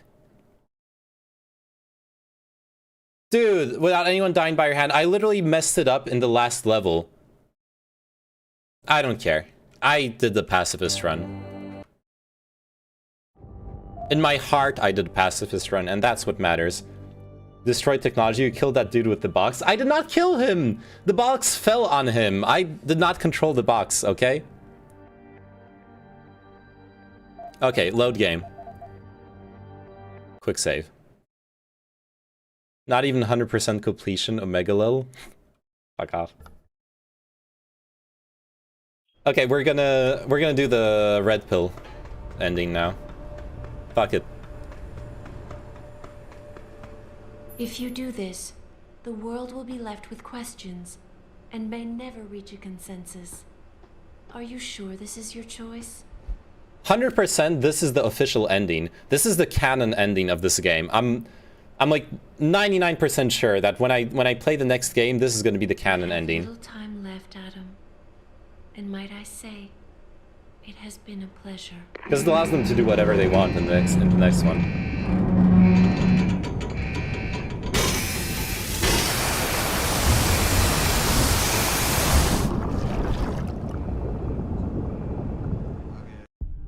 Do I trust mankind to save itself?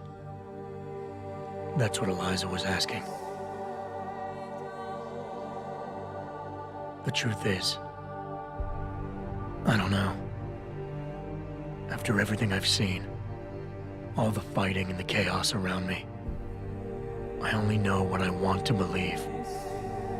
Somehow, human decency will triumph. These past few months, I've faced many life-threatening situations.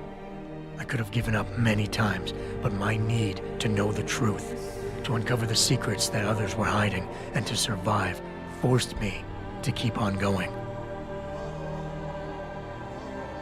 Most of the time, I tried to keep my values in mind, knowing my actions did not have to harm others. I held on to my humanity, resisting the urge to abuse power or resources in order to meet my goals. And in the end, I got the job done.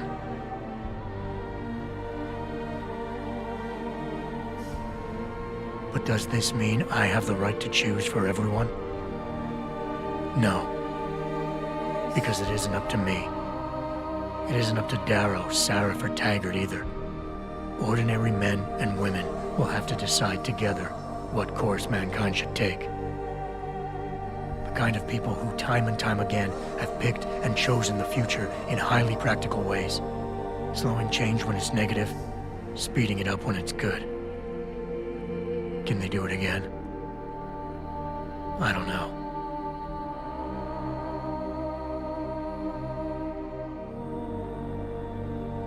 But I do know I'm not about to let anyone in this station, myself included, stand in their way. I like this ending, actually. I like this ending a lot. Is this the don't do anything option? Yeah, this is the don't do anything option. This is the option where we blow up the station, the submarine station we're in, and kill everyone who knows what actually happened.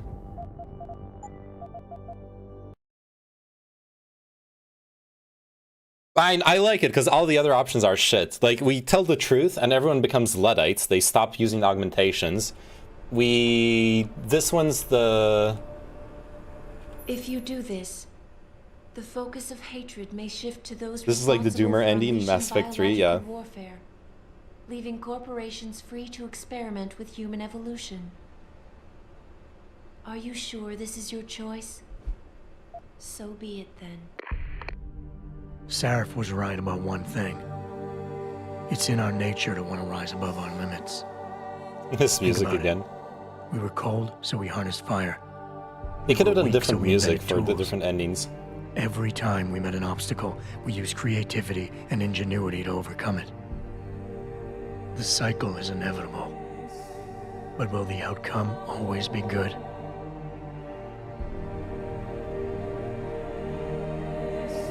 I guess that will depend on how we approach it. These past few months, I was challenged many times. But more often than not, didn't I try to keep morality in mind, knowing that my actions didn't have to harm others? Time and time again, didn't I resist the urge to abuse power and resources simply to achieve my goals more swiftly?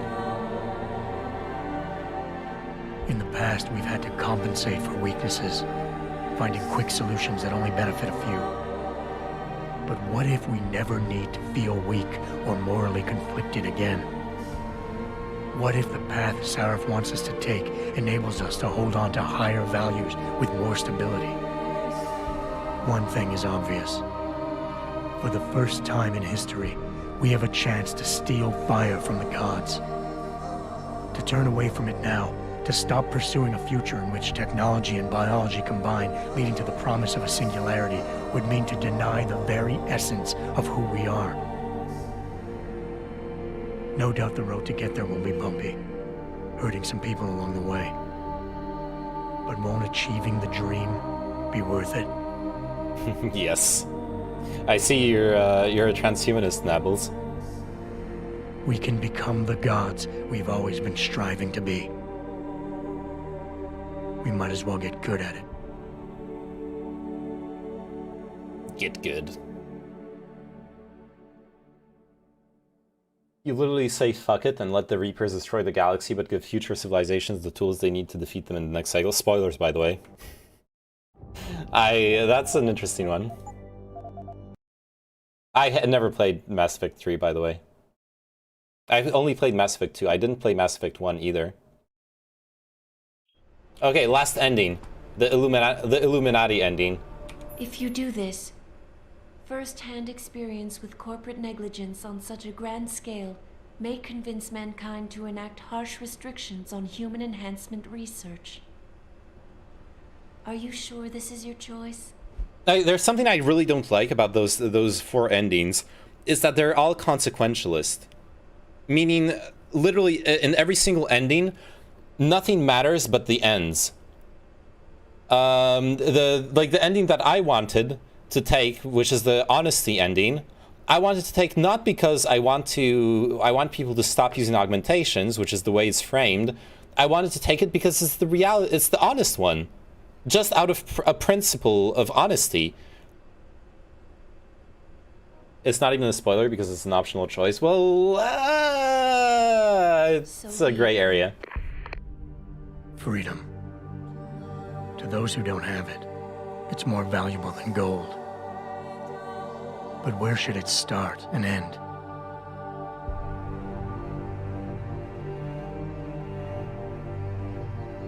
We humans often think we have the right to expand, absorb, convert, or possess anything we need to reach our dreams.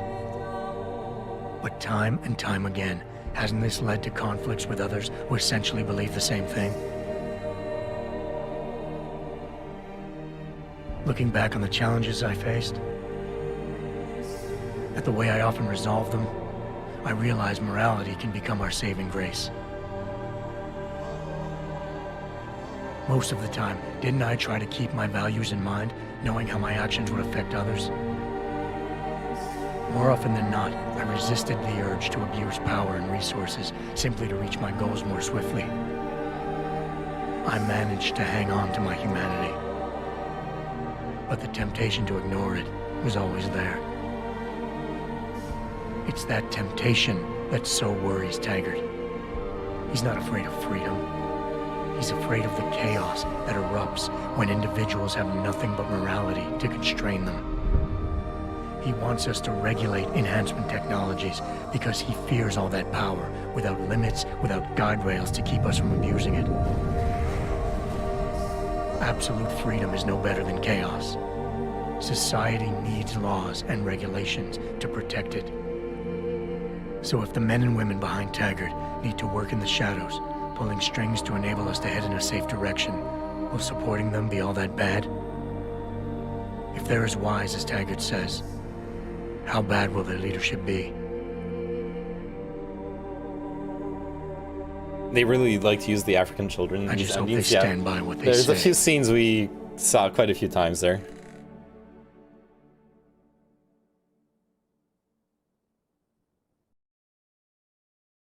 The point is that you don't really control what happens. No, it's the opposite. You control exactly what happens. The AI tells you. The AI tells you in front of every single thing what exactly will happen.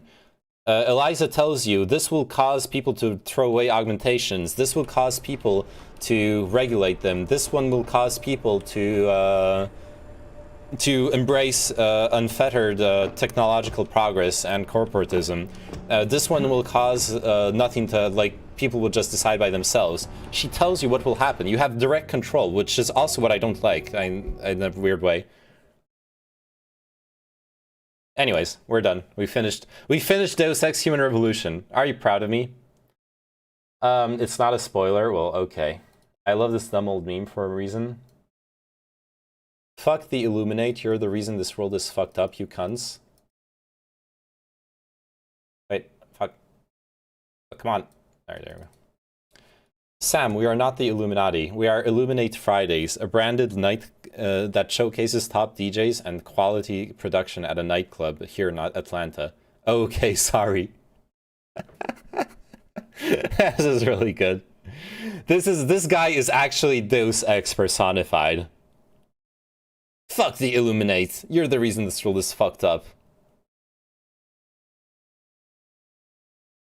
It's not an intended ending. You have to break the game to do it. Yeah, and I get what you mean, but do you understand it's a gray area? When you're spoiling one of the potential endings of a game, it's still like you're still spoiling some part of the game, right?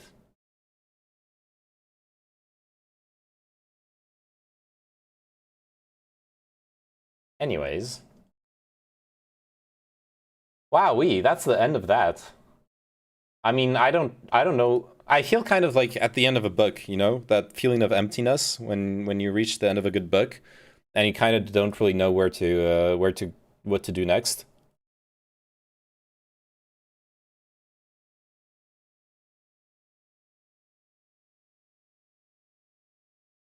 Man, this raid sponsorship bar thingy is like fucked. Oh, there it is, 13. Never mind, it's at 13 out of 30. There you go. You're potentially spoiling. Obviously, I'm spoiling the game I'm playing. Come on, that's obvious. Oh, we're at 13. 7 more for the next level in the sponsorship. I have a feeling Andrew abandoned the continuing the thingy, which is fine. I'll annoy him with it another time. Okay, I'm a bit tired. It's almost a 9-hour long stream at this point. No, what Kaktoferkup said in your Twitch chat is an actual spoiler for oh, I didn't read it. I actually didn't read it on purpose.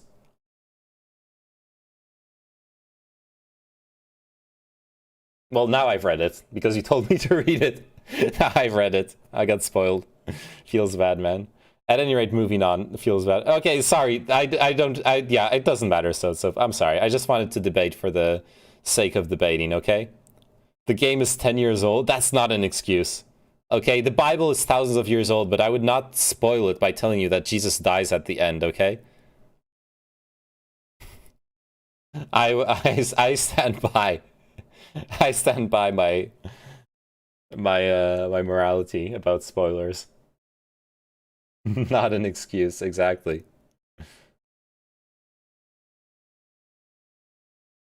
Wait, he does? Oh shit, I'm so sorry, Net. Mass Effect is new again, anyway, since it just came out. Wait, did they remake it? Oh, China tweet. Yes, China tweet. Where's your China tweet, Soap? There. Highlight Soap posts.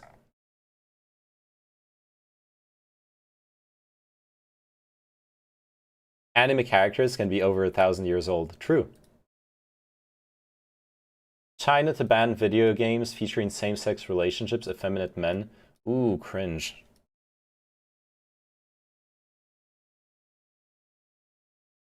Yikes. Jesus actually comes back in the end. Well, thank you. Now we did the next spoiler in the series of spoilers. He does. Any non-gender conforming character, any gay relationship, effeminate men, any game where you have to make moral choices between good, bad. Yeah. This is a weird one because I've had that discussion when I was in China. Because some of the people I knew were, what games have effeminate men? I can't think of any off the top of my head. Except maybe some like weeb games. So when I was in China, some of my friends there worked in nightclubs and Final Fantasy. Yeah, actually, yeah. Some of my friends worked in nightclubs, and as anyone who's familiar with nightclub culture knows, nightclub culture is very, very linked to gay culture or queer culture in general. So they actually had this girl who was a bartender, she was friends with a bunch of really cool, really sexy, and super nice gay people, which I hung out with a couple times. She like invited me to parties and stuff they would organize, which were really, really fun. There was like a pool party. Damn, it was amazing. Like you get to a pool party with organized by a bunch of gay people, and it's just all like young, super hot, but super fun like gay people. I don't know. It was nice. It was fun. Anyways, what they were the China they experienced and they knew and were describing was a China that is mostly very tolerant of queer culture. It is a China that is very cosmopolitan and where they were able to express and live their identities without issues. On the other hand, they also told me about already situations where, for example, on social media, the government would crack down on queer media on Youku or Weibo, like on the big Chinese social media sites, and they would start banning banning videos, stuff like that. So I guess the big thing to see is which direction this goes in. Does it get worse starting with this, or is it kind of like how China's been cracking down on crypto, where they like shit on crypto for a couple months, and then they like let go of it and don't bother regulating it anymore. It might be like that, or like or making the parallel with what I was told about the shutting down videos on social media, where they like banned a couple videos, it made a lot of noise, and then they stopped caring about it. So I'm curious where this will go. As I'm saying, this could go in a very, very bad direction for queer people in China, which would be really sad to see and hear about. Or this might just stop there, hopefully. And even it might like be rolled back. It might even be more part of the war against video games than an actual war on queer culture. What, you don't know what they just did with crypto? Yes, I know what they just did with crypto. But they did things with crypto every couple years for the past 10 years. There's been multiple crypto scares concerning Chinese policy. And until now, when they happened, crypto bounced back. Look at the last point there. Yeah, any game where you have to make moral choices between good or bad. I wonder what that actually means. Let's read the article, I guess, and see and dive into that. But it's honestly worrying as well, because China has the high rungs of the Chinese Communist Party actually do seem to have a very conservative policy or ideology, from what I've seen. They do really believe that stuff like queer culture is bad and things like that.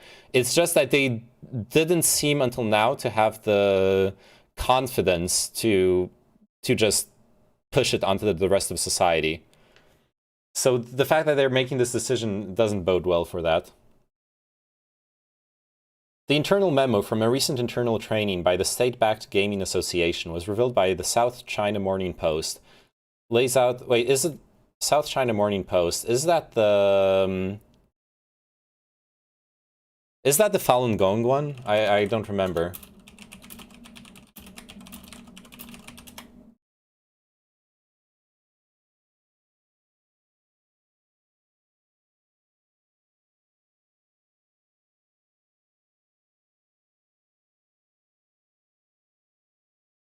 Which one was the Falun Gong newspaper? Oh, it's the owner's Alibaba Group. Never mind, that's not Falun Gong. Okay, owner Alibaba Group. Cool. That's why I wanted to double check. According to the publication, the memo said that video games must not be viewed as pure entertainment and should instead convey a correct set of values. Games that feature queer relationships of effeminate males, the memo states, should not be approved for release in China. If regulators can't tell the character's gender immediately, the setting of the characters should be considered problematic and red flags will be raised, it added. Yikes. Games that allow players to make moral choices between good and evil should also not be approved, according to the memo. Some games have blurred moral boundaries, it said. Players can choose to be either good or evil, but we don't think that games should give the players this choice, and this must be altered. Right, so what they're saying... Oh yeah, the Epoch Times, that's the Falun Gong one. So what they're saying is they don't want players to be able to play evil characters in video games, if I understand it correctly. Which is really dumb, but yeah. Imagine going after gamers, commie gamers, Maldi. Oh, dude, I'm sure tankies will there are not tankies, but I'm sure there are tankies who will lap it up. Who will be like, you know, because to be fair, gaming culture can be really cringe, and a lot of people, especially in lefty circles, rightfully make fun of the whole gaming, like gamers and stuff. So some of those people might really enjoy this in a Schadenfreude way. The memo comes as China increasingly regulates its gaming industry, with the government announcing in August that it would be limiting the amount of time minors can play online games. The leaked memo marks the latest move by China to crack down on the perceived decline of traditional masculinity. Last month, China announced that sissy, effeminate men would be banned from being on TV, insisting broadcasters must only vigorously promote excellent Chinese traditional culture. The official instruction was issued to broadcasters in China as part of a national rejuvenation campaign by President Xi Jinping to enforce traditional morality by tightening government control of business and society. The government said broadcasters must resolutely put an end to sissy men and other abnormal aesthetics on screen. Jesus Christ. It literally reads like some anti-SJW influencer's wet dream. Like, you guys know what I mean? The fucking Sargon of Akkad would be coming buckets to a government doing that. Getting big Mao vibes from Xi, pretty cringe. Yeah, I guess I see what you mean in the like full-on authoritarianism thing. 14-year-old communists when China bans anime fanboys. Yeah, no, that's not gonna happen. Anyways, it doesn't matter. It's China communist. We keep arguing back and forth about it. It's not. I don't think it's communist. Okay, I need to drink some water. I think what China is doing is good. No, wait. So Chicken, did you actually follow what we were reading? China, because it's not about China banning shit games. It's about China banning anything it doesn't perceive as proper masculinity. It's literally government control of gender identity is the direction they're going in. And they're doing it through video games, but like put that aside for a second. They're regulating gender portrayal of gender identity. Let them. Why? That's terrible. Gender identity should not be government controlled. What the fuck?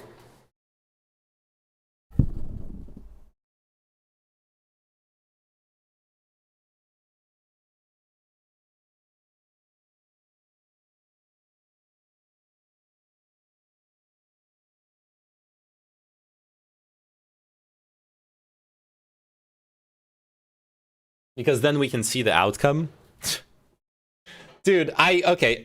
You realize people are gonna suffer if this gets farther. You're getting baited. Trust, probably. You realize people are gonna, like, actual human beings are going to suffer if those policies go further and further.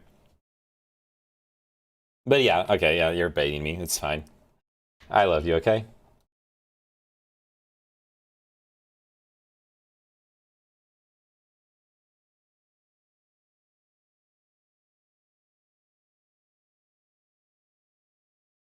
Wait, why are you guys talking about GPUs being broken?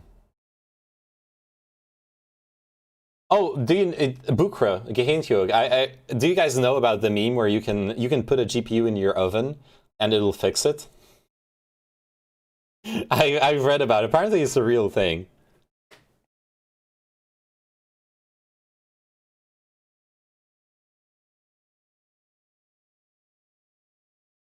What the fuck? It isn't real? Like, I've never tried it, but just send Bukra your GPU if it needs fixing. I'm pretty sure if I send Bukra my GPU, it's gonna become Bukra's GPU.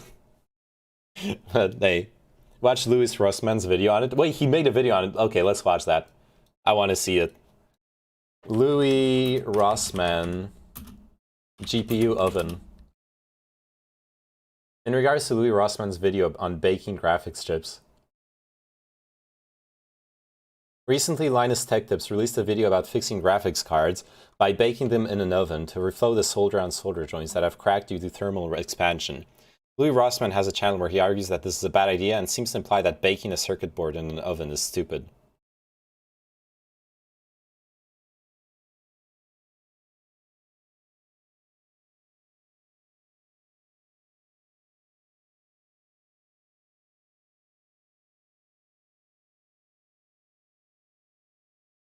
Video is unavailable. It's private. No.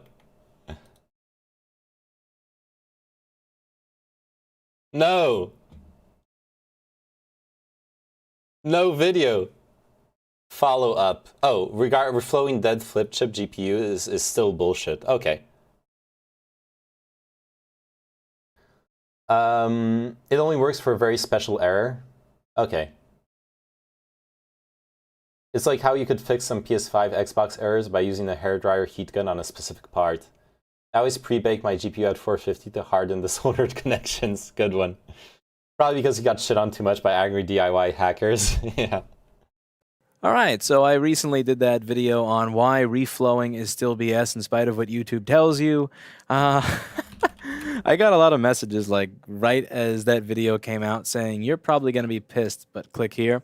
And yeah, for those of you who follow the channel, you probably do understand why it was that that video had somewhat irritated me. But there's a lot of people that are watching these videos that don't really understand the history of the channel, that don't understand what I'm working for, that may not understand why it is that the video in question, why I was so riled up in that video.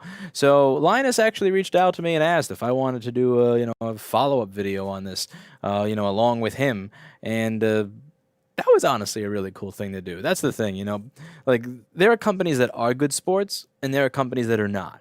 Like E-Tech Parts is not a good sport. E-Tech Parts isn't. Aside from the fact that their parts have been total dog shit for a long time now. Like I remember there was this one little after champ. Also, I'm also for washing GPUs with water, so I'm not a good guy to listen to. Nice. Getting them 5 other wholesale customers, getting them a fucking school district to buy from them. One comment that I made on an order where the parts are falling apart, and I'm banned from posting on their social media. I fix it. A company I've criticized for 7 years asks for my opinion, invites me to join their professional forum, buys me a fucking microscope. Like, that good sport. And for whatever you want to say about Linus Tech Tips, I mean, if I could do the video I did, and I get a reply back saying, like, what would you be interested in any type of collaboration video? Linus seems legitimately one of the nicest people in the whole YouTubing influencer world. He seems to genuinely care about what he does and genuinely care about correcting his mistakes, making sure he puts out proper content, not just entertaining content, but content that's correct and helps people. Even if it's just computers, he does it the right way, and I really appreciate that. That takes and this seems to confirm it. So I mean, I respect that. So what I wanted to do here is actually, I was going to explain what it is that got me to do that video. And what I'm realizing is that if I actually read the email reply that I had sent him, firstly, thanks for reaching out, and let me apologize for my part in making that video meaner than it could have been. I could have phrased what I had said far better had I just waited a day to do the video. To be sending this message makes you a far better sport than I probably would have been. My answer here is kind of long-winded, so feel free to toss this in the trash if you have too much to do. But if you have a few minutes, you could raise awareness for a cause that is far more important than BGA rework and key to why this issue works me up so much. I'd love to collaborate on something, but hear me out here. The issue is that proper repair, and the reason I'm saying this is because he asked if I wanted to do some type of collaboration video on properly repairing a video card. The issue is that proper repair requires replacing the chip, which is difficult, if not impossible to find in many cases. It isn't so much because the chip is difficult to replace. It is, the entire procedure can be seen here in this YouTube video, but it's totally doable. Rather, what makes it difficult is that the required chipsets are often impossible to find. Manufacturers have no interest in making these parts available.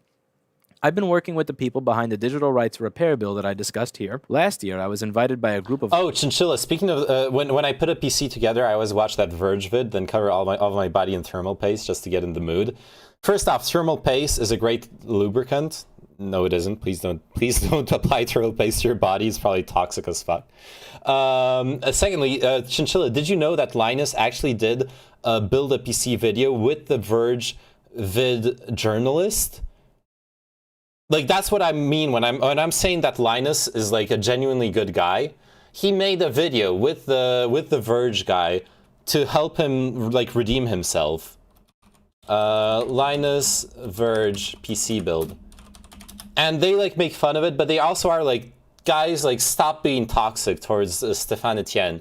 He's like, the mistakes were made in the video, etc., but like, chill. And he's like giving him a chance. It's so wholesome. This video is super wholesome. I liked it a lot. Do you taste your thermal paste to make sure it isn't expired? Yeah, I do. And if it is expired, a less, not very well-known trick is to mix a little bit of your cum with it, and that will rejuvenate the thermal paste. Lobbyists to visit the Senate in Albany with them to explain the practical spirit behind the bill with senators and assembly people. Oh god, I completely forgot that entire fucking fiasco with the Verge guy. Yeah. It's so bad. But the video with the Verge guy and Linus is so wholesome. And you understand a lot better why a lot of those mistakes were made when you see them doing the video together. It's so much... is cum gonna give better temps? Yes. Because it's hot. Video here. I am hoping that legislation will create change that requires manufacturers to make repair parts such as these BGA chipsets available to general repair centers. When I visited, I heard the other side of the story that was told to the assembly people by the lobbyists. Some lobbyists just use the words intellectual property as reason for not being able to provide schematics and board views and parts, which is standard. Other lobbyists went much further. One assembly person told me, and this is important here, one assembly person told me that the Apple lobbyist had told him that if I use their schematic and board view to fix a motherboard, that I am changing the MacBook into a PC and then misrepresenting it as still being a MacBook when I give it back to my customer, and that is fraud. They are saying that regardless of what I do, I could be replacing one fuse, one battery charger chip with the same battery charger chip that was originally there, and that is the argument they give, that I am misrepresenting the PC that I just made when I replaced the chip, and as a MacBook when I give it back to my customer. You've got to understand on some level how hearing that made my blood boil, and further so because these lobbyists get away with it. Hearing that one story from the assembly person is what turned that one day, that visit to the Senate, into the most meaningful day that I had had in years. I was running through the Senate building with these lobbyists from door to door to debunk all of Apple's bullshit. Do you remember that first time your parents let you out of the stroller in a toy store as a toddler? Imagine that feeling, but at 26 years old. Oh, what a feeling. That's exactly how I felt about my opportunity to debunk this bullshit from the moment I heard it. That entire day was amazing. The problem is that the lobbyists use excuses like that, and they get away with it when dealing with slightly out-of-touch, more elderly politicians, who admittedly have more important issues to deal with than my stupid chipsets and diagrams. When we have the opportunity to explain what is going on, this changes completely. I walked from room to room with what was at the time a $750 motherboard that I fixed with a wire. One 17-cent wire. I plugged it in, I let them see the fan spin, and I explained how the schematic and board view document allows me to know where to put this wire so that I can give the customer back a working product at any price between the cost of the wire and the $750 that it would have cost them at the Apple store. Every single one of them, when we calmly and politely explained why the Apple lobbyists were full of shit, were with the right to repair bill in our favor. The bigger problem is that every time there is some large repair company or segment of the community that does something that is bad practice, the lobbyists use that as an excuse. The lobbyist looks at the politician and tells them, see, we can't have parts and diagrams in the hands of these people, and they'll say these people in that tone. You know, that tone. When all You think people don't use ultrasonic cleaners to clean boards? Okay, I'll check that link out after. Let's queue it up. Oh no. Fuck. Look, when becoming a living meme, at some time, the meme has to come full circle. The redemption story always works. Yeah, it's a redemption story, absolutely. all of this is in context. I hope it makes more sense why I was as wired as I was in that video. It isn't about hate on you or what you do in the channel. It is just that I know that some lobbyist somewhere is pointing to that type of content and saving it as ammo for a future excuse as to why we shouldn't have a right to the tools and documentation that we need to do our job. That the moment some uneducated repair center decides to follow that advice because it worked for Linus and does so to the detriment of some customer whose repair lasts a month, that it will be used by some lobbyists as an excuse to shit-can our entire industry, and it does happen. I'd love to do that content. Hell, I'd fly you here and have you operate my $10,000 machinery to fix a board myself if I had a clue where to get a chip for it. Many repairs we can get chipsets for. Many we are forced to deal with dumpster diver companies in China that get God knows what from God knows where. Sometimes new chips, sometimes crap ripped from other boards, like this. That might have a dead chip, sometimes new chips from the manufacturer that worked, but that were binned as their crap pile, which doesn't really last. It sucks. It really sucks. This work takes 45 minutes, and it is miserable when you don't even know whether you're soldering on a quad-core CPU from Intel or an alarm clock that is inside what looks like a quad-core CPU from Intel onto the PC board. Not to sound like Martin Luther King Jr. here, but I have a dream that one day I will be judged not based on my first-party authorization from the manufacturer, but rather on my qualification and ability to maintain a business relationship and put out quality work. I have a dream of a day where when I need a chip to do my job, I go to a website, I click add to cart, and I just buy it. I pay money, they take my money, it shows up at my store door, and I don't have to find a diagram on some Russian FTP site that is illegally hosting it so that I know which way the chip is soldered onto the board. I know. It's new. It's from the good pile. I know that it will work. Such a simple thing to ask for in so many other industries, and in this one, it's something that I can only dream of where virtually no progress has been made in the past 7 years. I understand it is not feasible to do large chip BGA rework at home DIY. I am not irritated so much at the idea of somebody baking a 3-year-old video card that cost $200 when they bought it, so much as I am irritated at the idea of this information being out there that gives those lobbyists any more reason to separate me from my dream of doing business like a business person rather than like a criminal dumpster diver. I hope. These people, is he talking about French people that don't have traditional French hairstyle? Yes. To be fair, some memes went so viral you can't ignore, but then again, if you can make hella bank off it. Oh yeah, yeah. There are two ways to dealing with memes: just ignoring and other people forget it, or just becoming a meme. Yeah. Heating GPUs doesn't fix it; it just resets the solder balls. Yeah, but if that's the problem, then it fixes it, right? This made some sense. It's almost midnight. I'm dead tired. I am more surprised than any of you that he actually read all this, because I got a reply 8 minutes later. So either he is a very fast and comprehensive reader when it comes to decoding the ramblings that I send when it's close to midnight, or he didn't read it and he just thought it was a good idea. Either way, he actually replied, which is pretty cool. Again, good sport. I think that's pretty damn cool. So yeah, I'm gonna see where this goes from here.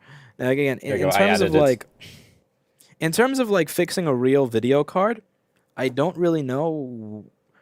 I don't even know where to get these. I seriously, I truly, honestly don't know where to get stuff that works. You see the fights that I go through here to get anything that works for half of the shit that I fix. Like I'm stuck ripping crap off of donor boards. I buy spools of GPUs. They all have different date codes. Nothing works. And that's the thing. Like I would love to show somebody how to fix a video card properly, but I would also love to live in a world where I'm actually able to do that with some degree of confidence that it will regularly be successful. I want to be able to say, you know what? I want to fix this. Let me buy a part for it. Let me spend money on it, and let me get it. But the reality is, I may not be able to find a chip to any of these devices. I may not be able to find a working one. I may find one from China that was ripped off of some dead board 3 years ago that was dead because it had a dead GPU that they then sell as new after ultrasonic it and polishing it with nice new fancy balls, and then putting it on that graphics card and then looking like an asshole, or, looking like just a jackass when it doesn't actually work. And I've done videos here where I've replaced, all these chipsets in the past. There's a video replacing an MCP79. There's a reflow video when reflow actually made sense because the issue wasn't the chip was bad. It was a issue with corrosion under the chip. I've done several graphics chip replacing videos in this channel, and I've showed you that the work works afterwards. But there are a lot of them where the work doesn't work afterwards because the chip that you got was bullshit. And it's a serious issue in our industry, and it's one that I would. Again, I don't know if it's worth wasting somebody's time over this type of stuff, but it would be cool to raise awareness for this crap that's going on. Because again, you may laugh at it right now, but if this continues, we're going to live in a world where when the battery dies inside your phone, there's nobody available to sell you a replacement, and like your $700 device is literally garbage. I totally respect somebody else's right to do the job for less money than me. Like I'm okay with the idea that there are other people out there that will charge less money for this stuff. You know, okay, maybe not the people that are doing like that serious motherboard repair for like $15, but like I understand that we charge $325 for board repair. I totally understand why you don't want to send a fucking $250 video card to a place like this. I respect that. But when I go on a lot of forums, there are people that do this out of their house. There are people that are real businesses that are just doing business in a different manner than I am, that are offering, BG8 chip replacement services for $109, including the chip. And the thing is, if you create if you encourage this industry to grow, if you allow it to grow by actually selling parts to people, by providing information, by allowing it to flourish instead of trying to shut down repair shops and trying to get rid of the supply chain, you're going to have a lot more people doing this stuff for $75 to $100, where it is actually worth it for the end user who bought their $400 video card a year and a half ago and where it's out of warranty to have this stuff done. And you never know. And I'm okay with that. I'm okay with that. I want that to happen. Because if that happens, that means that it's probably a sign that our industry is growing, which means it's probably a sign that our industry is allowed to grow based on sustainable supplier. Okay, cool story. By the way, Greek people have really dark skin. I'm still in Greece. Wait, isn't that true in general around the Mediterranean? Like everyone around the Mediterranean has darker skin. People are really happy. I don't know if it worked. It doesn't work here on my side because I probably need to refresh the browser and stuff. But I swear I clicked on add channel for the emote, the add to channel.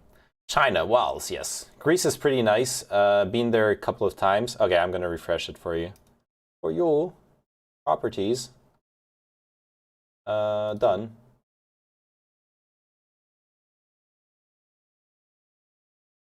All right, try it again. There you go. It worked. Greece is pretty nice. Been there a couple times. Me too. Nice people, good culture. They're pretty laid back and friendly. I never been in Greece, but I've heard great stuff about them. Hot girls as well in Greece. At Neyman. And why would you at me for that? But yes, okay. I'm coming to join you tomorrow, Chinchilla. Okay. I'm showing up tomorrow at your place. Send me the address. Where I'm gonna IRL stream from Greece, okay? We're doing it now.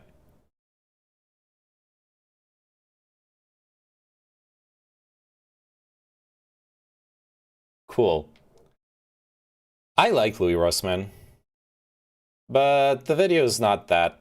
So a short while ago, a gentleman by the name of Louis Rossmann watched my video where I baked a video card and made a video response outlining what an idiot I was. He said a lot of bad words and a lot of mean things. Very often the issue that somebody's having when they have no video or something is dead is not an issue that you're going to fix by taking a heat gun to it, by putting it into an oven, by burning it. So I showed up here in New York City at his shop to either get an apology out of him or for him to restate that in fact he is right and show me his super fancy soldering rework, multiple thousands of dollars setup that is actually how you repair graphics cards or other PCBs properly. Let's find out which one of those things it's going to be. I think we already know. How could you do this to me? What did I do to you, Roser? What's going on? Okay, so Electro Beach Hotel, employees only Kaknapos City. means nothing to me, Nice. so I guess we'll just I got the selfie stick go with ahead me. and head Cool. inside. Look at all this stuff. It's like Linus's Paradise. Broken Max. Knock knock. He's got that Razer backpack. So got that gamer drip. here we are. The way I see it, there's a couple of options here. You can either apologize and say I was right and you were wrong, or there's the much more likely scenario where you show us the super cool piece of machinery that you use to properly repair all of this stuff. So this is Louis. Say hi to the Linus Tech Tips folks. I'm sorry for your right hand too. Oh yeah, no, that's no problem. So guys, this right here is where the magic happens. One does not repair PCBs in an oven. One uses one of these, that is to say if one can afford it. How much does one of these cost? About $7,300. About $7,300. And Lewis here is gonna walk us through the ins and outs of how this bad boy works, including, you said you obtained a donor board. Do I actually get to operate it? Oh yeah, you're the one who's gonna be putting this on. That's the whole point of having you come here, was to reduce my workload. Fantastic. Let's do He it. actually put it in the oven. Okay, so I think we all saw He's this pulling it out coming. of the oven. He's not apologizing, and he is definitely showing me how to do it the real way. So this right here is a PCH that was sourced from somewhere, because you can't actually buy this stuff directly from the manufacturer. That's one of your frustrations, right? Incredible. So maybe it works, maybe it doesn't. And then behind me, we've got a PCB from a main board that was literally thrown and had its PCH pop off. So without knowing if that works, and without knowing if this works, we are going to resolder this BGA chip onto that PCB. I'm gonna do it, and it is not gonna involve an oven, and it is hopefully gonna work, but if it doesn't, then... That would be pretty fun. Yeah, it'll be fun either way. Okay, Gamer so gear, step does he one clean his is keyboard we of want all to that tighten up gamer these guns? little I retainers don't know. that use the Gotta mounting send him an screw email, points. ask him about it. And without ruining it too hard, that use the mounting screw points on the PCB to hold it in place as securely as we can. Next, we pull out this fancy pants camera. So we get a live feed right here of the solder points on the main board. Next step, we turn on the manual vacuum right here. We take our PCH, we orient it correctly, which, I mean, is there some guesswork involved there? Google image search and try to find the GIF that's above 50 by 50 pixels like I did 5 minutes before you came here. Perfect. So we put this sucker on the little vacuum right there, hoping that it doesn't come off. There we go. So we've got a ring of LEDs on the top, we've got a ring of LEDs on the bottom. That makes sure we've got great illumination from all angles, both down here and up here. If people from streams.gg are talking, we Twitch cannot see it. Yeah, I removed the streams.gg chat. Version is the one below, and the because blue it's fucked version with is the one above. And the idea the editor's is that work. we use our horizontal and vertical adjustment knobs here, as well as Fucked our with angle adjustment knob right knees work. here, to try to align all the blue dots with all the brown Like smudges having below more them. chats on screen, it's not good. So as soon as I align it there, it stops. Or like having aligning too up much there. chat space. Blaming it on me, of course. Feel free to step in and correct what I'm doing. At any No, point okay, in I time. shouldn't be I'm not blaming you. can give yourself more The lights reality too. is he convinced go. me. You can zoom in and out. It doesn't really work that well with the How far stream you can for go? like I honestly can't tell. But videos. You have no way of checking if it's right until you just. Yeah, you don't know if it's right until you put it on. I'm just looking at one corner at a time, so I see that one's aligned. I don't know, we're and the testing other This one things. looks okay. This is a pain in the ass. If you want the perfect reality, turn off chat. So. I disagree Is with this that. pretty aligned? That's pretty aligned, I would say. Okay. Just get yourself a thin layer of flux on there. Okay. Gloves on the white. For the next step, we will need the gloves. So now we put just a line of flux just right down the middle. Yeah. So with the flux in place, we use this clean room wipe. As you can see, we are in a completely professional clean room environment here. So now we've got to check and see if our chip moved out of alignment from messing around with it. This thing messes with your eyes after a while, man, let me tell you. Are we back on? I think that's actually good. Okay. I would say this is good. Okay, so next we move our light out of the way, and we actually lower the chip. Whoa, that goes really fast. Oh, It's gonna stop. oh, jeez, okay. See, right now it's touching the board. Just stay Once away it's from the touching left side board, when you then do full turn the screen. manual vacuum Yeah. off. Or move Then you chat go to the back right up. when you Okay. full Now you screen. can move the camera around and try to get it to focus, so you're... Yeah, I almost need to in figure focus. out like Okay, which there you side go. of the screen So now we can see the balls. I'm more likely to sit on. I can't make heads or tails of this image, though. You gotta be kidding me here. Okay, the point of this is just being able to see when the solder melts. So this allows us to see under it enough to know when we should apply heat and when we should stop applying heat to solder the connections. Okay, so hit me with your best shot. What's with the You emotes? start and you hope that nothing blows up. Seriously? Pretty much. So at this stage, we're actually ready to use the infrared heating elements all around to heat the general area, and then the two heating elements on the top and bottom to solder the chip to the PCB. But it's not as simple as just 200 degrees Celsius in an oven, which I noticed they have an oven. This is high quality right here. Yeah, I noticed you do have computer parts in your oven. Was that just to make fun of me when I got here? Exactly. What you do is, if you want to clean them off, after you're done ultrasonicing it, you put it in here to get rid of the moisture. Before you do anything like this, you also have to put them in an oven at just around the boiling temperature of water, just to get rid of any of the moisture that built up in the chips, or else you get things like popcorning. And there I thought I was getting my apology after all. All right, so what we do here is we have these profiles, and it comes with some pre-programmed, but they're not very good, so you kind of have to trial and error it, or use your experience, or share online to figure out what exactly the temperatures are for the period of time and the ramp up and ramp down for each of those 3 heating elements. And then, once you've got a profile, you press start and hope nothing catches on fire and hope that the solder melts. So once they melt, if the profile is set to run a little long, we can manually stop it and then start a manual cooling cycle in order to cool everything back down to a reasonable operating temperature. Wow, it's really hard to tell. So is it melted? Stop. So we're stopping it now. We're deciding it's melted, even though it's really hard to tell. Okay. Manual cooling, and now you get to watch the balls dry. Okay. You get to watch the balls It's dry. important to dry Nice. off your balls when you're done any kind of repair on them. So now that the cooling cycle is done, we lift this bad boy up. Is that all it lifts up? Oh, there it goes. Then Mr. Shark grabs the PCB and whoop, whoop, come on. And we put it, that was it? We're not gonna let it cool down some more? I want to take a look at it first. This is the part of the class where the teacher is like, you know, oh, this part's kind of good, but this is shit. But your attendance is excellent. The suspense. You want to look on that one? Hmm? You want to look and see what it looks like? Sure. Yeah, let's do it. All right, so let's have a quick look here. So what we're trying to see is whether the balls got soldered to the pads. Your guess is much better than mine at this point in time. Let's see if it works. So we're just gonna fire it up and YOLO? Yeah. So here we go, moment of truth. We're gonna find out if a fan turns. Yeah. Come on, baby. I believe in you. Oh, we got a flash of light. And we've got 5 volt, so it's powered. We've got 3.3 volt on another test patch. Yep, no good. Oh. You have this. My bad luck rubbed off on you. We didn't fix it, but Great video. Test subject 17A contributed to the betterment of our scientific knowledge in some way that, who am I kidding?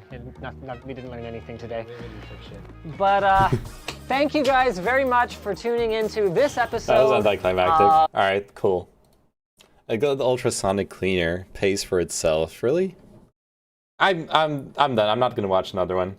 Look, it's been 9.5 hours. I'm gonna chill now. Hey, by the way, one last chilling moment before I end the stream. If you're still hanging around and you haven't, it's only been 40 minutes. No, I've been streaming for 9.5 hours, So Chicken. That's what I meant. Sure, it's only been 40 minutes of Louis Roastman. I'll grant you that. Okay, what I want to say. I am gonna chill. Okay, for you.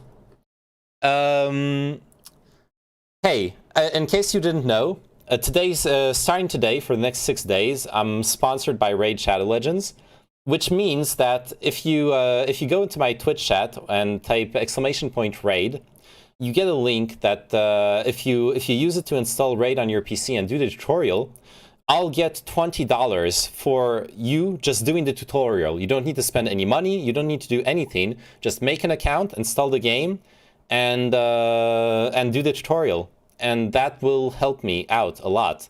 Like if you can see here in the top right, we're at 13 out of 30 tutorial finishes. So every 10 tutorial finishes, I get $200. I'll use it exclusively to help out with the stream, to do like community events. I have a few things in mind for it. So there you go. If you wanna, Neyman has turned into mobile game shill. I know, right?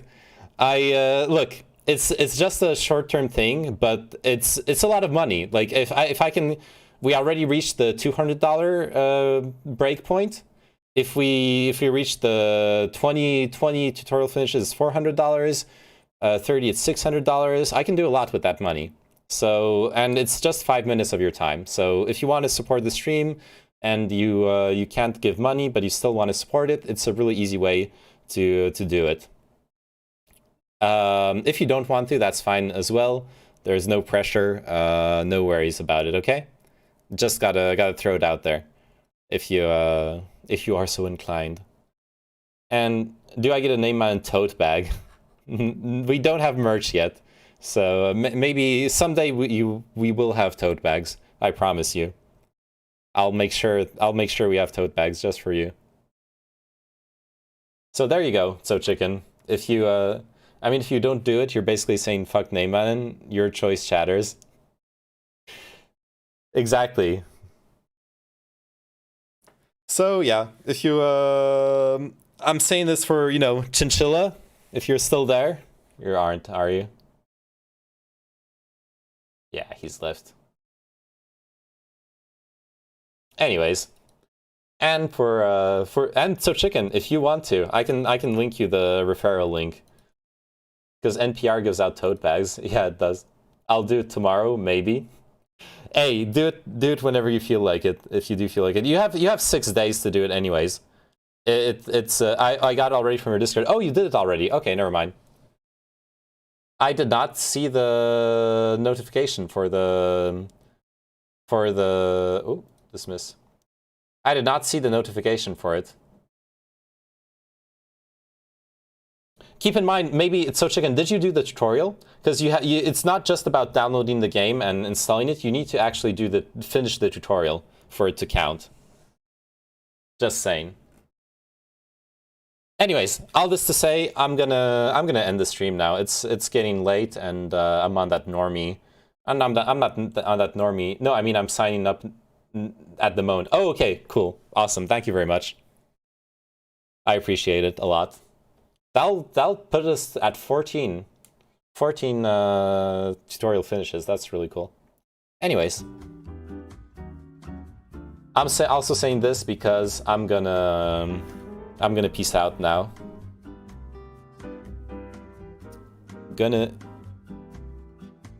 14 spyware installs, exactly. I'm gonna peace out now. Thanks a lot for watching. We finished Deus Ex, so that's really cool. Anyways, oh hey, Dark as My Soul. How are you doing?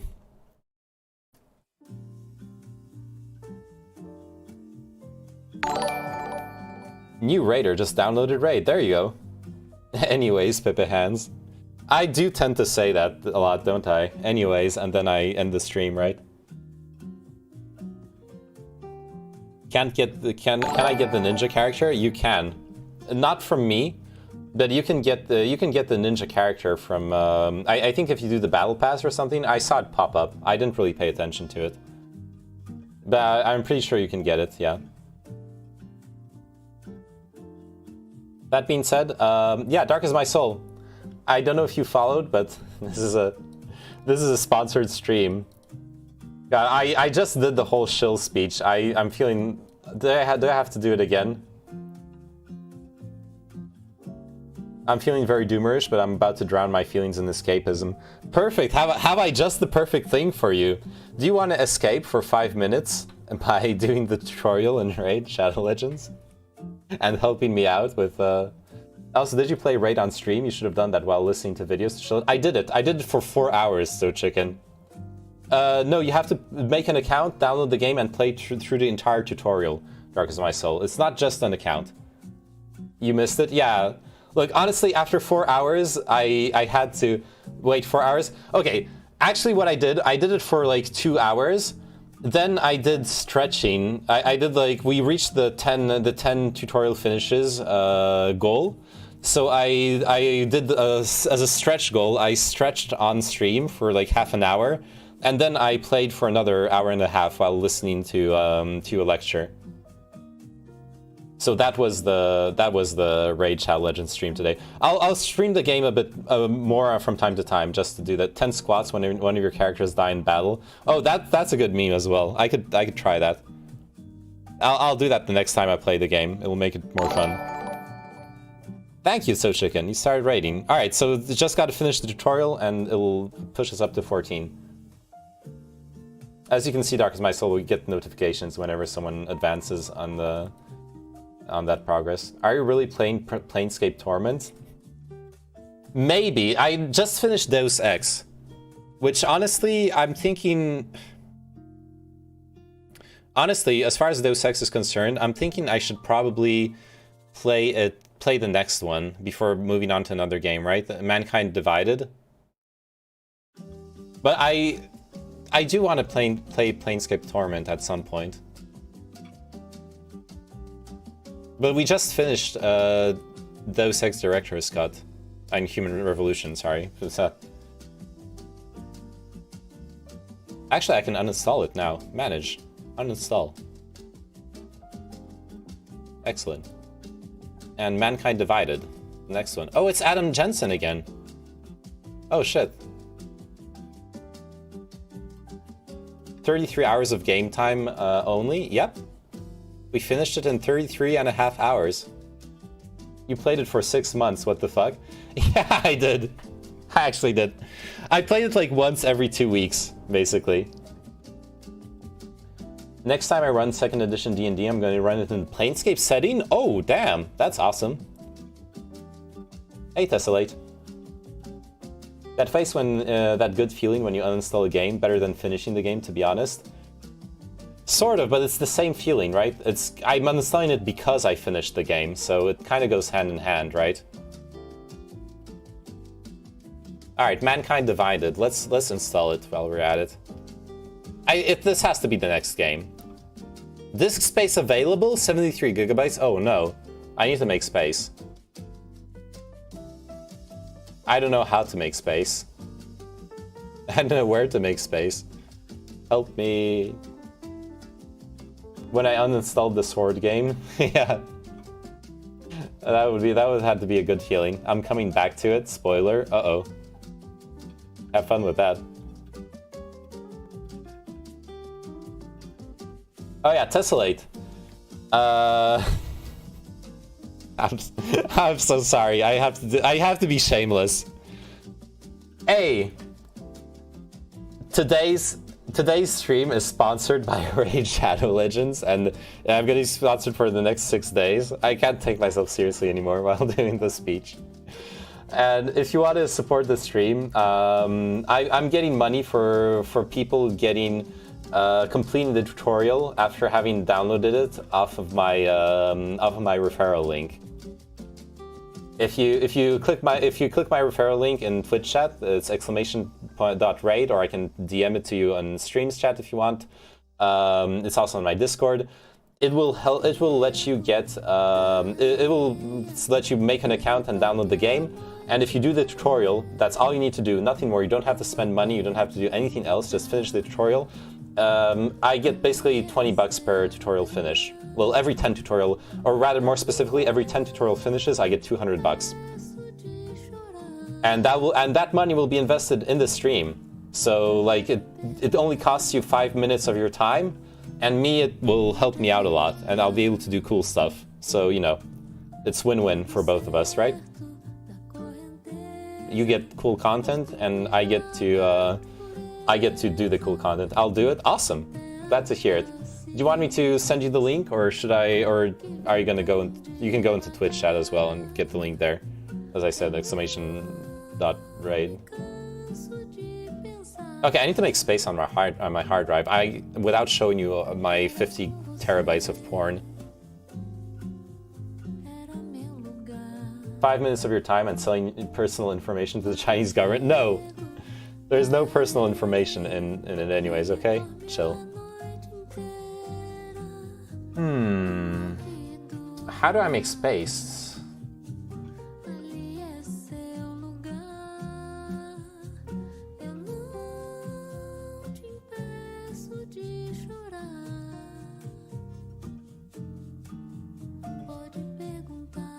I have to uninstall something, don't I?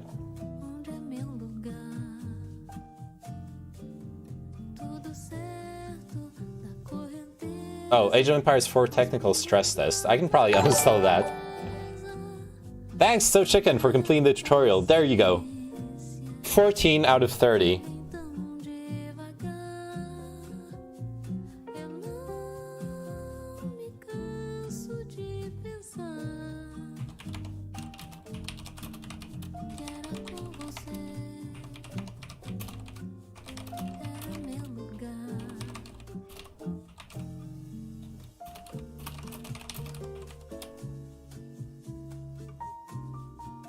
Tesla these nuts. Nice one.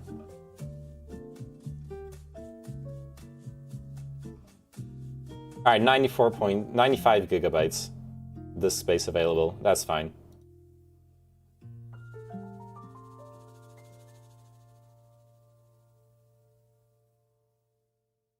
Amazing.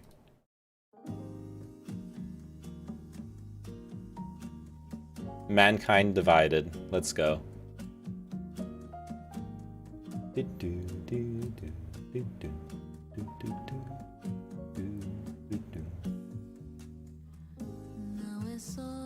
All right, awesome.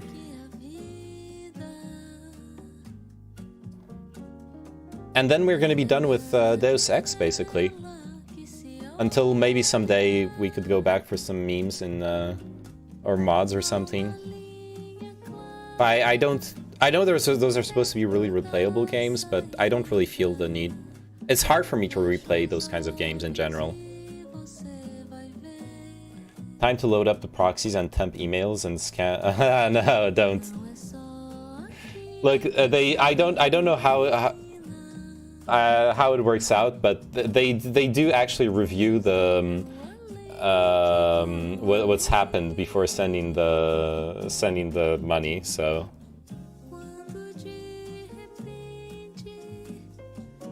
Game was lagging for me.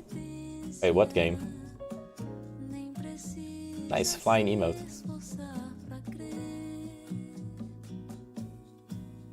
Oh, you mean the Raid Shadow Legends was lagging for you? Yeah. Raid Shadow Legends. Yep. Put the link on your Twitch chat. All right, here. That's you keep in mind. That link you have to like select it and copy paste it, because the Twitch chat kills fucks the link up.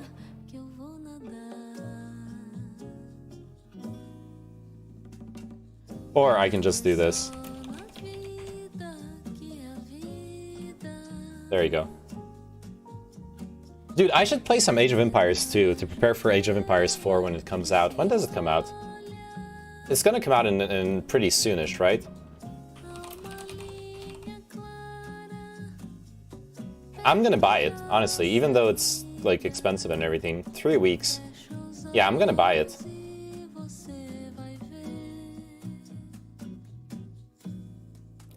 You should blacklist the link from popping up on your live chat. Don't know how to do it though. Ooh, yeah, that would be good. I don't know how to do that either, honestly. Let's see, chat box properties.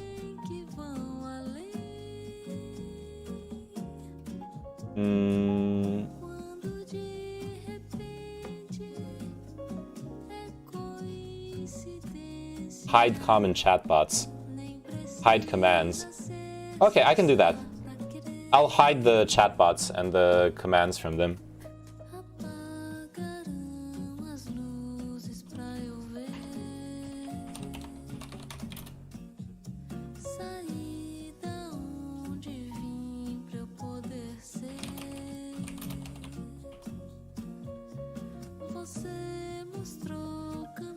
Why am I tagging myself? I'm tired. It's alright. Yeah, I figured the...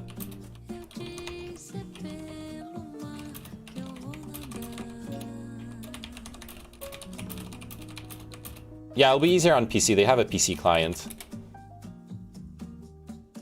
Oh, it still showed up. God damn it. Look, I swear I changed the option. Here, this is the properties for the chat box. I went into chatter and hide characters, hide common chatbots, hide commands. I can just do it here, I guess. Streamlabs. There, muted chatters. Boom.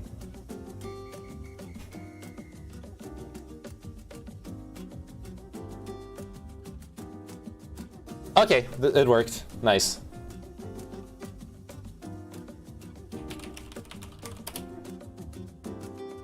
There you go. Endurance. The classic.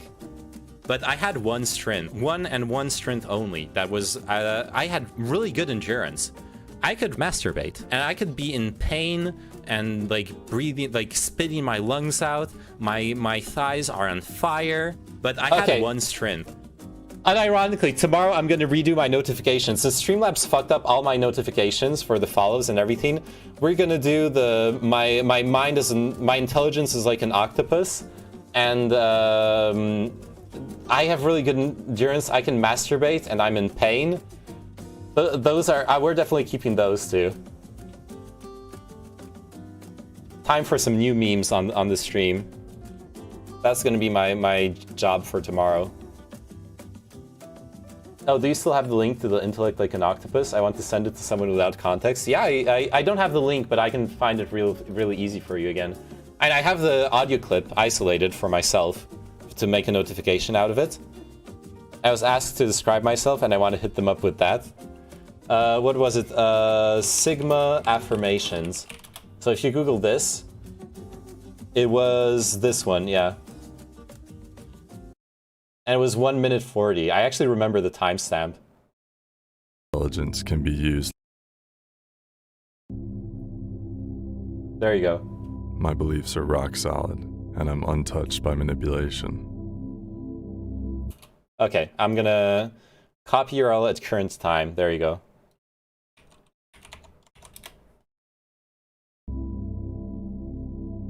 My advanced intelligence can be used like an octopus to suffocate and pull apart my enemy's arguments. Oh no. 25 cents per notification that pops up with my meme. Oh shit. Yeah. Gotta start monetizing those.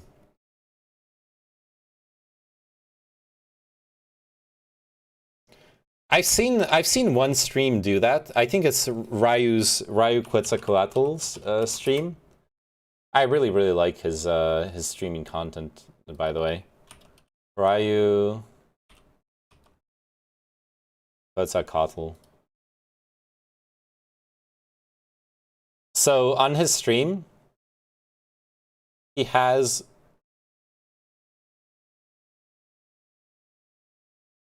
you can do he has a bunch of like donation alerts and triggers and stuff. And when you donate to trigger the playback of a song, like some of those, they trigger the playback of a song, and that song was made by someone else.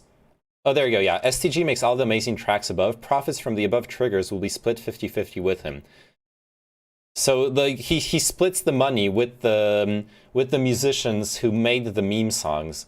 I think that should be normal, but that's really cool. It's a really nice it's really nice of him and a nice approach to like the whole monetization and everything. I like it. I respect him a lot. He makes good content. It's fun. I have a notification. Oh, DMs or something. Oh, my gift sub to Starcourt Pikachu. Okay, never mind. My gift sub expired. $3 TTS. Yeah, I don't know what his TTS is at. You want me to check again? I don't know. It doesn't matter.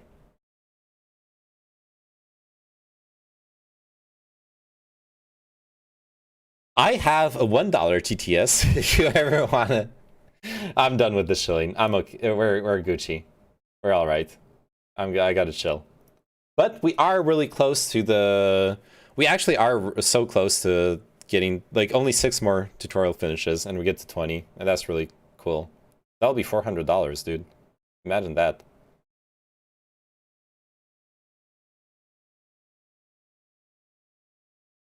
Anyways. Yeah, thanks for watching. I love you all. I'm gonna chill. I need to yeah, it's 9 hours and 50 minutes now of streaming. I'm gonna pause it now. Thanks for watching. Love you all. Thanks for helping out with the sponsorship and everything. Oh, there you go. Someone else downloaded it. Good luck with the tutorial, whoever that is. I imagine it's Tessalate. Thanks again a lot for the support and everything. And yeah, I'm probably not going to stream tomorrow. I'll most definitely stream on Monday. That's good. That's the plan right now. And like I said, we have goals also for memes when we reach 20 and 30, so wish me luck with that. Bye-bye. It do be me. It do be you. It do be like that.